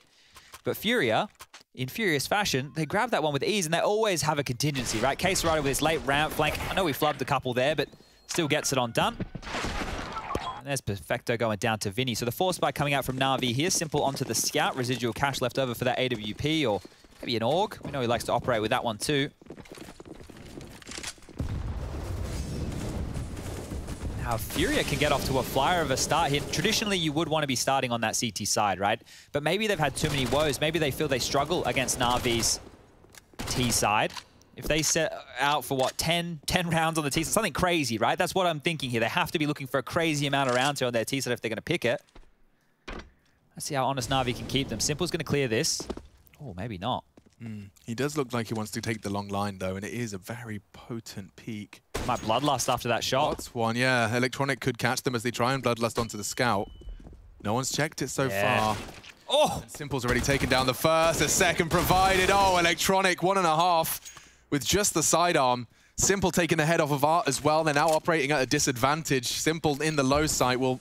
Look at him go. He's going back up to ramp, completely evaporate. Yeah, he wants to be an unknown entity again. Flamey's even pushing lobby with Perfecto and Boomich to call it clear. And this is so smart from Na'Vi. By taking this part of the map so early, they can now... Oh my god, is Simple going to be there before they cross? Crossing now. Oh, he's going to have a look. And that's a chance for Junior. It's the bomb, no less. And on the re-peek, he actually catches it. Brutality. They're about to lose 3 rifles. They're about to lose it all. Na'Vi are about to pick up a whole lot of momentum. There's 2 top ramp waiting for them. And Boomich is behind. Yeah, this is the end of this. Double TZ frag, not quite going to happen. Instead, Queserato given a chance, a little opportunity. Simple, not going to miss his shots, and just a complete nuisance. Great stuff from Na'Vi. They will turn that one on its head. The rifle's recovery, they don't get any. Oh, okay. That's actually not great. Oh, we were about to shower them in praise. There was AKs to be recovered, but not a single to show for it, so they'll have to spend all of their pennies. I wonder if Furia buy in here. They will. Interesting. So love this. Simple gets the frag. They don't check their corners. Lazy clears, as it used to be referred to. Yeah, and I wasn't certain the Bloodlust was going to happen there, but you could see exactly why they might overlook an area like that. If someone's leering so far forward, you're not going to think the safety net's standing by. Force by. And Queserado drops something. He's just operating with a Glock here, so has to pick up a drop weapon or something from one of his teammates' corpses as this one continues. There's the man with the plan, sneaking through the smoke. Look at the pressure on Flamey. Yeah, he's not ready for that, but he does get away. Simple to rotate in. Very predictable rotations from Na'Vi, and he doesn't want to succumb to an early push. So they've got ramp control. And they forced 2 players to lower. Flamey dropped. Boomich is down there as well. Flamey's actually going to jiggle for an incendiary. This is cool. He hears them. Still doesn't drop it. Okay. Flamey thinks better of the incendiary and instead will just opt for this line, but they're walking in and clean as you like. Flamey takes 2 heads, make it 3 as well, just handing out some new haircuts, fresh fades for Furia. And there you have it, no one's going down. Not today, even if they on and knife each other. So regardless of the absent recovered weapons, Furia's force falls flat. Na'Vi going to start building a bank and building a little bit of a lead. Yeah, this one's going to be rough for Furia, because I was getting us all amped about, them picking the T side. Surely they've got a game plan. Well, the immediate force by loss, and then into this. Nightmare fuel. Flamey's copping a bit of the community criticism at the moment, the poor kid. A lot of people seeing he might be on the way out the door with Bit taking up more and more maps. So any big performances from Flamey are going to help, well, to not fan those flames. Yeah, I mean, just from the human standpoint, I think it's probably going to light a fire underneath you, you know? Like, that was something that I could always, and I think everyone can see the benefits of in a competitive team environment when you've been doing the same thing with the same people for so long. You know, it's the Astralis Zipex conversation of, dude, you got to step it up, otherwise we're going to replace you. And you know, sometimes that's what you need, a new fire lit beneath you. And this environment's actually a pretty good one to have that, right? Because it's not just like, hey, Flamey, we have to talk. You're gone, bro. We already brought in a new player. It's, we have somebody else. We'll use him. And he's hungrier than you. Yeah. And he's working harder than you. And all of those things are going to lead to either, you know, they have a better replacement, or you step your game up to be the hero that lifted that Katowice trophy in 2020. And they come. And it's as easy as that. No bomb plant to be seen. Not even a frag, because he has all the time in the world to cock that dig. Na'Vi post 3. A lot of faith from Perfecto and his teammates right there. I know we were talking about other bits and bobs, but the fact that he's looking straight at the ground, being anti-flash on top of the silo, one of the most exposed positions in the entire bomb You could be vulnerable to a very embarrassing replay. Yeah, especially if your teammate just walks away and doesn't communicate it. It's like, oh, hey, thanks, man. But the guns will come back on out. Furia finally got a chance to be threatening again. Now let's see. What is the game plan? What is the change-up? Flash Simple's crossed. He's only got the scout. A bonus round of sorts here. I feel he only needs the scout. This man peering over the monitor there like a bit of a steering wheel, doesn't it? Flame, you're going to be tested again. They really want to pressure him. Does drop off. The fact he's not gone down, though, is crucial. Wow, Art taking some liberties. Simple's not expecting that. Oh! He still hits it! Quick scope into the Deagle. Disaster for Furia. That was supposed to be the punish. That was supposed to be the scout. It's not a pea shooter, though. Knocking their head off. They lose 2 to Simple. Oh, you look flustered and overwhelmed and still manages to pull off a play like that. Furia are now stalled on out. You've got a lot of territory, but what are you going to do with it? Breaching that top ladder position, never easy. I don't hate yard to main to top. Oh, they're not going to get a chance. These two, Electronic and Flamey, and that's the back. bomb. Yeah, Junior's parked the bus here. Chances for a double swing. If they trade, it's a round over. Flamey might walk into his crosshair. Yeah, but Electronic in such a good position to catch the trade. Junior's knife out and just around the corner in time. This is an intense set. He's been spotted now. Circumstances favor Furia now. One more ramp. He knows it. And falls out. Junior's to take that space 25 back. seconds. Yeah, I think they want to go down. This is sketchy at best. They're trying to be quiet about it, but here they go. They have to. They have to with 15 seconds left. Electronics opted to deny the plan. T-Smoke's not going to help him out too much. And this... Oh, they spotted him. That's the bomb, though. Loose. The trade is there. If they could just get past Boomich. No time, no hope. They could even die after time here. K-Serato's hit a great shot. One more could be vulnerable. Don't want to lose your weapon, and they don't. But the bonus round is converted, and Na'Vi continue to nurture their CT side. All right, that one right there. Furia, they got stifled every direction they went. And like I said, having ladder base is really cool, but when you don't have pressure elsewhere on the map, you don't know what's been taken, you don't know where you can walk on into and sandwich a fight. Simple was pulling the pin on a nade as they swung. Yeah. Like, that's supposed to be insta-death. Yeah. How does he get 2? I have no idea. That was wild scenes. I'm not quite sure. Yeah. The kid's a robot. Completely caught out. Outclassed, outgunned, and look at the gap Boomich has got. He's going to catch a second. No, he's not. They're so low. Yuri put lower, 6 feet lower to be specific. Flamey pulls down here, right? Has secured that. Yeah, Simple is on ramp to receive. Just pivoting between the two. Double and single door. Shots exchanged. Art is out. They're into the site. Smoke will enable the plan. Juniors does not have the weapon for that duel. Does Flamey's not so at committed. all. And Flamey's fully out. Should be Art. Crucial frag. Electronic, however, takes back control of control. Uh-oh. Only Art with health. And he's lost his teammate already, so he'd have to hit the 1v3, and a good chance to do so. Single and Simple. Never mind. Sorry, it is Simple after all. He's gone and no-scoped him and dashed the dreams of the 1v3 instantaneously. 5 for Na'Vi. They've got close to 10 grand now in their bank accounts. They are starting to just build interest. Furia's first time out. Now, let's not forget, Chad, and you set the scene so perfectly. You're pretty good at this. It's nice to have you here. Thank you. But Furia, you know, like they have picked T's side. They wanted to be setting the pace.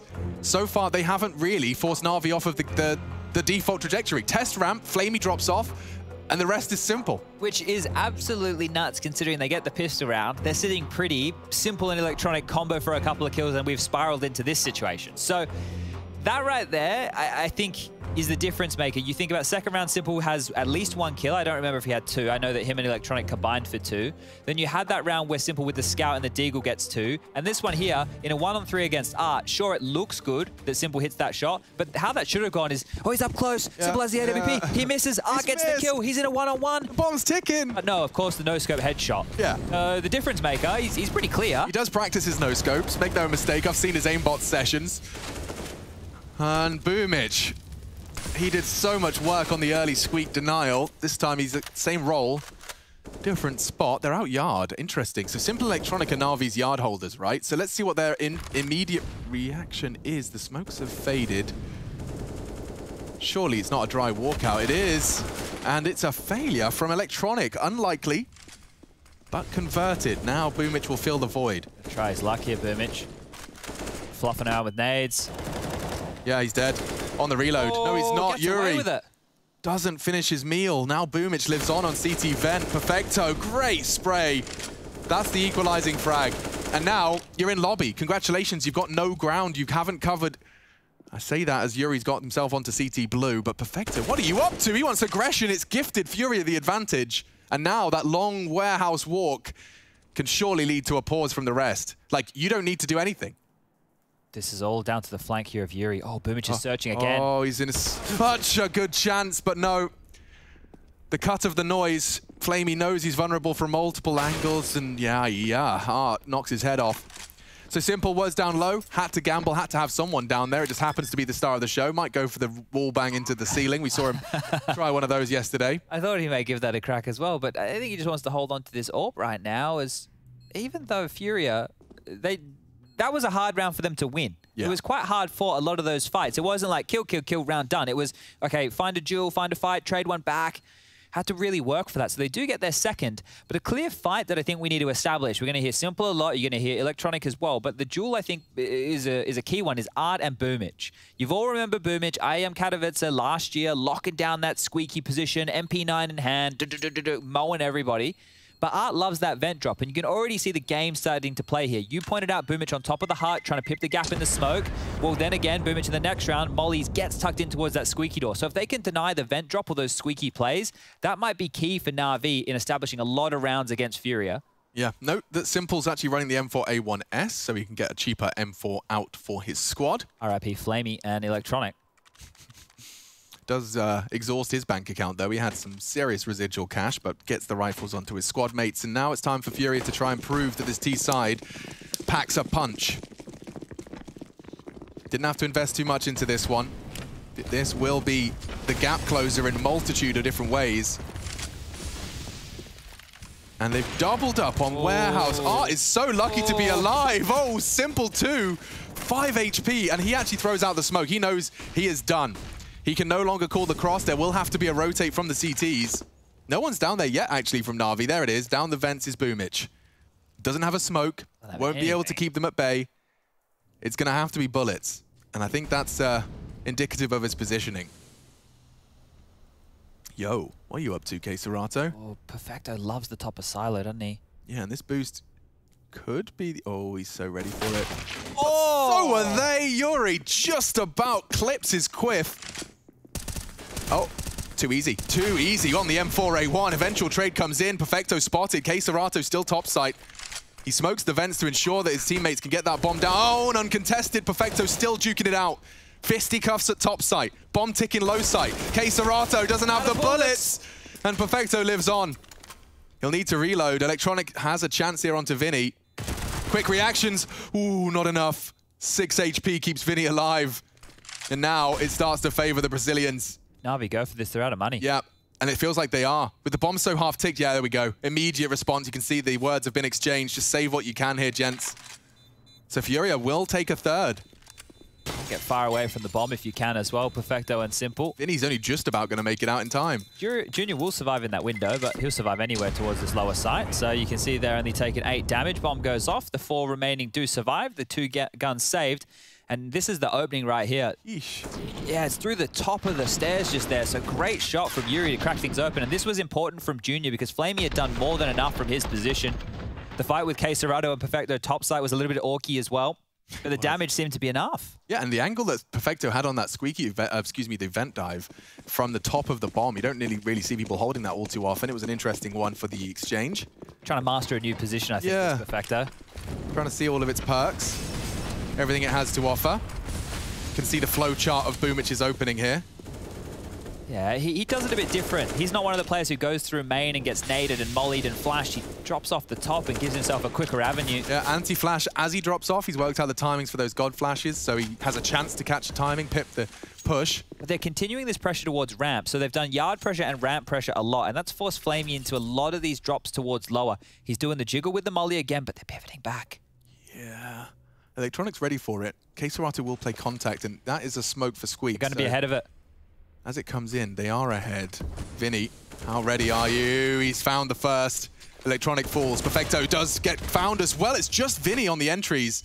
And just like that, another T round likely to be secured here. Has to be another save, right? This is just the Na'Vi classic. They will be saving again, and maybe, just maybe, that is the big reason Furia picked this map, because you can force Na'Vi if they start on the CT side to go for a lot more saves as they would if they were on the CT side second, right? Because they have to start going for more retakes. Hang on. So if you can keep them in this position where, oh, they lose the site or an opening kill, we lock them out, they have to save, maybe that's where you can stifle them. It's difficult to do. Obviously, Na'Vi, it seems so absurd to me to be talking about Na'Vi and a team who picks Nuke. Like, Na'Vi used to be a team who didn't play Nuke. Now they're a team who doesn't play Vertigo. Yeah. They didn't play Cache for a while there as well. The Cache permaban, then Cache got removed. Yeah, now most teams, or all teams, have to have a 6-map pool, right? It's not like it used to be where teams had 5 and then there was a weak one that they could get punished. Now it's like teams have pretty strong or a decent field of 6 maps. They obviously have the tiers in which they prefer. Would you agree that Nuke is one of the maps that's got the most tactical depth in 2021? Ooh, I think that we see on a daily basis, right? Because you see so many different variations of outside smokes alone, right? There is at least 4 to 5 variations that you can all recite or remember, just basic. And then on top of those smokes, different ways of throwing I haven't seen many walls of smokes from Furia. Worth mentioning at 10 rounds in, wouldn't you say? Strangely enough as well, they've done certain smokes and left key areas open. So maybe that's part of their kooky game There's plan. the cross smoke. That's one of the 3. That's all they use. They just want to cross red, keep it chill. Simple doesn't have info yet. He's calling the crosses clear, but you might suspect it's something else. Yeah, in fact, he's heading ramp because there isn't additional smokes.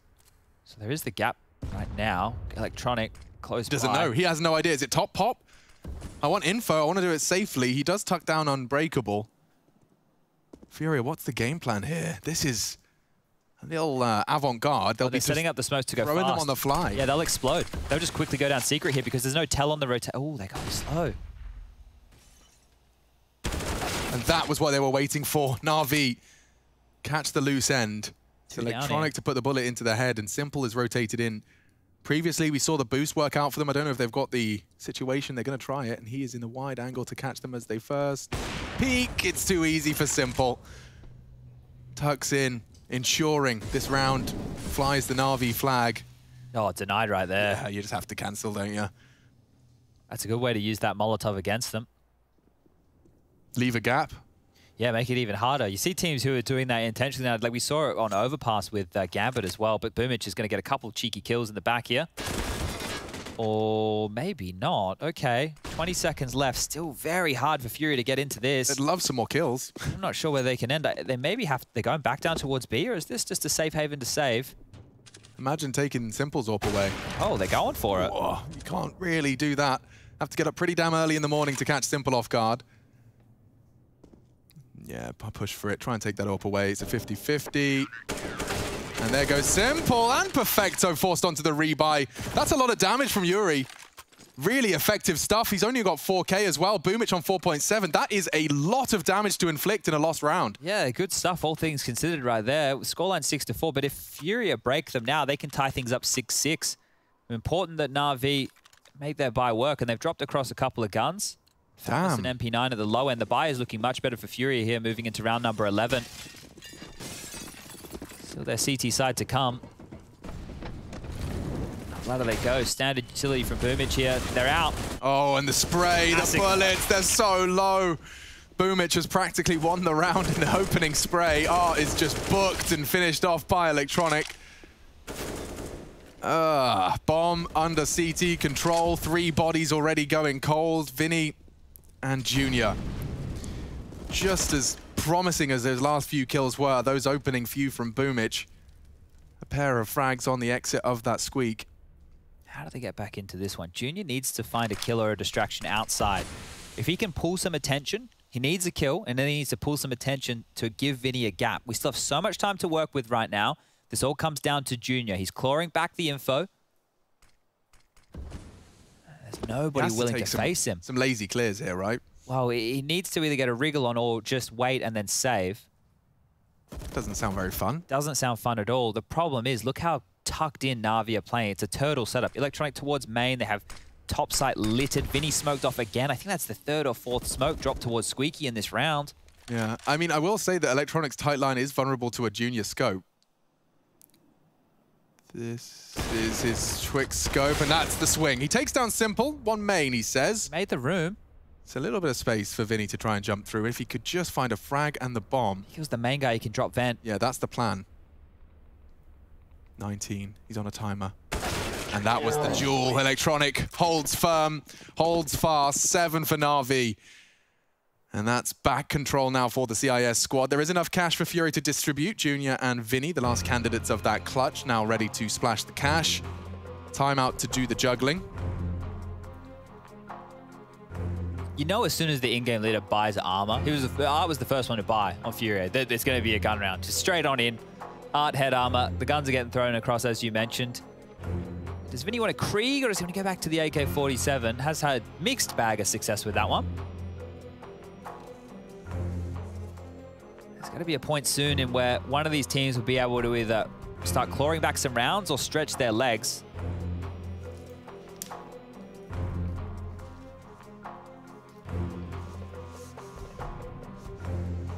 All right, well, the timeout's been called. What are they going to do off the back of this Fury? They've been denied by Boomich time and time again when they try and get down these vents.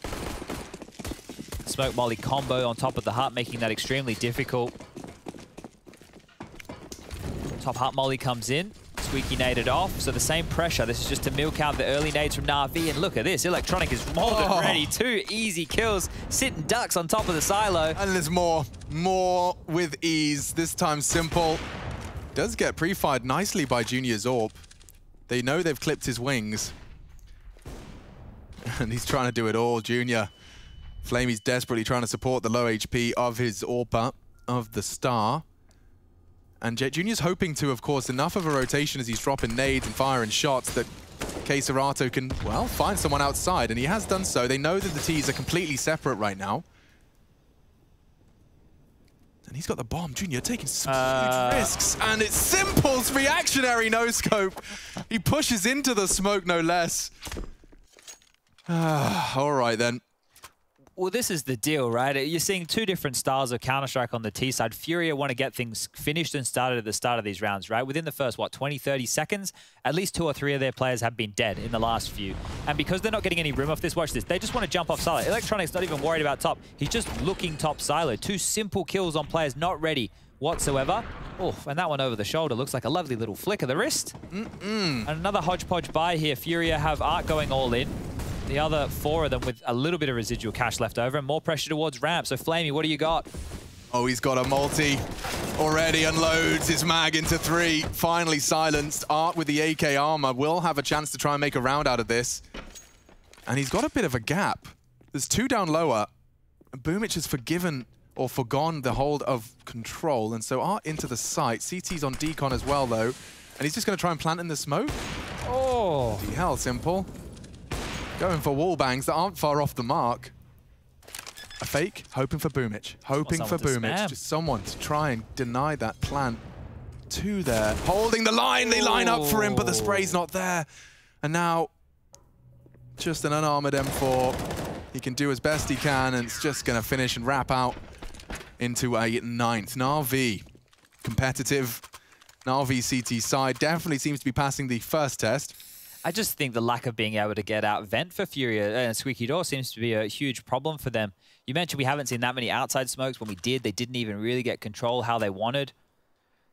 But like, yeah, even just throwing the outside smokes and having Electronics having to unload his mag from main, he's looking that way, Simple's trying to put shots over the smoke and get info. That would keep two very good players very busy. Yeah, Furia just with this really fast pace like to take the fights, and once again, lots of noise. Hello, Boomich. This time the denial of those squeaky hijinks has been quashed.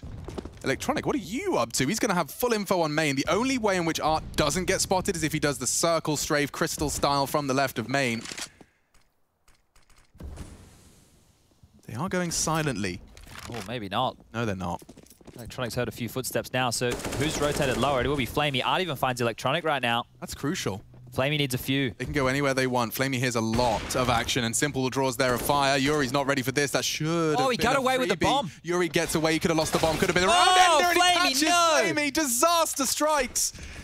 Oh, he was the crucial linchpin to their defense. I think they're going to go back towards the top side right now. You can see them pivoting around to the vents, maybe just through decon. Okay, the safe route, no risks taken. Oh, that one. That could very easily have gone so wrong. Yeah, Yuri, you pointed it out. That was the bomb exposed and on his own. Had he gone down a different round instead, though, the bomb planted safe, and they will be saving. 9 to 5. It's never easy, is it? Never easy. Have to work really hard for these rounds, Furia.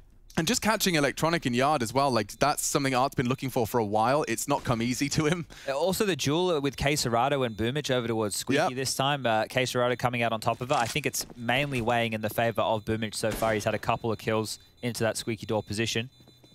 But that's a big one, and a much needed one for Furia. 6 on the half. That is a really good T-half, all things considered. If they can get there, just one more to do so. Sees the legs for days there, does Art, and yeah, simple stuff. So having the players be loud, straight down secret, probably baits them in, draws them in, so that Electronic has to peek, has to do something. Double AWP now. Flamey's brought out the secondary AWP to hold on towards ramp. Well, that will definitely give them that early info. You're not going to have the cagey, jiggly, incendiary defense. Let's see the typical Boomich start. Molly, turn anti, drop, and spray. He loves it. Straight in towards the cross. Yeah, he's been spotted this time by K-Serato. The smoke bails him out of trouble. Oh. He wants him. So hungry for the spray. Just can't quite put them in the right direction. Again, with this Furia crossing just a little bit on the fly, a little bit messy, and just above the smokes from heaven, they could strike. Oh, Junior's hanging around. They've created a gap just for this, but Electronic with his very passive line on Garage. Bang, no, doesn't even pull the trigger, but does have info. 2 watching yard. Electronic near credit card. Vinny trying to master game this, and he's done a lot of damage to Electronic there. It's Boomich, however, that denies. Oh. Perfecto provides, looking like 10. Just K-Serato and no bomb for him. Perfecto's giving him nothing. Nothing. Despite the damage they've inflicted, it's just near impossible to find a way back in for K-Serato. So, bomb's secret. Boomich knows that. He's completely let him go and have the freedom to pick that up, but he'd have to get through Perfecto and Electronic's yard I can't see hold. how he wins this round.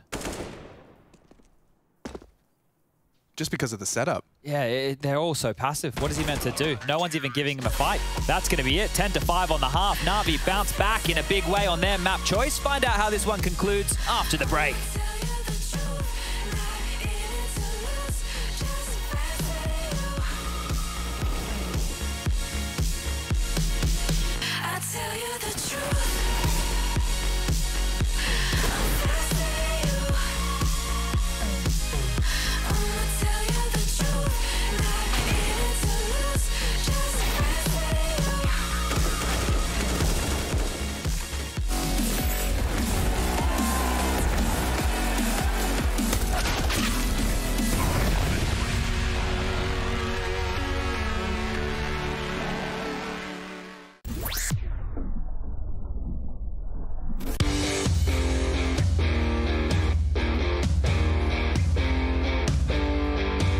Hey Future Pros!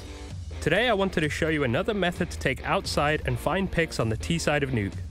This execute will obstruct a lot of vision from the CTs and possibly force a warehouse player out into the open for a fairly easy pick. For this execute, you will need 4 Future Pros along with 3 smokes, 2 mollies and 2 HEs. Future Pro 1, you'll be throwing the bottom hell window smoke. To throw this smoke, hop into this corner. Aim at the top of this pipe vent and slightly to the right of the line. Run forward and jumping through the smoke as you get close to the wall in front. Save your molly as you can use this to block off secret as you spend more time outside. Future Pro number 2, you only have a warehouse smoke to throw, so don't mess it up. To throw the warehouse smoke, look into the center of this wall. Aim at the bracket on the silo, then jump throw the smoke. After this, head into lobby and hold off any pushes. Future Pro number 3, you'll be throwing the A main smoke, mollying secret, and saving a HE for CT red. To throw your smoke, position yourself so half of this vent is cut off by the wall. Aim to the top of the cables, run forward and throw the smoke just before hitting the box. Then clear some close angles and hop onto this box. From here you can throw a molly to cover secret and hold the push. If you feel like it, throw your HE to CT red with Future Pro 4. Future Pro number 4, you'll be throwing the CT red molly along with a HE. To throw your molly, wait for the warehouse smoke to bloom, then make your way into this gap. Aim at the lower corner of the garage door and jump throw the molly. This will land behind CT red and possibly cause a counter terrorist to rotate back towards the ladder area. After this, running throw your HE behind CT red as you could get some chip damage on the rotating player. Then have Future Pro 1 boost you behind T-Red, and if you're quick enough you should be able to catch any CT trying to get up from warehouse to ladder. And that's about it. This execute is a nice way to find a pick outside. If you have confidence in your aim, I have no doubt you should be able to catch CT player out.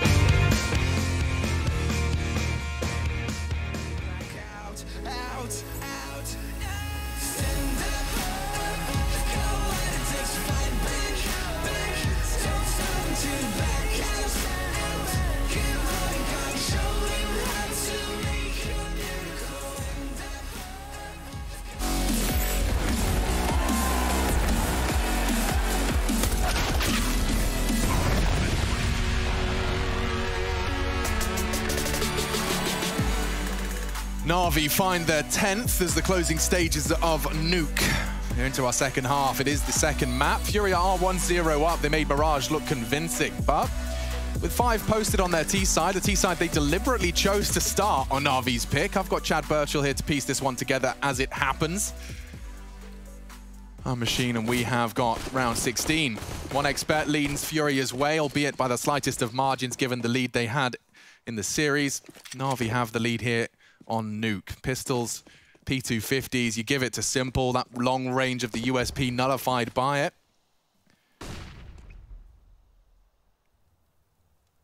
Oh, lurk smoke straight into main. Look at Boomage. Oh, the burst fire, you absolute madman. Don't see that every day, and Junior's gonna be having his world rocked. Simple tucked in on red to catch her unsuspecting Yuri on the rotate out of warehouse. The timing from him seems impeccable. And the bomb's already ticking. Yuri not ready. Neither is his friend. Oh, the element of surprise, and he's going to have a second. Vinny's reaction is there. But the kit isn't. Electronic tapped away at. Into the site. Time's just not on their side. They'd need to be defusing in the next 5 seconds. And Art's gone down. Running out of opportunities, running out of players to throw into the meat. More burst fire frags. As another body drops, so does the round. Na'Vi, quick 11th. Oh, that little slime maneuver right there. It's not as simple as a player just walking through a smoke. If you notice the routing that Simple took right there, does that little jump peek on the corner of red to make sure that there's nobody, or if there is, they can start picking his line, gives Boomage the chance to slip in through his own smoke, straight into main. And Na'Vi with 11, I think right now, I said to you before, I was like, I still feel like Fury can win it. I don't anymore. That was it? That was all you needed? That was all I needed. That was all I needed. Because now, Na'Vi, if they convert this one against the force of Furia, we're going down the Gurgler. It's going to be fast top, straight out the hut. Super fast top. Let's see if Fury can pass their test. Already. A couple of Deagles fill the feed, but it's quick from Perfecto. Quick adjustment, Heaven neutralized. Art rotating, Vinny tries his best, but it's not enough with the MP7. Needed more out of him. And now, yeah, just not the weapon for the job, Junior. You'd have to somehow, some way... what about a one-way? Art has it. They're going to double peek instead. Baits the shot, but the bomb is down. Art is down, and they know exactly where you are. NT's in the chat. Junior is not interested. He's going to see if he can hold on to this Deagle and Scout here. Do Na'Vi want to hunt this? Make their life a lot easier in the following round if they can do so. Boomich still just looking towards Heaven. Perfecto starting to back off now. Simple wanting to hold on to the Galil. So they walk away with one. It was a bit of a messy start. And that's the thing, right? On these anti-eco rounds, you can go slow. You get tagged by Scout. You can go fast. You got to run in through the gauntlet. Well, they went for option B, and they passed the test. And they will be holding on to that. So Simple's out of there. He's got the AK. Perfecto found that Galil. Boomich just with the Mac 10. And there it is. So Furia will have that Scout. The Deagle will be dropped across as well. Not the easiest of rounds for Na'Vi to get past. It would have been nice if it was just these USPs, but this second one here from Perfecto is great. Shot at as well. I'll be honest, I think Vinny had a real opportunity on this frag, but Perfecto denied that as well. Like, you had 2 bodies, you had an MP7, one of the bigger weapons you brought into that round, and now, well, this one is going to be quite the opposite. Furia, Desert Eagles, some peanuts, a couple of pork scratchings. They did invest into 2 extra P250s, so maybe. But not likely. But you're maybe back in your pocket for now, Chad. Not likely. Ah, and there goes the flash, the nade, the P250 are caught. And off they go. Boomich, such a nuisance. He's got that flare about him. He's already underneath you. Junior, you don't get long. Oh, he actually gets info. What a dream. But no, never mind. Still knife out. Boomich so quick. And you want lobby, that's fine. Perfecto will deny it from T-Spawn. K-Serato's been loud about his ascent, so he's on notice. This is less about the round now. It's more just about survival. Oh, you know what's going on here. So loud about it. K-Serato just wants the trade. Just give me something. He lost him. Perfecto slips the net. Oh, this is a dead K-Serato, I reckon. Nice. Oh, 16 for Perfecto. He has only died 4 times so far. Am I reading that correctly? Yeah, what the bloody hell? 16 and 4, that's a KD and a half. Yeah, he's having a good time of it, is Perfecto. 80 and 4, you take those. Well, the guns are out, Alex, and this is it. If Furia drop this one, well, max loss bonus next round. You know how the story goes from there. I do. And I'm just quickly checking top right overpass as our 3rd. Intriguing. It will be back in the server for that one. That's true. Flamey's been here for his redemption song. Keeping up with the pack. It feels like the top pop. Same utility thrown, but this time the toes. Art punishes Boomich. Shoes knocked off.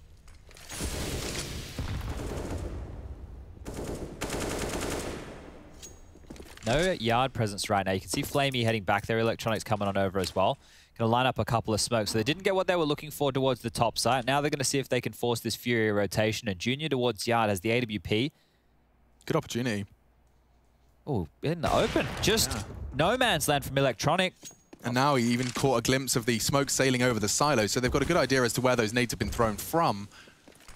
They're all behind it as well. Do they want to use this to slip into warehouse? They could also go down secret, and the 3rd option peering through those smokes in towards main. Where are you going, Yuri? He's trying to look for those feet. Now, we've seen this before. Tabson loves doing that. If there is a gap with the smoke, reconsiders it. And Na'Vi just stand and wait. Yeah, I mean, they're just hoping that this frag onto Yuri comes clean. It's actually quite a powerful little angle he's got there. As they hug that main wall, as soon as... Oh, the jiggle. Spotted out. And now Na'Vi's cut of noise hasn't rendered them too much control. Here comes a chance for Yuri and catching them completely off guard. Just Flamey and Simple left to try and make an impossible round possible, but with 20 seconds, already lobby control relinquished. I think they're accepting their fate. Simple hits his crouch key and starts talking shop about the next round to come. Oh. Flamey. Almost caught sleeping. You can see his reaction was a little bit late just there. I think it might have been a glance towards the mini-map as the peak came in. Does well to find his shot and, indeed, save his rifle. Ooh, you could spam through there with a Deagle or a Scout, maybe even an AWP. Didn't have any of those. So Furia, they managed to grab a round here in the second half of play. Try not to sound too surprised. Well, it's hard to see a comeback at this juncture now. Na'Vi yesterday had Cloud9 come back against them on overpass, and we went to overtime. So they're not a team who necessarily closes straight away at Na'Vi. Fury need to get a bunch more, let's say 4 more. We'll keep using the rule, the double digits, before we get too excited out here. More of the same play. Art sees the smokes coming over, throws out his own utility to dissuade and dismantle this push. Interesting angle. Yeah, but Junior's actually managed to pip the smoke. Little bit of a gap. Electronic had a creek. He was planning to work his magic, and now Boomich is in trouble. His favorite spot on the map, knocked off it now. How'd he get away? Is practically a 3 versus 5 now. Poor Boomich will have to try and sell something. He's just going to be a later rival, if anything else. Doing his best to sell it. Could have very well gone down on the jump as well. So Art's keeping him honest. Despite all this util being dumped, it's a pretty apparent fake. They're putting pressure on ramp right now. Yeah, and Vinny has the perfect weapon for the job. Lots of scope rifles in play over the course of these series so far. And it's going to be a pop as it fades. He has to turn. Oh, he's fighting. Oh, they actually flashed themselves. And it's just enough time for Vinny to get his aim in the right place. Flamey denies. 4 on 4. Yeah. That's not the hit, though. It seems they're returning to lobby. K-Serato all on own with a very aggressive stance. Oh, no. Flamey, what a frag. That's going to change the pace. They're using Squeaky. Junior hits the crucial flick. Art's provided from main. Only 20 seconds now for the 2 that do remain. Down the vent. It's quick. Chopping and changing all the time. Flamey with another impact frag. Yuri's still here. He's having a game, is Flamey. 10 seconds, he knows they're flustered, and he gets the bomb loose. Flamey would need the frag, he can't find it. Denied by Yuri. Furia string together a couple here. Costly though, wasn't it? It looked like it was too good after that early kill, the damage onto Boomich, and they still managed to get a couple kills back off of it. That actually sounds like a meme. I don't normally share the tech timeout reason. Vinny just said, my S broke, which is hilarious considering it's Furia we're talking about. Didn't know they had an S key. I honestly didn't know it was bound, so apparently they need it. Oh, well, this one it should be quick. He just needs to switch a keyboard, so that one's quite easy to do, let me tell you from my recent experience. Oh, Chad. I've gone through more keyboards in the last couple of weeks than I think I have in the rest of my life. The smoothie debacle. Like the smoothie one, it was just like, look, it was everybody at home, it was a brand new keyboard, right? Normally when I game and I play Counter-Strike, I have the monitor in my face. I was in the middle of a call, I was on a meeting, so I had the monitor pushed all the way back in podcast formation, smoothie there. You know, I get quite passionate when I'm on these calls. I knocked the smoothie into the keyboard, but here's the bit which really gets it. So I'm on the call. There's only a little bit of smoothie in the space bar. That's all right. Yeah. I can take that out, clean that little area. I lift the keyboard up, turn it upside down so no smoothie runs into the keyboard. When I've done that maneuver, I've dropped the keyboard directly on the table into all the smoothie. Just to ensure that every item of circuitry is now smothered in smoothie, fruit. So what happened at that point was I got really, really sad and mad at myself, and I unplugged it. Yeah. Wait, no, I finished the call first. Then I unplugged it, wrapped the cable around it, put it in the bin. I didn't even get to play a game with it. That was the first time I'd used it. The only experience we had of Chad's experience was I've dropped the smoothie in my keyboard, and then about 10 minutes of silence followed by user is disconnected from your channel. I ordered another one straight away, but it feels so horrible. Oh, I'm so sad. Honestly, it's a nightmare for everyone. Every gamer has experienced that. They're putting their keyboard in rice. I was about to say milk. I wouldn't advise that. That's probably not going to dry it out.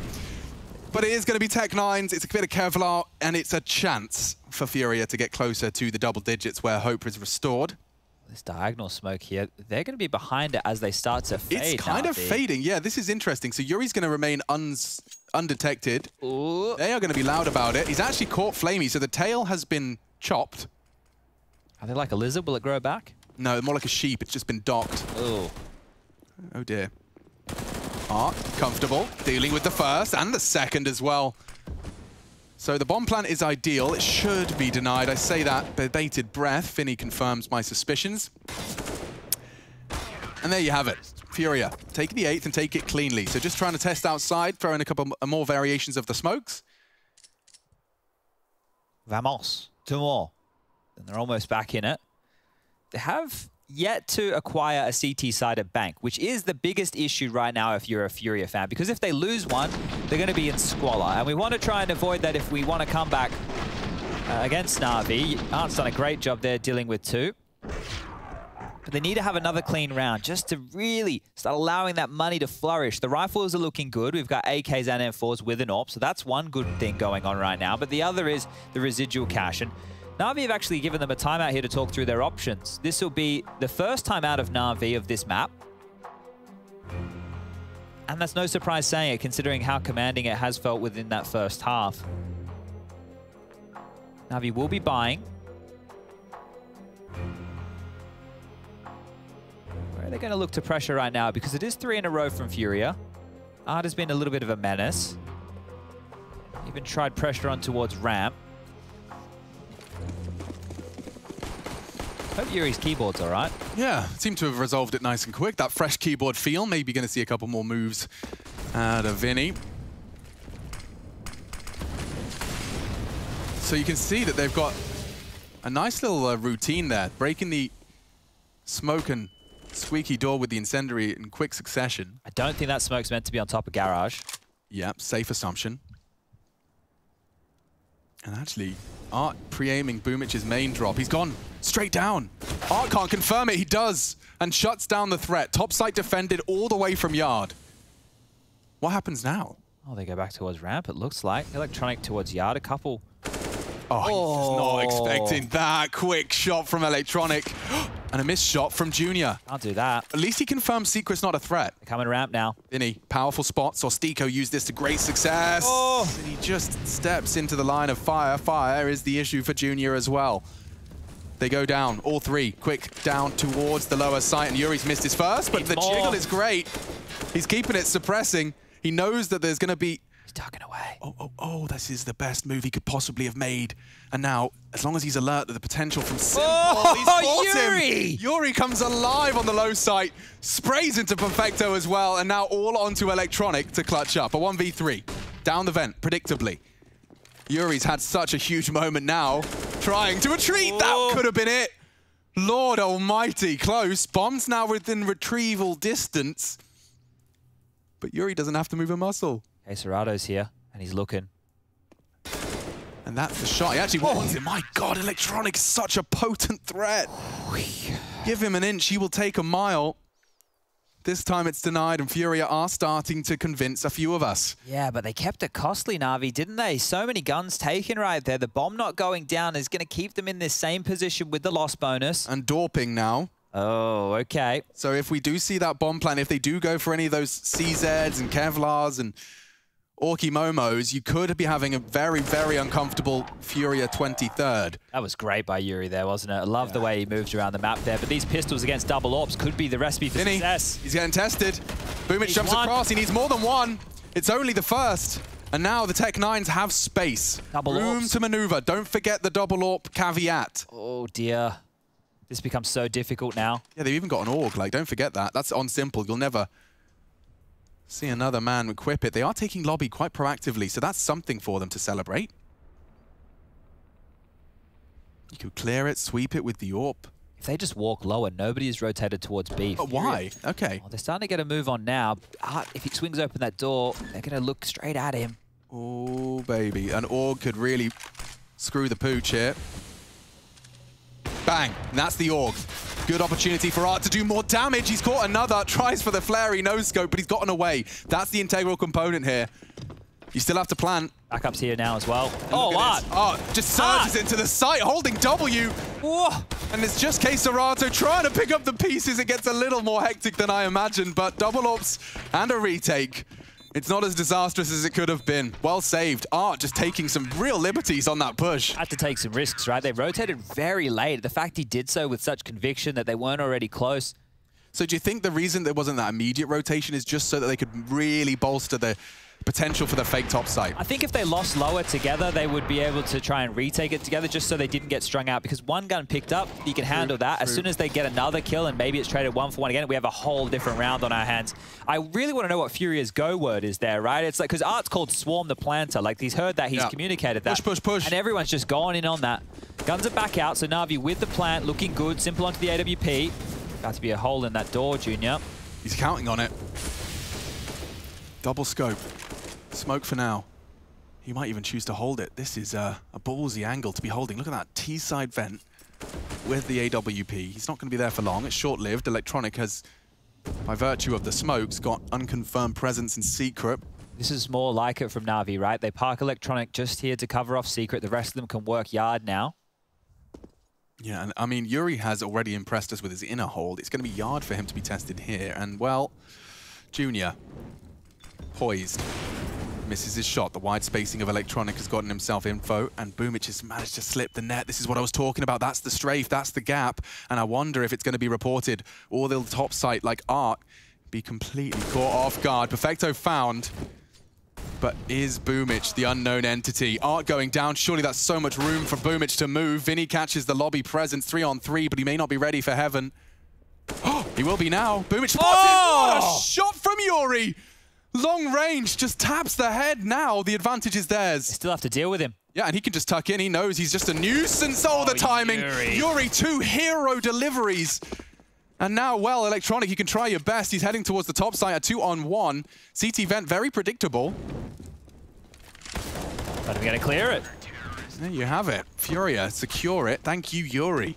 Good stuff from Yuri, right? He gets a kill in lobby, then moves back to somewhere more passive. So Electronic's thinking, yeah, they probably still have lobby control. They're not helping their yard defender. And now the scoreline, wow, I wasn't convinced before. 13-11. Money still in the middle of the ground here. I want to see this Boomich shot again. It was lovely, wasn't it? This is the push from Yuri, and that took a lot of pressure off. But this one, oh, just the pixels. And Electronic with 20 seconds left and no info lobby, like he made an assumption that they might be holding it from lobby, right? Squeaky, Hart, he had to operate under some assumptions there and it just was not the to be. But Furia starting to convince. 11 now, and this has been a run of 6, I believe, on the CT side. So we saw the initial 3, yep, so 6-3 the half.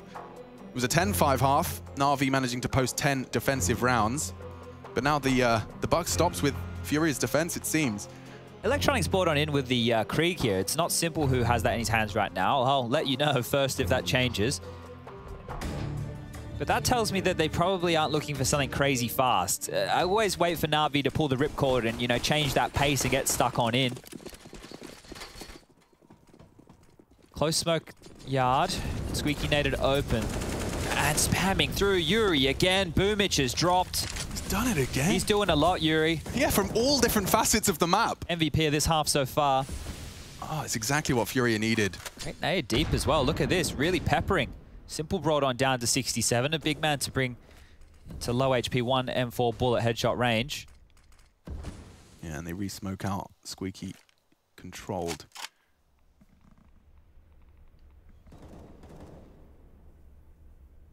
They can't be counting on Electronic's lurk here. He's going to have to be the last piece of the puzzle.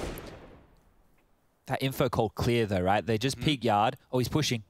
Was he pushing? No, hold your tongue. Okay. I thought he was getting excited. I see pins pulled. So what's Flamey got for us? Is that main? Where has that one landed? All right, they're just trying to sell something right now. It's front of Squeak. Yuri can freely hold this angle. Art's actually opted to go... Wait, Flamey just ducked the vents. Rush is struggling to keep track of this, as are we. So this is still bomb lobby. They've got one down lower. Peculiar turn of events. Electronic's now pushed up in main. Art's none the wiser. I think this is clear. Oh, that might burn him out. Yeah, he has to push. Oh! Despite it, through the fire and flames, Art has found his Dragon Force. And now it's all over. Flamey Red Rover has got 16 seconds. Junior confirms it. Furia find another 7 in a row for the CTs. I'm not sure what happened there, but Yuri smiled, and he was the one that threw that Molotov. I don't know if they were meaning to do that, but it worked out in a big way. Yeah. What a crazy play. So this is a CT molly. They assume, obviously, he's not swinging. He can't be in the molly, right? I'm not sure. Wow, that's tickled my pickle. Na'Vi. Down to pistols. Down to pistols, yeah, indeed. Honestly, I think he's used all of his good rounds. He's not allowed to have another one. Well, Yuri's back into You only get an allocated amount of good rounds, Yuri. Oh, yes. That's not the first time we've seen Electronic. Yeah, he seems to think he's got a gap when he doesn't. Boomich has got a gap. Oh, he doesn't. Have a look, Boomich, I dare ya. Hello. Cockney Art there. G'day, Governor. G'day, Governor. I just somehow massacred. G'day, Governor. Both languages. That's what they say in the Commonwealth. That is the one. G'day, Governor. Cuppa Fosters. How many Vinny gonna get this time? He's had a rough go of it on ramp. Oh, he's having a rough go of it again. dinked up, gets one, tries to recover for the second. Whatever you do, Junior, just don't get 1D'd. That's the only thing you've got to avoid. Looks like his shots grazed Perfecto, so he's not got a particularly functional health pool anymore. Furia locking down the passive lines. It's actually a good flash for Junior's angle. He's actually fallen even further back, so they are operating under the knowledge that Hell and Heaven are potentials. The wallbang's not far off. Junior has the luxury to just chill his beans. And that is a turnaround. He's picked up an M4. Art retaking ramp, though. And Perfecto confirms main is going to be holding at least one, if not two. There it is. Furia will find it eventually. 13-13. We're all tied up. Game's changed now, hasn't it? It really has, yeah. Furia, they posted, what, 5 T rounds? And now it's seeming like quite a damn good haul. Let's not forget, Na'Vi did find 3. Off the break. Pistol, its conversions. But since the weapons have come out, Furia have made a statement enough to convince us, the jury, the commentators and viewers alike. You at home. To be fair, Alex, Furia managed more T-side gun rounds in their half than what Na'Vi have.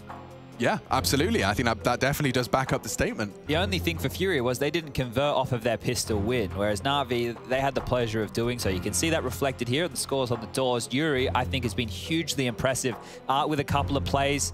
Vinny, Junior, and Quesarado have just been solid. They've been doing their jobs. On the other side of things, Boomich hasn't been able to get away with all of his crazy plays, right? He has somebody else just as crazy on the other side of the server. Quesarado kept a lid on Simple on Mirage as well in the head-to-head. So he's done his job. He put that star next to their name. Double AWPs. Simple doesn't have one. Back onto the Krieg.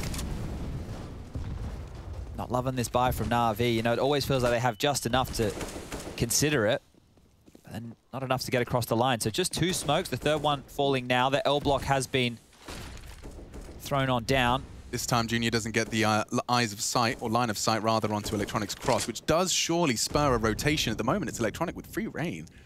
He hasn't been making so much noise about this, so if he does remain silent, he'll get a lot of info. Searching lobby now. Oh, they want to deny it all. Flame is on the roof. He has no idea. Pushing lobby. Like, he's hearing nades on top of the roof, that's info, but if there's no one home and they check it, different kettle of fish. Hard to clear now for Flamey if he goes back down that ladder. They're out yard. Electronic surging forward. Yuri's caught one. Boomich's adventure cut short. The bomb's yard too. Vinny Don't push the flames. Yeah, he's actually got a chance here. Soundcube, oh, and Yuri does it again. Shuts down 2 members of the Na'Vi squad. Electronic desperate to find a way back in. Junior's giving him nothing. Yuri, just by existing, is rotting that clock down now to 30 seconds. Electronic, he's being held. And Junior does not flinch. Pulls the trigger. 30 seconds, lads. You gotta find it. Just as Yuri adds another. All of these timings favor him just as they're looked away. Na'Vi completely dismantled by one man. Yuri does it again. Quesarado has been jiggle peeking Hut for the last 40 seconds. He hasn't had to do anything. This is Flamey's domain. We witnessed that so long ago. And Flamey's just out here towards yard. Sure, Art goes down. Not going to be too many dramas there. If they take him down after time, Alex, this is even worse. Oh, Flamey, you cannot die. He hasn't. That is huge. They even threw nades at him. If he lost that AK and everything after time, I couldn't even put it into Stick a fork in it, yeah. 14-13. Na'Vi have used 3 timeouts in their second half alone. They have 1 left. Yuri's dealt with all of these maneuvers. And I think the great thing is having so much faith in his teammate. The kill that Junior gets on that dead corpse on the left-hand side of Yuri's screen right there, that's him having confidence in his teammates to cover him on off. He is having a game, Yuri. Quesarado on map number 1, Yuri here on map number 2. You know he's a team player when he looks dejected after a spectacular round-winning 3K. Yeah, boys, I just won the round. Just wants to make sure he's made the comms and make sure the round is converted. Can't fault him. Look at this. 1 minute 35, Chad. They're already in trophy. Taking the fight. Oh, my Lord. Na'Vi, they could get pantsed here. Oh, they're touching in the smoke. They have no idea. In Hut.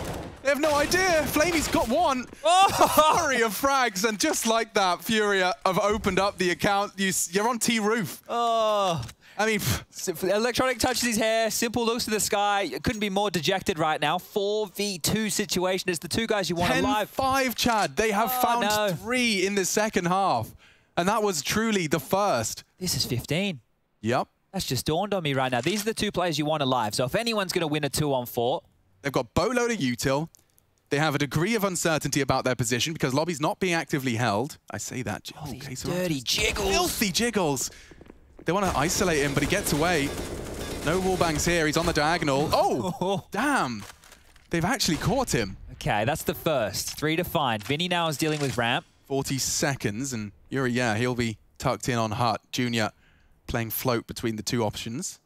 Oh, okay, so there is a slight walkout possibility, but Junior to respond to that. Util will force him off. 20 seconds. They're really hoping CT's just give him one. Just give him something. They heard the scope now. I think they'd love events. Oh, they've dived. They'd have, and the bomb plant, even Simple gets away scot-free. Vinny's dropping now. Bombs across. Electronics making it competitive. Winnable now. A 2 versus 4 becoming more and more competitive with every passing second to deny the 15th. Great flash. He's blind, but he holds the line. Holds the spray, needs a fresh mag. He's found it in time. Junior pulls the trigger, now Simple to clutch. Electronic has done enough. Smoke though, and he just lines his crosshair up. If you choose to hold that, you are a dead man. No, he waits for the steps. Metal steps is all he needs. Vinny fakes it out. Electronic and Simple doing it. Vinny's holding it. Oh, swaps for the M4, needs the bullet. Oh, no! They've denied it. Just holds it in the face of adversity. Simple. 2 bullets was all he needed. 1 more into the head of Vinny. Couldn't do it, couldn't cut it. Furia have series point. Oh my God, how close can it get? Look at this, let's see this again. 40 HP, he hits him down to 18. 1 more bullet. Oh, damn, calls the bluff. Look at that from Yuri, fired on up, but they need 1 more. We're straight back into it. I got goosebumps after that one, Chad. Let's see if we've got any more twists and turns. Can't believe they pulled that one off. Just an orchestra of ooze. Art. Oh, doesn't miss. Perfecto trying to bait the shot. That was as quick as he could get. Yuri, up to his usual antics in yard. Look at the angles he's responsible for. Is it credit card? Is it wide blue? Oh, it's credit card. Oh! It's been caught. Electronic pips the gap. Something short-lived. It's a very short-lived something. That was the only player that's really left spawn. And so for Flamey, still just doing his housekeeping, making sure lobby's tidy. It looks like they're dropping back towards yard, which could become a massive problem because once lobby gets quiet, they know ramp is already given on Art. Art is dropped towards lower. You can even go secret and stop all this. This double AWP crossfire, right? Junior can be spotting ramp. He can flick towards yard whenever the signal comes on through. And right here for Na'Vi, with 48 seconds left on the clock, they need to really start deciding where they want to finish. Bomb on the back is Simple, crossing towards secret now. There's nobody even watching this position. They have no idea. Now the footsteps are going to be heard. Art can pivot with the AWP. He's looking at them. He's ready. No, he's not. No, he's not. Still considering ramp. He's slipped into the site. The doors are open. So that's a line of sight that will remain open. Art has not done his... He's worried about both pressure points now. Okay, well, the steps will at least confirm his suspicions and even a lick of the flame. Nades hitting bodies. Catches the first as they swing open the door and trying to isolate. Even a quick flick into Boomich. He's surely a dead man walking. They're trying their best. He's going to finally fall. Now Boomich has bodyguarded the plant. No one's planning. It's over. Oh! No, he has and gets the bomb down. It's only onto Junior. Na'Vi have turned it around with scraps of health. They've got nothing to show for it, but holds the line. Simple has turned it around. Boomich with the impact, and we go again. It looked like it was all done. Look at their cash. Fury are broken. I can smell an overtime. Oh my God. Can we see that one again? What was Boomich doing in the site? He's just bouncing around. Art hit him twice there somehow. Yeah, I mean, they isolated him. It was the frags from Boomich onto Decon that denied the stop. So here's Boomich. 5 seconds. Look at this. 5 seconds. He catches Vinny. They were just so desperate to deny them. Oh my God. He provides crucial fragging from Boomich. The rest just a formality. Unbelievable scenes. Na'Vi.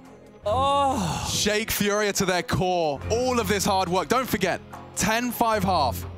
Furia have found 10 of their own, but now the 11th, the elusive 11th. I thought there was no way Simple would be getting the bomb down with so many players around there. I didn't think there was any way. How did Boomich defend from all those angles? And that quick strafe, you know, he saves himself, but they had 15 health between the two of them. Oh, look at this the streak of rounds as well. Okay, well, we were bound to see some Na'Vi heroes. Oh, okay. One more for overtime, or Furia take it 2-0. This one's delivering. Shotgun for Queserado, MP9 for Art, Ort for Junior. You try anything fast, that alligator will snack on you. Remnants of Handy. Oh. What? Oh, I thought Art got blocked there. Could have been the end of him. Can't falter to something like that. They know where Boomich is. He's even got a little gap on the ladder. So good movement from Art. He reveals his location as he drops the smoke. And here comes Boomich off a flash. The shotgun's great. It's actually perfect for the job. He finds one. Oh! And another from the alligator. Jumps its jaws down onto Boomich. Simple's left alone. Furia found all the frags necessary. It's only Simple. They can do this in 2. Those shots aren't close. He's so close. But it's held by Junior. Furia, they weather the storm and take Na'Vi down a notch. For the first time, Furia have beaten Na'Vi.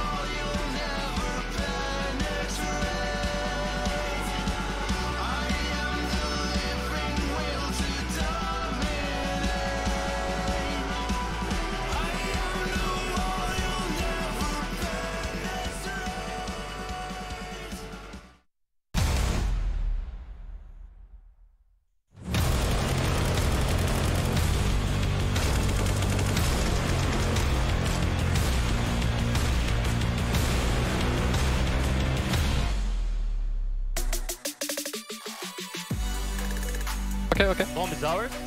No, no. Nice! Vamos, caralho!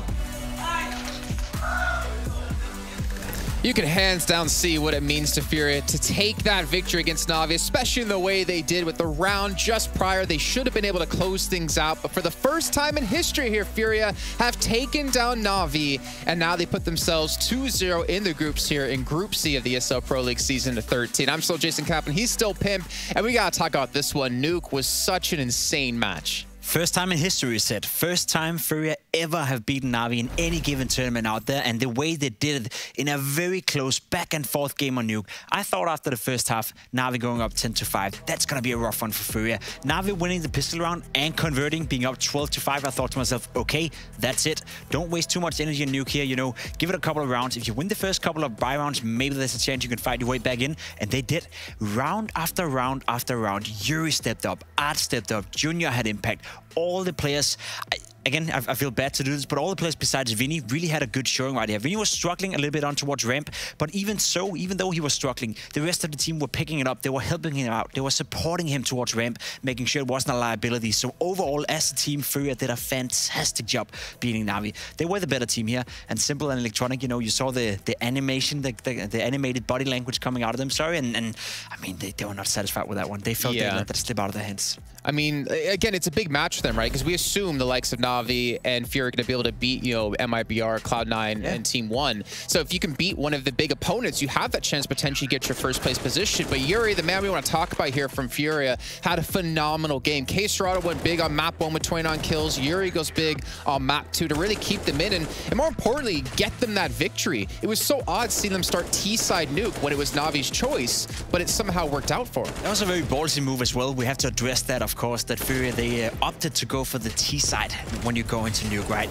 Normal, 9 out of 10 cases, you go for the CT side. You make sure you start out, get a good start here. But Furia is a team, you know, they want to dictate the pace. We can probably talk to one of the players and ask them why that is, but I can imagine they wanted to dictate the pace. They wanted to control how fast this game was being played out. And in the beginning, it was 6-4, and they were looking all right. But unfortunately for them, Simple and the rest of Na'Vi were doing a good job. They were shutting it down. Flamey as well, having a good game. Yeah, actually, speaking of Flamey, we want to take a look at Bit versus Flamey, because we obviously had Bit playing on Mirage and Flamey coming in for Nuke. And Flamey did a fantastic job, actually putting up some pretty damn big numbers. You can see the ADR is still going to be favoring him, but I still feel like it's harsh to kind of necessarily rate Flamey better, because obviously they got way more rounds when it came to Nuke than they did on Mirage, right? So his stats should reflect that, but he was, I believe, top fragging for the team. He was top fragging, and I think Flamey held up to his own, especially on the T side. He found a lot of the impact frags. There was a couple of rounds where Na'Vi didn't win, despite Flamey doing everything he could in his power to make sure they even had a chance to win them. So I think, you know, just judged off today, sure, Flamey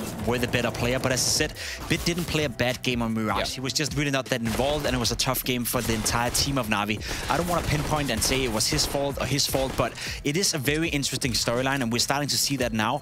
Bit is being more and more integrated in towards this Na'Vi lineup, and if I'm Na'Vi right now, I'm probably going to stick with a 5-man roster at some point. Question is for how long and who's it going to be with. I think right now these two players in Flamey and Bit, they're competing to who's going to stay within the lineup, and Flamey, I guess he gave, you know, a bit of competition here at least. Yeah, and it's good to see them kind of push each other to improve and obviously compete for that spot. But now we want to talk to Art. We want to talk to Furia, and I guarantee as we bring him in, he should have a massive smile on his face, because that was a phenomenal victory. I got to ask you off the bat here, just to jump into this. How does it feel to finally take a map and finally beat Na'Vi?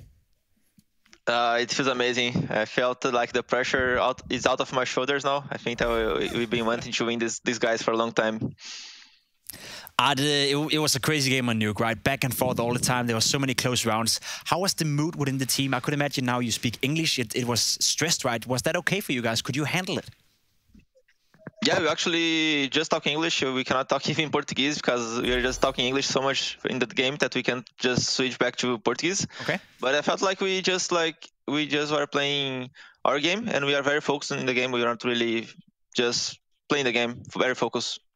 I don't often do this, but I want to ask you about a specific round. I believe the scoreline was 13-13. You're standing towards the door, and all of a sudden Yuri is Molotoving you, and you run through the Molotov. Can you try to explain me and explain the viewers what the hell happened? I don't think Yuri knew that I was there. I think he thought I was Vance, or I don't know. Maybe he tried to kick the molly into the door. Okay. I don't know. I just saw the molly coming, and I see that it's gonna go bad, so I just pushed before the molly pops, and I got 2 lucky kills. Yeah, well, 2 good kills, if you ask me. Now, Furia, you're up 2-0 now in this group, right? And you already beat Na'Vi, and to be reasonable, you have 2 of the less good opponents by paper left. Do you guys believe you can win the group now? Yeah, I think we have a shot now. I think we are like in the drive seat. It's going to be tough. I think every team we're going to face is going to be a good opponent. Nobody is playing bad right now. And Gambit and even my BR tomorrow is going to be a very tense game. All right, we have to ask you, and we're kind of wondering what went down when it came to this. We even heard Sponge and Machine talk about it. You guys chose T-side nuke. Why? I guess it's based more in our history playing Na'Vi. I think when we start CT, we kind of struggle with the rounds a lot. We have trouble doing like chain rounds in a row.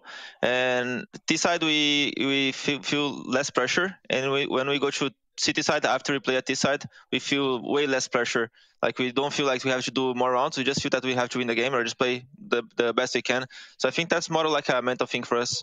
And did it actually pay off when it came to the game? Do you guys feel like you were a lot more calm then? Yeah, definitely. Okay. We did like 10 rounds in a row, maybe something like that. I think that's pay off. All right, then last question here. Mirage, after you guys went into that map, you had 10-5 in the first half. Did it take extra pressure off your shoulders at the time to beat Na'Vi there and get a map victory and finally be able to beat them in a map, let alone the series? I guess not. I think every map that we play is different. I felt like we felt the pressure in Nuke the same way we would feel if we lost the first map. I think it's more just how you got more confidence in the first map going into the second one. So after we could do like 10 rounds in a row on Mirage City, we felt that we could do the same as Nuke City, and it works. So the pressure was lower for sure. That's fantastic to hear, and we're obviously very happy for you guys to be able to break the curse and beat Na'Vi, and we want to let you go and celebrate with your team. So thank you very much for joining us, and congratulations on the victory. Thank you. Bora, Brasileirinho. Obrigado.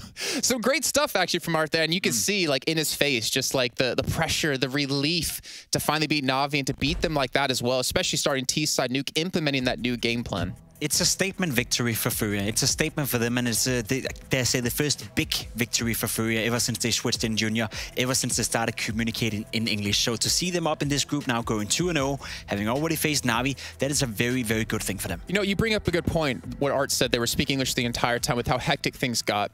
Yesterday in the interview with Junior, he was mentioning that sometimes when things get crazy, he kind of loses track of what they're talking about. So it seems like there was a breakthrough and potentially like a barrier for them to stay focused, to stay speaking English, so Junior could still be within the team and still understand what's all happening. I think that's really important. It is really important, and for context, right, we've heard from the big clan that sometimes they switch to German. You know, when Santeros was joining in the beginning and he was dead in a round or he wasn't really a factor anymore, then they would go back to German to feel more comfortable. But I think it's you know, long-term project-wise, and I think Big have realized that as well. Santeros, as far as I know, are studying German as well and getting more fluent in that. But the more you can keep it in one language so everyone is comfortable at all times is better.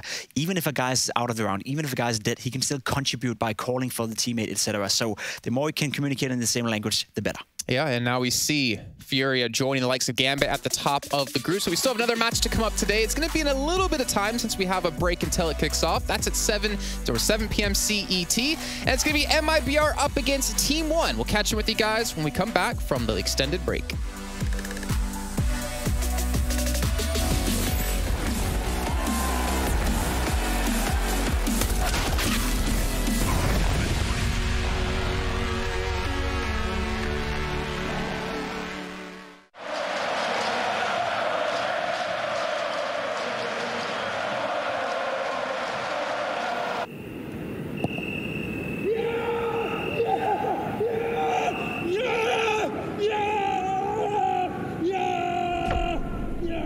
Start your esports career now at play.eslgaming.com. My name is Jordan Gilbert, aka Nothing. Hi, my name is Sue Lee. My handle is Smix. I think it's important for these initiatives to happen. Empathy really, really goes a long way, and it always means so much to us, and I think that's where initiatives like this really help. I encourage everyone in the community, anytime they see bullying, anytime they see someone getting called names, I encourage you to step up and say something. Good luck, have fun. Good luck, have fun.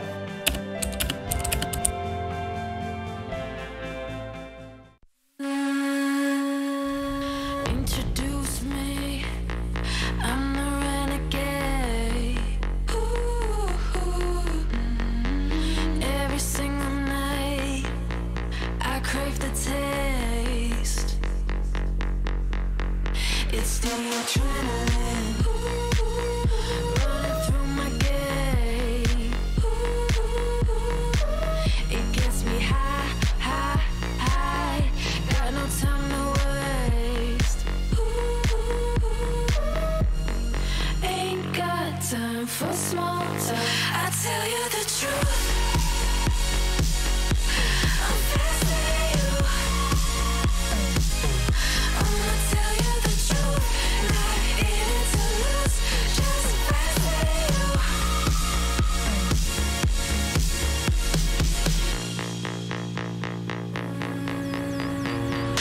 Look into my eyes. I'm not afraid. Take over my mind till it fades. Like a medicine, it keeps me safe. This neon lights lead the way. Ain't got time for small talk. I tell you the truth. I'm faster than you. I'ma tell you the truth. Not in it to lose, just faster than you. Faster than you. I tell you the truth. I'm faster than you. I'ma tell you the truth. Not in it to lose, just faster than you. I tell you the truth. Just faster than you.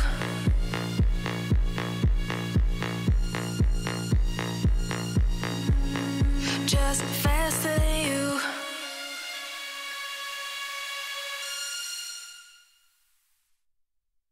You've only just started playing this map. I don't know how long the map itself has existed, but right now I can see on screen your best time is 1 minute 5 and 78 milliseconds. I'm really bad at telling the time. I can't help myself.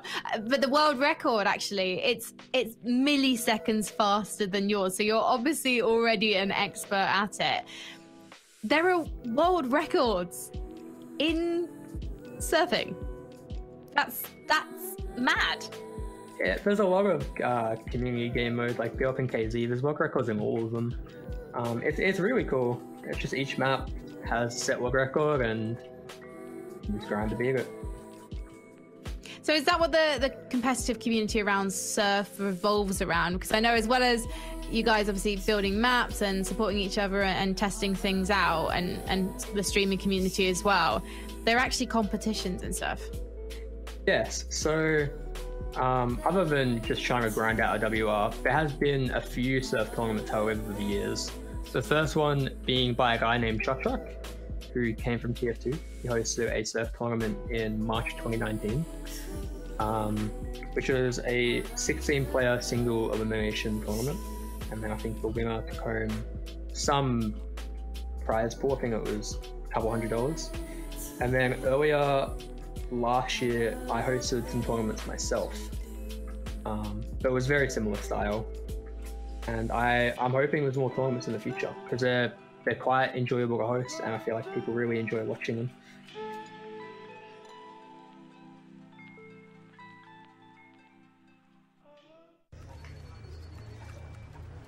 Oh, Trace, that's a wonderful pin. Don't tell me. Clone 2016 limited edition? It looks so soft. Your compliment was sufficient, Hugo. Hey, Harry. Nice pin. How the hell are you?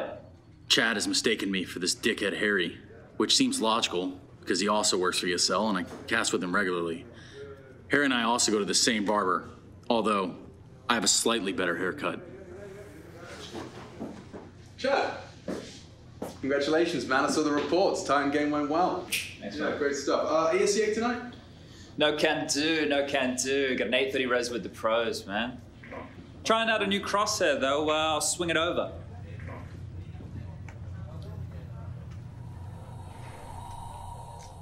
New crosshair. What do you think? That's very nice. Look at that. Gave it a go yesterday. 1 on the thickness, 0 on the dot, and 1 on the outline. It's great for visibility. That's very cool, Stunner, but that's nothing. Look at this.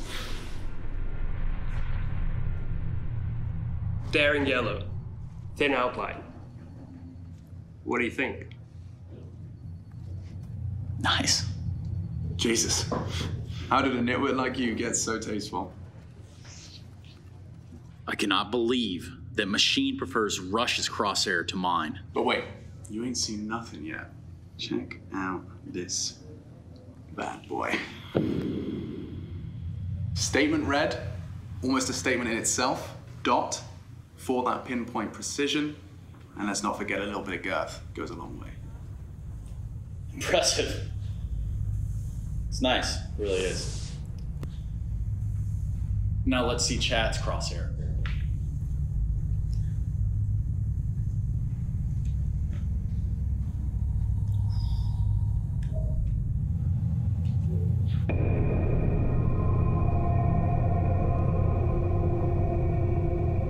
Look at that subtle neon coloring. The tasteful thickness of it, oh my God. The gap is perfect. Something wrong? Stunner? You're sweating.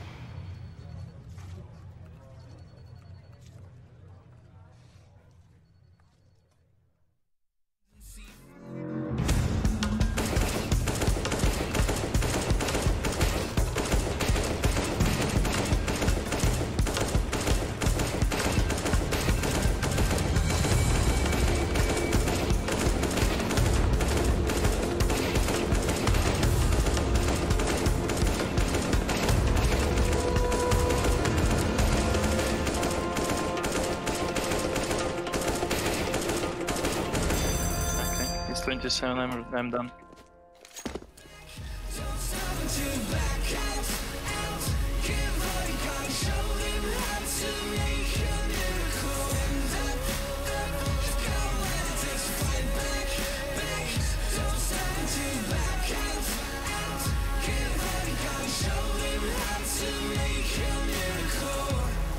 Save your team, be a hero. Take home the cup, be a star. They waiting for you, take aim, shoot your arrow. It's your time to shine, show them who you are. Stronger, gotta go faster, gotta get better, gotta work harder. It's fight or flight now, get out now.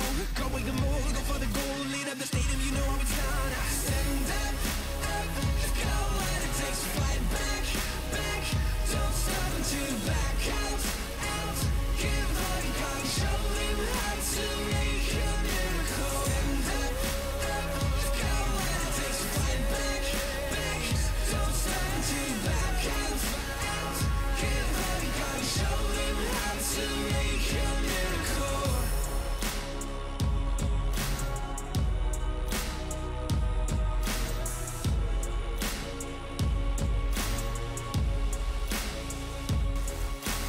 Stand up, you've got what it takes to fight back.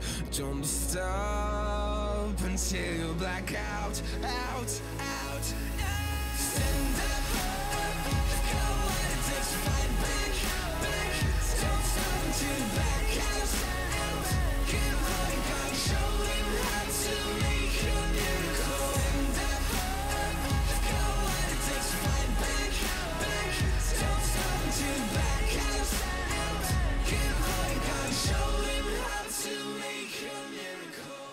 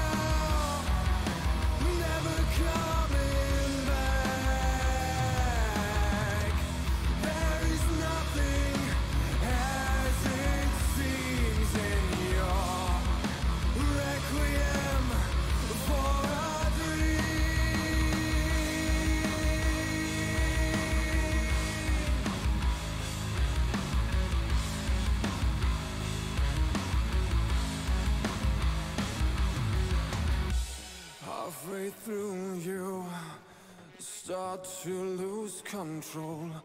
Orange autumn leaves on the ground. At the end there's nothing, and you face yourself. Green is all you see as you fall. You go to hell, never coming back. There is nothing as it seems in your requiem for a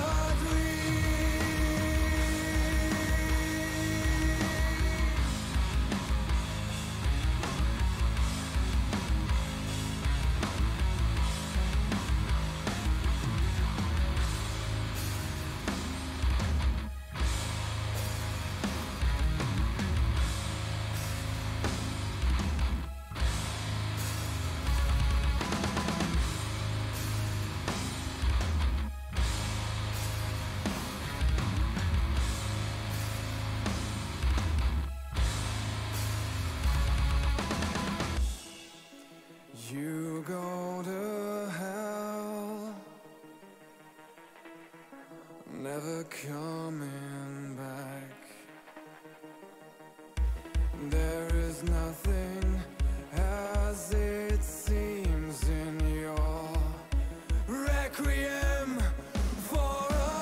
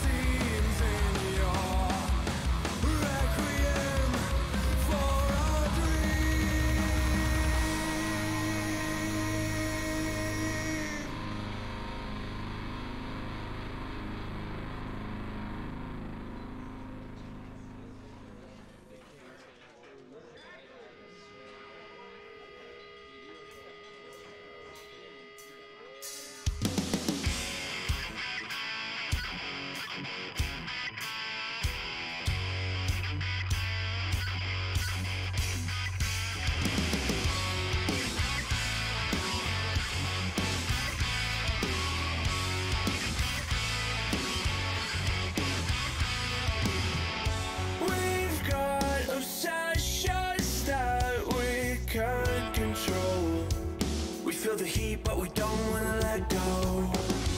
We answer questions that we ask alone. I hear the words, but they're coming out an echo. Stop, would you give up the fight if you had no time to even surrender? Would you give up your rights and let your life slide away?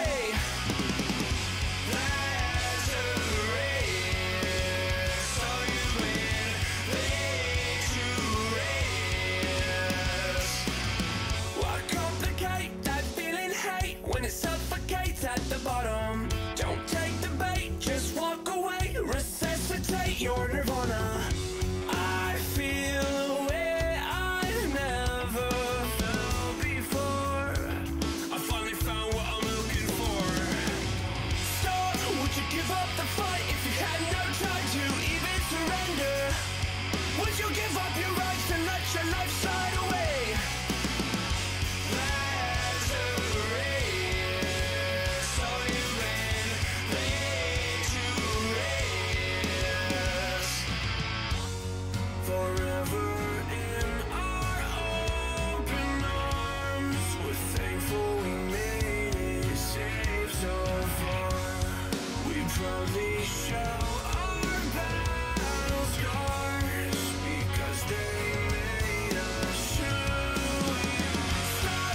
Give up the fight if you had no time to even surrender? Would you give up your rights and let your life slide away?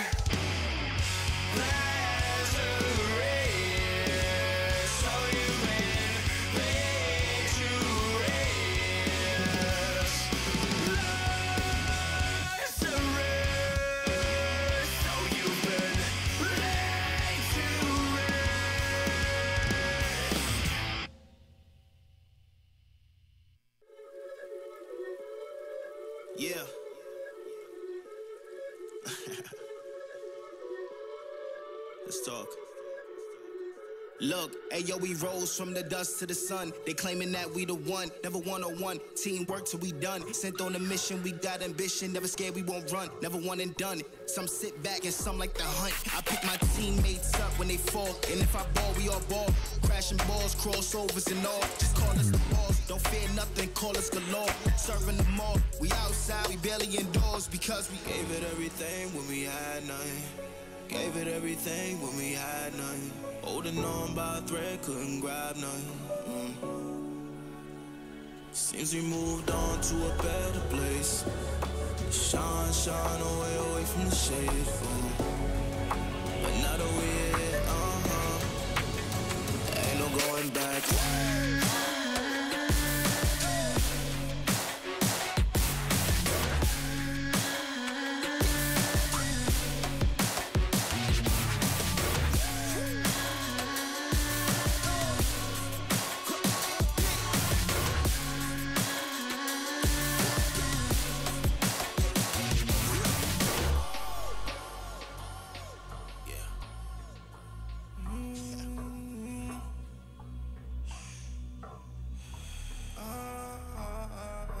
This is the moment to go. This is the moment to shine. This is the moment to show. Show me the rocks you can climb. This is the moment to feel the path like you legally blind.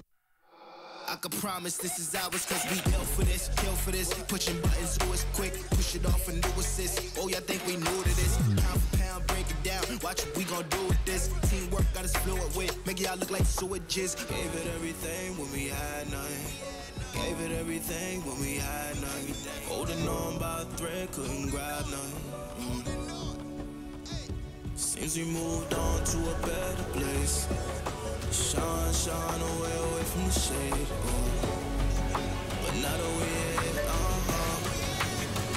ain't no going back.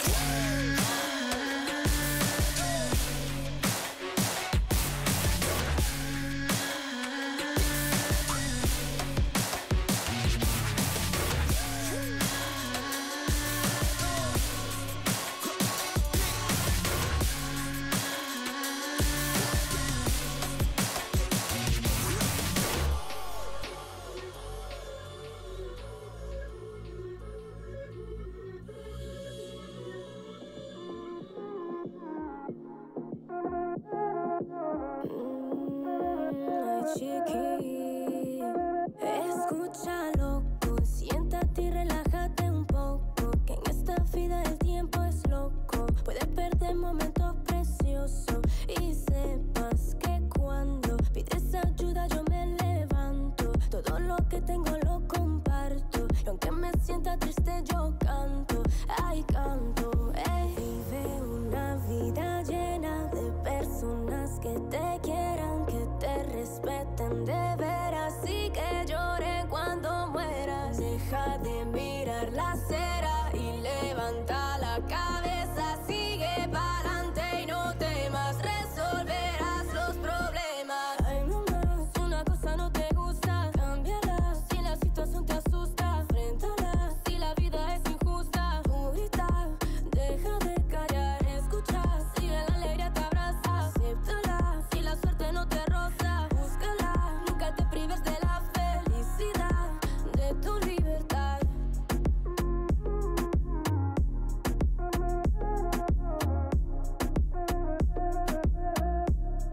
De tu libertad.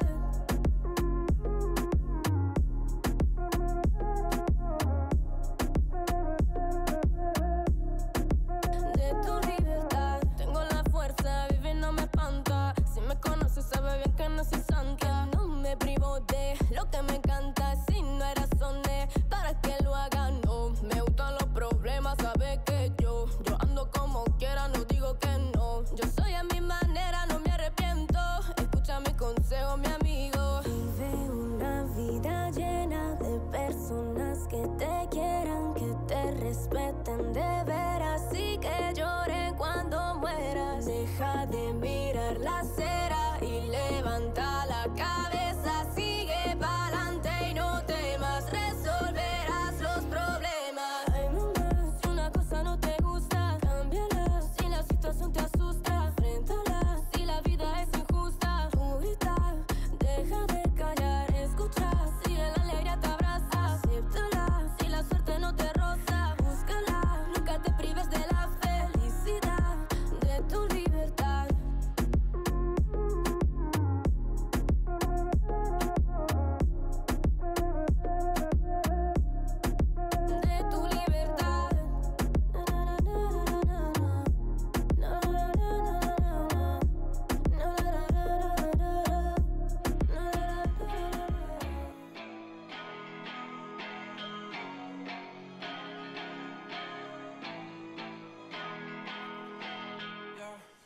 Talk to me, I just want a little bit of company. You acting like you really wanna fall for me, but baby, can you tell me who you wanna be?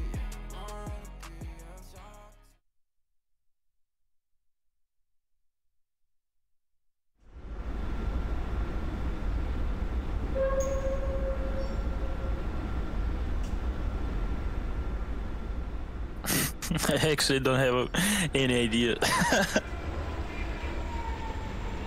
Wait, 1 second. Maybe it's Vertigo or what? I think overpass. Yeah, it's Vertigo. It's Vertigo. No, it's overpass. It's overpass. It's a train and overpass. It's Nuke, I think. I heard train, that's why I thought, oh, it's train, but wait, there's a train on overpass as well. It's overpass for sure. That's train. It's like T-spawn. It's the train for sure. Yeah, it's definitely the train for sure. Train? Yeah, it is train, but I can't recognize exactly which place the sound comes from because you don't hear that much when you're playing. T-spawn maybe or Ivy on the train, I think. Yeah, I'm pretty sure it's T-spawn train. Ivy, I think. Is that bomb site B? Oh, not overpass? No way. It doesn't sound like that, man.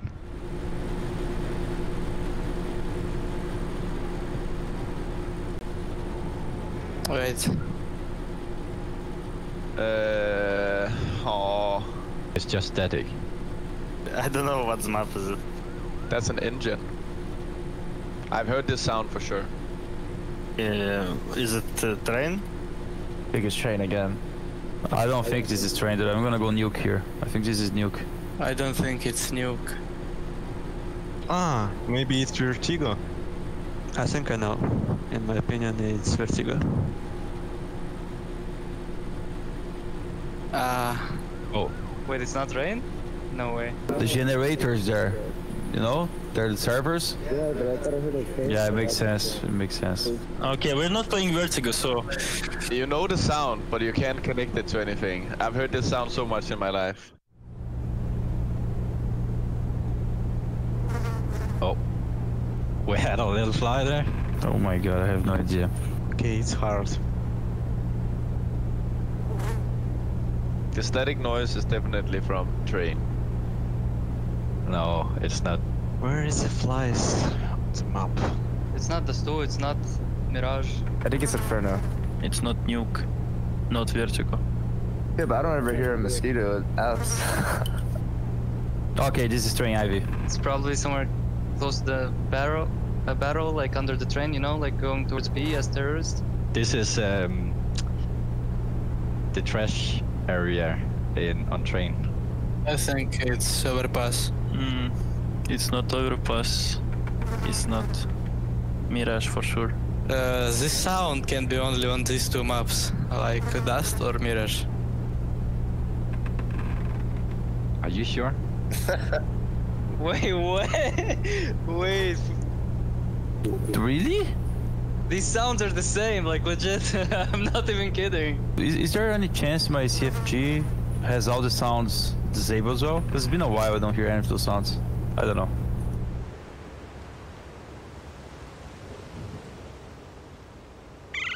It's the birds. I think it's maybe Inferno, because... Airplane on Inferno? No. It's so familiar sound, but... Oh. I'm trying to close my eyes and like think of where it is, but I have no idea. Oh, this, like... Another mosquito! You know, birds too. This is Ivy train. It has to be. The birds again. This one is Ivy train. Definitely a nuke. It's nuke, I think. I'll go for a train again. That's why the mosquitoes was on my mind for the last sound. This is Ivy train. 100% confirmed. Inferno. Could it be it? No. This is overpass, I think. You know, this sound of bird is telling me it's overpass for sure, but I don't know where I can hear the bird. Overpass. Oh, this is overpass. This is overpass for sure now. Legit. I'm going 100% overpass. I will say it's overpass. Maybe playground. Alright, so those devs... What are the devs doing? They're mixing all the sounds for all the maps. Yo, we need to study our maps, man.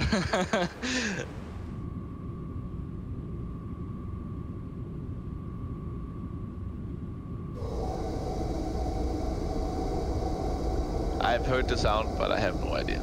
I have no idea. This one is nuke. B bomb side. Maybe Vance on nuke. Vance, yes. Okay, I'll say vertigo and like outside the map, down on the streets. It's definitely train. Definitely train. When you no clip and you go down on the street. I don't know about vertigo, but I think it's the cache. there's no cache in map, bro. Okay, I'm canceling that then. I'm choosing overpass. It's nuke B side. It's overpass toilets. Yeah, it's overpass. Da. Or maybe underground or toilets, but I think... That's the train on overpass. No way, this is not overpass, no way. I think it's overpass. Oh, yes. Oh, nice, yeah. Oh, I got out wrong, dude. I hate sound. That's why the train wasn't as loud. Simply, come on.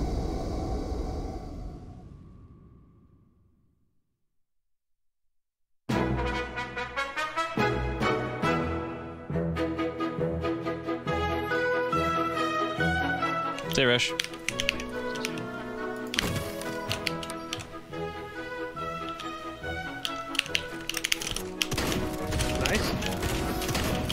Nice.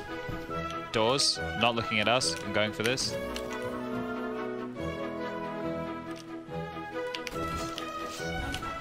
Nice. Inside. Yeah, I see it. Going. Oh, I can reach him in the hole. Oh no. How have you managed that? I didn't know you could get stuck here. Did you know you could get stuck here? I had no idea. Alright, should we see if this works? Yeah. Oh, saved! Oh! One more? Yeah, hold on. Strafe! He's looking at us.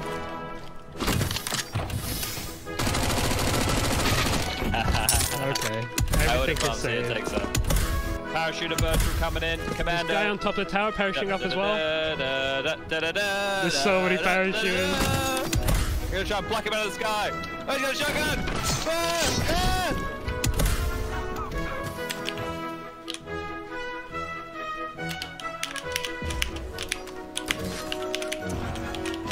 Nice.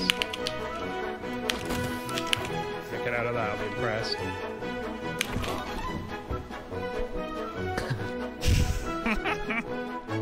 You're shooting at me, but I don't see him. Yeah, he's somewhere in the trees. Yeah, he's down, I'm good.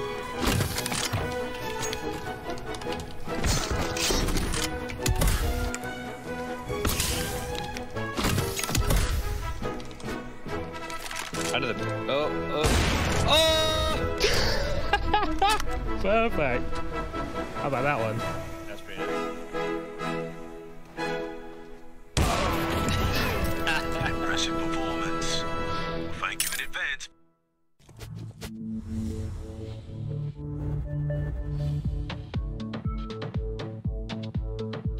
My skin full of scars, I can feel anything.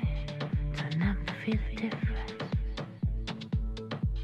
My eyes cried out, I can feel anything. I'm blind to see it.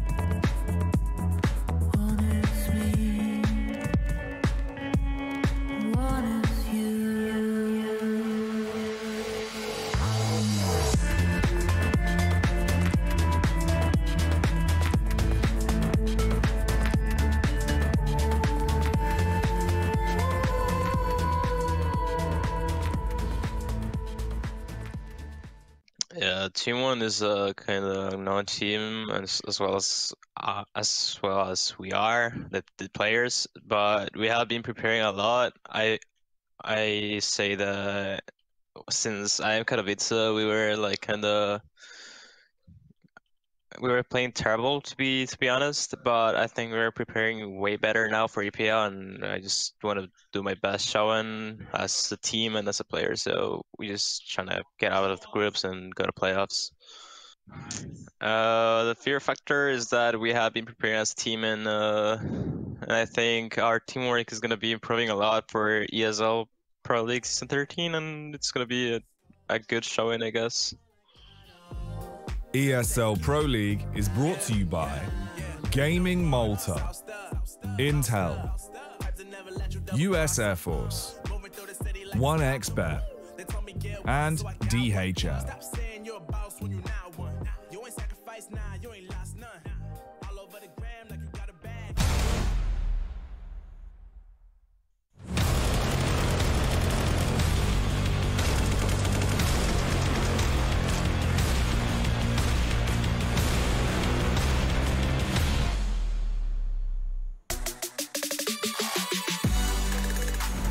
It's time to kick off the final series of the day as MIBR take on Team 1 here in our last day in day 12 of the ESL Pro League Season 13. And who knows what's going to happen here? MIBR having a loss, unfortunately, up against Gambit yesterday, though they did take him out themselves. And we saw Team 1 lose to Furia 0-2. Jace Captain still joined by Pimp. And there's a lot to break down when it comes to this matchup, a domestic matchup of sorts. But to start things off, we got to start talking about MIBR and obviously the pedigree that the name brings when it comes to Counter-Strike. Used to be a team you could always count on, you know, not being a favorite at the very least, but being up there as a team we talked about. A team that had, you know, potential to be a dark horse. A team that could win a tournament. A team that had stars connected to the name. Nowadays, you see a different route for MIBR. After, dare say it, years and years of failure, no success whatsoever the last couple of years, a lot of money thrown away, a lot of players maybe playing, you know, not up to their best under a big organization. They have gone for a different route. They're trying to bring in some hungry players. They're trying to bring in a new style of players, and so far it hasn't been paying off. It looks to me like it's still not up there where you expect it to be, but definitely it's a much cheaper team to have on your billing list. So in that regard, I think it's a good thing for MIBR. They save a bit of money. Yeah, a little bit of money, but hopefully for them, they can you know, bring glory back to the name that is MIBR. We need to take a look back at how their rankings kind of change over the course of the lifespan of the team in general, right? We obviously got to see how well the old school MIBR was peaking at rank 3, but that was back in March of 2019, and honestly, Pimp, that feels like years ago. That feels like years ago. Like it 2 years ago, 2 years ago, and it could have been even longer. You see this MIBR lineup, right? It started out as number 30, right? And then they go up and down, and they never really peaked, right? They never really got up there where you consider them to be a team that you need to, I wouldn't say you don't have to respect them, but a team you need to fear, right? No one in this group, when they're playing MIBR, is fearing MIBR. Yeah. No one is thinking we can't beat MIBR. And that's the biggest problem they have right now. They have some decent individuals, they have some decent players. You can see Endpoint, Godsend, AGO, and Winstrike, teams that we don't really see play at this level, are the teams that they're competing against in the rankings. MIBR, they have to start now, and they have to start right here, right now against Team 1 to build up a pedigree, to build up a point where you can start to I guess you can start to talk about MIBR again, having, you know, good enough players, a good enough team that we can actually respect the name and respect what we should be seeing on the server. The thing about MIBR to me is when you talk about them, people always talk about the old MIBR team. They always talk about the glory days of MIBR, sure. And that's something that the new team, the new roster, has to always fight against that tide. Yeah. That's always come in their way, and obviously it's very difficult for them to make a name for themselves here. Yeah, you say that, but they also have the luxury of having what I consider to be one of the best fan base out there, right? MIBR is a brand. MIBR, doesn't matter who's playing there, whether it's Fallen, Cold Zero, or it's Bolt or Cello, as it is today, they will get a lot of support from the Brazilian community, right? We don't have many organizations today where, take an example for Astralis, right? If they were to move to some other organizations, how many Astralis fans do you think that will be left, or at least Counter-Strike Astralis fans that do you think that will be left? MIBR just holds such a brand value in Brazil, so sure, it's tough to break through, and there's a lot of pressure on them, but they also have an enormous amount amount of support from the Brazilian community. Yeah, and at least they have a great opportunity here to try to make a name for themselves. It's obviously going to be very difficult with the likes of Furia, Gambit, and Na'Vi in this group, but if they can somehow come out ahead, come out in top 3 like we saw Heroic do back in Group A, coming out in first place, they could definitely be back on the rise here. But their opponents, we're going to have to start to talk about them. Team 1, we got to see them yesterday play against Furia. They put things extremely close when it came to train. We got to see some good potential in this team, but there's always one player that we have to talk about because Harry and Hugo always like to talk about him, and it's going to be Malbs. Yeah, because he's a very interesting prospect. I feel like if you look at the lineup right here, Maluki, we talked about him yesterday with the AWP. He's a potentially good player, but Malbs, to me, is the young guy, the guy with a lot of potential. I would even argue that this guy could play in a team like Godsend. He could play in MIBR, and he could probably do even better. I'm not saying Team Run is not a good team, but I'm saying that this guy, after at least putting him to the eye test, I've had the pleasure to cast him a couple of times as well.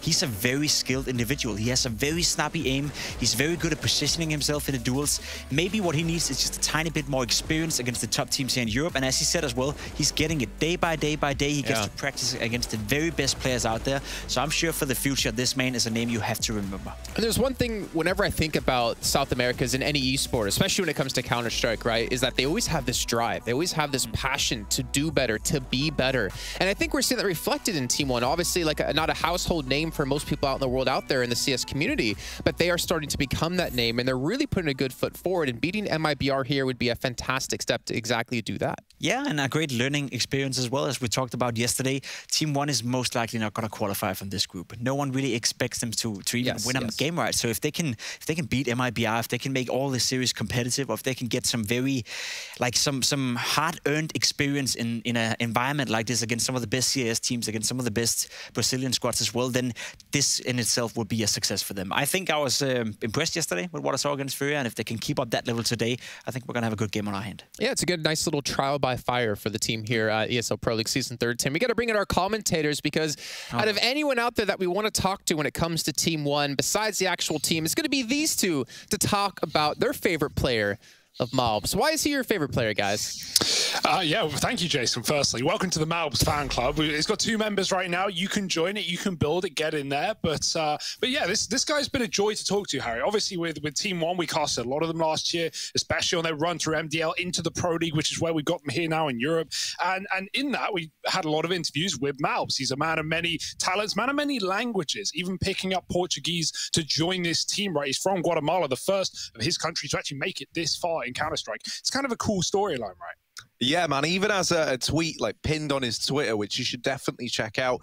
And it's something about how he gave a speech to his dad, saying how he was going to, try and make it. You can't not help but get invested in the story of this guy, right? Like, there's a lot of pressure when you're one of the first of your kind, like to start making it, right, and start to make a name for the country and the scene. And you get people asking like, well, what happens there? You can inspire a whole new wave of talent, and then he's like got his parents backing him up every step of the way, which sounds great, man. Like, he really is doing a lot, and I don't know how much they watch it, but man, your son's great, like that's all I'm gonna say. Yeah. I'm a big Malbs fan. I'm a big Malbs fan. It almost like relates to like, especially when we look at like Brazilian teams and Brazilian players that come up, like the stories of like, Fallen talking to Cold's parents and convincing them to let him in and come to America and play this game. So it's really cool to see more of that, to see more support, especially as esports grows. And Pimp, you mentioned like Malbs getting more experience day by day. And we've definitely seen that as well. Since joining Europe, he's been in FPL. He's been playing loads of games,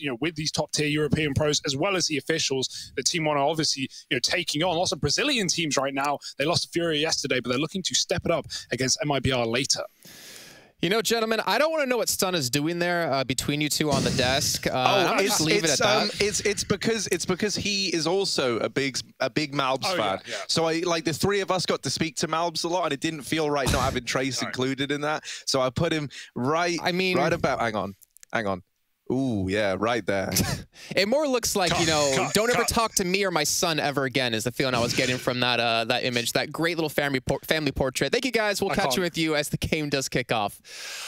I am so disappointed in them. They could have had so many more pictures of like me, could have had pictures of you there. They could have, you know, maybe had Baby No Money there since they were obviously so happy to see and check in with him the other day. Well, it fits what they do best, right? It's wasted potential, wasted opportunities. And well, I think they got used to Stunna carrying them, and it looks like, you know, they're on his shoulders to be carried yet again. Now, let's take a look at the veto, though, here in our final match of the day. MIBR up against Team 1, and it looks like Nuke and Vertigo off the bat will be taken out here by both teams. Yeah, we're not going to see Nuke. We're not going to see Vertigo being played out here. As for the picks, I'm curious to who's going to pick Mirage, and that's going to be MIBR. Train coming in from Team 1, we saw that again as well. So I feel like Mirage is a map that both of these lineups can play. And we saw Melps as well in the highlight package, right? He has a lot of highlights on Mirage. I've seen Maluki play with AWP on that map as well. He's doing good at it. So I feel like both of these lineups are fairly comfortable with each other's map pool. Like, there's no outliers in this one. So Train, Mirage should be, you know, bound for great games. I feel like I've seen Yell and Cello play enough Train as well back in the days, but also with the new MIBR lineup to say that they can play that map to a somewhat high level. So I feel we have two teams right here where, of course, MIBR, given the pedigree they have, they are the favorites. Given some of the experience they have, they are the favorites. But what I saw from Team 1 yesterday was very pleasantly surprised. So if they can keep up that level, like they played against Furia 2 yesterday, we have a game on our hand, and I could easily see this go to a third map. Very well could indeed. We did have the upset with Furia taking out Nav. Now the question is, can Team 1 replicate this by taking down MIBR? We'll head over to Harry and Hugo to kick off the game. Again. Man, this pimp guy, you know, you think after everyone tells him how toxic he is, he would try and address it, but, you know, we'll just put some more names on that list. Oh, one of the coolest kids. No, yeah, well, actually one of the best guys I know. I love him. Well, MIBR, fast B play here in the pistol round. They are running wild, and they are taking a lot of damage. 4-man B setup for Team 1. MIBR are going to get steamrolled here. Safe to say, it certainly looks that way. Skulls is waiting, and they have no idea. Smoke dropped. It does leave Skulls out on an island on his own right now. His teammates are cut off by the U-turn, and MIBR are taking some time to move in. There's the bomb spotted and dealt with. How's that a headshot? He was only 5 health. Skulls taking 2 and ducking down on 1 as MIBR are trapped in the apps. Yell on a late mid lurk. But good luck.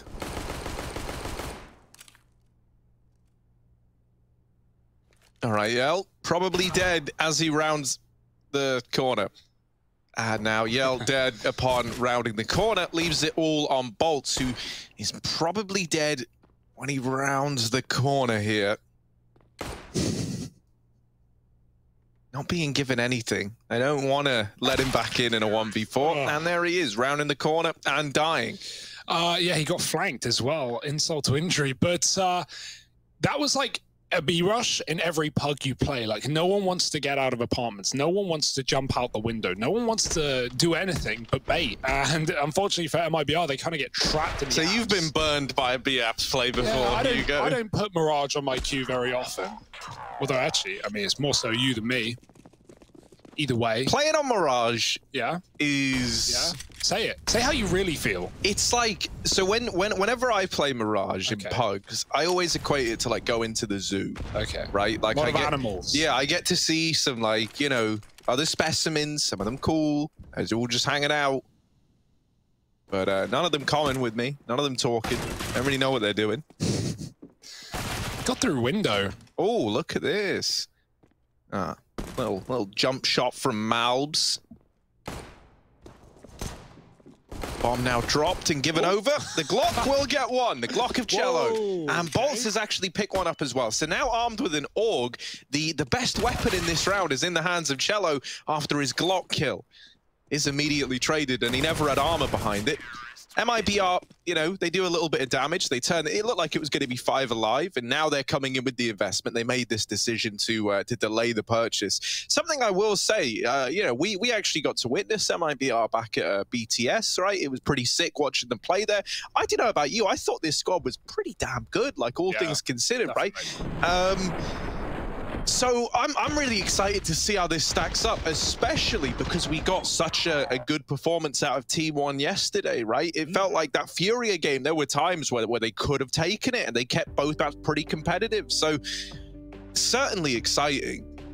I would love to know where these two teams stack up against each other. Yeah, right. MIBR coming in favourites bookmaker-wise, but Team One, I do agree. I feel like they're definitely going to be learning a lot from being here in Europe. Both teams will be, but especially on MIBR, we've had players that have been there, have been to the top, and on Team One, well, it's these guys, first time to shine, to show us what they've got. It's cool for the fans that we've got 3 Brazilian teams in one group. It's also a bit of a shame because I would have loved to see like all these Brazilian teams face up against more European teams, right? It's kind of a weird mix, right? Yeah, we fly all the way across the grand irony, right? Yeah. It happens every time. Like, oh yeah, guys, we're going to Europe to play the North same American teams. Yeah. Oh wait, hang on. At least, I don't know. All right, set up some scrims. We need to make the most of it. And they're good at that, at least. Yeah, there's definitely still some challenges in this group, though. It's not free for anyone, right? Like Gambit 2-0 now after their victory today. Furia look pretty good. I mean, Na'Vi, we can maybe not talk about Na'Vi, or just talk about their CT sides. How about that? Then it'll feel a lot better. But right now, Team One, their CT side is looking good. They've got an opener in under, PRT covering top mid, and he's going to get smoked, flashed, pushed in, taken down after one. But it's still fine. Cello gets that trade, and now they're moving into middle. Oh, caught is Maluki, taken down by Danico, and now MIBR are in an even scenario. Skulls was very good on this B site yesterday. Today he's pushing up to try and take some real estate, and it's the right move with his team falling on A. Isideo dead on the ramp. Malbs hiding behind the boxes, and the bomb grouping on this A site. Malbs has a lot to do before Skulls is even going to be in a position to help.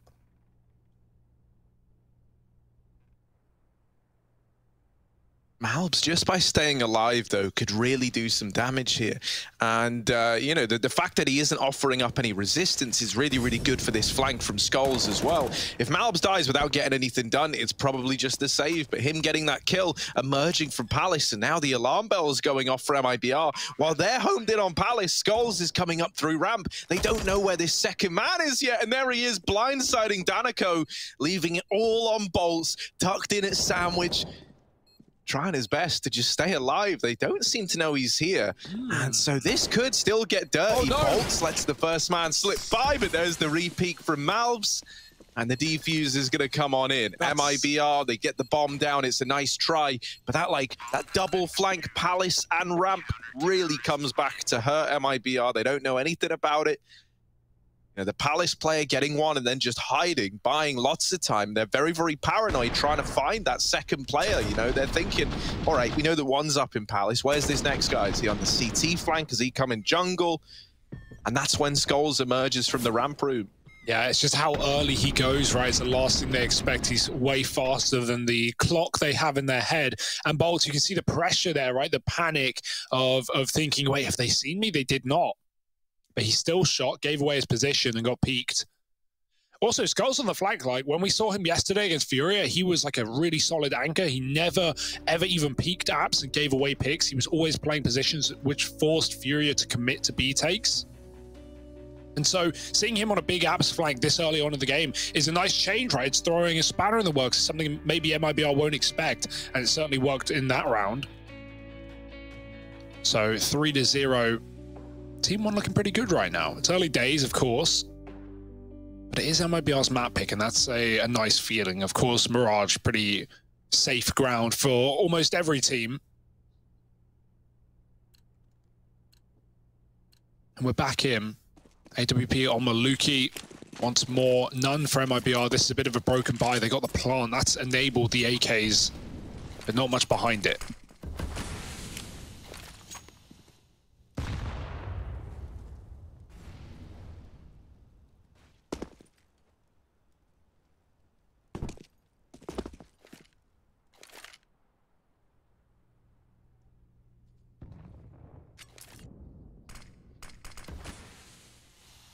Smoking window and a bit of mid control taken here for MIBR. Getting out into middle. No one here from Team One to keep an eye on it. There's a top con smoke even drop now. Now that's a nice deep smoke. This is the one that lets you kind of wrap out to stairs. right, and challenging towards the A bomb site. We see teams do this a hell of a lot. So Team 1 have got to be ready for it, because seeping through this smoke are MIBR, and no one is even considering it. Oh, Pesadello's been shot in the back, and now they flood over the staircase. Yeah, Team 1 didn't look cognizant of that con smoke being used as almost like a doorway, right, to afford you some angles that you wouldn't normally get if you're MIBR. Nice round so far, a 3-on-5. The AWP back in CT isn't able to deny this bomb plant. Well, land a tag, but they lose Maluki after that, and so in the blink of an eye, it's all onto PRT, and he's just saving. Not much else you can do, right? They're already hunting for him. It's not like MIBR even have the money to sustain, but they want to dish out pain, and they will. 2 from Cello and 1 from the T side. Nice round, yeah. Team 1 very much looking at A, like with that top con smoke down, what you're often expecting is T's to walk up short and just take that B split nice and early, but well, that's all the window player was watching, the short cross to give info to the B players, hoping, no one will walk through a con smoke, don't be silly. And yeah, there's the punish play for MIBR. I love that though, very silent, like having the gonads to just walk through a smoke into A. You have no information, and you've made the perfect call. 3-1, Yell with the AWP. Team 1 broken early. And Yell, he is a ferocious AWPer. And we did see, oh, it hit the wall. And we did see Boom back in Brazil, which is obviously the current MIBR roster, at least a formation of it with a core. Yell was just tearing through the local competition. And hey, we're not far away from that now. I imagine, all these players have taken each other on in the server back in Brazil at one point in time.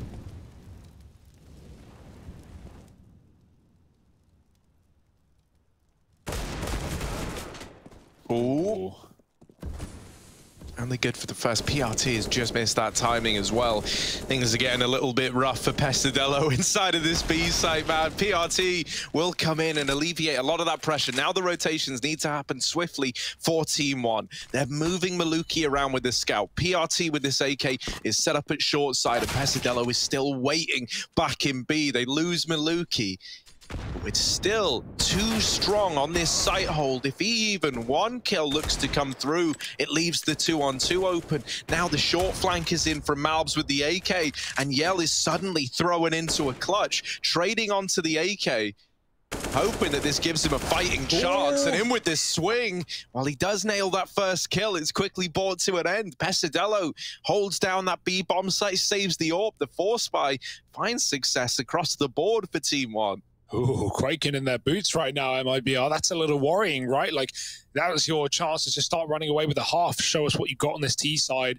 They still have a buy round, but so did Team 1, and that never should have been the case. Could have been 2 free rounds for MIBR to equal up this scoreline. Instead, Team 1 gain momentum and gain ground. Maluki going for the catch-up makes it alive. Oh, he's flashed off, though, and he does see them, but too late. They don't see him. Yell doesn't know Maluki's fast cat. Albs flashed into a ramp peak, sees nothing worth taking. And Yell now looking for this short pick.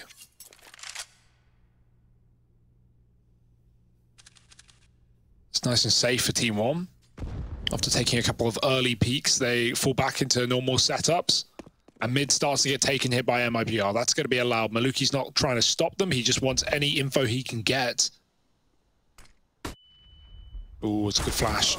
He hangs around, he trusts it, he thinks they're not going to peek him with it.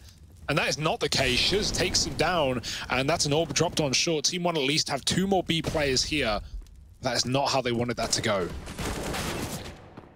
Ooh, there is some re-aggression in through Palace. And while it's netted them a kill, they're losing bodies at B. This has gotten a little bit worrisome, because Shiz has had to go all the way back to get the bomb. Gives time for the rotations. MIBR are now also like going back to try and help cover this bomb's rotation in, right? Worried about a lower push. Hasn't happened, and so Yell has done a good job of holding down the B site retake. Bomb still ain't planted, and there it is. The mop-up's in for MIBR. They go back to get the bomb. Doesn't matter in the end, and look, they even put a little spray down tonight. Nice. Ooh. Yeah, sometimes you see Orbers get flashed off, and they just don't move, and they hold, and they think like, oh, that flash wasn't meant for me, or no one's going to peek with the flash. It was just to gain ground or get an Orb off the angle. Like, that's the intention, but they do peek with it. They come up on the bench, so that, I guess, wasn't the position to be, calling their bluff. And that's all that is. Just a hope. Bolts, he's going to quick out ramp here. It's a bit of a stack. Team 1 have 4 pistols on the A site. Again, looks like that mid-crawl for MIBR. A couple players pushed up already. Yorp, deep B. And Bolt isn't doing anything in a hurry. He won't spot any of these A players until he's committed, and that doesn't look like it's going to be happening too soon. MIBR, more so than anything, are putting pressure on the B-bomb site in Skulls, looking for a kill with a Deagle. He gets it. That's the Yorp out of the round.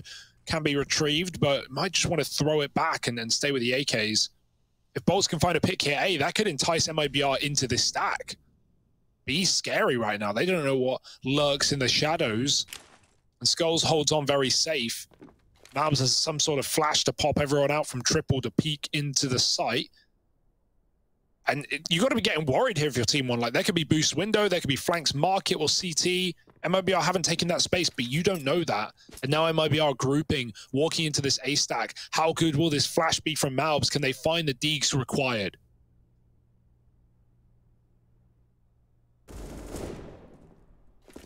Well, the first bit of contact's been made. That's drawn in the attention. The nade, actually goes a little deep. So Maluki's still alive. They molly off default in the site. That's going to force an engagement out of Pesadillo, but they still don't know about this second man waiting under. Malbs with the deagle, in with the double, and leaving it to Skulls. A 1v1 all the way over at B. Very, very far away, right? He's going to go and get the AWP, but they've already dealt with that. They've cleared it only a little bit further back. It's actually still retrievable. And now he's armed in the retake. Bomb ticking away, and Cello deciding to play underneath Palace, a pretty ballsy spot. And the thing is, with how long he's waited here, he's going to be very, very hesitant about relocating, right? He's now in this for the long haul, playing this position that could leave him vulnerable to Skulls. Half the time ticked off the bomb. The kill needs to be found if this wants to happen, and it is just the save. With nothing presenting itself in a world of uncertainty in that A-bomb site, Skulls decides to play it safe. Yeah, they definitely know he got the AWP at that point. Like, that's the incentive to save. There were no guns anywhere else on the map, so he had to go and pick it back up. Nice try from Skulls, but yeah, no time for that one. He had to clear so many positions and didn't want to risk throwing the AWP back into the hands of Yell, who will get exactly that given by his teammate. But now Maluki is armed as well on this eco. And we've seen Team 1 win a force before, so could still be a winnable round. Cello's got the mid spawn with his AWP. So he'll be going for a pick and then throwing it back, but he sees nothing, and they have pushed under with 2. Oh, does that scope get heard? Yeah, Shuz looks aware. That is awkward. Now he's tucking, providing cover for his teammate, who will surely die here. But will the AWP get the trade? That's what we're waiting for. Oh, a missed shot. And now the mid area taken as well. Maluki doubles back. They're not looking yet. Flick is nice, but he's now trapped under. Surely doesn't get out of here alive. And yeah, fully white. Shuz takes the kill. And Skulls in a 1-on-4. No AWP to save today. Oh, Danico will get caught. The AK out, and it's traded by Bolts. You always get nervous seeing Skulls in moments like that, man. I don't know. I compared him the other day to K-Serata, right? Someone who's very, very good at not giving away these kills and being that last man left. And then oftentimes delivers, pretty hard in the clutch. So you like what we're getting out of him. Yeah, a lot of talent in the server right now, right? Like, even if it isn't your household names, definitely names for the future. Or even for the present, because right now they aren't doing a bad job. 4-4. Even Stevens, AWP again on Maluki. PRT jumping B, and MIBR have sent a player in, only forcibly as the Molotov pushes forward.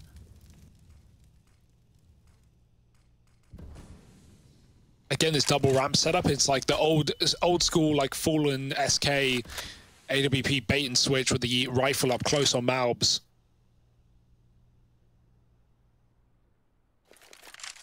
learning from their predecessors.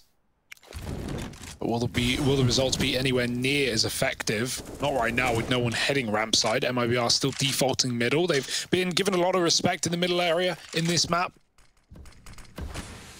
Ever since we saw Maluki dance short with the AWP, we've not seen too much pressure here from Team 1. So, they're going to put it elsewhere, pushing up on the ramp side instead. This is awkward because you could discount Palace, and you don't want a full flank here because MIBR looking like they could just walk into this A site, and then you're left, you know, long way away from the action on a flank that will be considered.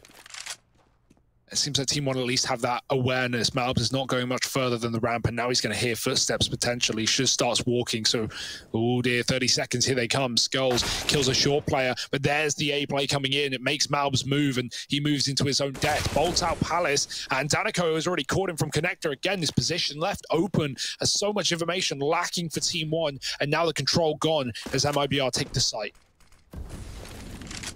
Yeah, a man down in the retake. Team 1 have often been keen to give these rounds a go, right? At least give them a look in.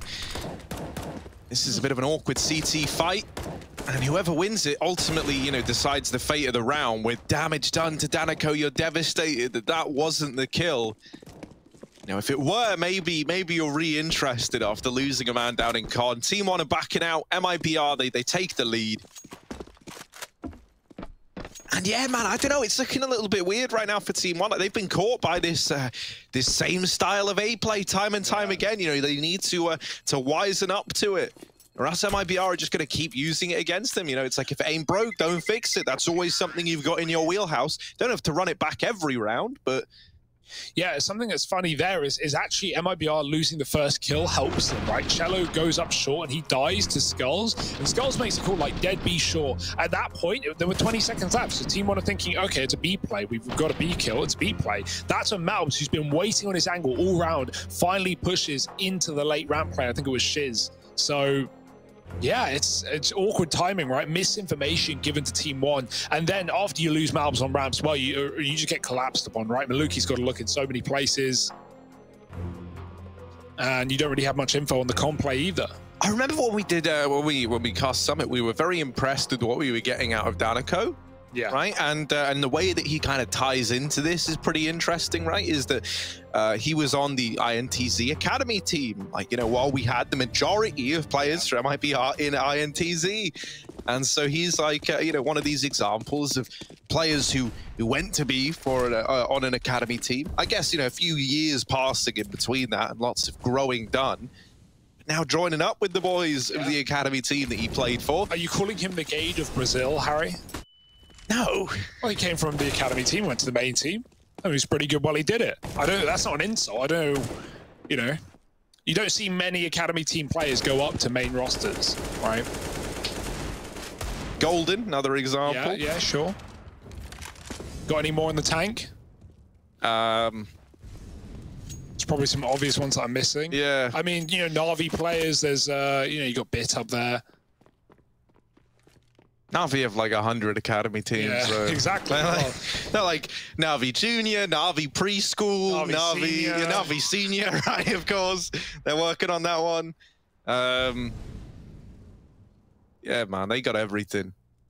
Na'Vi emo teenage years, everyone's favorite team.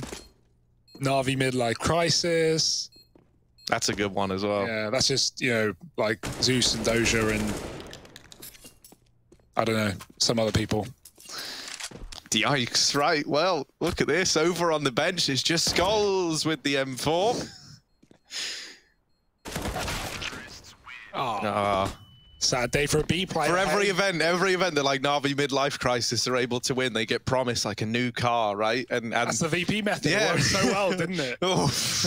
Yeah, no, I don't know if you've seen, there's actually been a good bit of them talking about that, like the old VP players saying how, like, yeah, you know, at the time it felt a bit like, oh, but, you know, it's more a meme, like, than anything else. And I'm pretty sure that's where we lie on that. Sure. MIBR up to 6, and Team 1 back in with the reinvestment. It's double AWP between Maluki and PRT. Fast mid play again, and that's the thing, mid has been so free for MIBR. They're just taken to it like ducks to water. Oh, Cello. No. Oh, he's past them. He's past them in the smoke, but stuck on Pesadello. The trade is found. That looked like it was going to be a big double opener for Cello. The timing just couldn't have got worse for Maluki. One of those AWPs is already removed. PRT's got his over towards that B side. Might not even get given a chance to play this round if MIBR get into A.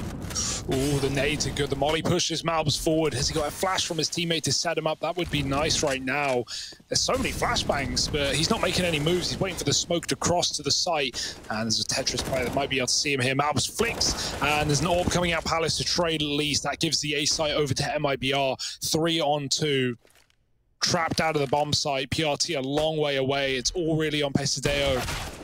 Oh, missed AWP shot. There's a swing. He does get a kill, but 1-on-2 now with Yell on his angle. Nade could be good. He can still get swung from the site, though. Molly to stop the bomb plant will come in too late, but it will force a player to either the back of the site or into his crosshair. He knows he has Shuz trapped, but he looks away as he gets peeked, and Shuz will close it out. MIBR 7-4. This started pretty slow, right? This was 3-0. That looked like he could have gone 3-3, but they lost to an eco. They went 4-1 down. You felt, oh no, what's happening to MIBR?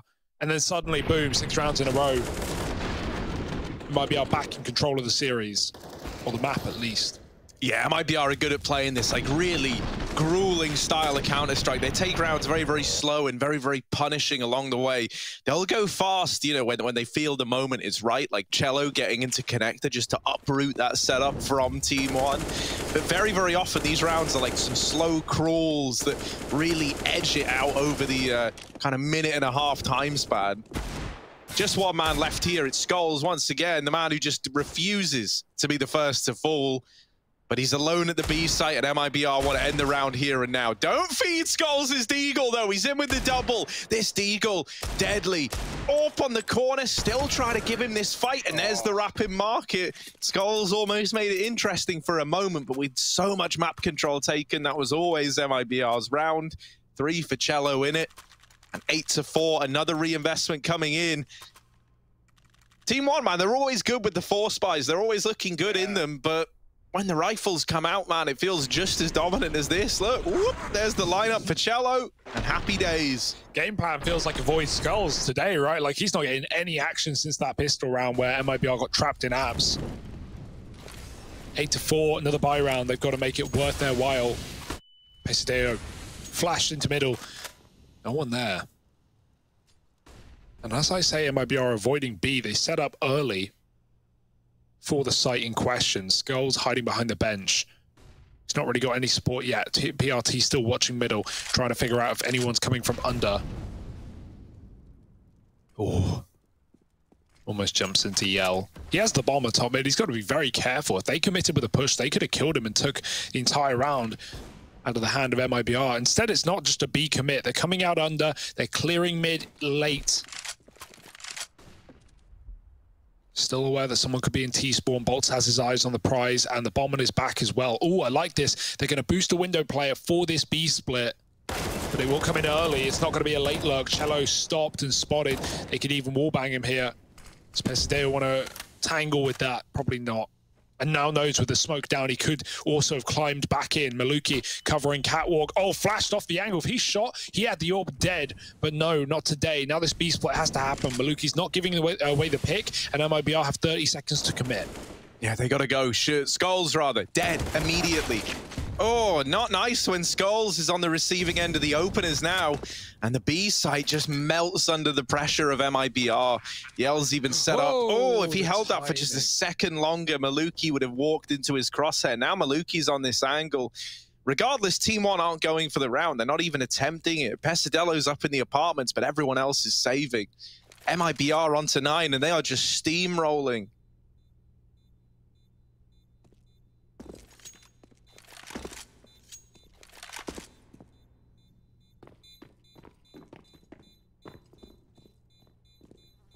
Oh, exits. Couple here. Not today. Danico, he's looking nasty right now, Harry. You said his name. He's not stopped fragging ever since. 3 in this round. And 9 for MIBR. They are building and building some more on their map pick. This felt so good at 4-1 for Team 1. But ever since that wretched scoreline, they've been not able to net anything.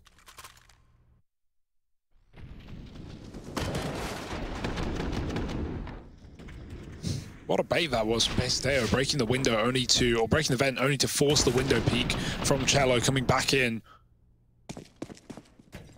And MIBR, the slow rounds that just ramp up in pace, right? With so much map control in middle, there's very little Team One can do about it. They're going to try and take it back by pushing the top of middle. Yell running away. Oh, he gets caught. The AWP dead in the water.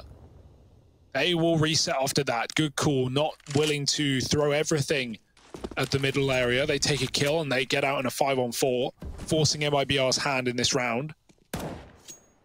Yeah, right. Finally, a man advantage. You must feel like if you're Team One, you know, you've been looking for this for a while to force some respect out of MIBR.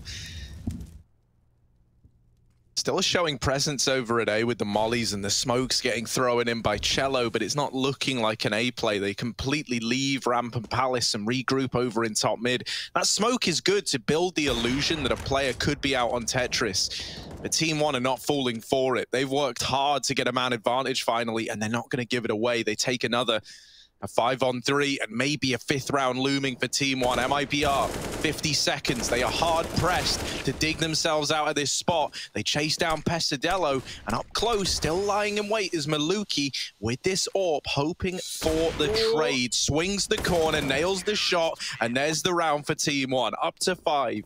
PRT and Maluki getting it all done between the two of them. Now we head into the last of this first half of play. Yeah, still a chance for double digits for MIBR. That would feel pretty good, but Team One at least recovering with a round, and they've not had many of them in their pocket. Not really seen too much of the AWP head-to-heads, right? As close as they've come, they've been avoided both times in the middle area. And Maluki's not really playing window either. He's assisting on A a lot of the time. Now he's taking Rain in Palace, and it won't work out. Thunderstorm for Yell. He's put a dampener on this round, 5-on-4. The other way. Oh, there's more Palace aggression. Yell gets hit by the flash. He's running. He's got cover. Luckily, the flash blinds the first man in. Malbs trades. Oh, now he's got to know Yell's still here as well. Malbs, how does he get away with a kill? Now he's got an AWP. Low HP. They're going to try and nade him, and that will finish the job. Malbs didn't put distance between him and the Palace, and so it's been dethroned. 3-on-2. MIBR focused on kills. They're going to get the bomb, but they know that Team One could appear at any moment, and that they will. Not waiting for a retake, just running into the site. MIBR are out of there, though, and that's because of Shuz already in B and now able to hold down these rotations.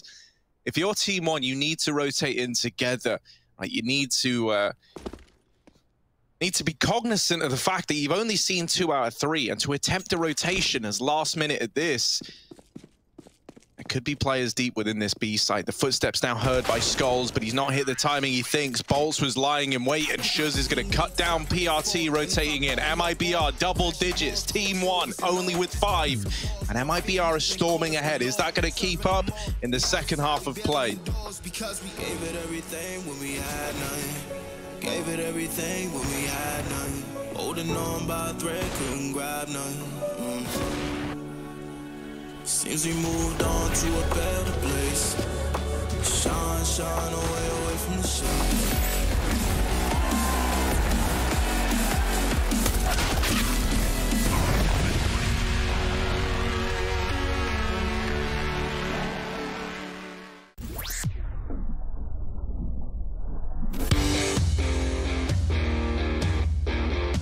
Hey Future Pros, back to Mirage with another smoke. This smoke is pretty situational and one you definitely won't be throwing that often, but as always, knowledge is power. To do the smoke, jump onto the first crate at Tetris, find this incredibly obvious dark spot on the wall, and jump throw the smoke. By some wizardry, you'll find that this is somehow smoked off stairs. This is a very easy smoke, and I hope you find yourself in a situation where you get to use it.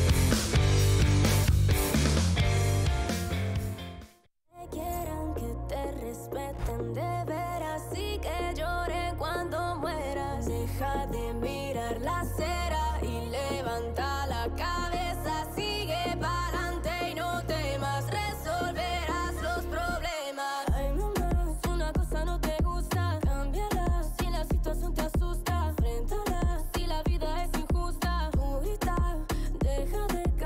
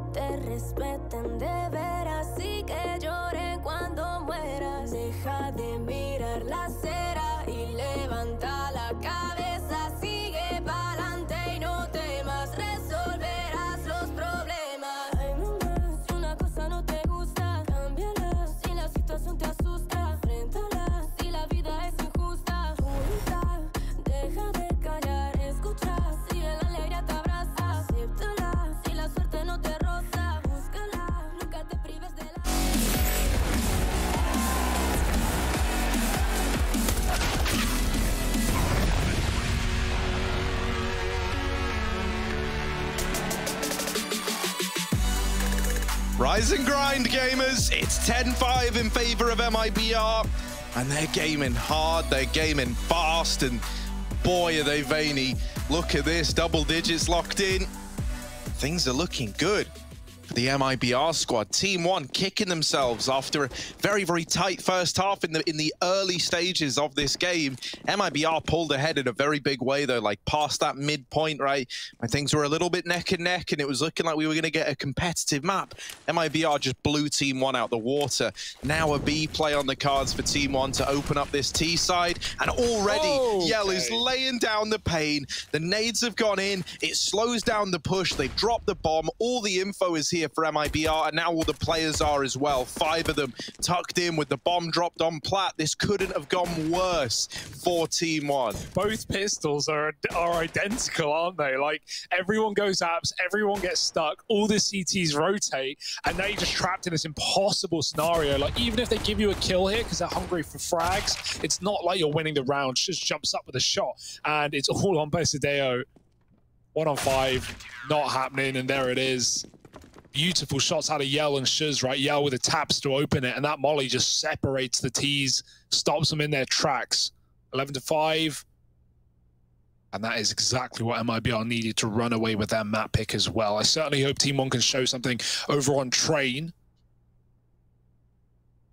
But right now, this is dominant. And a force buy, well, that will either save your bacon or dig the hole deeper. Let's find out which.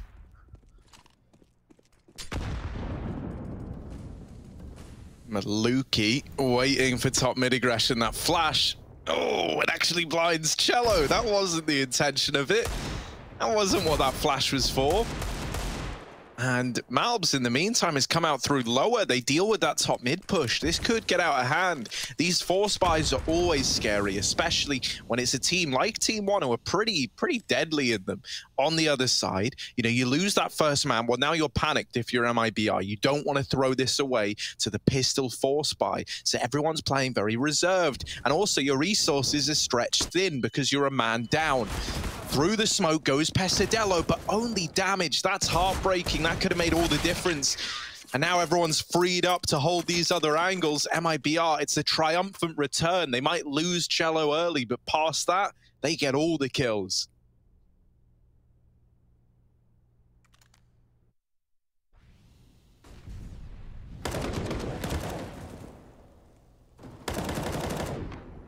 Clean as can be. Easy and free, 12-5, and now just dry pistols here for Team 1, dancing in the background. And maybe I'm going to be feeling it right now. This feels very easy for them. Yell. Oh no, they do spot him. Thank goodness. That's at least the info. He won't commit, but if he was a few seconds later, they would have been full flanked. It might not matter. The mow down for Cello, 2 kills, bomb at his feet, and he's pulled out the pistol as well to clean up. Bolts with a grenade. And there's no getting out of here alive for Team 1. The smoke gives them a bit more room, but Cello's got more ammo and time for the reload as well. There's the flank eventually activated, and there's even more on the back line. Pesadeo is a dead man walking. Hoping for a knife kill. Not going to happen, buddy. 13-5. And yeah, we only get a couple of opportunities to even see what Team 1 want to show us in this map on the T side. I like Yell's outfit. I hope we can take a look at him in game so we can see his player cam. It's good. He's come dressed as a sperm by the looks of it. What a hero. I love it, man. Nice and cozy. That's the thing they say about Yell, man. He's got a lot of spunk, and he's got an AWP as well in this round.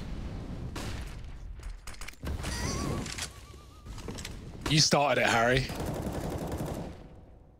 Yeah, mine was scientific. Yeah, finish him as well. It's all in the name of science. Yeah. Research. Pursuing the greater good. The greater good. Oh, that flash in the con is filthy. Cello's blinded. Pesadelo's trying to exploit that fact. But now that the chaos of the flash has faded, Yell's even holding on to this deep old angle. Finally, Pesadelo wins that fight out over Cello. Is Yell ever going to get this peak? It's the question we're all dying to know. Yes. Eventually. So patient.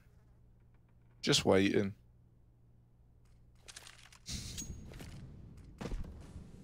No, he's backed out. To be split though. Oh, this is a gamble from MIBR. They're moving away. Yell's going to reconsider. He's got a Molotov as well to slow it down, but they're going to be running through apartments right now. He's got too many angles to watch. Oh, he misses a shot. Now it's getting awkward. They're getting closer. Yell needs something here. Does get a kill, but he's dead as soon as he does. And now Bolts needs to pick up the pieces of the round. Can he stay alive? They're trying to fight him back. Oh, nice shot from PRT. On the flank, knife out. And Pesadeo cleans him up. It's only Shuz. 1-on-3. They're close mark. He doesn't know. And Mal should have this one dead to rights. He does. 6 rounds, and Team 1 buying them time, buying a bit of space in this map to actually get this T-side rolling.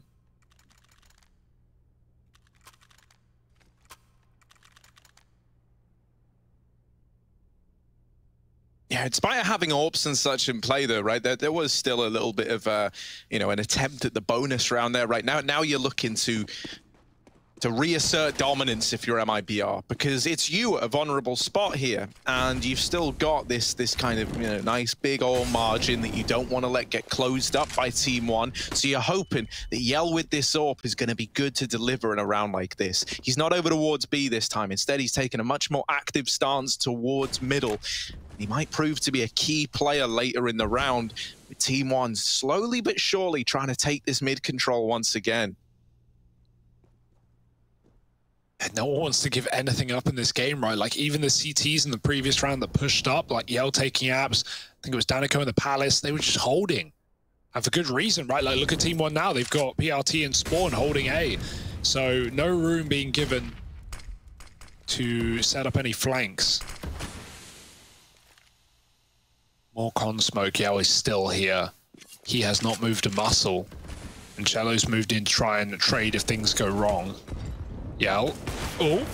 Oh dear, now it's awkward. Now he's trapped, and they can spam that box. They will. Maluki with a kill. Pesadeo clearing corners, and Cello peeks out with a frag. Oh, he can't follow up. Maluki doubles up with the AWP, leaving 2 at B, and those are the 2 that Team 1 want to take down. Chasing through apps is PRT. He's got Danico trapped to the back of the site, but he does get 1 kill. Surely overwhelmed. Oh, it's a team kill for Maluki. Oh, no. That was lined up for him on a platter, but his teammate swings into his shot, and Shiz saves the day. That is so unfortunate. That should have been Maluki's 3rd kill, and I guess it was, but not the one that he wanted. No.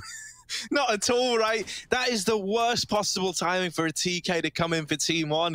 This is where, this is where, right, they were hoping to break the money of MIBR, close the gap, build back into the game. The B play was looking beautiful, and then this TK happens. Oh, it's so unfortunate. Like, you can't blame anyone there. There's no one to blame. It's just unfortunate. It's just unlucky more than anything. Is everyone's trying to trade Danico. They know where he is. He's the one player they've commed, and so he swings, and everyone takes a shot at the same time. Yell is hopping into the ladder room, and now look, with another player on short, Bolt, he doesn't even need to get a kill. He just needs to be spotted and back up, and at that point Yell's position is so much more valuable because they didn't boost in through the window. Oh, he does get seen. That's the info. Will it do anything? Because no one's pushed up Cat, and so Yell's not going to be chasing them. He's waiting for players to push past ladder. Only 2 and A. That's the objective. Team 1's desires. Shiz has to watch Connector. And Palace. And also Ramp. Easy job, right? Legs spotted. Shiz gets a kill. Maluki. Oh, he kills his teammate again? Maluki! Okay, I don't know what's Maluki's a happening now. double agent, man. He's trying to join MIBR. Yeah. I don't know what's happening now. I didn't see how that happened. Maluki, you okay, bud? All right, first time, you know, it's he's explained his way out of it. Yeah. But now Maluki's starting to look a little sus. Now he's got a trend. He might be getting you know, ejected from the space shuttle at this point, man. We got our eyes on you, buddy. Back-to-back rounds of the Lou is TKs. sus. Yeah, I'm not sure about that one. 15-6. It might be done, Harry. It might be a desperate B rush. We've got Mac-10s. And nades coming in hard. Those mollies going to melt you. And Danico's already done the dirty. Cello at the back of the site, dropping the bomb. And one by one, they start to fall, tumbling down to the ground. And it's like every B-rush. No one's getting out of apps. They're trapped. Maluki does get a frag. Not on his teammate, luckily. And Pesadeo in a 1-on-4 to close the map for MIBR. They're looking to end it with ease. And I don't know if he's going to be able to get in the way of that. And there it is, 16-6, MIBR. That's a stylish win. That's a flex on your Brazilian brethren. We'll see how they do on Train, Team 1's pick, and their chance for redemption after the break.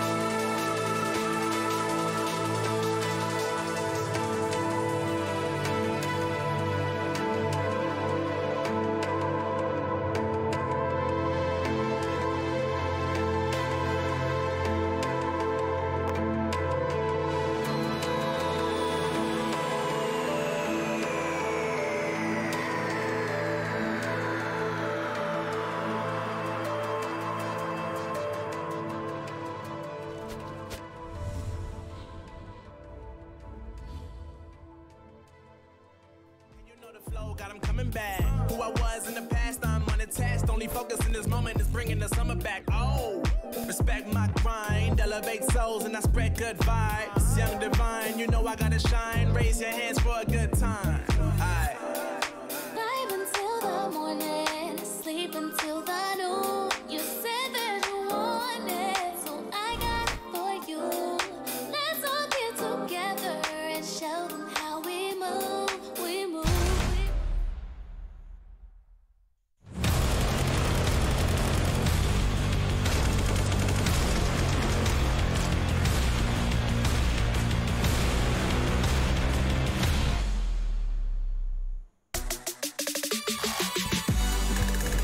MIBR striking first here in our last best-of-3 series of the day. Here for Group C, we got them taking Mirage over Team 1, their map choice. But that means we're heading to a second map here in just a few moments, where Team 1 has chosen to head over to Train. Before we get to that, we're going to break this one down with Pimp and myself, Jason Kaplan. And we have to start off by talking about how dominant of a performance that was for MIBR. good map. Very good map from MIBR. Very good map, let's be honest. It was all right. It was a good map. Yeah, slightly disappointed in Melps and the boys for Team 1. They got off to a good start. They're up 4-1. They win the first 3 rounds, then they lose 1 round, and they instantly break MIBR again. And at that point, I'm thinking, okay, Team 1, they're on the server, right? They're here to play. They're here to win. Unfortunately for them, from that point and onwards in the first half, it was all MIBR. They were dealing with all the aggression coming out of Team 1. Team 1 fell back and played a bit too passive after they tried to be aggressive, and that was just easy for MIBR. They felt very comfortable moving around the map, and it felt like Team 1 just couldn't handle whatever MIBR came with. I don't want to say MIBR played a perfect game of Counter-Strike. I feel like it was Team 1 dropping the ball a bit too much here, and maybe showing that the experience is not there yet. It felt like, for me, MIBR were just, whatever part of the map they wanted to take, they would take it. Sure. And if there was a contest, they'd win out on those trades. And you can see, no, not the top fragger of the server, but Cello, one of the players that we want to talk about here when it comes to this matchup, because he was a dominating force. He saw 22 and 14 and really putting his foot down when it came to this matchup, which, you know, to be fair, we were talking about in the green room. When you choose a map like Mirage, you're basically doing a domestic matchup. And Mirage is like the most played map when it comes to Brazil. So MIBR definitely knew what they were doing and proved to be the better team. Yeah, and as said, you know, as we briefly discussed about in the video, both of these lineups, they play the same maps, right? They can play Mirage, they can play Train to a high level.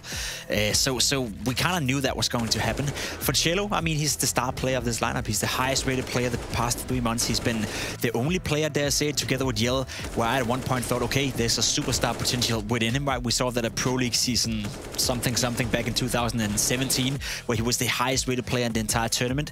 Bolts being the anchor, being the stable player of MIBR. You look at the lineup, you look at the players, and you think to yourself, okay, there's potential. And I will say, we saw it against Gambit yesterday. They were doing a decent job, took off a map from the IM Katowice winners. And today, so far in this matchup, they look like by far the better team. So if they can keep up this level, MIBR is maybe slowly but surely starting to get it together. Yeah, as you said, Cello, I mean, he was the top fragger versus Gambit, going 55 and 60. We're looking at basically the top performing player on the side of Team 1 in mobs. But unfortunately, the 65 ADR he put up, the amount of kills he put up, wasn't going to be enough at the end of the day here. And I say it's maybe a rough start for Team 1. I have higher hopes personally, Pimp, when it comes to Train, as we got to see them play against Fury yesterday. But that was a beating. That was a smackdown. That was like your parents coming in, realizing you did something really bad, bringing out the belt and just hitting you with it. I don't know how you grew up, but that didn't happen at my home. Just Wooden spoon broke on my ass, actually. Very proud. My mom, if you're watching, I love you, Mom. She was very upset about that. You must have a strong bum then. Moving on, Jason. Moving on. Train, you're right. You're right. I think we saw Team 1 play well on Train yesterday, though. There was a moment in the game yesterday where I thought to myself, okay, Team 1, you're going to win this map. Unfortunately, they lost an anti-eco round at the score 11-11. I'm actually going to showcase something on the Telestrator, if I may, for you guys at home. What happened in that round, the setup that we're actually going to walk into here. So just quickly to fill you guys in, we're on the CT side for Team 1. We have Melts, he's playing towards inside. We have Maluki, he's towards Ivy. We have Pesadeo, he's the rotator outside. And then we have PRT, and we have Skulls playing close outside. Now, this setup in itself is not a bad setup. Maluki holding Ivy, that's fine. We have a crossfire here towards T-Main and towards Popdog, and then we have Pesadeo who can help towards Ivy, he can help towards T-Main, or he can help towards Popdog. Now, what you have to notice is Malps completely left to himself. What happened yesterday was that they knew that Furia have read on the homework. They knew that Melps often is playing alone inside. So they just went out of heaven, got a kill towards Melp, and they lost the round. The problem here for Team 1 is that the setup in itself is fine. We can move on here. The setup in itself is fine, but you're leaving Melps by himself inside a lot. And we saw that happen over and over again yesterday on the CT side. If that happens again today, MIBR, they need to take advantage of that. And Melps, he needs to be aware that he needs to call for the backup faster, because that was lost in the game yesterday. They lost a round where there was only one AK in play, 4 Glocks. That one AK went in, killed Melps, killed a teammate, and the round was over. So, Melps is a good player, sure. He's, I guess, being allowed or being tasked to play inside by himself.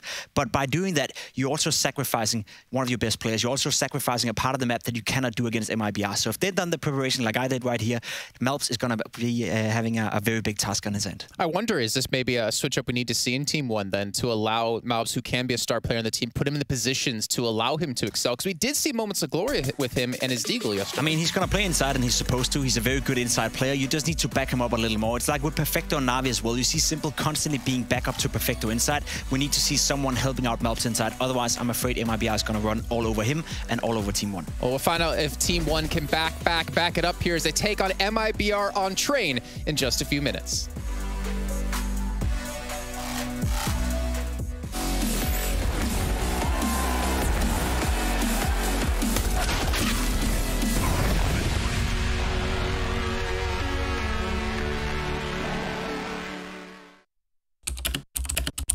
Hi, my name is Sue Lee. My handle is Smix. I think it's important for these initiatives to happen. Empathy really, really goes a long way, and it always means so much to us, and I think that's where initiatives like this really help. Good luck, have fun. Yes, nice shot, my friend. Cheaters ruining your plays? I have eyes on the enemy. Bad servers stopping your shots? What you need is ESEA. Advanced anti-cheat to stop cheaters. And the best servers around, all with 128 tick rate. ESEA, the best way to play CSGO.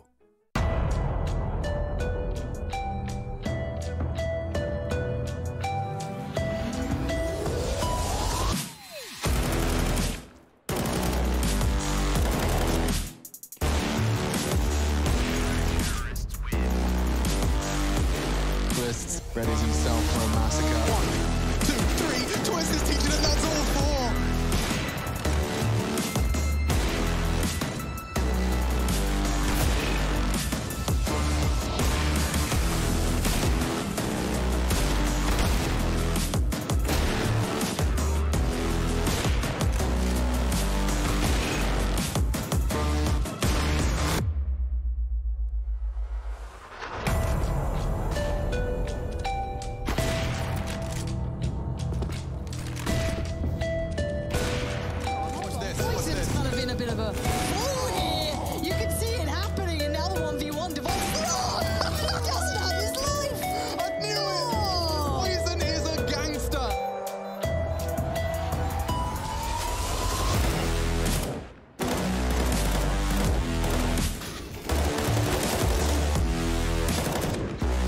Frozen left with a Julian task.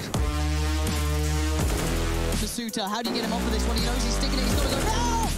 Frozen! That is insane play!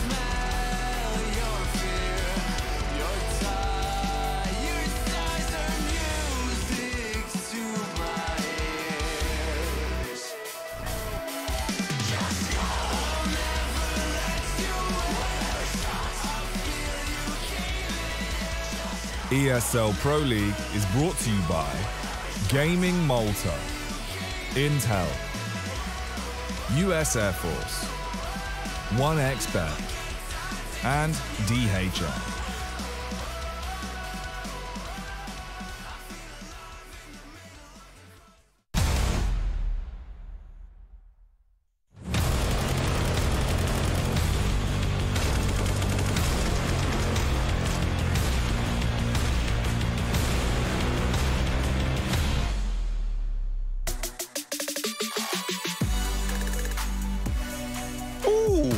We got that vintage beat up in here. Been a little minute since I've been allowed to come back in talking to this one. Do you remember all those nice little desk segments we used to have to do, Hugo? Where we would have this music play us in? I do. Yeah, I'm feeling it, man. I'm dancing. I'm ready. Team 1 versus MIBR. We just saw MIBR looking so damn good back on Mirage, but now we get to the Team 1 playground. It's the train yards. Team 1 do some of their best work here, and they're going to have to deliver good on that moving into the second map of this series if they want to take us the distance. The T-side start and an uphill battle, but it's not to say it's impossible for Team 1 and co.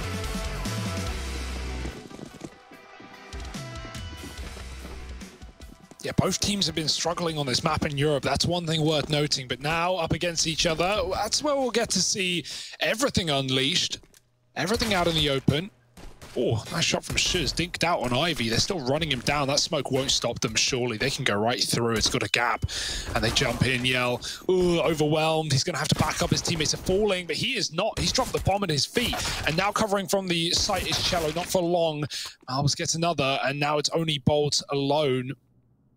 They've trapped him in the pop dog. They know where he is. They can even stick the bomb as well. Malbs has that one on duty, and Bolt needs a 1v1. Malbs gives him something, but he's only trying to bait shots out of Maluki to get that kill given over. Oh, you're risking it all with a jump, but Maluki playing with his food, and Malbs takes the bite. Team 1 find their first.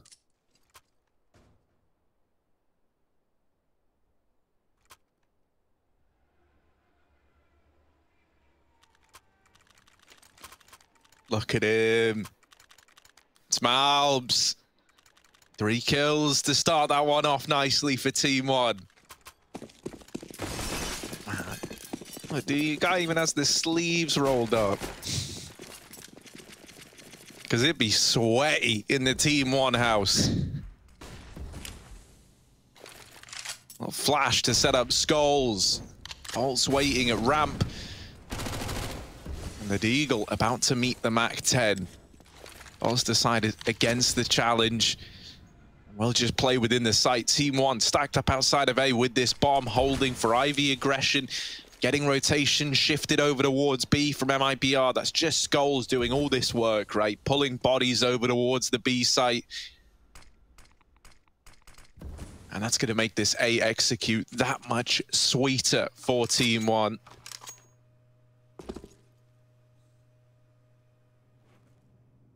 So late in the round, you would really expect it to be a B play here. So MIBR are stacked over in the wrong way. Now they're going to be calling for help. Cello spotting some players coming out of main, looking for some big deeks. Skulls running him down though, no problem. Malbs with another, and now it's only the B players who are trapped and stacked on the wrong side of the map. Ooh, missed shots from Danico. Oh, what a flick from Yell. Won't change anything though. It's still a Team 1 round. May as well save your scout, save your dignity in this one as T side begin to build. Force buy goes nowhere.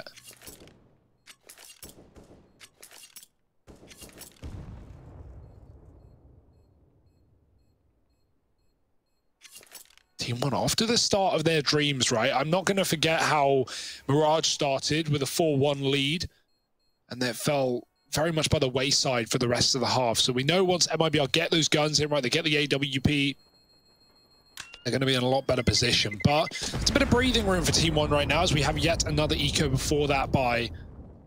And on a map like Train, it can seriously get out of control, right? You don't win your first rifle round, suddenly you've already lost the half. Those orbs are so expensive, you're so reliant on them. It can get very uncomfortable. So MIBR, the pressure really is on, not in this round, but in the next. This one, free real estate, mate. Do what you want. Run wild.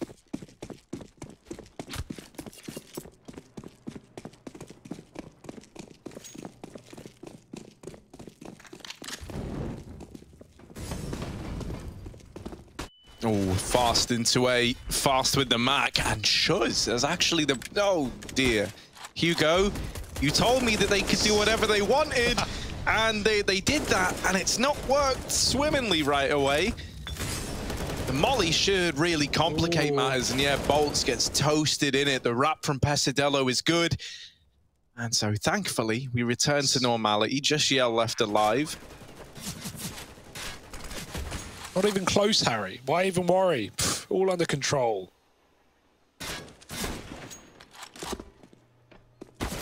Ooh, another man hunts. Pesadello is going to deal with him.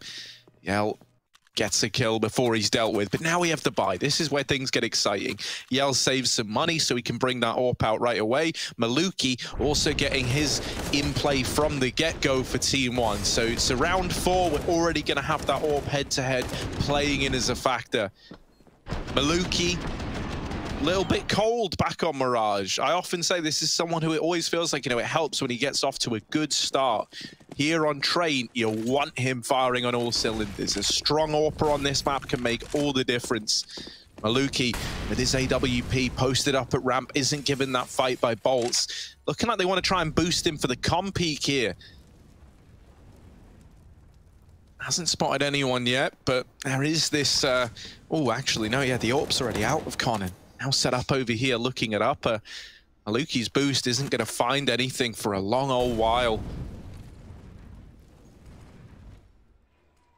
And while this is happening, you know, while a decent bit of resources have been committed towards this B site for Team 1, a lot of map control is gained by MIBR. They've grabbed Pop Dog. They're even looking like they don't go up that ladder. Don't go up it. Cello, mollied out, has to smoke that, but Pop control is still maintained. And MIBR now realizing, you know, maybe this isn't as cut and dry as the B play like they were imagining early on. Team 1 have tried a lot of little tricks to get this opening kill, but MIBR have not afforded it to them. Oh, look at Bolts. He's making a move. He's fallen off for the bait and switch. And actually, that timing is missed as they get out ramp. That's so unlucky, right? They had the perfect setup to deal with it, but one player is faking B perfectly right now. 30 seconds. Maluki with the A opener. Dadako needs to do it all. He's the only man here. Trapped in the pop is his teammate. There's one, but it's not enough. Cello gets a kill, but right now, Yell's got to rotate quickly. He can't stop the plant. Will go down. They still have this B flank coming in. Cello doesn't stop the plant. So close, so far. And PRT lives to tell the tale. Now the AWP hunting them down from behind. They don't know it's here.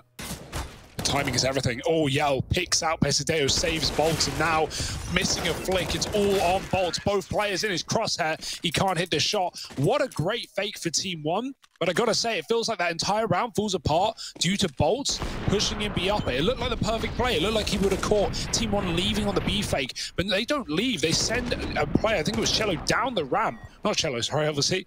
They send the player down the ramp as Bolts falls off watching the ramp and Yell's covering upper. And so there's this whole B lurk going on while MIBR are distracted, dying on rotates. And Team 1 get a bomb plant. It's their round. Very weird, but nice execute for Team 1.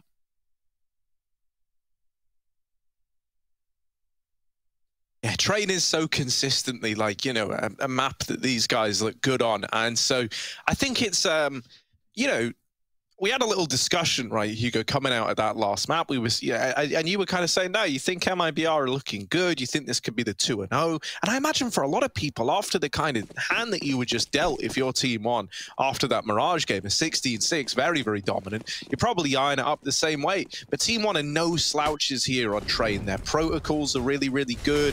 The kind of gimmicks that they have to try and take man advantages, right? You've got like the nade stacks to bathrooms. You've got all these little pesky boosts. They really know what they're doing on this map. And it's one that I think, you know, even the favorites in this group are going to be a little bit worried to face them on. This round just slipping by the wayside. Nothing much exciting happening yet. Cello gets that 1 kill, but with the AK now in his hands, he's not going to get given much of an opportunity to use it. So much control already taken on A. The bomb's getting planted and goes down now. And so for MIBR, I think it is just this save. Yeah, one thing that Team 1's so good at doing on this T side is Train. You'll often see this a map where a lot of teams will approach it with very fast T sides, like running out of main. You have really good spawns that you can get to drop pop before the CTs get there, or catch the cross to E-box. Team 1 don't often use them. A lot of these rounds, they even stall out the first contact they get. and don't even show in main. Even if they only want to take that A site, they won't give any info in the first 20 seconds. And so, you know, a lot of teams will just, CT will play off of the info they get early. Like, oh, okay, there's a couple in main throwing grenades, or we've seen some smokes A, or one guy's jumped out blue. MIBR never have that info, and so in a lot of these rounds, they're being conditioned to lean B, because when things go quiet, you're expecting your opponents are walking through those box halls, that long line, the long route to the B site. And, you know, Team 1 do a really good job of playing these slow rounds, faking a B play, and then taking out A in many a case. And MIBR keep falling for it. It's a really good T side right now. 5-0.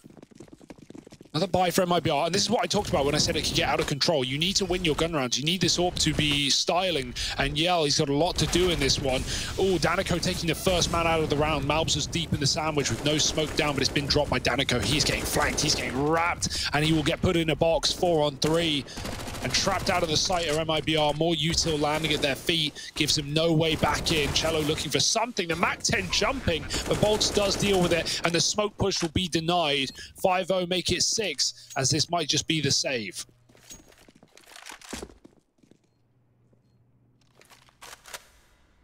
It just feels devastating for MIBR, right? A lot of these rounds, you're often left with players who barely even get to play, it feels like. That was basically Yell's whole round right here, right now. Not taking a point of damage, not inflicted much in the on the other side, and now just having to save this AWP. Team 1 up 6-0, this T side. Hell of a start. And it only stands to get better for Team 1, right?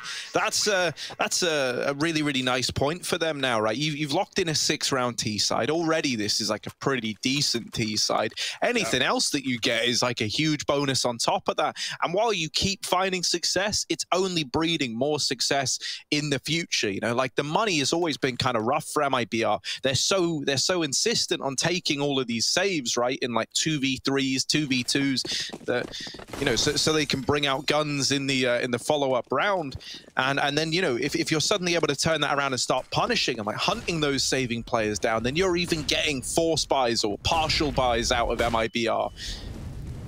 And so it's a really good spot for Team 1 to be in. Team 1 just double naded the B ramp push. If anyone went there out of spawn, they would have got dunked on. So planning for every contingency, it seems. Not letting MIBR get away with much, especially not a bit of a peek into B for info. This rotate will come through, but it's a little bit too late. Shallow gets a kill, but they're already in the bomb site. Skulls keeping him pressured. Flanking pop is good, but is this misinformation? It might confirm everything. Danico can call. It's not the full B play. Watch out. But that bomb gets spotted in main as well. And now Danico needs that B pick as Yell deals with the AWP. Maluki dead. Danico's lost sight of Skulls inside of B. And this Ivy Lurk is coming out. Should be watching for it. And he is. Again, Team 1, how do they get Skulls through the B bomb site with this massive flank? Danico is physically missed and hit every unfortunate timing, but he's still cognizant of the idea. So Cello comes back to keep an eye on it. Skulls' streak of impossible timings is brought to a close. And now PRT and Pesadello left up in a 2v4. Don't have a lot of real estate with that bomb out through main. Trying to go up on top of the trains. They lose PRT to the Ivy player. And now for Pesadello, they know where he is. They know his objective, and they've just homed in on this one remaining man. Shuz is keen to get involved in the action. And MIBR, they get their first round right here, right now, 4 alive. And this is where we're hoping they can bounce back a little bit. Yeah, very good communication from MIBR, right? Like what I just talked about with a lot of pre-rotations B when they get a player down ramp. MIBR don't fall for it that time. They know that Skulls was out in the site. They know that he was somewhere, and that's the only info they have. So they still hold their spots. Ivy was contained by Shiz all round long, even though it was a late lurk, and main was dealt with by Yell. So good awareness from MIBR to not over-rotate off the back of that. Oh, off the back of that B play. The wall bangs almost connect. Ivy push, missed shot. PRT lives to fight another round. And this would be the perfect round to just go for a B play, like a full execute, because you know MIBR aren't really going to be reading into that. With how many slow A approaches there have been. And so sending 4 or 5 players into this bomb site could be an answer. This setup again. Okay, let's see how it does properly this time. They've even got a third rotate. MIBR have read it. This is a great round to stack that B bomb site. And they have Danico ready to flank Pop if things get down to it.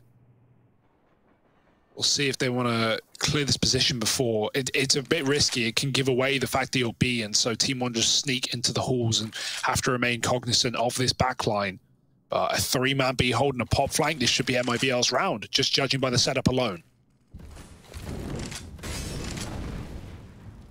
Ooh, that molly delays the push, and Team 1, they just wait it out, throwing in a second volley of utility and now trying to do good on this B site play, but there's the crunch. Shuz might be blind. He's still in with a double. Pesadello and Maluki trying to haul this back, but in the blink of an eye, it's down to 1. Flash goes high. His attention divided between so many angles. They're wrapping in. They're pushing close. Pesadello, no room to maneuver, and only 1 out of the 3 kills required. The double AWP is saved for MIBR. The read was in. A heavy stack over towards B. And now they are in with a second. We were hoping this is where they can break that silent streak. This is where they can start to find their footing, and they are well on the path to that. If they win this round, Team 1's money is gone, and suddenly MIBR are really back in this map.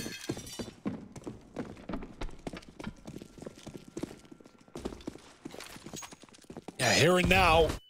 Oh, finally a faster round. Finally an A play out of the spawn. And oh, it's not gone well for them. No smokes down. And MIBR just lay waste to Team 1. 3 kills in an instant. Skulls gets a trade, but he gets dinked. And Marbs is now all that stands. Or legged, rather. Pop flank is being watched, but the flash is good. Great team play from MIBR to find that kill. And almost nothing Malbs can do in this position. Shuz is going to peek him with a Molotov, and that's 3 kills from Shuz, 3 rounds from MIBR, and they are building and building some more, Harry. Like you say, broken by now, and MIBR's chance to recover this half once again.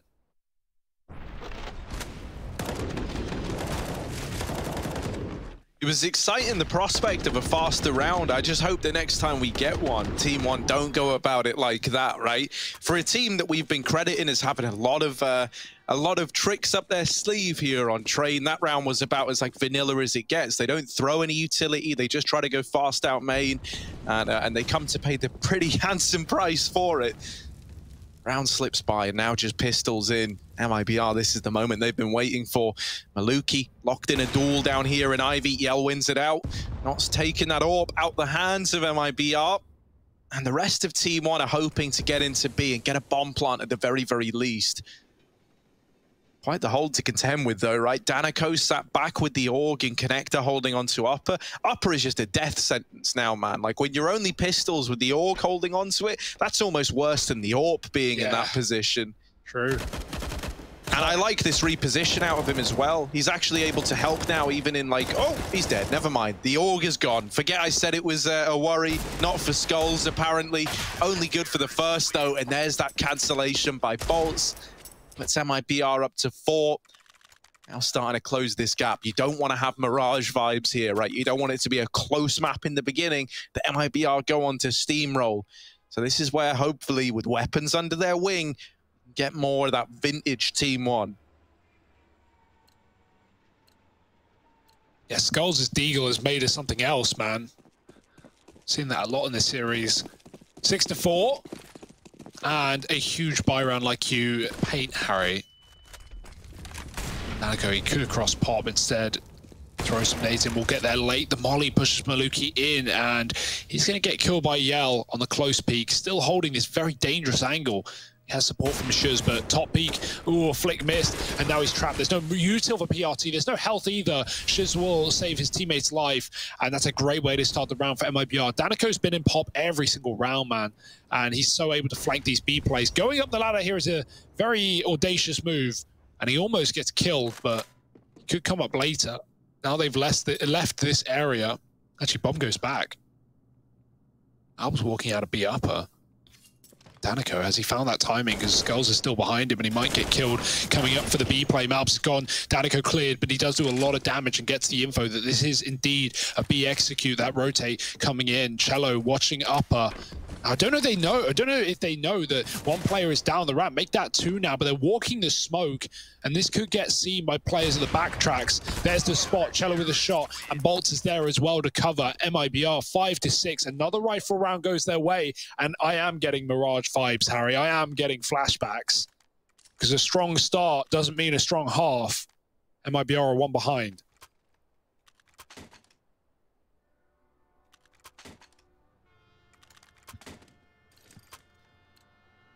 Yeah, we're getting a nice, like, mid-game adjustment out of MIBR, right? Suddenly showing a lot more face, getting it, and, you know, not afraid to get aggressive in the mid-round, to go for those info plays.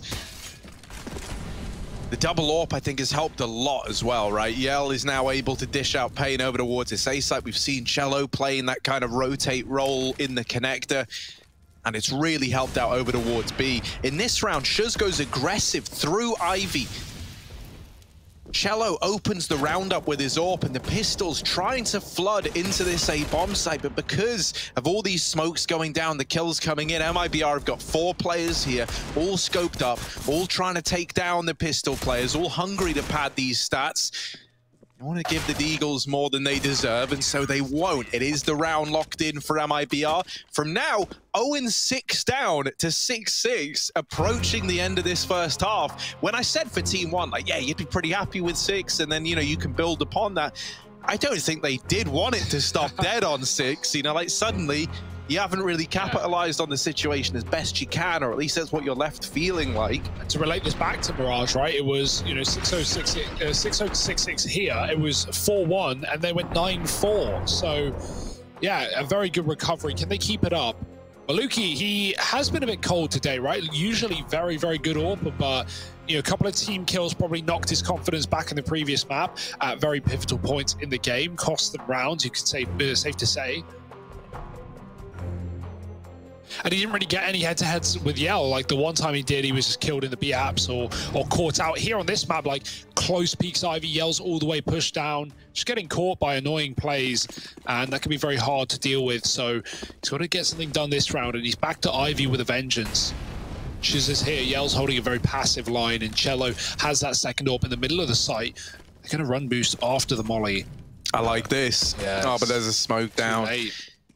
All right, who's the fun ruiner? Yell, of course, dropping that smoke, not letting the run boost find anything. It wasn't Yell. Wasn't it? Take the disrespect back, Harry. Oh, dude, it wasn't. He is full utility. What am I talking about? It was Shiz, no? I think it might have been. He's rotated B. They Shiz, got the Ivy smoke, and they go on a hell of a rotate. Again, the B stack. Now, this is one of the rounds that we talked about early where Team 1 don't show anything early, and so MIBR think it's a B play. They've been right in some of the rounds, but they've also been wrong, and that was, you know, the 6-0 lead. And so this is one of those rounds where it doesn't look like it's ending B, just judging by the current positions. And so this will be a lot of pressure on Cello and Danico to hold down these 2 positions. Missed shot on the cross, double drop, dead Danico, and now they're calling for help. Yeah, Cello needs help as well, right? He's trying to watch Ivy pop and main. He's got to have eyes in the back of his head. Yell here on the rotation. Does take out that first man with the AWP, but Cello needs to get back on Ivy or else he's surely a dead man. They've pushed up close in Sandwich. Shuz boosted over in the connector, trying to peek into the site. Oh. They can't find Cello yet, but there's the trade. And they even deal with Shuz up on that boost. It's not a done deal yet. Yell's making a big boy play. Ooh, through the smoke. And now in the pop dog as well is Bolts. That bomb plant denied. There's the swing from Pop. Malb's left in the 1v1 to try and break this streak, and he will do it. 3, 4 Malbs and a 7th on the board for Team 1. Finally coming in with another round after going absent for the last 6. Gotta say, the fact that it even comes down to a 1v1 with the positions there is impressive enough for MIBR, like Cello and Danico. You know, Danico dead immediately. Cello gets away with an awful lot. And that's unfortunate that Bolt swings off a Yell. It would have been nice to see him like not play early because they didn't have the info, but they just wanted to 2-on-1 that fight. Weren't to know Malbs' position though. And now Team 1, they've bought themselves a lifeline, a second chance of this half. And like, don't get me wrong, again, 7 is great, like 6 is fine. Like they're not in a bad spot, but when you go 6-0 up and then you lose every round, it's not going to do good for the confidence. It's only going to hype MIBR up more. And so that round, even if there's no more to follow, is very important just to keep Team 1 and their head in this one. Not stacking B, only 2 players there this time, far more reserved. Both the AWPs are in it though. It's rare to see that. These rifles have to do the damage here as Team 1 lay up utility into the A site.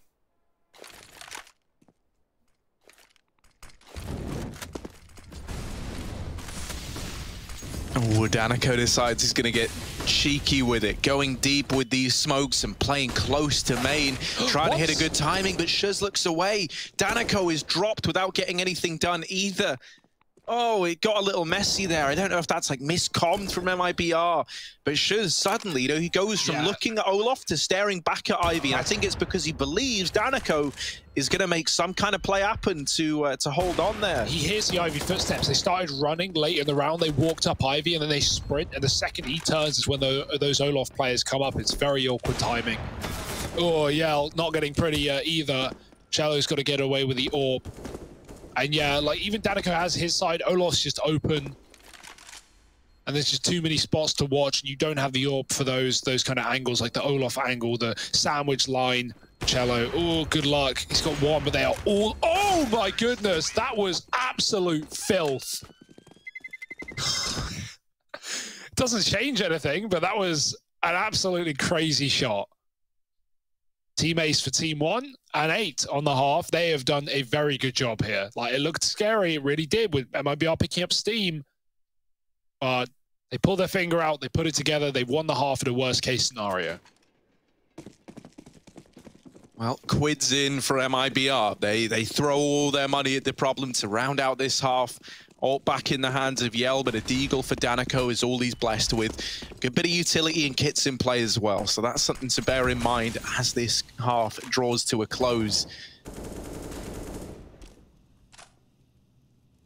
Yell is pressuring Ivy and getting information towards this side of the map. He doesn't see anything yet. There's a spot onto one, and PRT sees him right back. They double nade into Pop. Cello is ahead of the nades, though, and still looking to put up a fight. That Molly gonna force the reposition out of Cello. Maluki is entry B in the meantime, but it's just so chaotic, such a chaotic round. That bomb is coming down in towards the B site. Skulls is trying to get it planted, but Bolts, who's been being patient, has waited, now swings out from Oil. Good for the first. Maluki dropping down, has brought it to the 1v2, and even though the nades do damage, it's the AWP to close it out. MIBR up onto 7 as they grab that defuse. A close half, 8-7 to round this one out. Team 1 trying to take us the distance, trying to take us to a third, and MIBR, they want anything but.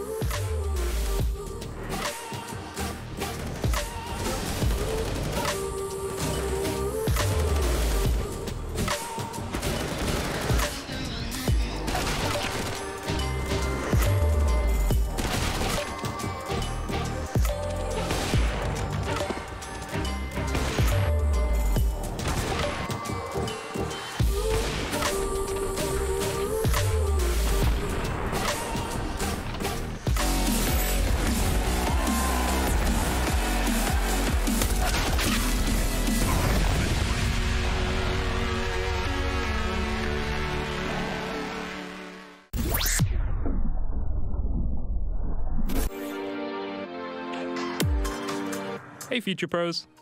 Train, train, train, we are back on train. This time with a flash for low ramp which will also blind any AWPer holding long holes. If you want to use it, line up with a third exposed metal beam. Crouch down and aim at the top of this sign. Then while still crouched, throw the flash. This should halt any aggression the CTs may have been planning.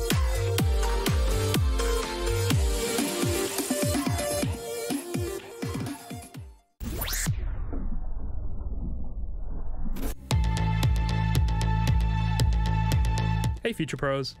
I took the high-speed rail and ended up on train once again. Today we have a smoke that will help your B players get aggressive or keep some T's at bay.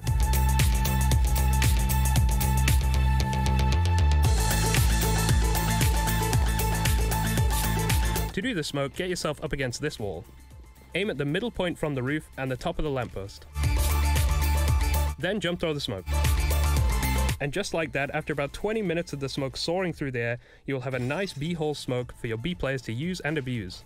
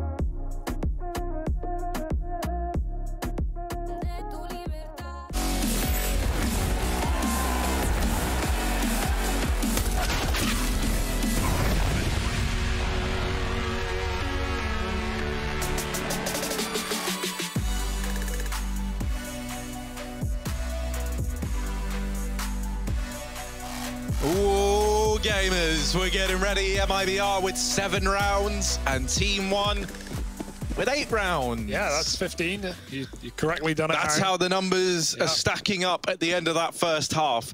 Team 1 beginning a CT side. MIPR with a fast B play. Look at this. Look at the speed. Look at the pace, man. Look at the pace on them. Out towards B. Information gained for Team 1 thanks to this Ivy peak. So hopefully those rotations are coming around soon. But right now it's only Malbs here trying to hold on to the B side. Oh, there's the first, but he's done after that. Silenced by this man in the form of yellow even continues to get a little bit stuck in. It's actually Danico going aggressive. Pesadello's on a fast wrap of his own in through upper, and as is Maluki from that earlier flank up through Ivy. Ooh. 2 players in the back, 2 in the front, and MIBR all 4 trapped in the bomb site. Yeah, the bomb's not for them. Like, they needed the kills. Everyone pushed in, but they didn't commit for some reason. Like, they're getting flanked, and they're also not getting any forward ground. Or they're getting the ground, just not anything with it. And so you try and turn around to the bomb, when the flank comes in, you get pinched between both sides. I felt like a very disjointed pistol. Like, MIBR, the call is just B, but it didn't seem like they know what to do once they get that bomb planted. It helps that Team 1, don't give them the kills on that rotate. They know they're reliant on flanks, and so those CT players are coming through can't just stay alive. It's a good call from them, but MIBR get kind of trapped out there. I think we're going to see polar opposite T sides, right? We had slow and calculated for Team 1. I think we're going to see a lot of aggression, a lot of quick moves for MIBR, playing those spawns, dropping pop as well. So let's keep our eyes on this one. Right now, it's a gun dropped over by Yell. Cello's got the AK, surrounded by some Deegs. Somewhat invested in this round. Pixel gap for the man with the knife out. And pre-fired on it, so it didn't go well for him, safe to say. Oh, you're trying to play that little pixel angle. You're thinking, I'm gonna back out of here when I get this information. And that never happens. Never happens. It is a 4-on-4, and that's all thanks to Malbs. God, it's just great saying his name. Make sure to thank Malbs today. Have you thanked Malbs? Have you thanked your local Malbs? There's a Malbs in all of us. I wish that were true. Ooh, cheeky little pop smoke. Oh. Skulls has been jump scared. Yeah, we're just going to ignore him. He's trapped. Oh, Maluki tagged as well. Pesadello trying to hold on towards his A site, having a backup, and now turn his attention towards Danico, but he is on the right angle at the right time, going up and over the bomb train, gets his head taken off.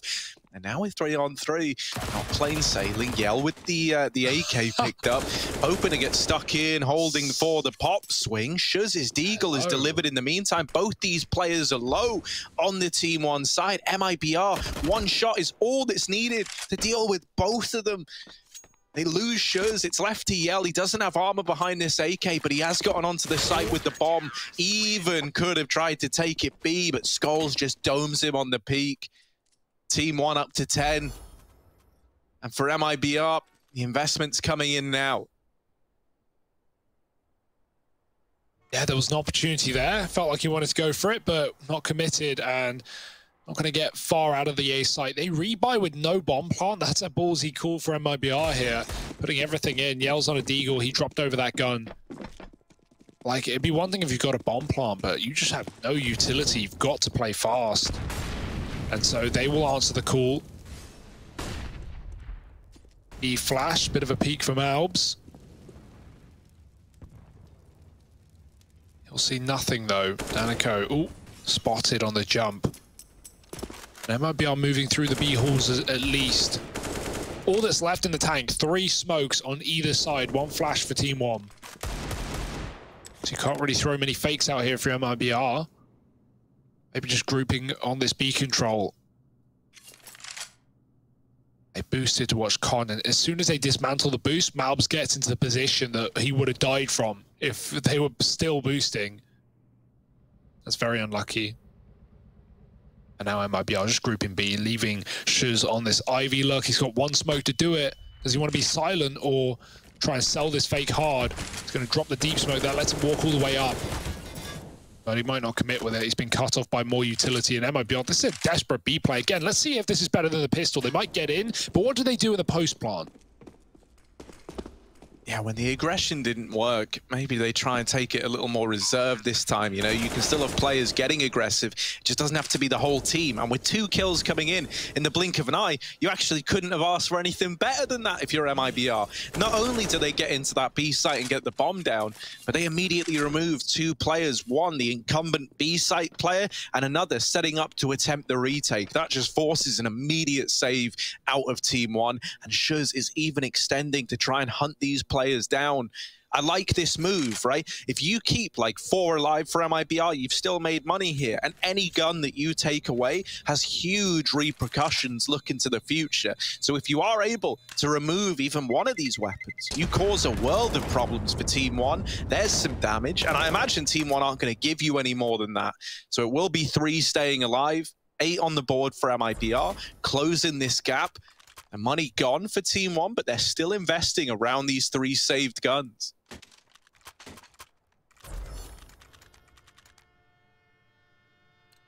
Yeah, that's a nice little B hit, right? Well, we just saw so much depth in the first half. I imagine that's going to be continuing on the city side for Team 1. So MIBR looking at a little faster approach now. Nades going in. They don't rush off the back of those grenades, though. Every time you think they're going to storm out of main, they just don't. No one's done it this game, really. The one time Team 1 attempted it, they got mowed down. So MIBR, again, playing reserve, playing safe. Playing a default. Double B set up for Team 1 as well. Maluki with a scout alongside the Deagle. So the broken guns on the B-bomb site. Albs even pushing up. Oh. It's ballsy. Hello. It's ballsy from Malbs, but they double swing him. Very, very ready for someone to try and gimmick their way around that smoke. Here's the jump up for Maluki, and he nails Danico. Oh, surely not a follow-up, right? You don't want to throw this away. Skulls has even got aggressive. All across the map, there's aggression coming in. They lose Pesadello. It's a bit of a mixed bag of results in terms of the aggro. But at 3-on-3, they've denied the B site play as well. So MIBR having a group up and hit the A bomb site. Well, lying in wait here is Skulls, a man who's already got 1 kill to his name. Now pushed into the pop dog, trading places, trading areas of the map are MIBR and Team 1. And with him now in pop, Skulls could try and uproot this entire A play. The molly gives the early hint that it is a play in towards this A site. 20 seconds left as Cello's moving in close with the bomb. And so even if Skulls is able to be here to deny that bomb plant, that could be huge. That is a big kill for Bolts. Right, the bomb plant would have been nigh on impossible with Skulls still in the pop dog. Now this round is a real possibility for MIBR. They hear PRT up close. They deal with him without breaking a sweat. And out of all the things to get away with, it's the scout that's still alive. Now, there should be an AK down here at the bottom of ramp, and that's what Maluki's looking for.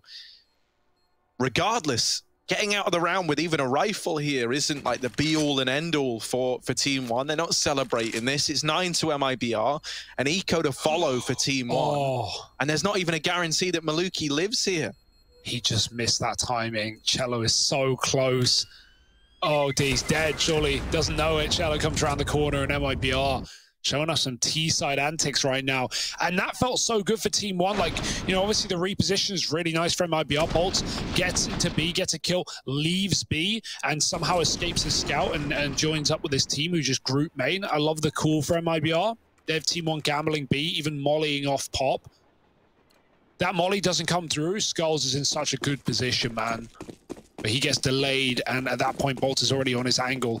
MIBR buying time, up to 9. And against the full USPs, it's a bit of an old bomb stack and Astralis tier classic. See if it gets cleared. Oh, get out of there, but not alive. Bolt gets 1 and takes a lot of bullets to the face. Now this is where it falls apart. The CT starts spreading out and chasing kills, and they're going to get overwhelmed. But they couldn't have stayed there, right? MIBR would have just avoided them. 10 to 10. And that eco gets swept under the rug. When you think about the fact, you know, when you look at this through the lens of this was 6-0 for Team 1 at one point, the fact that it is 10-10 now is just wild. And the fact that this game has gone on in this fashion where like one team will streak together a bunch of rounds, then you get a response, then Team 1 starts to pick it up again and you're going, all right, lads, come on then Team 1, let's bring the heat. Then it's like, oh no, actually MIBR is sick. Wait, why was I even doubting them? I don't even know who's better in this right now. Maluki taking a peek at Upper is full blind off the angle. Malbs does his damnedest to keep this in the advantage of Team 1, but he's very, very low and he's still fighting. But inside the site, Danica had already slipped through the net. Bomb dropped at Upper B and Danica falling. A huge kill for Pesadello. This was never the intention of MIBR to go straight into the B site. It all got a bit confused because now for Shuz and Cello, they're a long way away from retrieving the bomb. They've got some map control. Shuz could prove to be a very pivotal player here for MIBR, but it's all coming down to a multitude of timings that he's got to hit with no information, nothing to go on the back of. So he's just waiting for Cello to retrieve that bomb. Molly down in B, hoping that draws these players for Team 1 out into the open. I don't know how Shuz is still alive. He keeps hitting these timings just by chance, and now he might get rewarded for it. Tucked in at the connector, spotted by PRT. They've seen the barrel. He's whittled down. He's helped out by Cello, and he's still trying to deny the rotations. Pesadello gets a little overzealous, and Cello turns it around. What a chaotic situation that somehow MIBR emerged victorious in. Yeah, they missed all the timings on that Ivy flank. It felt like everyone was just missing timings, that's throughout the entire round. That's what trade comes down to, right? But then like, you know, the fact that Cello not only doesn't go for the B play when they had the B player trapped in con, but comes in and saves his teammate's life who's getting spammed in con. A player runs through a Molotov. Not sure about that one. That's like the final drop in the bucket there for Team 1. That's maybe what cost them the round, and now the money is they're down to Deagles once again. They could boost up here a B. Danico's holding for the push though, and they're coming around the corner. Oh, he's gone down the pop dog. This is a big flank available. Danico's still watching, very, very aware of what could be going through, but they're not flanking him, they're flanking main. They're going all the way around. At this point, it will be considered by the time that MIBR have the bomb site, because it is so free. Plant can come in. And this may have been a great game for Team 1, Harry, but it feels like it may be starting to slip through their fingers.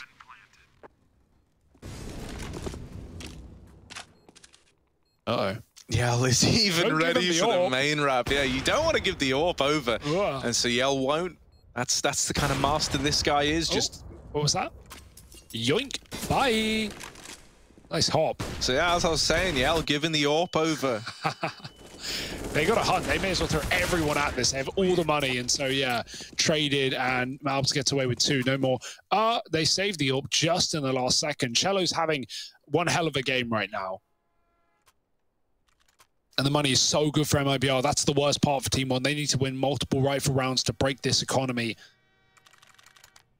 MIBR 4 rounds away from the 2-0 victory. It's not inevitable to say anything there. Team 1 certainly could still take this one back, but it has to happen here and now. Can't wait any longer. Could double up. I'd love to see that. Get Malbs armed on it, but no. PRT has the money as well. And he will go for it. So double up here for Team 1.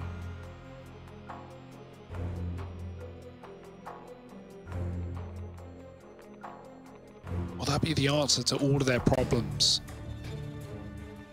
Only time will tell.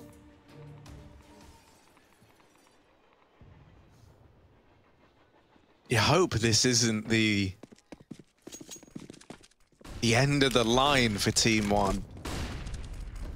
At least within the context of this series.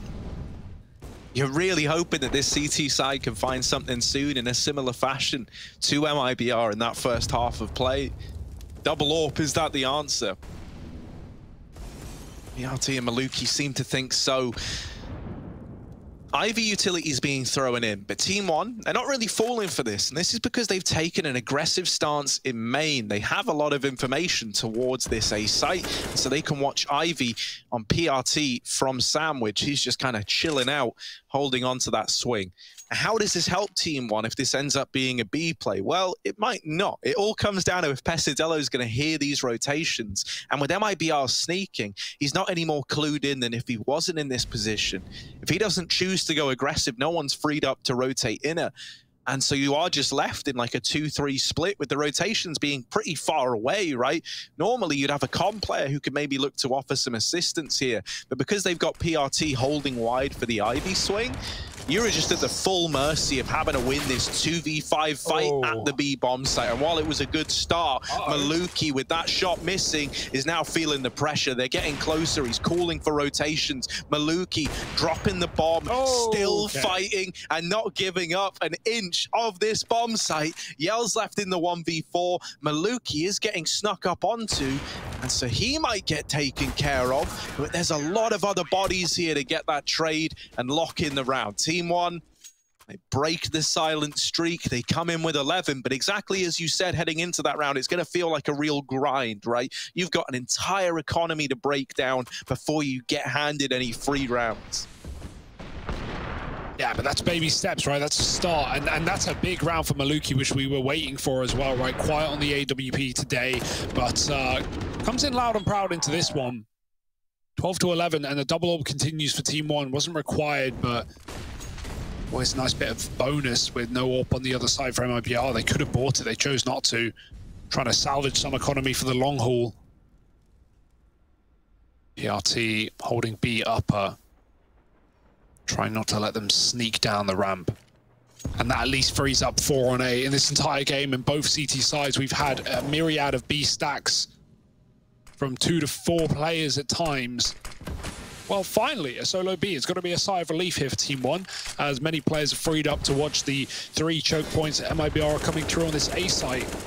We've got a player in pop just waiting.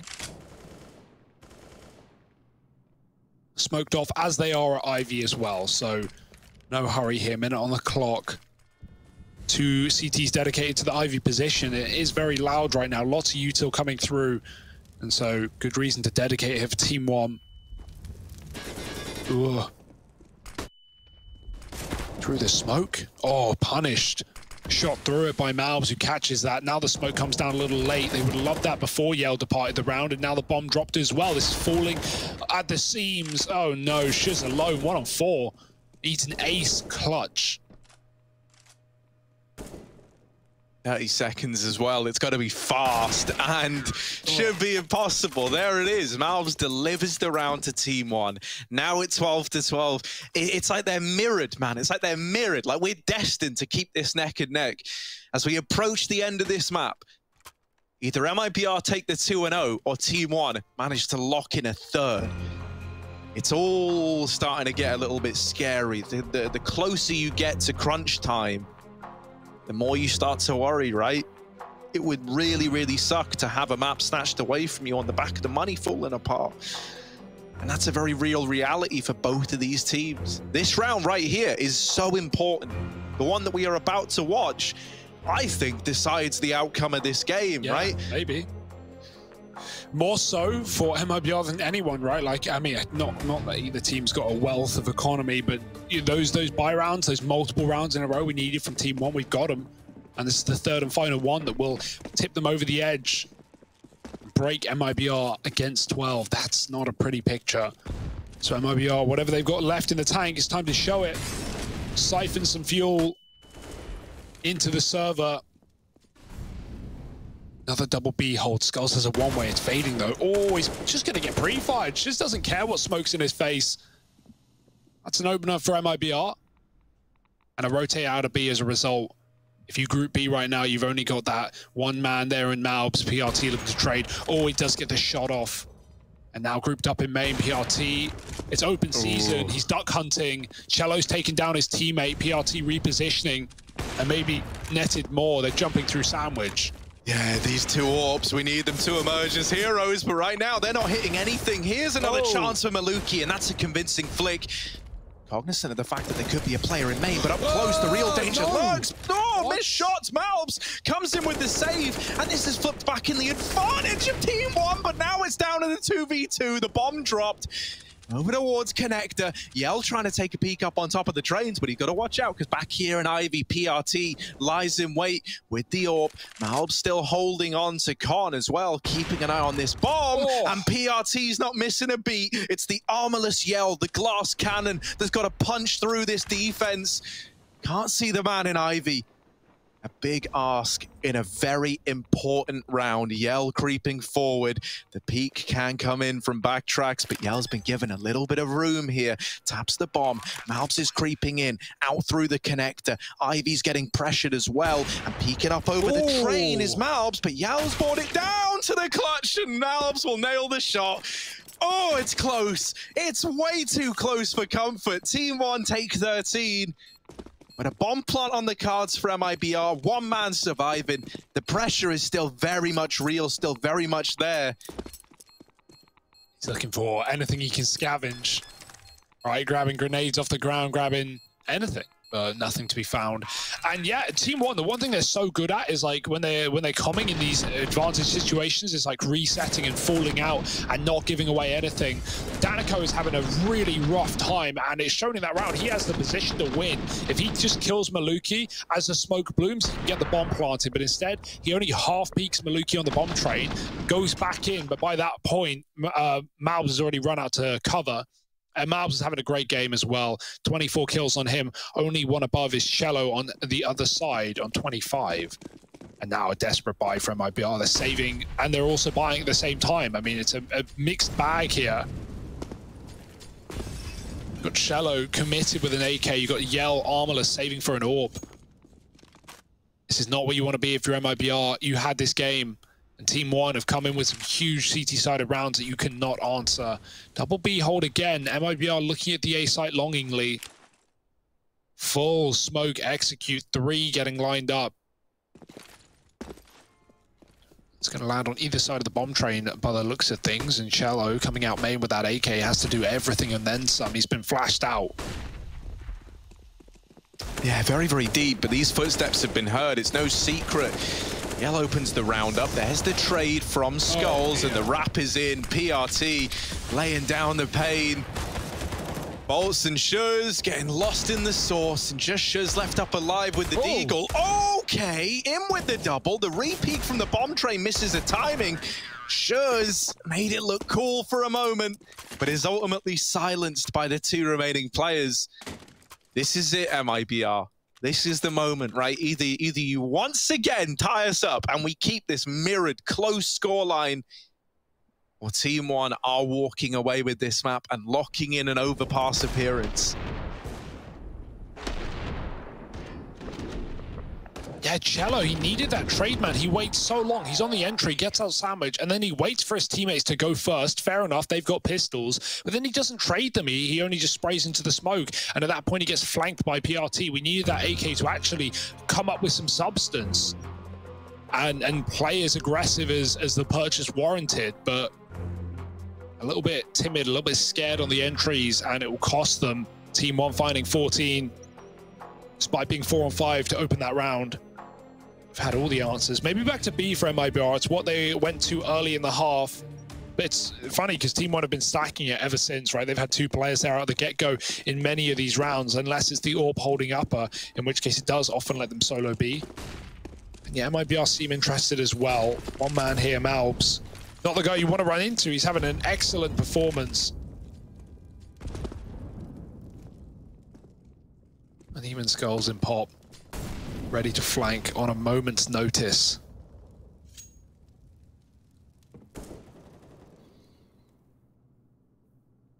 That's if it were a B play. Surprise, surprise, it's not. It's a fake from Bolts. 2 CTs here. The scary thing is like these A plays from IBR, that they always start off on a great foot. Like so often, oh, this is a big gamble. This is a big gamble from Team 1.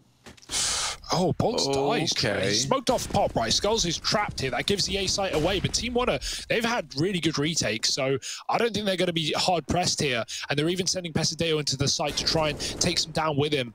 Even 1 kill here would be great for Pesadeo. Bomb getting planted, he jumps up over the top, he can't stop it. There's so many smokes down. Shallow is right up by side of Connector, and he needs that kill, he's got it. 2 in con, boosting up. Orb trying to hold Pop, knowing Skulls was once here, and the boost does catch Shallow by surprise. Yeah, big entry from Malb. Shiz silence without finding anything. Danico, very, very quiet game, but him and Yell get it down to the 1v2. Danico's traded, and Yell now the bomb out in the open. Oh, that's a fast flick, and they're still sticking it. They're still on the bomb, and the shots just won't connect. Maluki sticking it in spite of the just the raw firepower getting laid down range. Stays on that bomb, and Team 1 are up to 15. Now 1 away from making overpass happen. Oh, that one will get the heart pumping, right? Like, they didn't even have the cover on the Pop either. Skulls got out somehow in all of that one, and Yell's hitting all those shots he can, but so close through the smoke, just a miss. And it comes down to a gamble at that point. Team 1 is getting tense. You can see on those cams, they're getting hyped up as well. They're feeling the win. They know it's within reach. 3 rounds to find just 1 victory, and they've got the money to get them there as well. Yell's had glass all these last couple of rounds. Now he's at least going to be armored. That bomb plant was everything for MIBR, right? Getting baited over into the triple B with Team 1. And now surely MIBR, they have to go B, right? They have to at least give it a look in.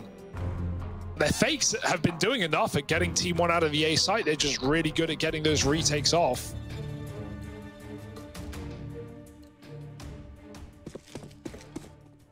Okay, what have we got here? Double SMG, Orb per. Solo B from Alps again, but he's not really had any issue no matter where you put him this game. And they might take main here. Is that smoke purposeful? Like, that's crazy. Yeah, on that's top of the train. It's a one-way. Yeah. That's dirt, honestly. Team 1, tricks up their sleeves. Like we say, man, these guys, they know a thing or two about train. Yeah, they got very big sleeves, clearly, because it's full of tricks. Too many, in fact. And this bait and switch, ugh. If anyone tries to retake main late, they are in for a world of hurt. And also, every first step to B getting heard. Look at the rotate, look at the gamble as they hear these players run inner. It might still end A, that's the funniest part, but even if it does, you'll have such an early warning off of this double main play where the bomb is coming. Like, I don't see this going bad for Team 1 at all. Their rotate should be there in time if it ends on the A site. And worst case scenario, you think this 2 SMG setup gets a 2 for 2. And if it does, then the bomb's lost. So, good luck.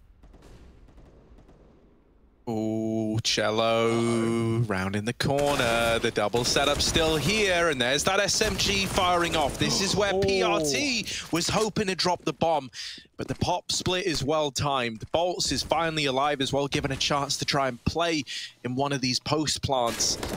Team 1, they send Pesadelo in deep again. They're often keen to do this with him, right? He's like the martyr of Team 1. He just goes in and goes down fighting to the very last breath, dropping bolts, and now even further, finally silenced by Danico. Malb's coming in on a pop like no one's watching it. No one's holding on to the pop dog. Oh no, it's Danico versus Malbs. It's David v Goliath, the bottom in the server versus the top, and Malb's trying to secure the victory for Team 1. Wants to end this here and now. He's on the bomb, the full 10-second stick, and obviously it's denied by Danico, who holds his own in the clutch. 13 on the board for MIBR, and much like in David v Goliath, David comes in winning. Yeah, it's that slingshot, man, just into the eye. Danico will survive the fight, and such an important one at that, right? Drops over the orb.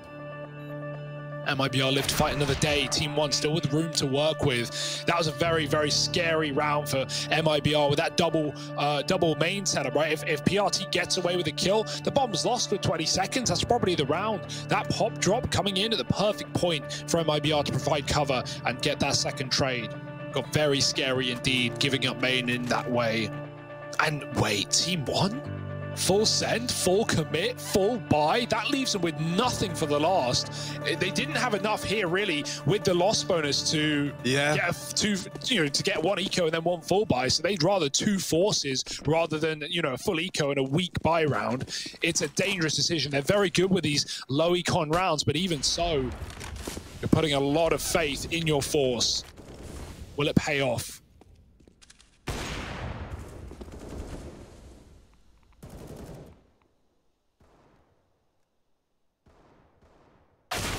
Oh, Malb's dead early. A huge kill to pick up, right? First B push all game on the CT side for Team 1. And already losing a man in it. In it. Yeah, bruv. Stay out of the fire, yeah? Super high level tactic. Look at this, right? So you've got these 2 chances on force buys to stop the game from going to OT, and the first force, despite trying your best, ends up with Malbs dying and you going down 4 on 5. So they are just full gamble mode at this point. Everyone's in A. The utility is raining into A from MIBR, so they are walking into this stack. If they keep up this commitment, it is only scouts and SMGs and a Deagle, but still, it's a little bit scary. They have opened up with the first man, but Pesadello on top of the trains complicates matters for a moment. The scouts trying to stay alive, trying to fall out of the round, and they're getting hounded down. There's just to end it, 14-15, and it's one final force to decide if we get OT out of this second map, or if somehow Team 1 managed to do it on what will be basically that round, but again. Yeah, D Scouts, man. It's everyone's favorite new game mode. Oh dear, it's a real shame that that's the economy. That's the what's gotten dished out to Team 1. Like again, they could have full eco'd and had a 4.5k buy, but it wouldn't have been enough for orbs. It wouldn't have been perfect. And Team 1, they wanted 2 attempts, not 1.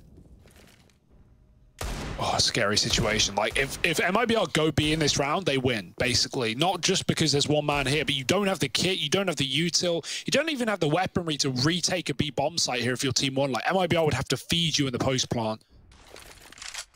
But they've been scared out of B really all half. They started strong there, and then they've left it. Oh, no. You talk about gambles. Uh-oh. The dealer. Oh no, the house always wins. That's what they say. They've just rolled a pair of 1s and putting themselves with 3 and B while MIBR hold back in the spawn. Scout spots 1. Will that be the call to rotate back out? Oh, he sees 2 scouts. Cello gets 1 down, and now coming out the connector, they've been smoked off. They've got to charge through it. Team 1 throwing bodies at the problem, but the problem is bodies. They've not got enough. 4 men down. Bomb can get planted here. There's no one that can stop it. Above the train on the top. Skulls with a shot, but he can't kill Danico. And Bolt gets tagged as well. This could get uncomfortable, but they need to clear out these pistols. Oh, not like this. MIBR falling to nothing. They will trade back. Shiz still standing in the site. Forget the bomb plant. You need the kills. You haven't even got the bomb at your feet. Oh, it's fallen apart. And somehow, some way, it might be going to overpass after all. How do MIBR lose that round? They'll be kicking themselves with Team 1 hyped and ready to go. 3rd map of the series. It's coming up, whether you like it or not.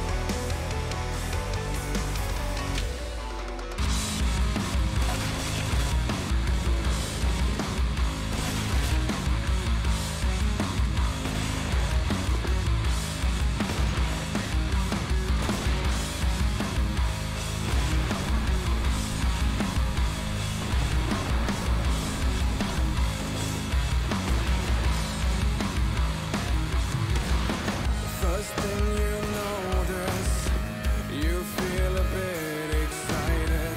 You see a purple butterfly is flying by.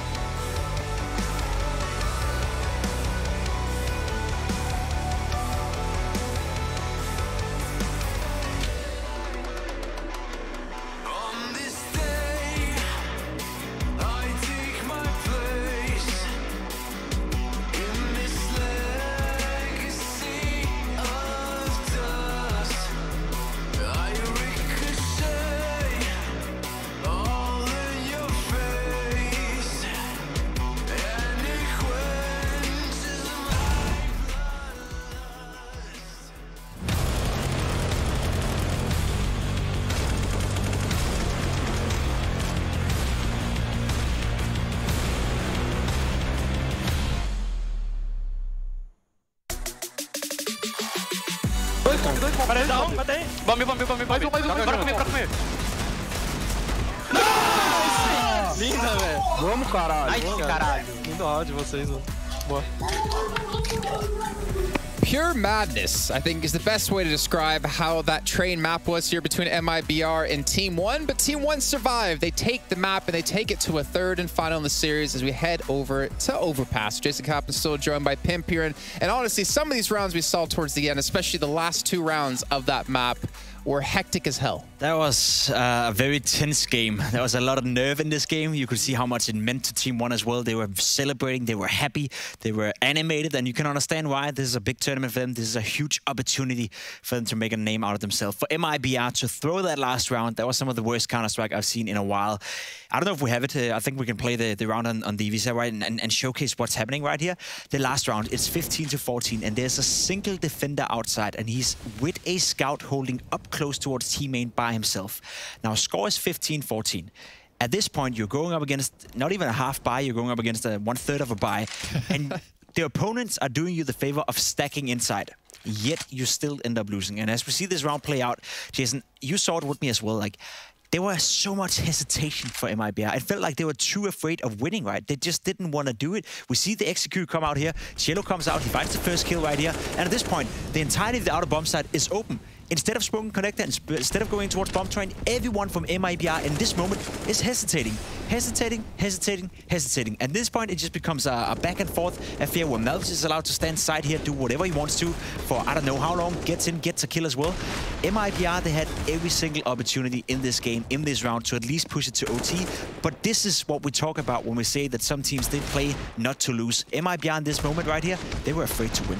Yeah, I feel like this is kind of reminiscent of what we've seen, maybe if we want to talk about NIP, where they had the initial kill, they had the chance to easily push into the outer bomb site, but they still took it so slow to actually progress through that position, and then eventually Team 1's able to rotate out of the B site and defend this one. And obviously that victory would never have come if Malves doesn't drop 31 kills for his side. No, and Malves was doing a fantastic job, especially in the last round here with the Deagle. He got a triple kill and stayed alive. Overall, a good series for him so far. But just to follow up on your point, right, do you think that if the scoreline would have been 15-14, let's say it was 11-11 or 10-10, the game hadn't really settled yet, do you think they'd make the same mistake, right? It felt to me like they were bound by the pressure right here. MIBR were aware that, okay, we're supposed to win this round. We have more or less already won it at the moment we get the first kill, and then somehow they found a way to mess it up.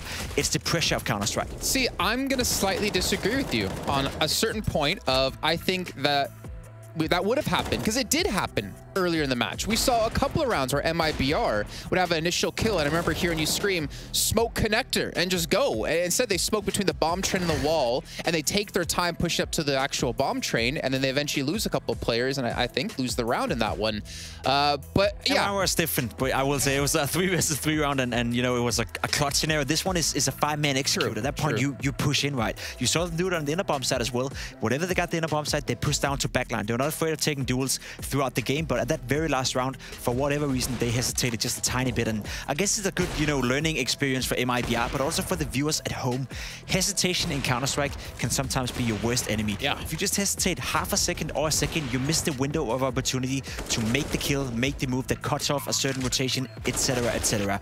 So think about that when you're playing at home. You know, you can evolve and you can elevate your own gameplay a lot by getting rid of your hesitation. And we've seen how many times whenever we say timings, you know, it literally does come down to that second or half a second. So you're very right indeed in this one. And obviously, you just saw Cello there. He deserves a massive shout out, dropping 28 kills in that game, even dropping a ton when it came to map 1 as well, Mirage. And honestly, really being a strong anchor for the team, not in the sense of a role, but as someone you could always depend on.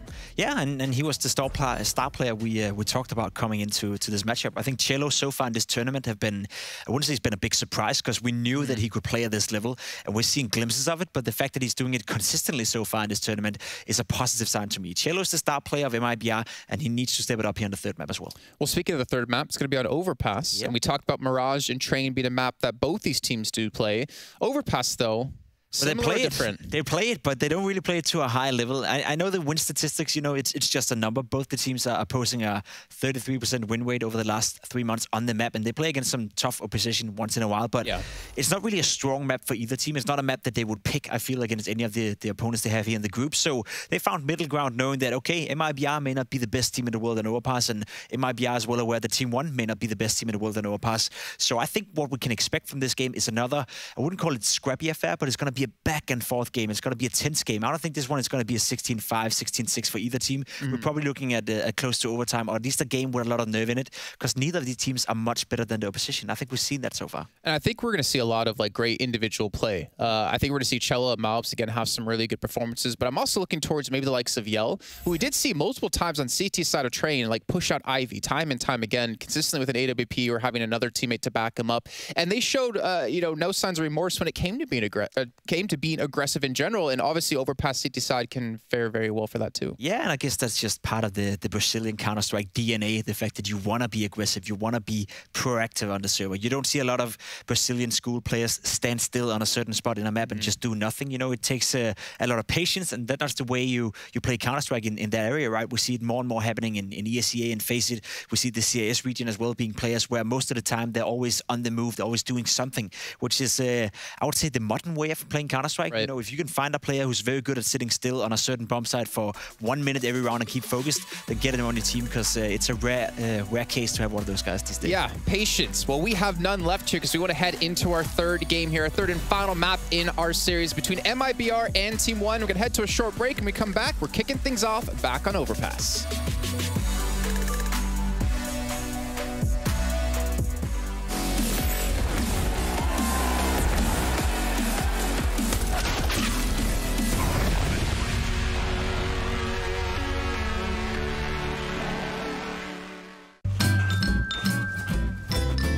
You ready? Huh? Hey, he's a good boy, huh? You ready? Huh?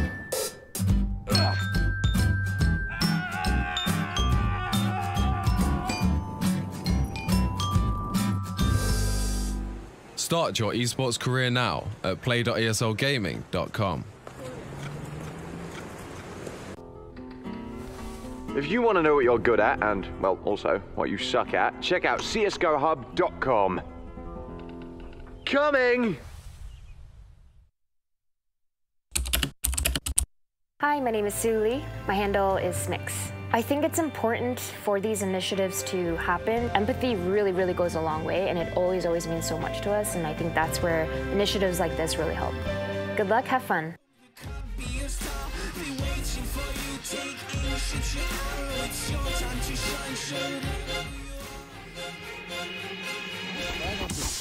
two in that bit. That doesn't even matter because Celsius is killing them all. Finally, he gets in. You won't expect Freakazoid. Will expect Freakazoid. Oh, no! Zywoo is trying to do it all. Ridiculous! Zywoo! Woxing's tired. Waiting around. And there it is. 4 kills from Woxing.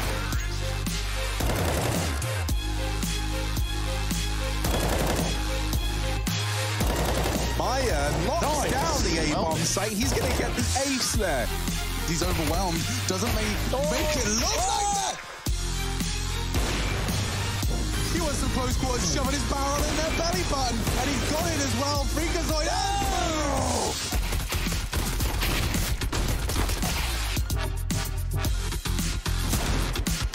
Another shot hit by Cold Zera. And another one from Cold. He's done it.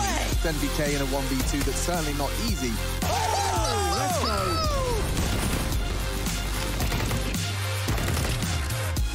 Oh my God. That is just absolutely remarkable. Oh, let's go.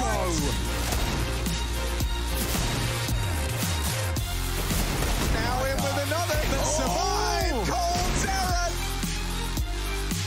Fallen, brilliant collateral shot. Fallen for the quad kill.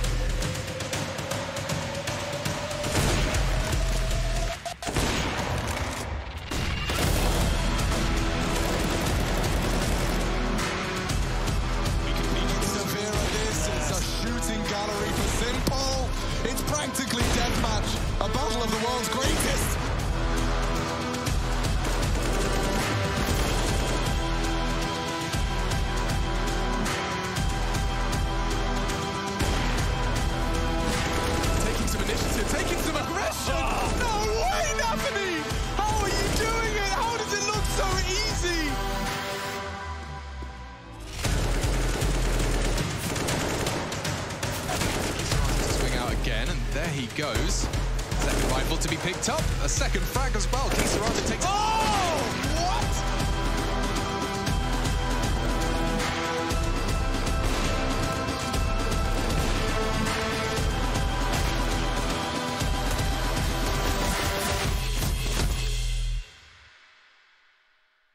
Start to lose control. Orange autumn leaves on the ground. At the end there's nothing, and you face yourself.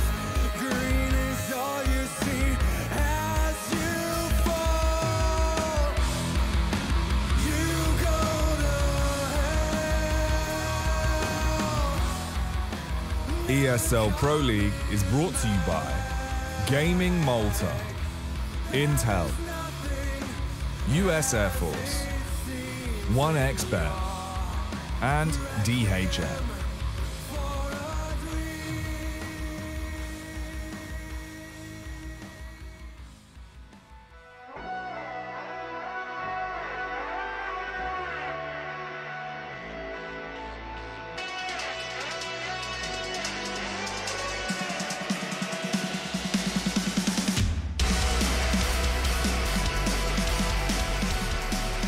Wash your hands, lay your tables, grab yourself a beverage even. It's time to tuck into Team 1, MIBR, a third map bonanza to finish off this series and see who will be coming out on top of this Brazilian brawl. Team 1 on the CT side, it's overpass time. They only just closed their map pick, but the skin of their teeth, OT felt inevitable, but avoided. And now a third map to see if they can steal this series away. Oh, Maubs, does he know? Doesn't look like it. They're all behind or beside the monster. And MIBR waiting to strike, waiting to pounce. Cello's moving up long, and I think they're going to wait for his contact first before anything happens. Team 1 have a heavy B-side stack right now. So if Cello can draw or rotate before MIBR commit, that could seriously sell this fake a little bit better. Maluki hasn't seen him yet. Cello taking his sweet, sweet time. And there's the spot. Not the kill. He would love that. Maluki still keeping the info, only calling one man. You'll notice Team 1 haven't moved a muscle. They're not falling for it. Yeah, I love this, man. MIBR are thinking like, oh, we've laid a trap here. In they go into the 4-strong B hold, and they get dismantled on the first two. Shur's doing what he can to pull this back into the advantage of MIBR, but now spammed from seemingly every angle. Nades raining in. He's very, very low. 35 seconds and MIBR are going to go silent again, but if Team 1 didn't fall for it the first time, I don't think they're going to on the second either. Yeah, good luck getting a bomb plant here. They can cross to the site. There's respect being given here by Team 1, but the retake will surely happen, even if the kills don't come through prior. Bolt's now alone, hunted down in the 4-on-1, and that is just a really good pistol for Team 1. Everything about that. What a call to not move a muscle after only spotting one on A. Many teams will panic rotate, but they hold their own. And they do it twice, as you say, even when it goes silent again. Yeah, they've got a bit of a read. And MIBR, they're going to be a bit miffed. They didn't close it out when they had the opportunity now. Force in the second, and lots of SMGs to come up against.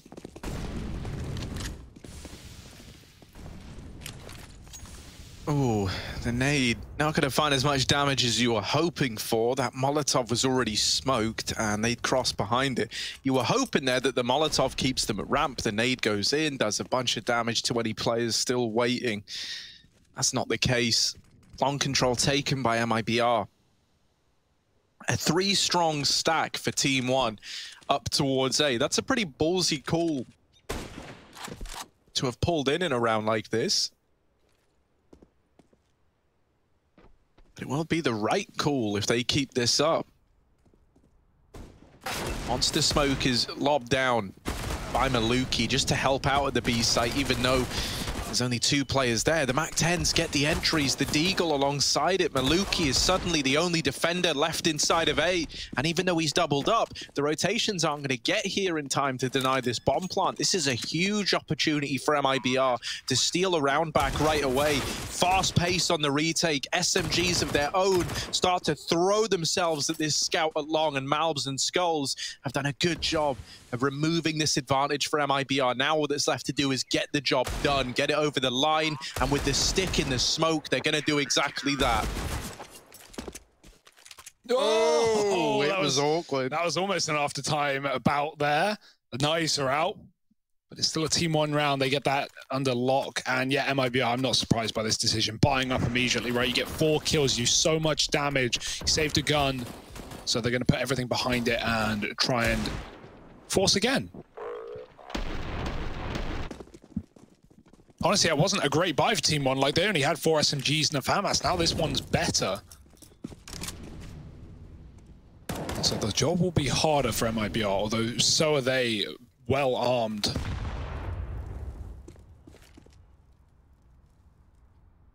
AK and 4 Galils. Galal. Moving up on long with a bait and switch. Maluki covering from sight. You can have a fast flank on the alongside through toilets. MIBR don't know about it yet, and that flank's already started to come into play as well. They're pushing through. Bolt might catch this timing later, or he might just be a little bit off, and oh, they don't know. They have no idea. Cello going to clear it. He does get a kill. There's a trade. They don't know about Bolts on the back line, though, so Pesadeo should be a dead man as he backs up into Bolts. Oh, no. Uh-oh, that's not pretty. And now he's got a chance to dance and get out of this fight alive. That he has done. The bomb's still under his control. No one else on long. Pinch from the toilets. If he could smoke this and survive, that'd be massive. Giving them the bomb, but this flank from B is coming in. If MIBR drop con, it's an empty site right now, but they already have A, and so they're going to use that to their advantage and move up and take this one. Planting for short could be their undoing. This flank is still coming in, but with no cover, they just risk it for a biscuit. And they're more scared of CT than the flank. They have no reason to be. CT is empty. And Team 1 are taking some serious time to group up, but they do have the kits for this round. Yeah, the fact that it is this short side plant could be huge in the long run for the retaking players, right? The fact that they take all this time moving in through short, through middle, and now Yell is having to play inside the site. The molly is burning him to death, and Malbs takes his head off. The defuse is in for Team 1, a 3-0 lead built up. And honestly, I think we might just get another buyout of MIBR here. I think it might just be like, you know, all in from the get-go. Why not, right? It's so tempting. Like, they've actually got enough to do it. You know, if you go for Galils, you get more util. If you don't care and you just want headshots, AKs are available to every player. And so that's probably why this timeout's coming through. Like, guys, do we really want to do it again? Yeah, sure. But unfortunately for them, every round that goes by that they do this, the buy of Team 1 gets better. Like, now we have an AWP. You know, we went from 4 SMGs and a FAMAS to 3 SMGs and 2 M4s. Now we have no SMGs and the AWP.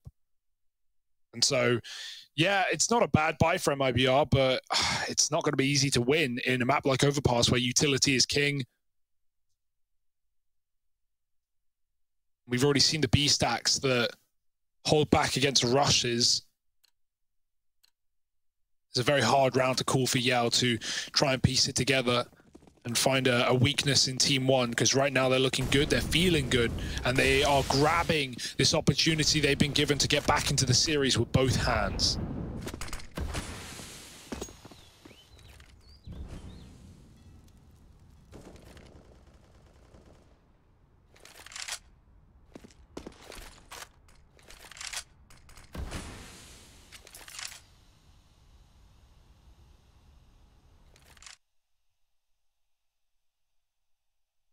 Gosh, though, man, like, you know, this force buy, it is just 5 AKs.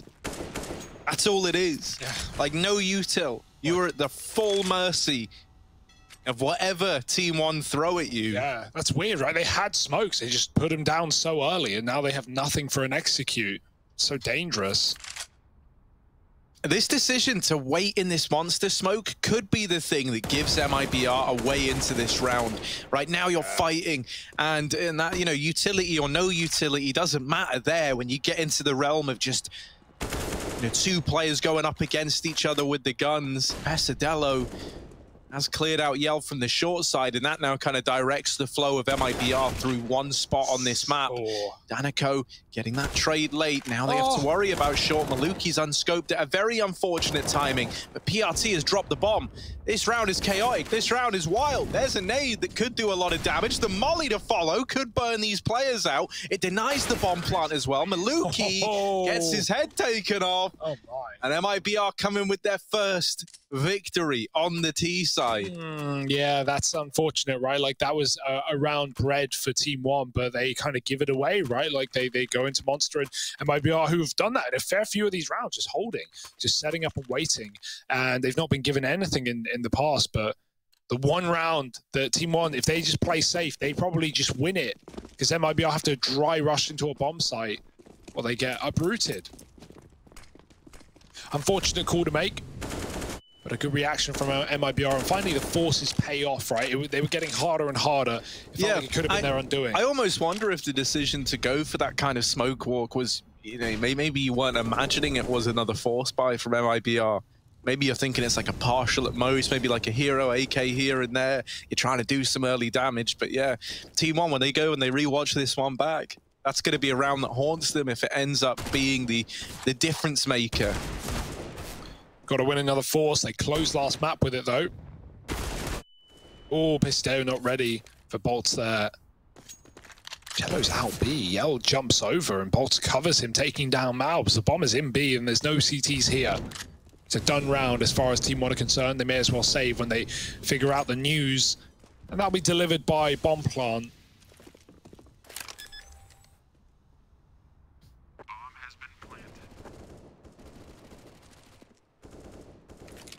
Cello's even hunting up spawn. But no. Oh, I thought he was going all the way through. He goes back. So they will get away with these guns by the looks of things, but Yell, the 1 Mac 10, can afford to risk it all. And MIBR, flawless round now. It's going to build the money and drip Team 1's dry for some time.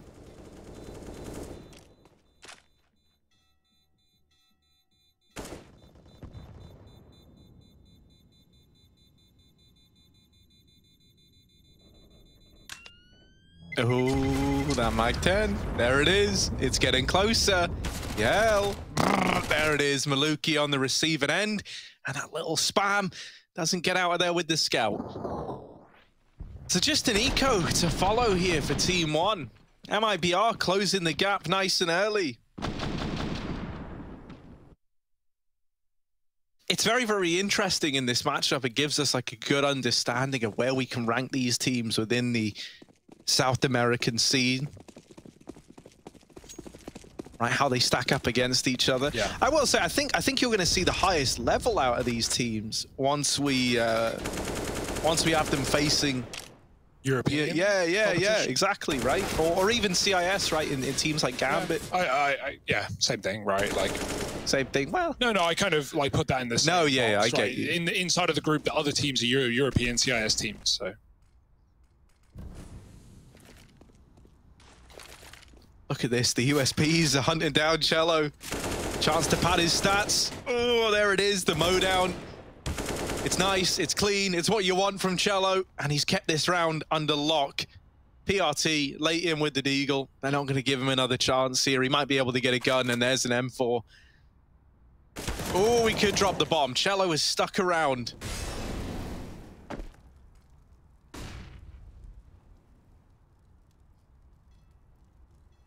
It shouldn't get any closer than this, but it certainly could. MIBR are giving PRT a lot of 1v1s all across the map. He's not to know that, though. Bomb's going into it, and PRT is just attempting to save. It's a real shame. If he knew about Yell, you know, he's going to get this kill locked in, and a 1v2 might have been possible. It might have been tempting. But now they shouldn't give him any more 1v1s. They just group up back in the bomb site. PRT's so far away. He's saving now. And MIBR do tie the game up at 3-3.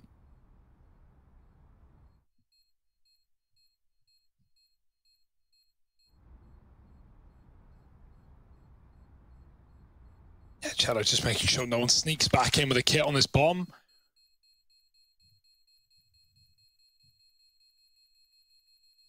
But you can't see anything around B, and already long has been cleared by Danica, so they drop down below and save their guns. MIBR, yeah, all three maps start the same, like a strong start for one team, the other just picks it back up and runs away with it, right? Is that going to happen here for MIBR? The constant force buys that finally break the mold, and now a dominant T side, that'd be a nice feeling.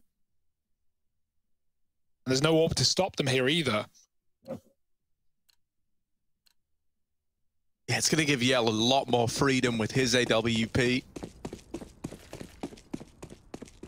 Where's he taking it? Out towards mid early on. Could get given a challenge as well with two players here for Team 1. They flash him off the angle. They start to get deep in over at Party. And they're even attempting a boost of their own. Yell's got to be aware of this, and he is holding for it. With all those flashes going over, he's anticipating a challenge in middle.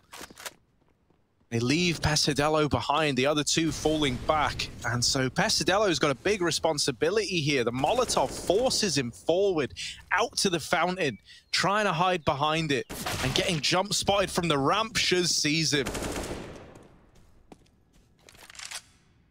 That's a big opening kill, and not much info to go off the back of it for Team 1, right? Like, they haven't seen this full entourage walking out mid with a bomb either.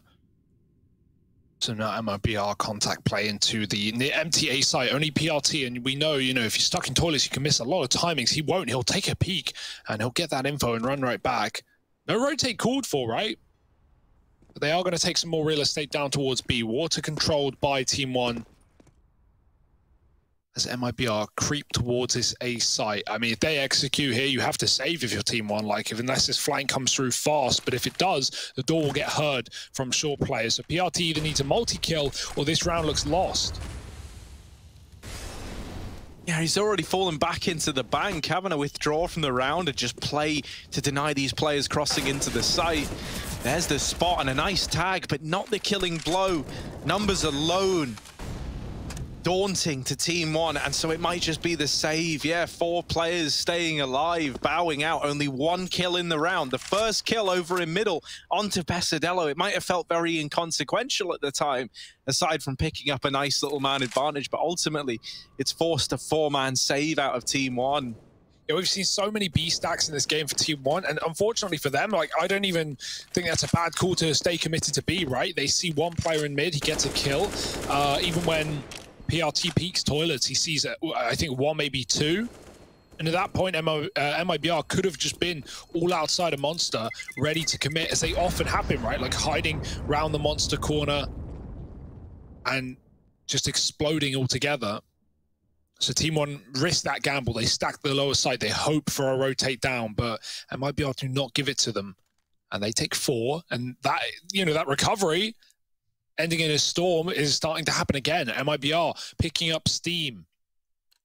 But a good save, right? At least calling it after losing 1 man allows you the full buy in this round here for Team 1 again. And so they can at least have a little bit more money spare. 5-man boost. Yeah, throw in people on top of heads. No, not today. actually. Yeah. I think they got a bit confused by the comms there. People didn't know where they were going. And if you don't get that in very fast, you may as well just put it away, save it for another round.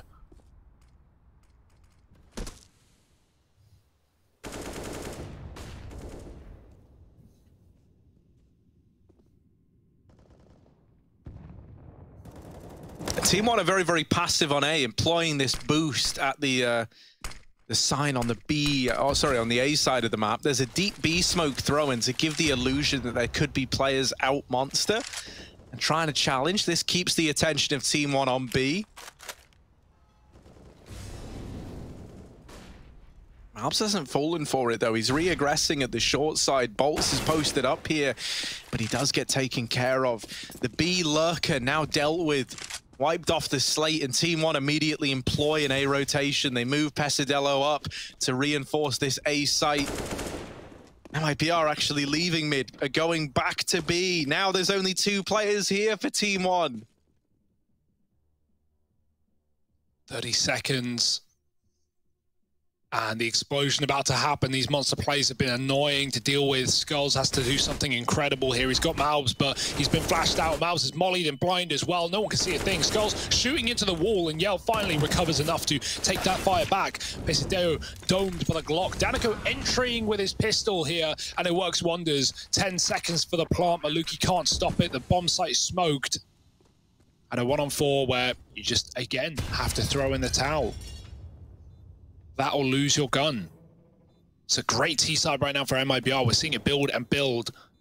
And Team 1, after all these B stacks, the one round they don't have it is the one round MIBR go back to that lower site. Maluki is a kit, so he's hanging around. There was only one man on B, and you can see Yell panic rotate lower in case Maluki actually went for it, but he will not. The fact that he's hanging around is interesting, but the time is ticked past, and he can survive from the bomb here in the halls, so just making sure they don't hunt him down at long. It's a very typical rotation point to save, and they've already cleared it out. You can see Shiz on the A side, won't be here in time. 5-3, all right.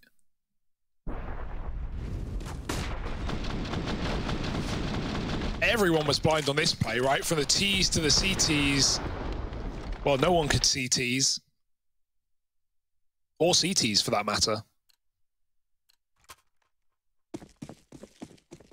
Yeah, this is a little rough, though. The hand you're getting dealt here if you're Team 1, you're getting out-rotated by MIBR. Must feel like they're in your head, man. They're always picking the right bomb site at the perfect time. That was a round that started in a 5-on-4 for Team 1, and past that point, they never recovered it, you know? 4 players staying alive for MIBR. Very, very different pacing out of this round. They challenge early, they spread out, they take gunfights in middle and in connector, and they win both of them. 3-on-5 for MIBR. This is a team that like to play slow, even when they're at a man advantage. So now in the 3-on-5, what's the call going to be? Look at Cello and his progress in through long. He could hit a timing. PRT's coming back to check it, and so he will get this info. There's no big flank, but this is going to start to uproot these B site players. They start to rotate away. Bolt's missing his chance at a big timing to catch them in rotation. Cello's opened up onto the A site. Bolt's just saw everyone trying to leave B. Cello's been tasked with something pretty rough here. He's got to hold down the A site from all 4 rotating CT players. Oh, that's one. On the edge of the smoke, sees some feet and takes a bite.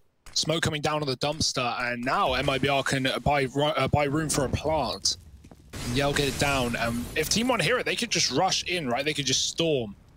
So it's a fake. Oh, the taps. More damage. Maluki low. Skulls, will he go on his own? Because right now, the cover's not there. Oh, Yell has no support. Cello has to spray, and that is a bit of a mess. He didn't want to plant for short in case of a flank. Planting on the truck, well, that's the one place he couldn't really cover. Skulls had a little gap in between the smoke and the truck just to run through. And yeah, a bit of a mess for MIBR in that round. They get dealt a rough hand. That wasn't even a full buy. That was just pistols around the one saved gun, and they put it to really good use. Take that. And now the economy out of control, right? All that eco money saved has been doubled down, and Maluki's got the AWP as well in connector. Oh, he hits a tag. Nate can finish it. Shiz, careful. He's down to 10. Maluki can't hang around forever. He'll get pinched from middle, and now he's still going to get it. Oh, just escaping with a second left. His teammate almost takes a shot.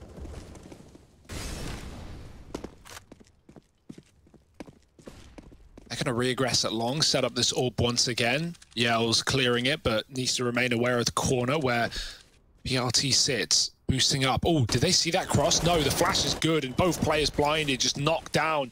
The leaning tower of MIBR tilted after that one, 5-on-2.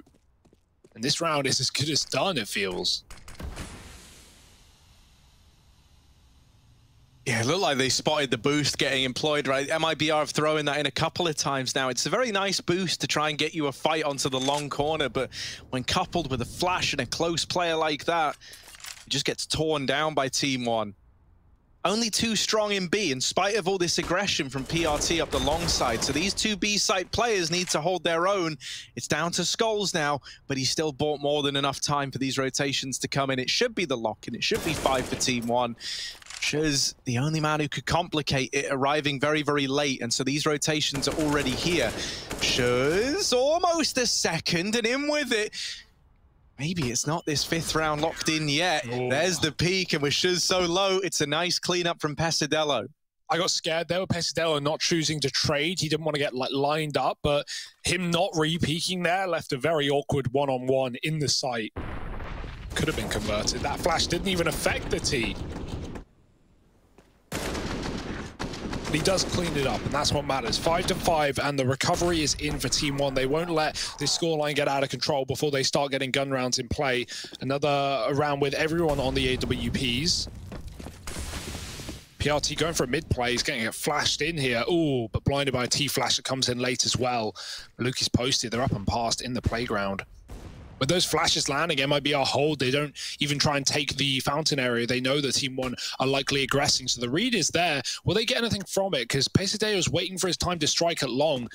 Yell, oh, he got a jump spot there, but now off the angle. Maluki backing up as he knows they could be close, and he's got the shot covered with the bomb dropped, and now Pesadeo can activate on the flank as well. Is it being considered? Yell does not know, and the barrel's been seen.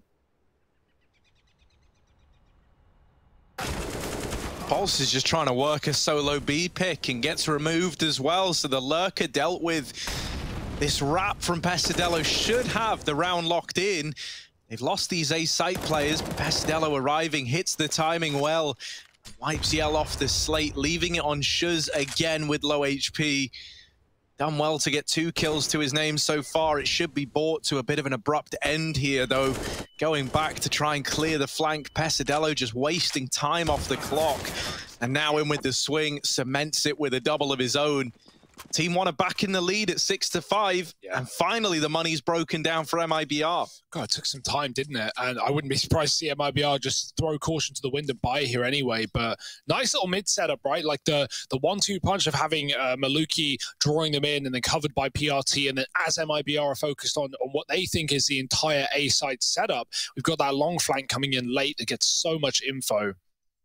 And then the kills to close as well. 6-5, and a timeout for MIBR, partly to figure out how the hell they want to spend their money.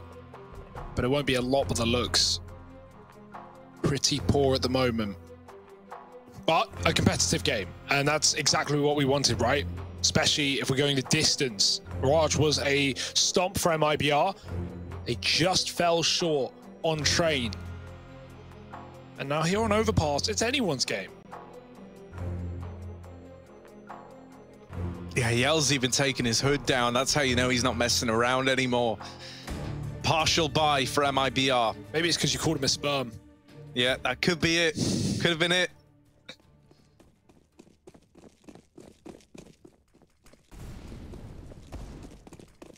Maybe a fast B play on the cards. Utility getting lined up by Yell and Shuz. Out through the short side. Skulls is jump peeking for the info. He sees players here, and now they're calling for rotations. It's very, very clear that this is a fast B. Caught the first man falling. Oh, melted his mouth. Skulls trying to withstand this B play, but it's only good for the double. Is that enough? Has he done enough to keep this in the basket of Team 1? Shuz up close with the Deagle. Maluki smoked off in heaven. PRT trying to round the corner here in CT. Can't quite find Shuz, who's just delaying him for the time being. They need this kill onto Shuz. They need it to happen fast as well if Team 1 do want to get in, and there it is. PRT provides it. Out through heaven, now given a path is Maluki. Yell up close in the site, and Bolt's playing the post plant at short, going to deny that bomb. It's coming down to time. PRT with the spray, but I don't think there's enough time left. It's going to be very, very close. I'm pretty sure it's a Team 1 round. Psych. Man, that is close. There must have been no time left on that. I didn't feel comfortable calling it. Team 1 up to 7. And really, for Bolts, he's going to be kicking himself. He didn't need to give up that short fight. He tries to trade. And if he just hid for even, 0.1 of a second, it would have made all the difference. These fast flicks, man. Just how does that happen? How does the defuse come through? And yeah, kicking yourself if you're MIBR, knowing that just the delay of a millisecond would have won the round. Those are the hardest ones to lose. Yeah, I mean, just not even giving the fight up would have made all the difference. Take your hands off the keyboard, couldn't have got on the bomb with the player still alive. only way he wins that round is if he's given those 2 kills, and he's somehow given the opportunity. The saddest way of looking at this is if Bolt's computer turned off, he would have won the round. Like, oh, heartbreak. Maluki, oh, he's looking to break hearts, break spirits, but he's going to miss a shot. They fall off the fountain. He's going to escape on long. He will get away with the toilet smoke down. They can't hunt him yet. They move up from the short side. Nice kill from Pesadeo. Getting away with that and still living to tell the tale. He was the one man without a teammate to trade in this round. Out on a limb. Tearing off cellos. Resmoke a monster. Flash, rather. Yeah, waiting for it to fade so he can pick into B. And he'll get given opportunity here if he looks a little leftwards. There it is. Oh, he gets nailed to the wall, though. Bomb loose. Danico in. Do they get ready for Malbs? They do. He's been here every round, but this time he's showing something. The team Molotov kill. Shiz runs through. Oh, sorry, Bolt runs through Shiz's Molotov.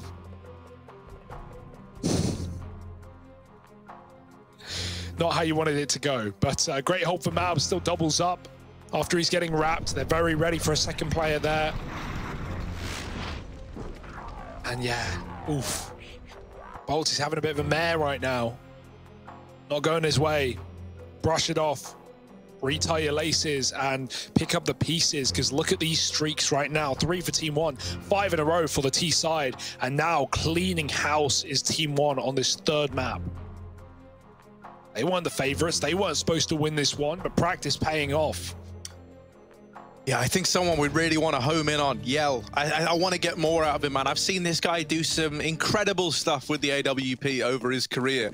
Right now, Maluki upstaging him in this map. And with the AWP feeling prominent for Team 1, it would be great to see the same for Yell. Now, he might not even get to have an AWP in the remainder of this T side. There will be time for it in the second, perhaps. A bit more mileage out of that would be worth its weight in gold. Shuz opening the round up, but there is a response from Malbs immediately. He tries to go back in with another fight, but in doing so, you fed the beast. Oh, but hang on a second, because the bomb's back in T-spawn. Danico's having to go all the way back to get that now. This gives time to PRT and Maluki rotating in. Yell should have this kill dead to right, so there's his AWP picked up. PRT from heaven removes the first man in the site, and he's trying to capitalize. While the bomb isn't down, he's trying to remove players. Bolts holds his own, and MIBR get to 6. Oh my, yeah, the bomb almost is the undoing, right? But luckily those kills come in such quick succession for Shiz that, you know, at that point, MIBR have so much ground in B before the Heaven player is even down, and Yell's waiting for rotates, right? MIBR know what's going on, so when they're going back for the bomb, they're not, you know, rushing the plant or trying to hunt kills. They're just waiting for Team 1 who don't know that package that is out for delivery. Still a good half for Team 1, but will it be a great half? We'll have to find out here in this round, as Maluki has the one weapon to make all the difference, but he's dead early. Shiz holding him in connector. Another opener for Shiz. He's been full of them today. And now Malbs and PRT, the 2 rifles in a round of Deagles. Well, the A site is taken, and Team 1 are only just rotating, so this could be a rather anticlimactic ending to a pretty back and forth game. You were hoping for like a blaze of glory for Team 1 where they go down fighting. Instead, they might just die rotating into a lost site. PRT is ready for the lurk, but there's more where that came from. Shuz holding on to connector represents a real problem. They need to flush him out, and they've got to flush him out quickly. They can't do it. Shuz is on for the ace. It's not an ace he's able to get with Malbs pushed up through CT, but the impact that Shuz has had in these last 2 rounds to recover the half for MIBR cannot be understated enough. 7-8, and Shuz, man of the hour for MIBR. Last half beginning in just a moment. You don't want to miss it. My, oh my. Join us in a sec.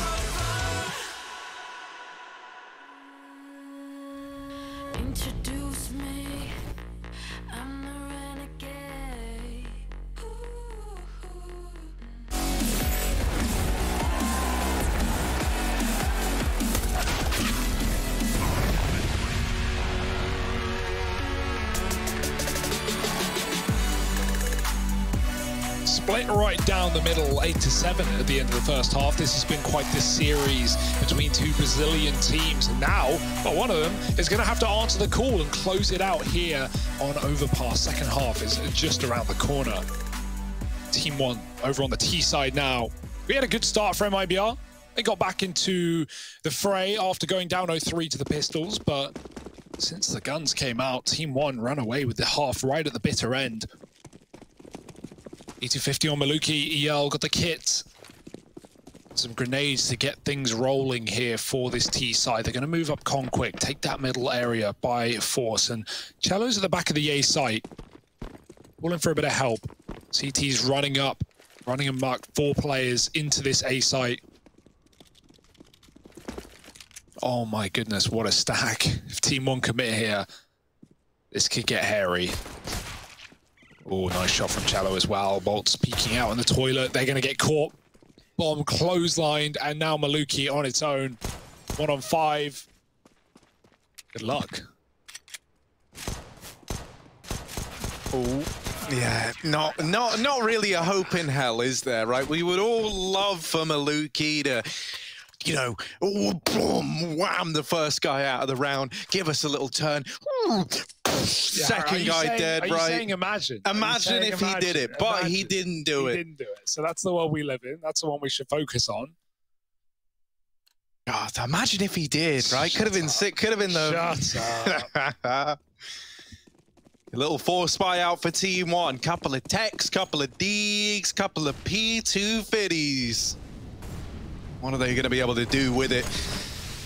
Fast out towards the short side, lots of speed, lots of pace. These Tech 9s want to get in your face, and it's a bit of damage done, but not the killing blow. Cello in with the double and causing more trouble. Danico lights them up with the FAMAS, and that's a very, very quick, clean round for MIBR. You love that. Nice. And for a force as well, that gets kind of wrecked for Team 1. The reads have been there in both CT sides, right? Like everyone walking into stacks all game long, rather. The opening pistol with 4B for Team 1. MIBR get crunched. Same story on this half. CT side, 4-man on A, and a similar situation. Yell lobbing a nade into middle. Seeing Mezzy throw that one the other day. Yeeting off the bench. Nice shot for Malbs. Cello's still deep in mid. They've got to get past him, and they don't even know that he's here either. That could be a problem. Yell's called that they're out mid, and Cello answers the call. There's one. Yell does die to the FAMAS, but Cello should have this under lock and key. Oh, he's been timed. Will he be ready to flick? Oh, the Glock. Oh, devastating damage, but it's cleaned up by MIBR. 10-8. No problem.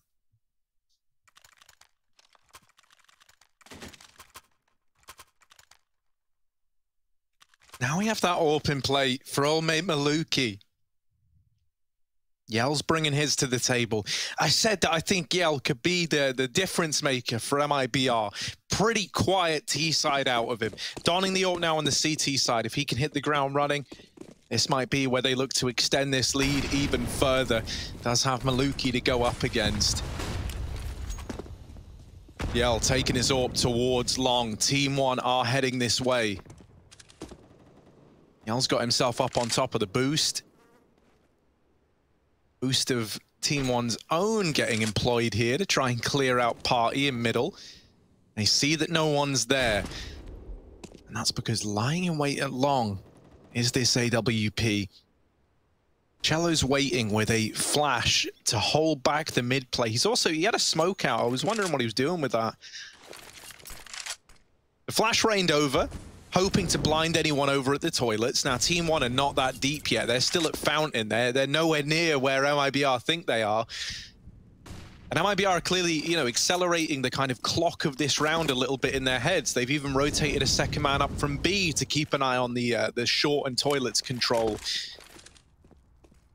So now dismantling this long hold. Team 1 going back for the bomb. The only real estate they gained in this round was holding on to any B pushes on PRT and getting out to Fountain. And now the entire round time has passed, and they're just going back into a B play. Yeah, Bolts, he went B, saw nothing, went, nah, Now they must be going A, right? They must be crawling toilets. Cello's clearing corners, and so, yeah, Bolt goes back down as a util comes in. Heaven Smoke missed, I think. Not seen that happen. Danico with a crossfire. They line up, but he can't get a kill. And here come the cavalry. Yell getting a pick, and that Heaven Smoke missed has caused problems for Team 1. 10 seconds to plant. They're going to save. They can't do it. If that smoke went down, so would the bomb. But not today. It landed in the pit, and MIBR will pick up the round as a result. That is a sitter of a round to lose. They had all the entries. They had time for the plant, but Yell wins it on his own. Dear, oh dear. I don't know what lineup they used for that. Maybe it was like one of the really hard ones that you have to throw or running from outside a monster. So, you know, it would make sense if that's the case. But not the mistakes you want to be making in such an important round. No, it's even more important because, like, you know, you're forced into a save that you didn't want to take. You know, that was never like, it wasn't like a round that slowly got whittled away from you. It was like, oh, we have 8 seconds, you know, like we just have to save. It's the only option left. And so now with the money getting thrown in from the rest of the team, they've all kept enough to try and cobble something together in the next round. But you will be missing buys on guys like Pesadillo and Maluki if you don't find a bomb plant here. So getting that bomb into the site, getting it planted at the very, very least is required to keep weaponry out for Team 1 in this follow-up. Losing that first rifle round in the fashion that they have has potentially got series-ending consequences if they aren't able to find a bomb plant here. Yeah, and then some, right? AAA, the long setup for Cello. He can flank toilets. That's if they don't come to him, and they certainly look like they will. Or Maluki would love to catch that jump, but they won't go back for it. And now re-smoke to Divider. Staying on the angle so he can take a random timing shot and hope to hit it, but he gets hit back.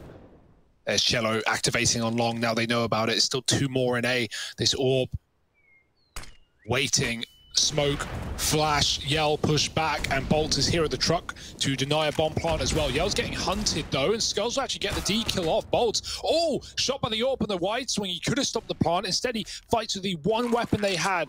Pesadeo also armed actually, and PRT's going to back out now as the bomb is down. They've got to get past Cello on long. That's the one chance MIBR have, and it's traded. Good stuff for Team 1. Now 2 AWPs in the post plant, and no smoke for the bomb. Should be impossible. Yeah, this is rough. It shouldn't have ever got this far. It shouldn't be like this. Maluki. Wow. Second kill in the round found for Danico, man. He's just got to save. He's got to give it up. Team 1 steal round number 9. Yeah. And there were a few weird decisions there, right? Firstly, Bolts at truck had a double kill in the site. And then I think, like, you know, in response to losing Yell at long, he tries to really, like, maximize it almost, right? He's not being looked at by the players in the bomb site. So I think he hopes he's getting discounted at the truck. And when he swings to try and get, like, 3, 4, instead of just taking the double while it's there, he gets AWP'd. Well, then you've got no one left in the site. Cello, who was pushed up at long, who they didn't really, you know, have a bearing on, instead of, like, moving in quickly, throws a nade that doesn't do any damage, that gives up his position, and then he gets rushed down by those 2 long players. Just a couple of odd decisions that might not have meant much on their own, but, you know, as, like, the sum of their parts, they lead to that round falling apart for MIBR. We had a steal of a round from MIBR in the one previous, so it only makes sense. It's only fair and just for Team 1 to yoink one right back. You said they needed a bomb plant, Harry. They got more than that. Oh dear, the Molly forces Bolts to make a decision. His teammate dead at B after 1. Bolts has to go through or hide out. He's going to swap to Graffiti side. Just flashed out. Oh, they try and get the bomb to the site. That smoke will enable it. Covered off from the heaven. Bolts laying down fire, but you can't see Maluki through the fire and the smoke. Just gets them dropped on his head, and he can't pick a target either. This is getting out of control. This is getting mad now as Team 1 takes so much real estate in the site. They push 2 to water. They've even backed up into Monster with the bomb down. This is impossible. Easy call to save here for MIBR. Yells out. Cello's stuck. He's hoping they hunt and he gets given kills, and then they can entice on a retake. And that will happen with 1. They're not checking it, but is there a trade, Skulls? No. No kit, though.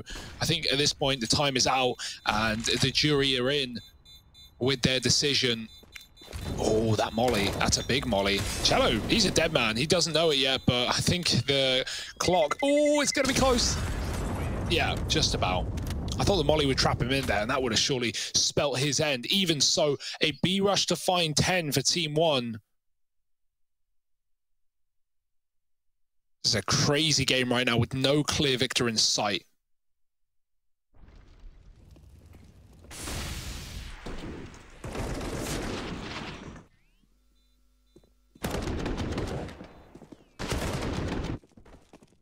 Yeah, I mean, you know, both these teams really want the victory from this. I think this is one of the more even series that you can get in this group, like for both of these squads, right?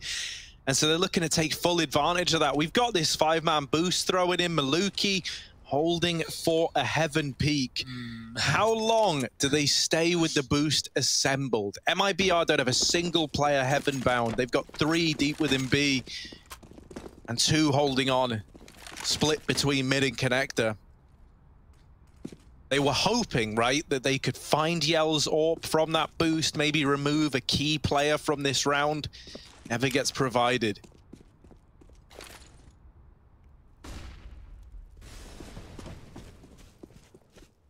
The only M4 present for MIBR is right here in mid, playing a very dangerous angle. And while it is an off angle that you might not be ready for, the element of surprise is already gone. And so Cello takes this little window of opportunity to get the hell out of there. Yeah, I mean, Team 1 won this exact round, right, with 2 save guns and a few pistols. This is far less, though, with the pistol players not having any Kev and, in most cases, USPs.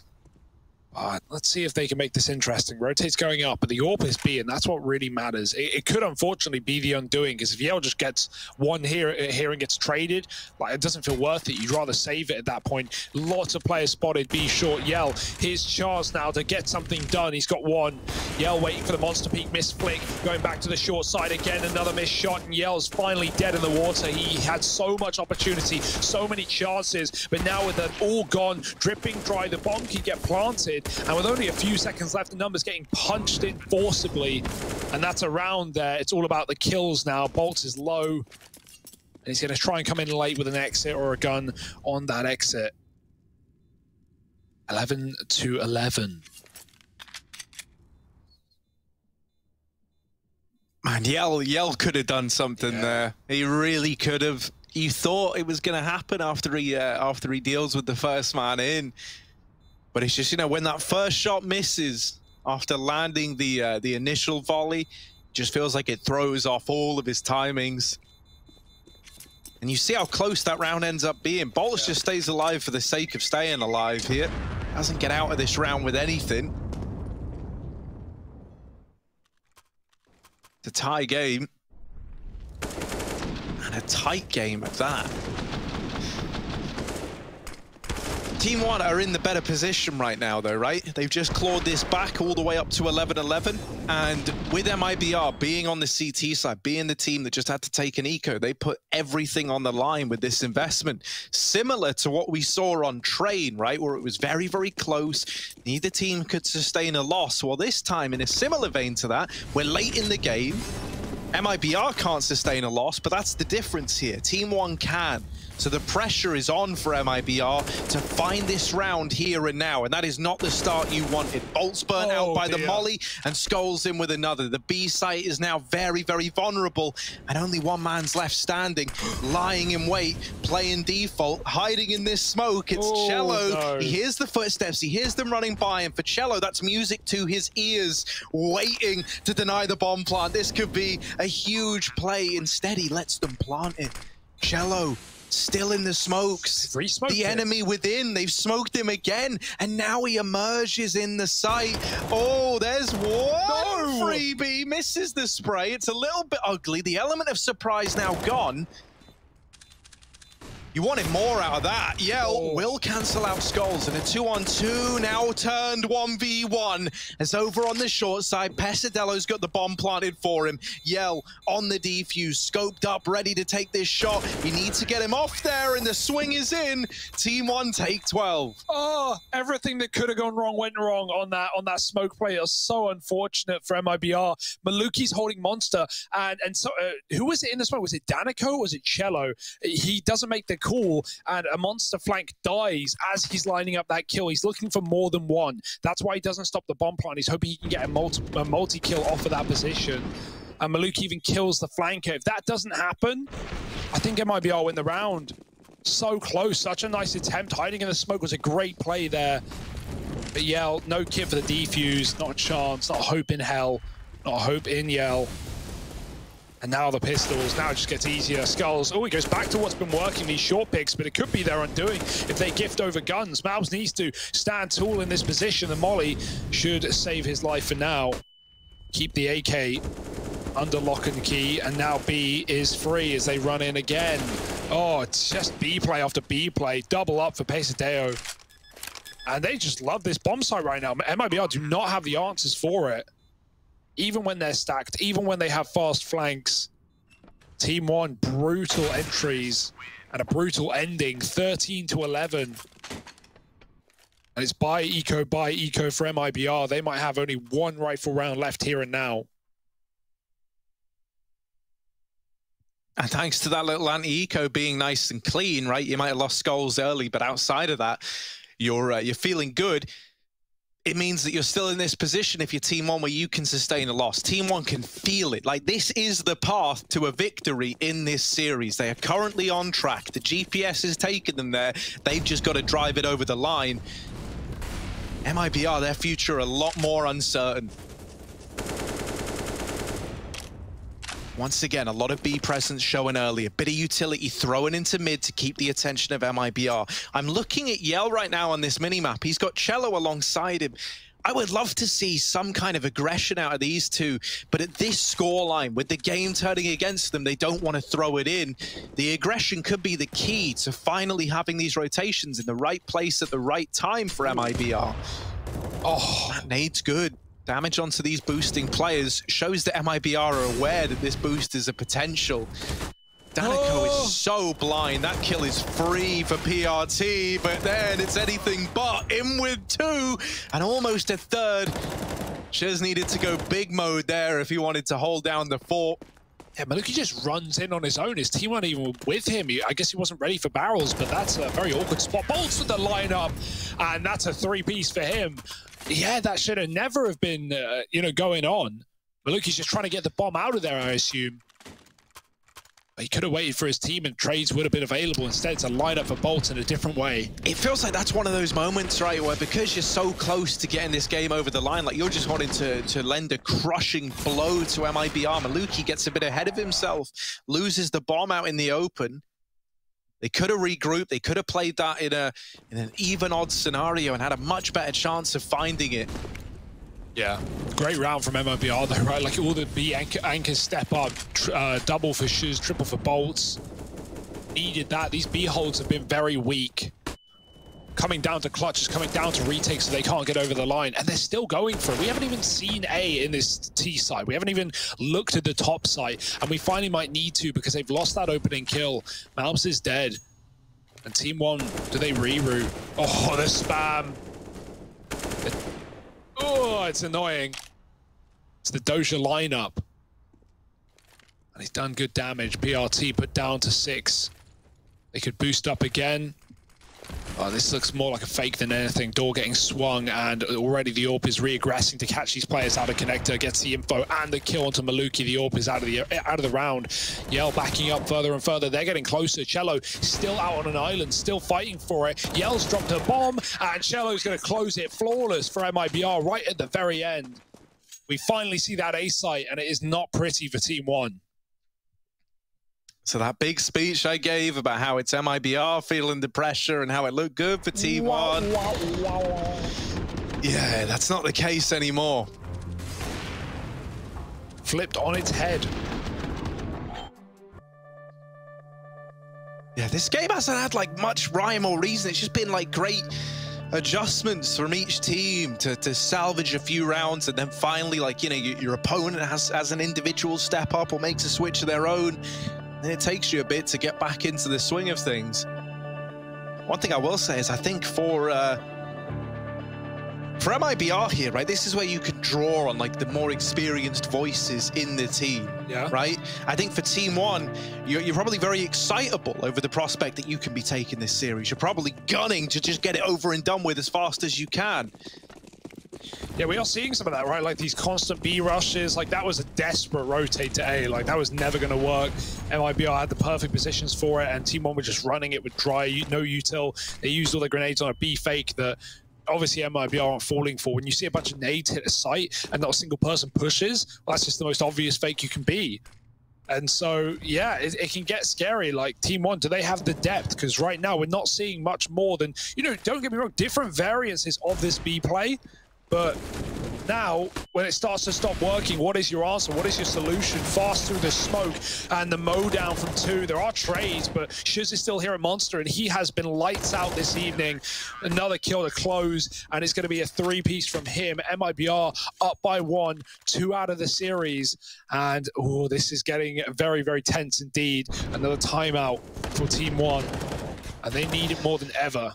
Yeah, it's sad to say, especially after you see, like, from this Team 1 squad, on a map like Train, these guys have got so many solutions to problems. Well, here on Overpass, it's starting to feel like a bit of a one-trick pony, right? Like, you make the B plays happen a whole bunch, you're feeling good about it. But what else have you shown us outside of that? As you say, now that it's not working, they keep trying to go back to it, and the round count is just ticking up and up for MIBR. These B holds have really turned around. You're not exploiting them in the same way. Yeah. And now they're dominant when it comes to the B plays. There's nothing wrong with even ending B here in this round. I just love to see, you know, them show. Yeah, it just doesn't have to be right away, right? Like, and that's something MIBR are really good at. There we go. That's what I was about to say. Yeah, exactly. Like going outside Monster, waiting, like often getting given kills. When they weren't, they were defaulting on A. They were taking that mid control, and then they were going back down to the late B plays. That could be an answer for Team 1, and they've put PRT in position to hold that Monster area.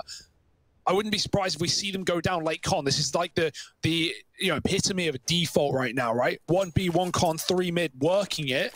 And then as long as con is cleared from the mid side, they can go down and end B. I like what we're seeing right now. Oh, that's a spot. But they're not going to see much off of it.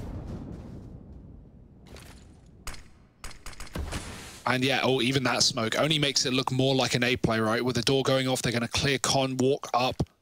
Now, Yell, he could really throw a spanner into this round if he can get some kills off this AWP. Team 1, I mean, they have no B info now. They might even just be, you know, in for a penny, in for a pound, in for this A site. Dodging the flashes, jumping up. Cello's in the toilet. He's a top performer right now. Yell is not giving it up. Bolt has come to join as well. And Yell, oh, this could be his. Cello stolen the kill. They're coming out from long. 2 lined up. Cello gets a second. Bolts pokes his head out, but he's only good for damage. Yell needs to do something incredible now as he is out on an island, out on a limb. And with the AWP in shotgun mode, he's got a kill. 3 on 2, calling for help, but no one here to answer the call. Yell has to survive on his own. Skulls knows that a big play is going to get made, but back-to-back with Yell. And Yell's in with back-to-back kills. Maluki is suddenly asked to 1v3, and with 14 seconds, he's got no choice but to save MIBR. Experience might be ringing in king over Team 1's gung-ho attempts to get this game laid to rest. The saddest part about all of this is because we've seen so many B plays, Team 1 don't actually know what MIBR are doing at A, right? Like, they don't have that knowledge in this game because they've not been there. The one round, other than that they go A in a gun round, is the one where their B execute failed, and then they ran up connector into the same thing. The toilet setup with Cello and Yell with the AWP. It was the exact same result. And so they don't know, oh, this is exactly what's going to happen. Like, this is what we've got to come up against. Even like taking Fountain and then coming down toilet, or coming down connector before they go toilet into B, probably would have been more successful. But I do admire that they tried to change up and went back to that A site. But right now, they are in a world of hurt. They're suffering from success, right? Yes. And that's almost the problem, way, right? Yeah. Like, yeah, man, they had such a good time over towards B that they refused to acknowledge that it was no longer working. They kept believing in themselves, and there's nothing wrong with believing in yourself, that they would be able to break this B hold apart. But it's left them with nothing, with no experience, no knowledge as to what the A site has in store. And MIBR, they've still got a huge bag of tricks left to fall back on. if Team One do manage to break apart this B or A hold. Oh, Yell, he's going for it now. He's gunning for the close, and he might get it. The orb. Oh, Maluki with the quick pick, and now there's an orb to be retrieved. That nade, hoping to blow it out of the reach, but Mount has gone for it. He's yoinked it, but he won't get away with his life. Bolts with the perfect timing on the smoke spam. No info, just, well, game sense more than anything. Timing, even. Skulls is holding middle. Danico has slid himself into a sneaky, snaky spot. It's very hard to clear. It looks like hilarious, but when you come up monster and you look right, you don't see that unless you look up as well. Can easily be discounted. Shiz does mean he has to play both positions now at B, but it's worth it if they discount Danico. Skulls has been holding mid all round, and he might finally get something from it. Cello pushing the boat out. Oh, the timing. Oh, man. He swaps after a minute of The thing that's so sad as well is we've not seen any A aggression from MIBR. So often they've just been tucked. Now we have this double hold at B, and even though Shuz is dead, Danico is going to help him out, and it's all left onto Maluki. The first shot misses, given one more chance to remove this player now. A 1v2 for Maluki. The orb, 38 HP, and the bomb on his back, trying to get it planted. 25 seconds on this clock. Cello and Bolts watching on from the heavens. Now swing wide. Maluki dead to the spam, and the defuse is in for MIBR. We may as well get that music back in. Roll the music in, because MIBR, they take this series 2-1 over Team One. They get it done. And it's heartbreak for the Team One crew.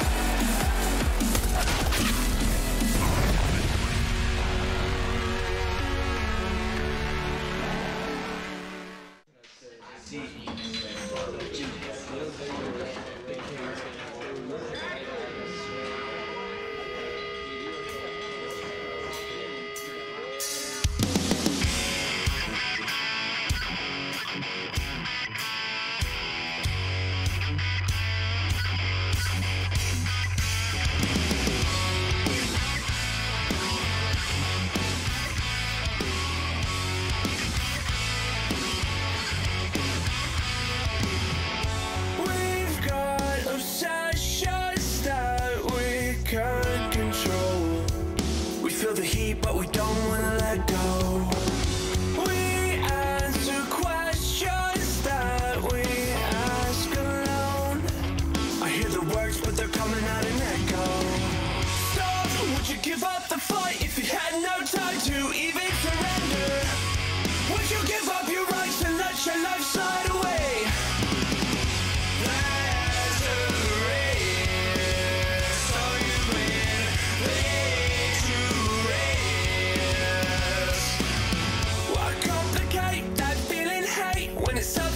At the bottom, don't take the bait, just walk away, resuscitate your nirvana. I feel a way I've never felt before.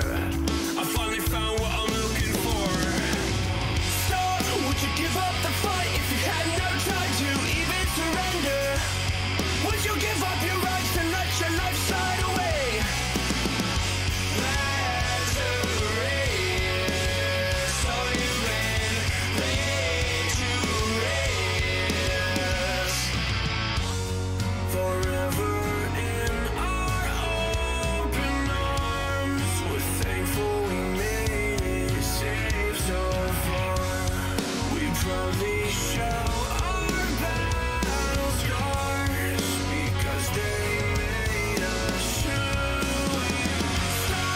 Give up the fight if you had no time to even surrender. Would you give up your rights and let your life slide away? Lazarus,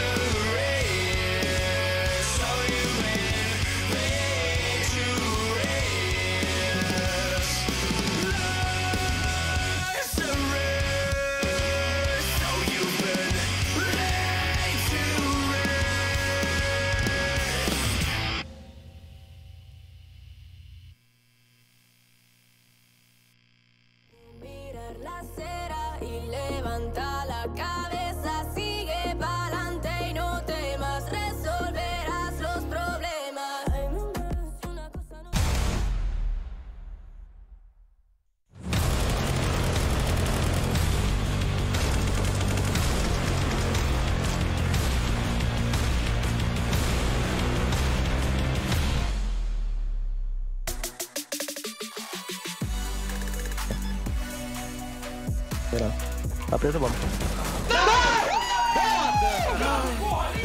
Mano, eu preciso mijar, eu vou mijar.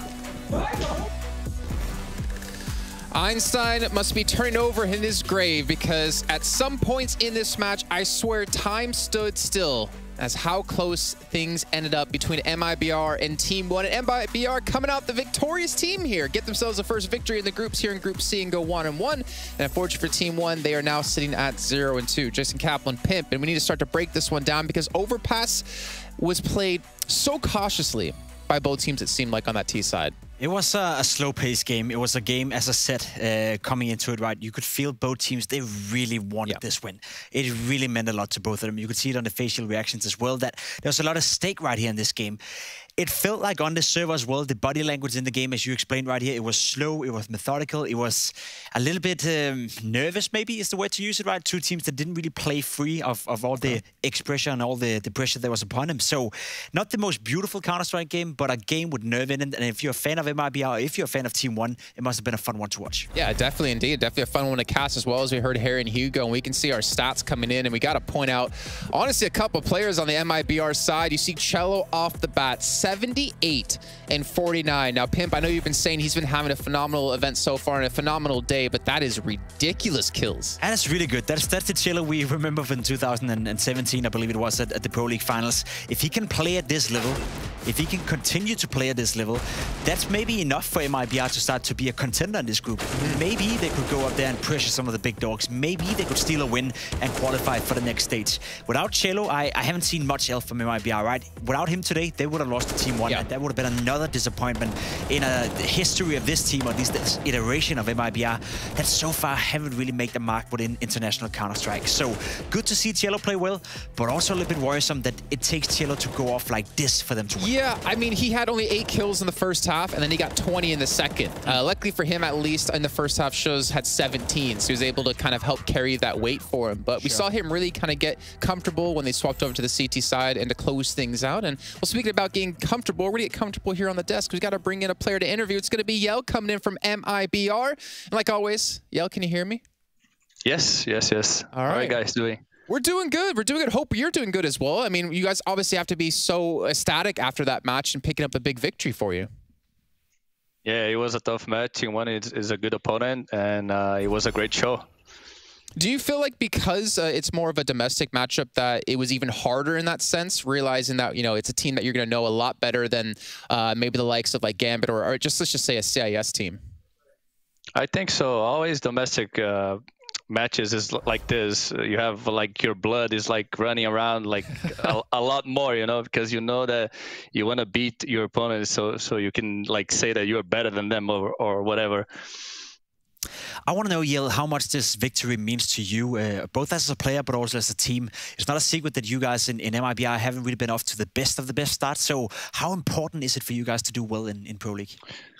I think it's the first step. Of course, our head is like to get out the groups, and this victory put a step forward to it. We haven't been looking like so good lately with our wins, but I think we're playing good. We're taking maps against top teams, and I think with time we can be the best. That's good to hear. You've been in Europe for quite some time now as well, and you've been practicing here in Europe. Can you feel the difference in quality of practice? Of course, man. It's like there's a lot of play styles in here. You play a team from TIS is totally different than you play a team from Denmark and then a team from, I don't know, other place, France, for example. So you have to be ready for every meta that they bring to you. So that's why Europe is really difficult. And you said like these domestic lineups, you know, playing against some Brazilian guys is always a bit tense. You have a game against Fury as well. Is that a team you can beat? I think we can beat them. I think they are one step ahead of us, but I think we can beat them, yeah. I want to ask you one more question here, and so you can go celebrate with your team. Cello, he had a phenomenal series. What did he bring to that match for you guys? I've said that a bunch of times. I think Cello is our star player. He can play up, he can play entry frag, he can lurk, he can do everything, and he knows his role. And I'm just wishing he can keep doing what he's doing. Yeah, and if he keeps doing what he is doing, we could see some big games from you guys coming up. Thank you all for joining us. We appreciate it. Go celebrate with your team. We'll check in with you guys tomorrow. Thank you very much, guys. Bye-bye. All right, cool stuff. Pimp, he's very confident, and I like this. Confident that this can be a team that can easily be a top contender in the world. We've seen some glimpses of it, but I think we're both going to agree, and I think he'll agree as well, that maybe there's still a little bit of work to be done to help, round things out as a whole. As you said, result-wise, MIBI is not off to the start that they would have hoped to win, right? It's a team that, I guess they suffer a bit under the brand MIBR, right? You think of yourself like you're playing in MIBR. You're supposed to beat some of these European teams who are only ranked 20th or 25th or whatever that may be. But he does have a point in saying that they're beating top teams, or at least taking maps off top teams. So it's getting better, slowly but surely. Whether they can be the best or not, I don't think I've seen enough of MIBR to make that statement yet. But I will agree with what he's saying. It seems like they're getting better. Seems like the practice here in Europe is helping them to elevate themselves to a new level. Seems like everyone says that whenever they come here to Europe to play some CS. It's a nice place to be. Exactly. Let's take a look at our results, though, from today. You guys can see on your screen, Gambit with their 2-1 victory over Cloud9. Furia taking a surprising 2-0 over Na'Vi, taking a map for the very first time, and a series against them as well. And as we close things out, MIBR winning up against Team 1. So let's take a look now at the groups and how it changed things over the course of today. We do have Gambit and Furia currently sitting in first place at 2-0.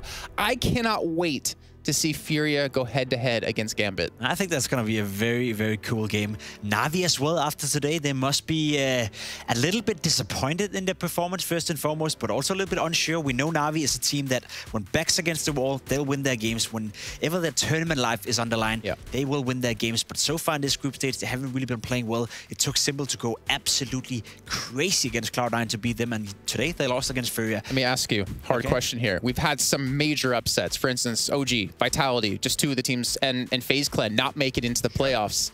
Is there a world we're living in right now that Na'Vi don't qualify?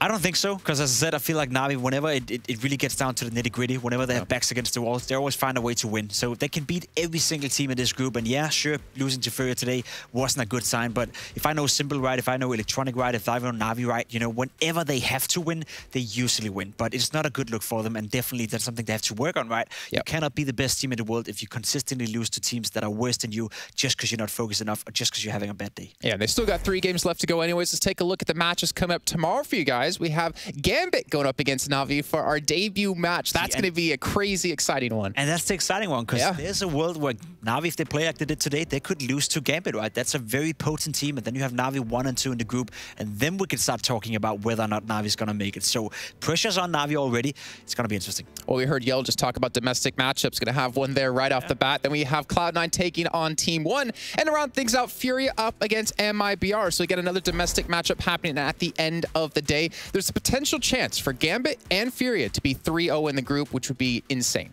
It would be insane. I mean, it'll be, I wouldn't say it would be expected considering Na'Vi's in the mix as well, but these 3 teams are the favorites of this group. And I think Gambit have been playing well so far. I think Furia have been playing well so far. Na'Vi, not so much. And then I'm very interested to see Cloud9 against Team 1. You know, one of those 2 teams will probably end their chances of progressing out of the group stage tomorrow. I think Team 1 have been looking okay so far in this tournament. I think Cloud9 have done decent, but again, always getting close to a victory without really getting it. Tomorrow, they have to win. They have to put points on the board. Well, you know what we have to do until we get to tomorrow? Get out of here. We have to get out of here. So, ladies and gentlemen, thank you again for tuning in here at the ESL Pro League Season 13. We'll be back yet again tomorrow to continue Group C at the same time every day, 12 CET.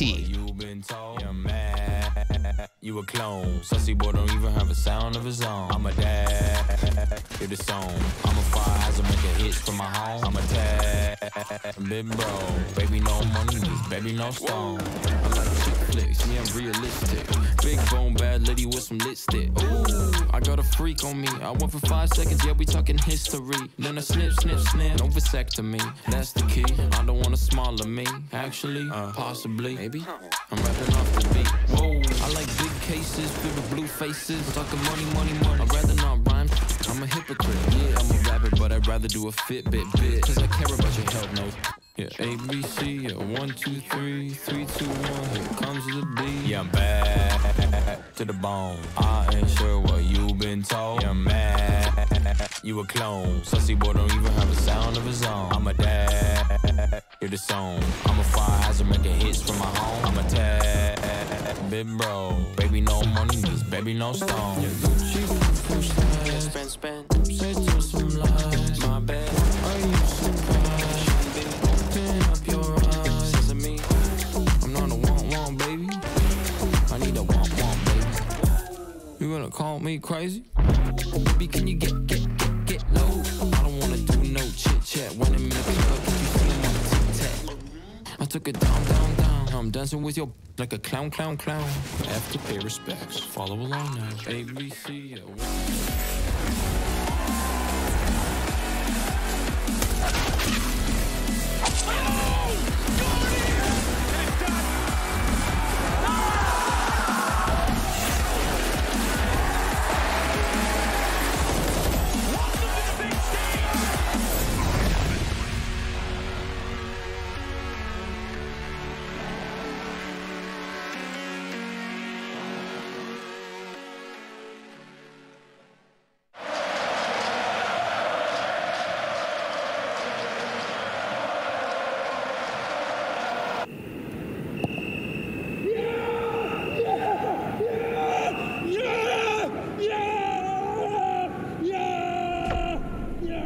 Start your esports career now at play.eslgaming.com. My name is Jordan Gilbert, aka Nothing. Hi, my name is Sue Lee. My handle is Smix. I think it's important for these initiatives to happen. Empathy really goes a long way, and it always means so much to us, and I think that's where initiatives like this really help. I encourage everyone in the community, anytime they see bullying, anytime they see someone getting called names, I encourage you to step up and say something. Good luck, have fun. Good luck, have fun.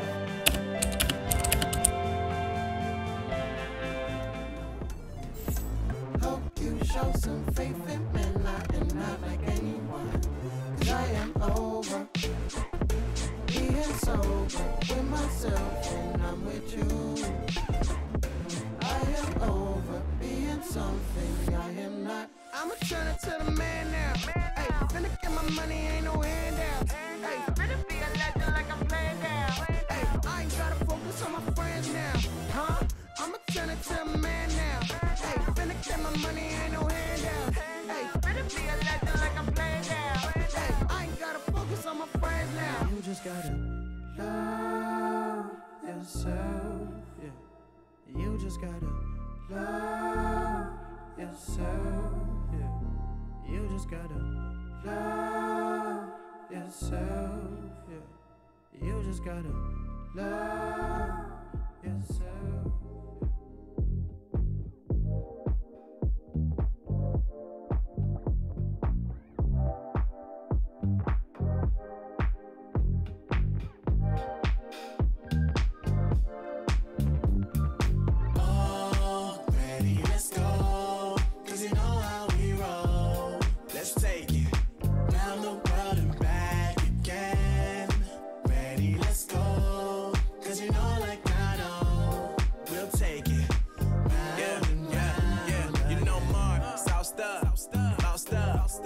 Never let you double cross them.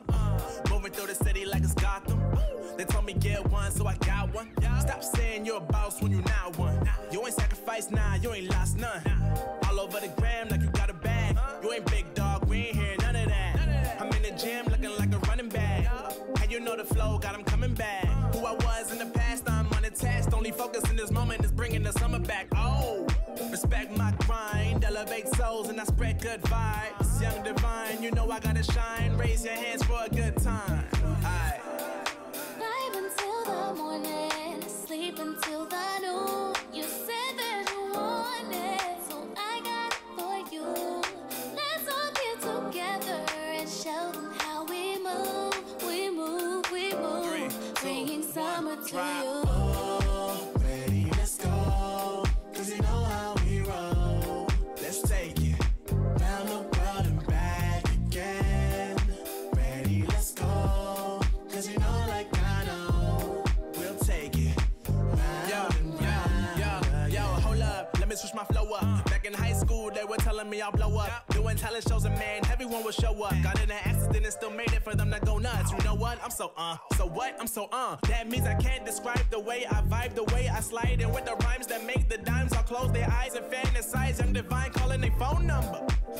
No, you know I love you. And you know me, I can't sleep without blazing beats. On stages for their ones gracefully. And I got a smile that they hate to see. Young black successful, though life gets stressful. Though life gets stressful, go and vibe out with who